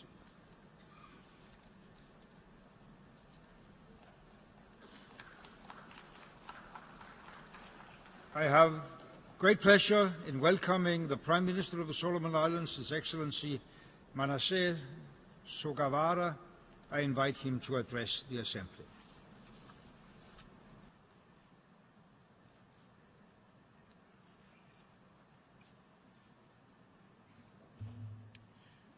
Mr. President, Excellencies, ladies and gentlemen, the government and people of Solomon Islands join me in conveying our warm greetings to this august body. I extend to you, Mr. President, facilitations on your election as President of the 70th session of the General Assembly, and assure you of Solomon Islands' support and cooperation during your term in office. As we commemorate the United Nations 70th anniversary, I wish to pay tribute to the 51 founding leaders that created this institution. The United Nations represented peace, security, and cooperation then, and continues to do so now. And so, on this auspicious occasion, Solomon Islands reaffirms its faith and commitment to the organization and its chair. Having said this, a lot has happened since 1945, and the world has changed over time. Solomon Islands share a part of the United Nations historical journey. When we first joined this august body in 1978, there were only 145 members. Today, the membership has increased to 193. Presently, more than 2/3 of the United Nations members are from the developing world, all seeking a fair, equitable, and rules-based multilateral system. This is a sentiment that is echoed in this whole every year. As long as wealth continues to reside with 20% of the world's population, a global system manifesting such a divide will always face challenges in attempting to meaningfully respond to our collective agenda, albeit realizing the fairness and equity that we all desire. Mr. President, the number of conflicts which the United Nations deals with has also multiplied. We now have 16 peacekeeping missions. This has meant that multilaterally we spend more on security than on development issues. We need to reverse this trend by striving to invest more in peace, through strategies and programs addressing security and sustainable development, and less on military solutions. Where there are situations of potential conflict, we need to work with all governments through an inclusive mechanism which avoids unilateral decisions which always result in protracted conflicts and strife, causing immense suffering to the people who are supposed to be beneficiaries of peace-building efforts. In this regard, the United Nations, on its 70th anniversary, must demonstrate commitment for greater action. Our appreciation goes to your predecessor, His Excellency Sam Kutesa, for his strong leadership on this historical development framework, transforming our world 2030 agenda for sustainable development, which this Assembly adopted last week. For developing countries, it means translating the Sustainable Development Goals into action.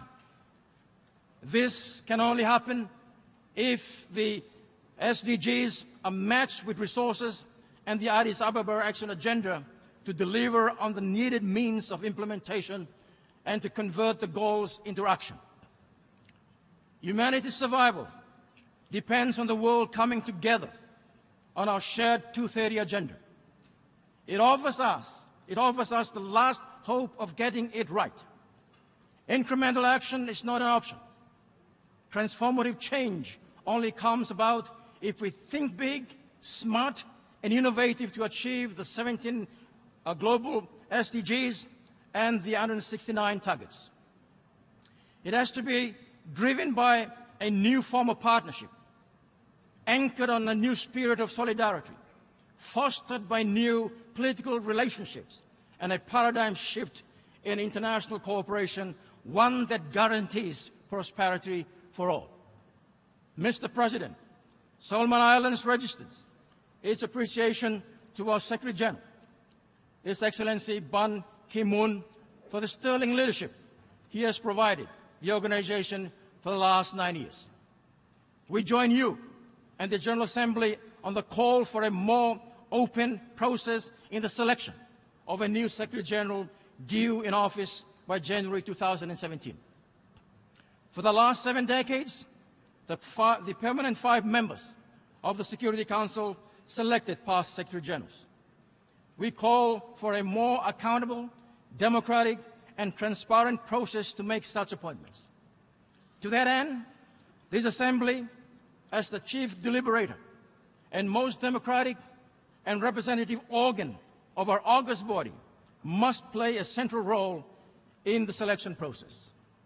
Mr. President, Solomon Islands reiterates its interest in serving in United Nations peacekeeping missions.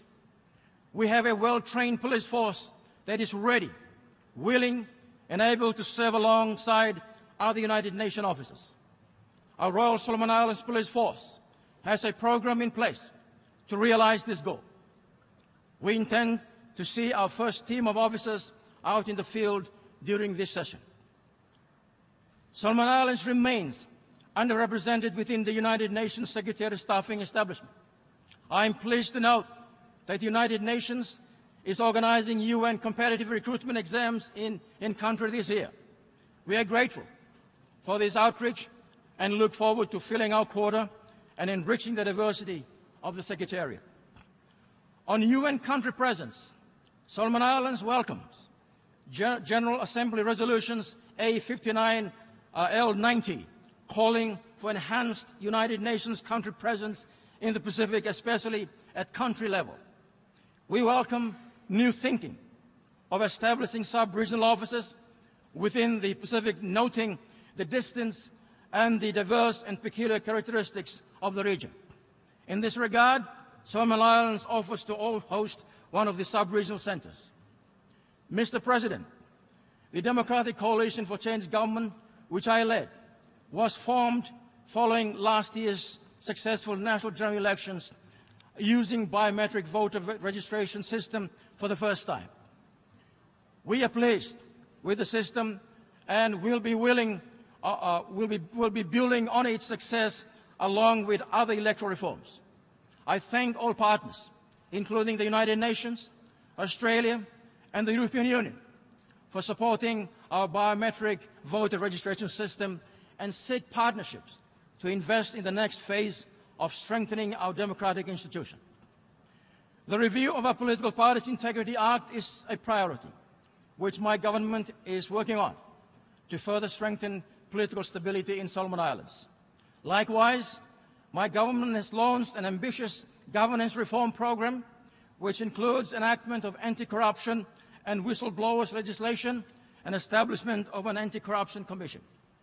Similarly, my government will introduce legislation to establish growth centers and industrial zones in the rural area and rural sector for the purpose of redistributing economic and social opportunities to the wider community.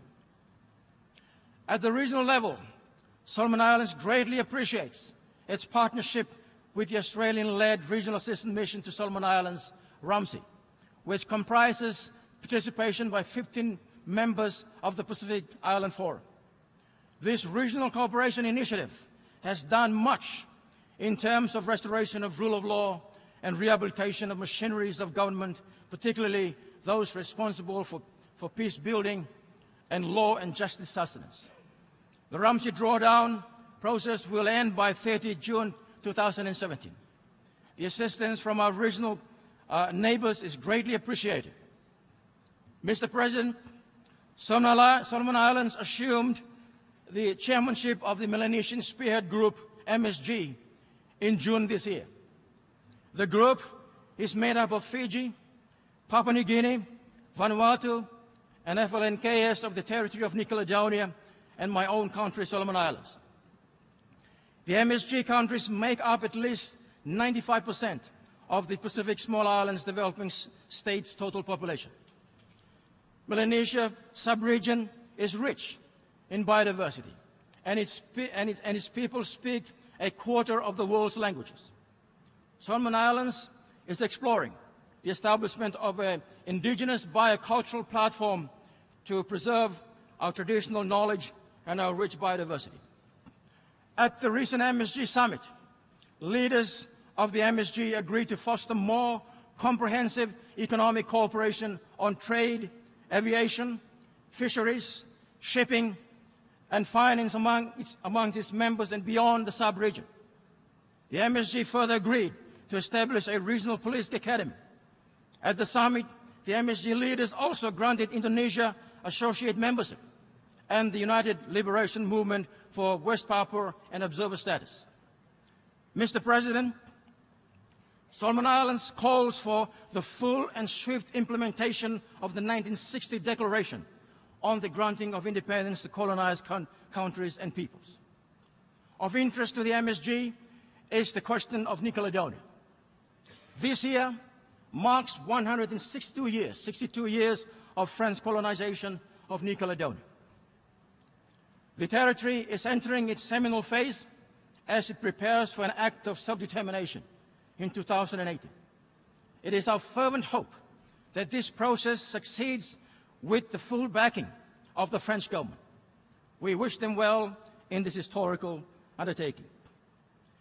Having said this, Solomon Islands cautiously welcome the fragile consensus reached in addressing New Caledonia's electoral issues by the Special Committee on the Noumea Accord.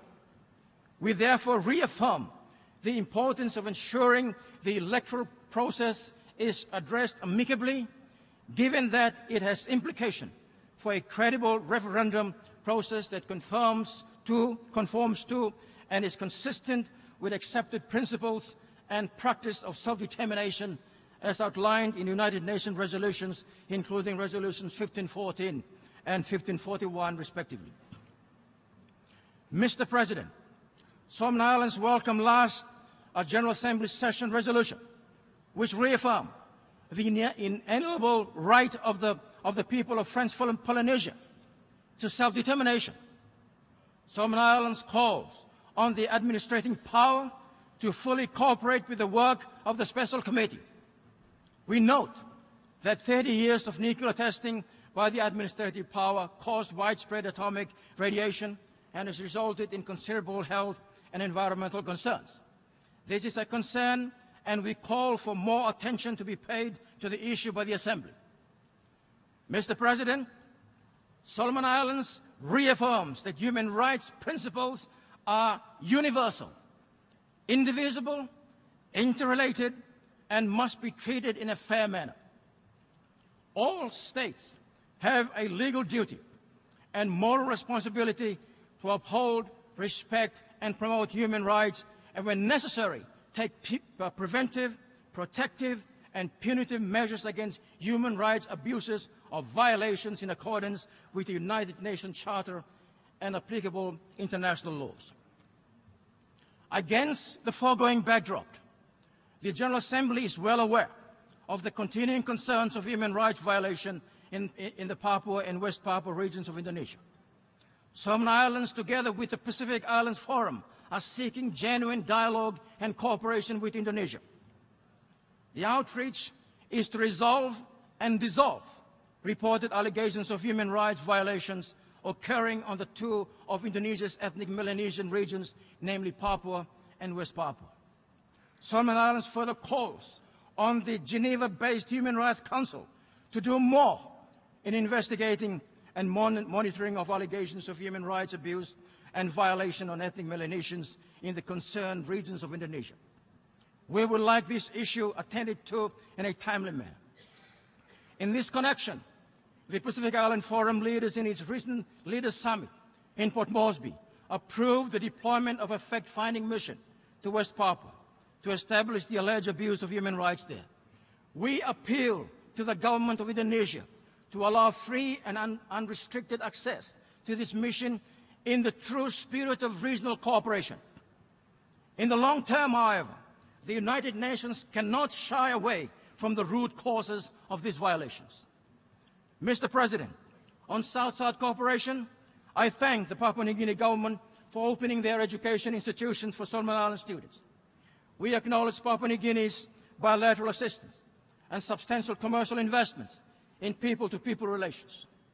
Our Melanesian relation remains firmly rooted in our cultural and traditional values that bind our people now and into the future. We are forging similar economic, social, cultural, and trade relations with Fiji, Vanuatu, and other Pacific countries. Turning now to Solomon Islands' relations with Cuba, we thank a fellow small islands developing state for training more than 100 Solomon Islands medical students. 44 doctors have graduated from medical schools in Cuba and are now back in the country. I thank Cuba for their solidarity and support to Solomon Islands. 2 months ago, Solomon Islands joined the international community in celebrating a new era of relations between Cuba and the United States of America. The restoration of relations after 54 years presents a new beginning for the United States to reconstruct its relations with Cuba based on mutual respect for national sovereignty and the freedom of international trade and navigation. We welcome President Obama's progressive easing of restrictions on Cuba. However, more needs to be done. We call for total lifting of economic, commercial, and financial embargo on Cuba so as to normalize relations between two states that are mere 90 miles apart. Mr. President, the issue of climate change for Solomon Islands, like other small islands developing states and least developing countries, is existential.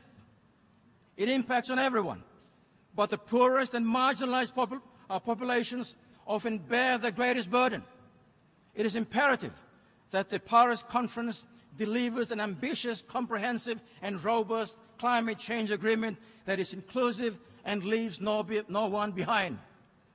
With ocean acidification, Solomon Islands tourism, fisheries, and the livelihood of 85% of our population is at risk.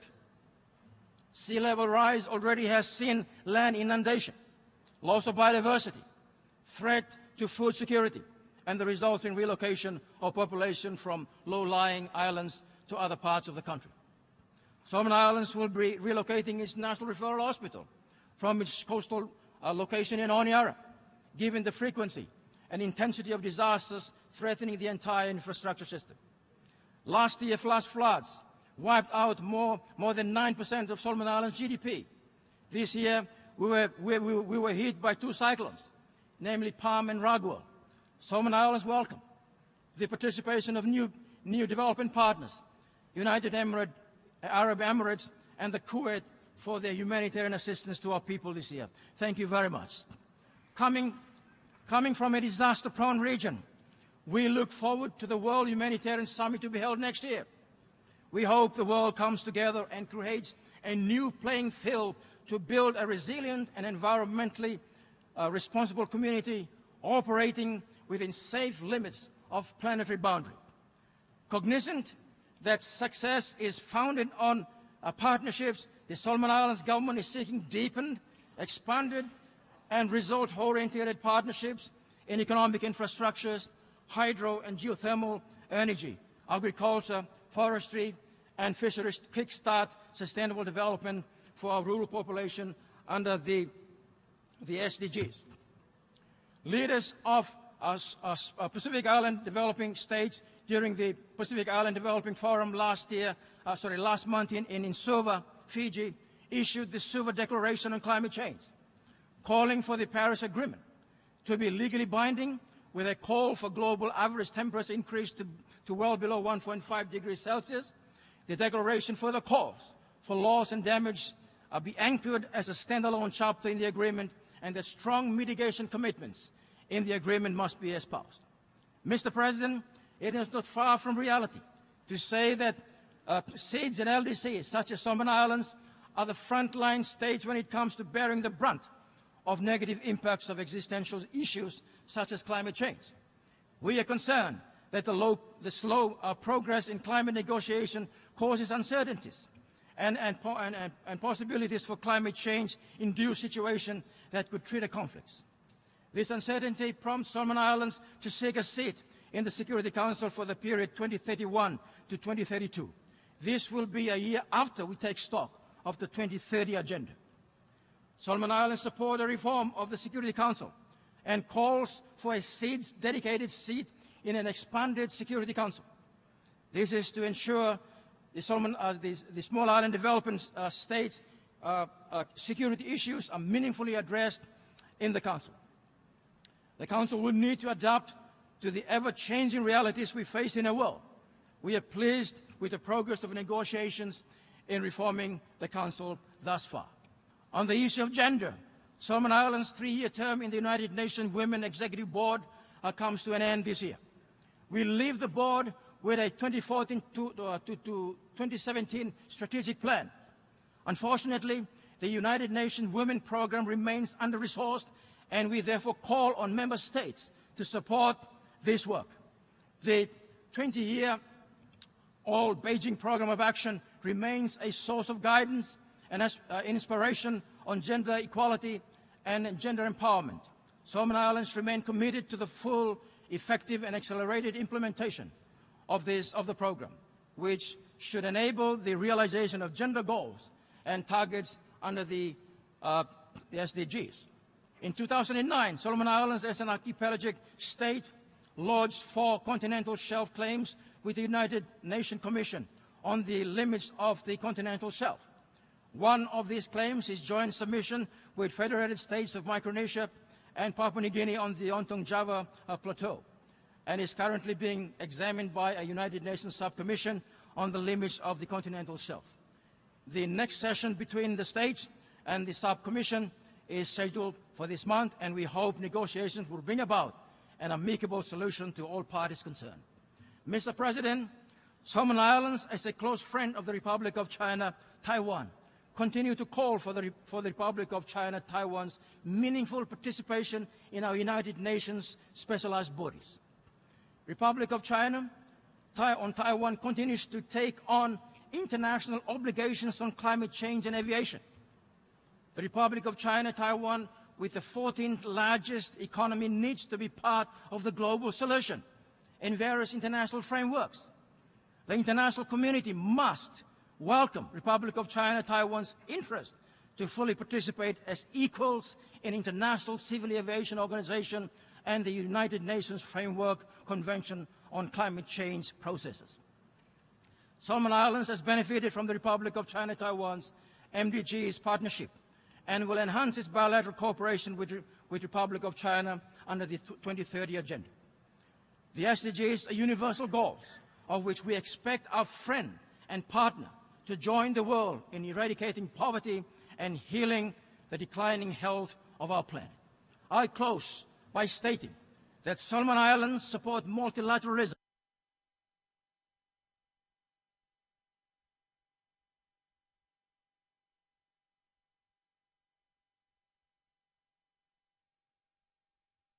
Of the Solomon Islands for the statement just made, and I request protocol to escort His Excellency.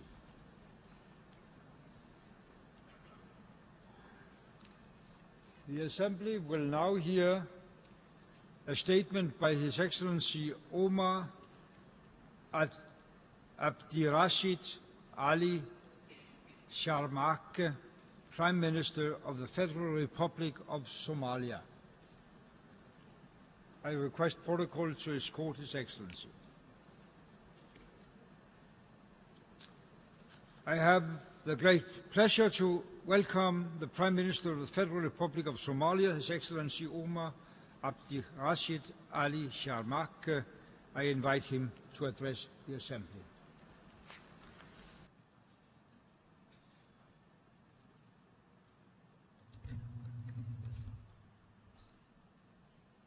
Mr. President, Mr. Secretary General of the United Nations, honorable delegates, excellencies, ladies and gentlemen, let me first congratulate to Mr. Lokotov on your election as the President of the 70th session of the UN General Assembly. I would also like to extend our appreciation to the outgoing President of the 69th session of the General Assembly, Mr. Sam Katuza, for his stewardship this past year. It's an honor and a privilege to address this august gathering today. On behalf of the people and the government of the Federal Republic of Somalia, I extend a warm congratulations on the 70th anniversary of the foundation of the United Nations. For 7 decades, the United Nations principles, goals of furthering peace, protecting security, and ensuring the advancement of human rights have indeed become unifying pillars of our global community. Somalia was one of the earliest African members of the United Nations and has been a member for more than 55 years. We have watched the United Nations grow, we have matured under its tutelage, and have now climbed back from a difficult phase in our recent history. Thankful for the support and backing from the members of this organization. 25 years ago, Somalia experienced its own Arab Spring prior to the current phenomena that has swept through much of the Arab world in the last few years.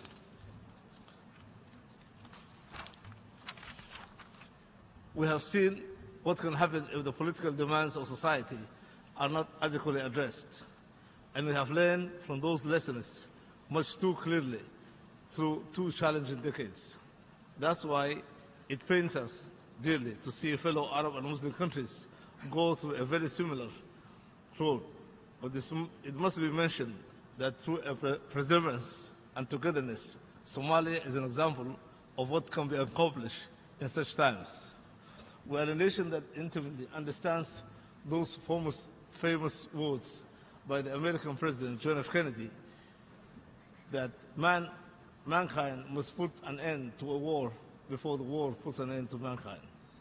This year's theme of peace, security, and human rights is in line with the vision of my government.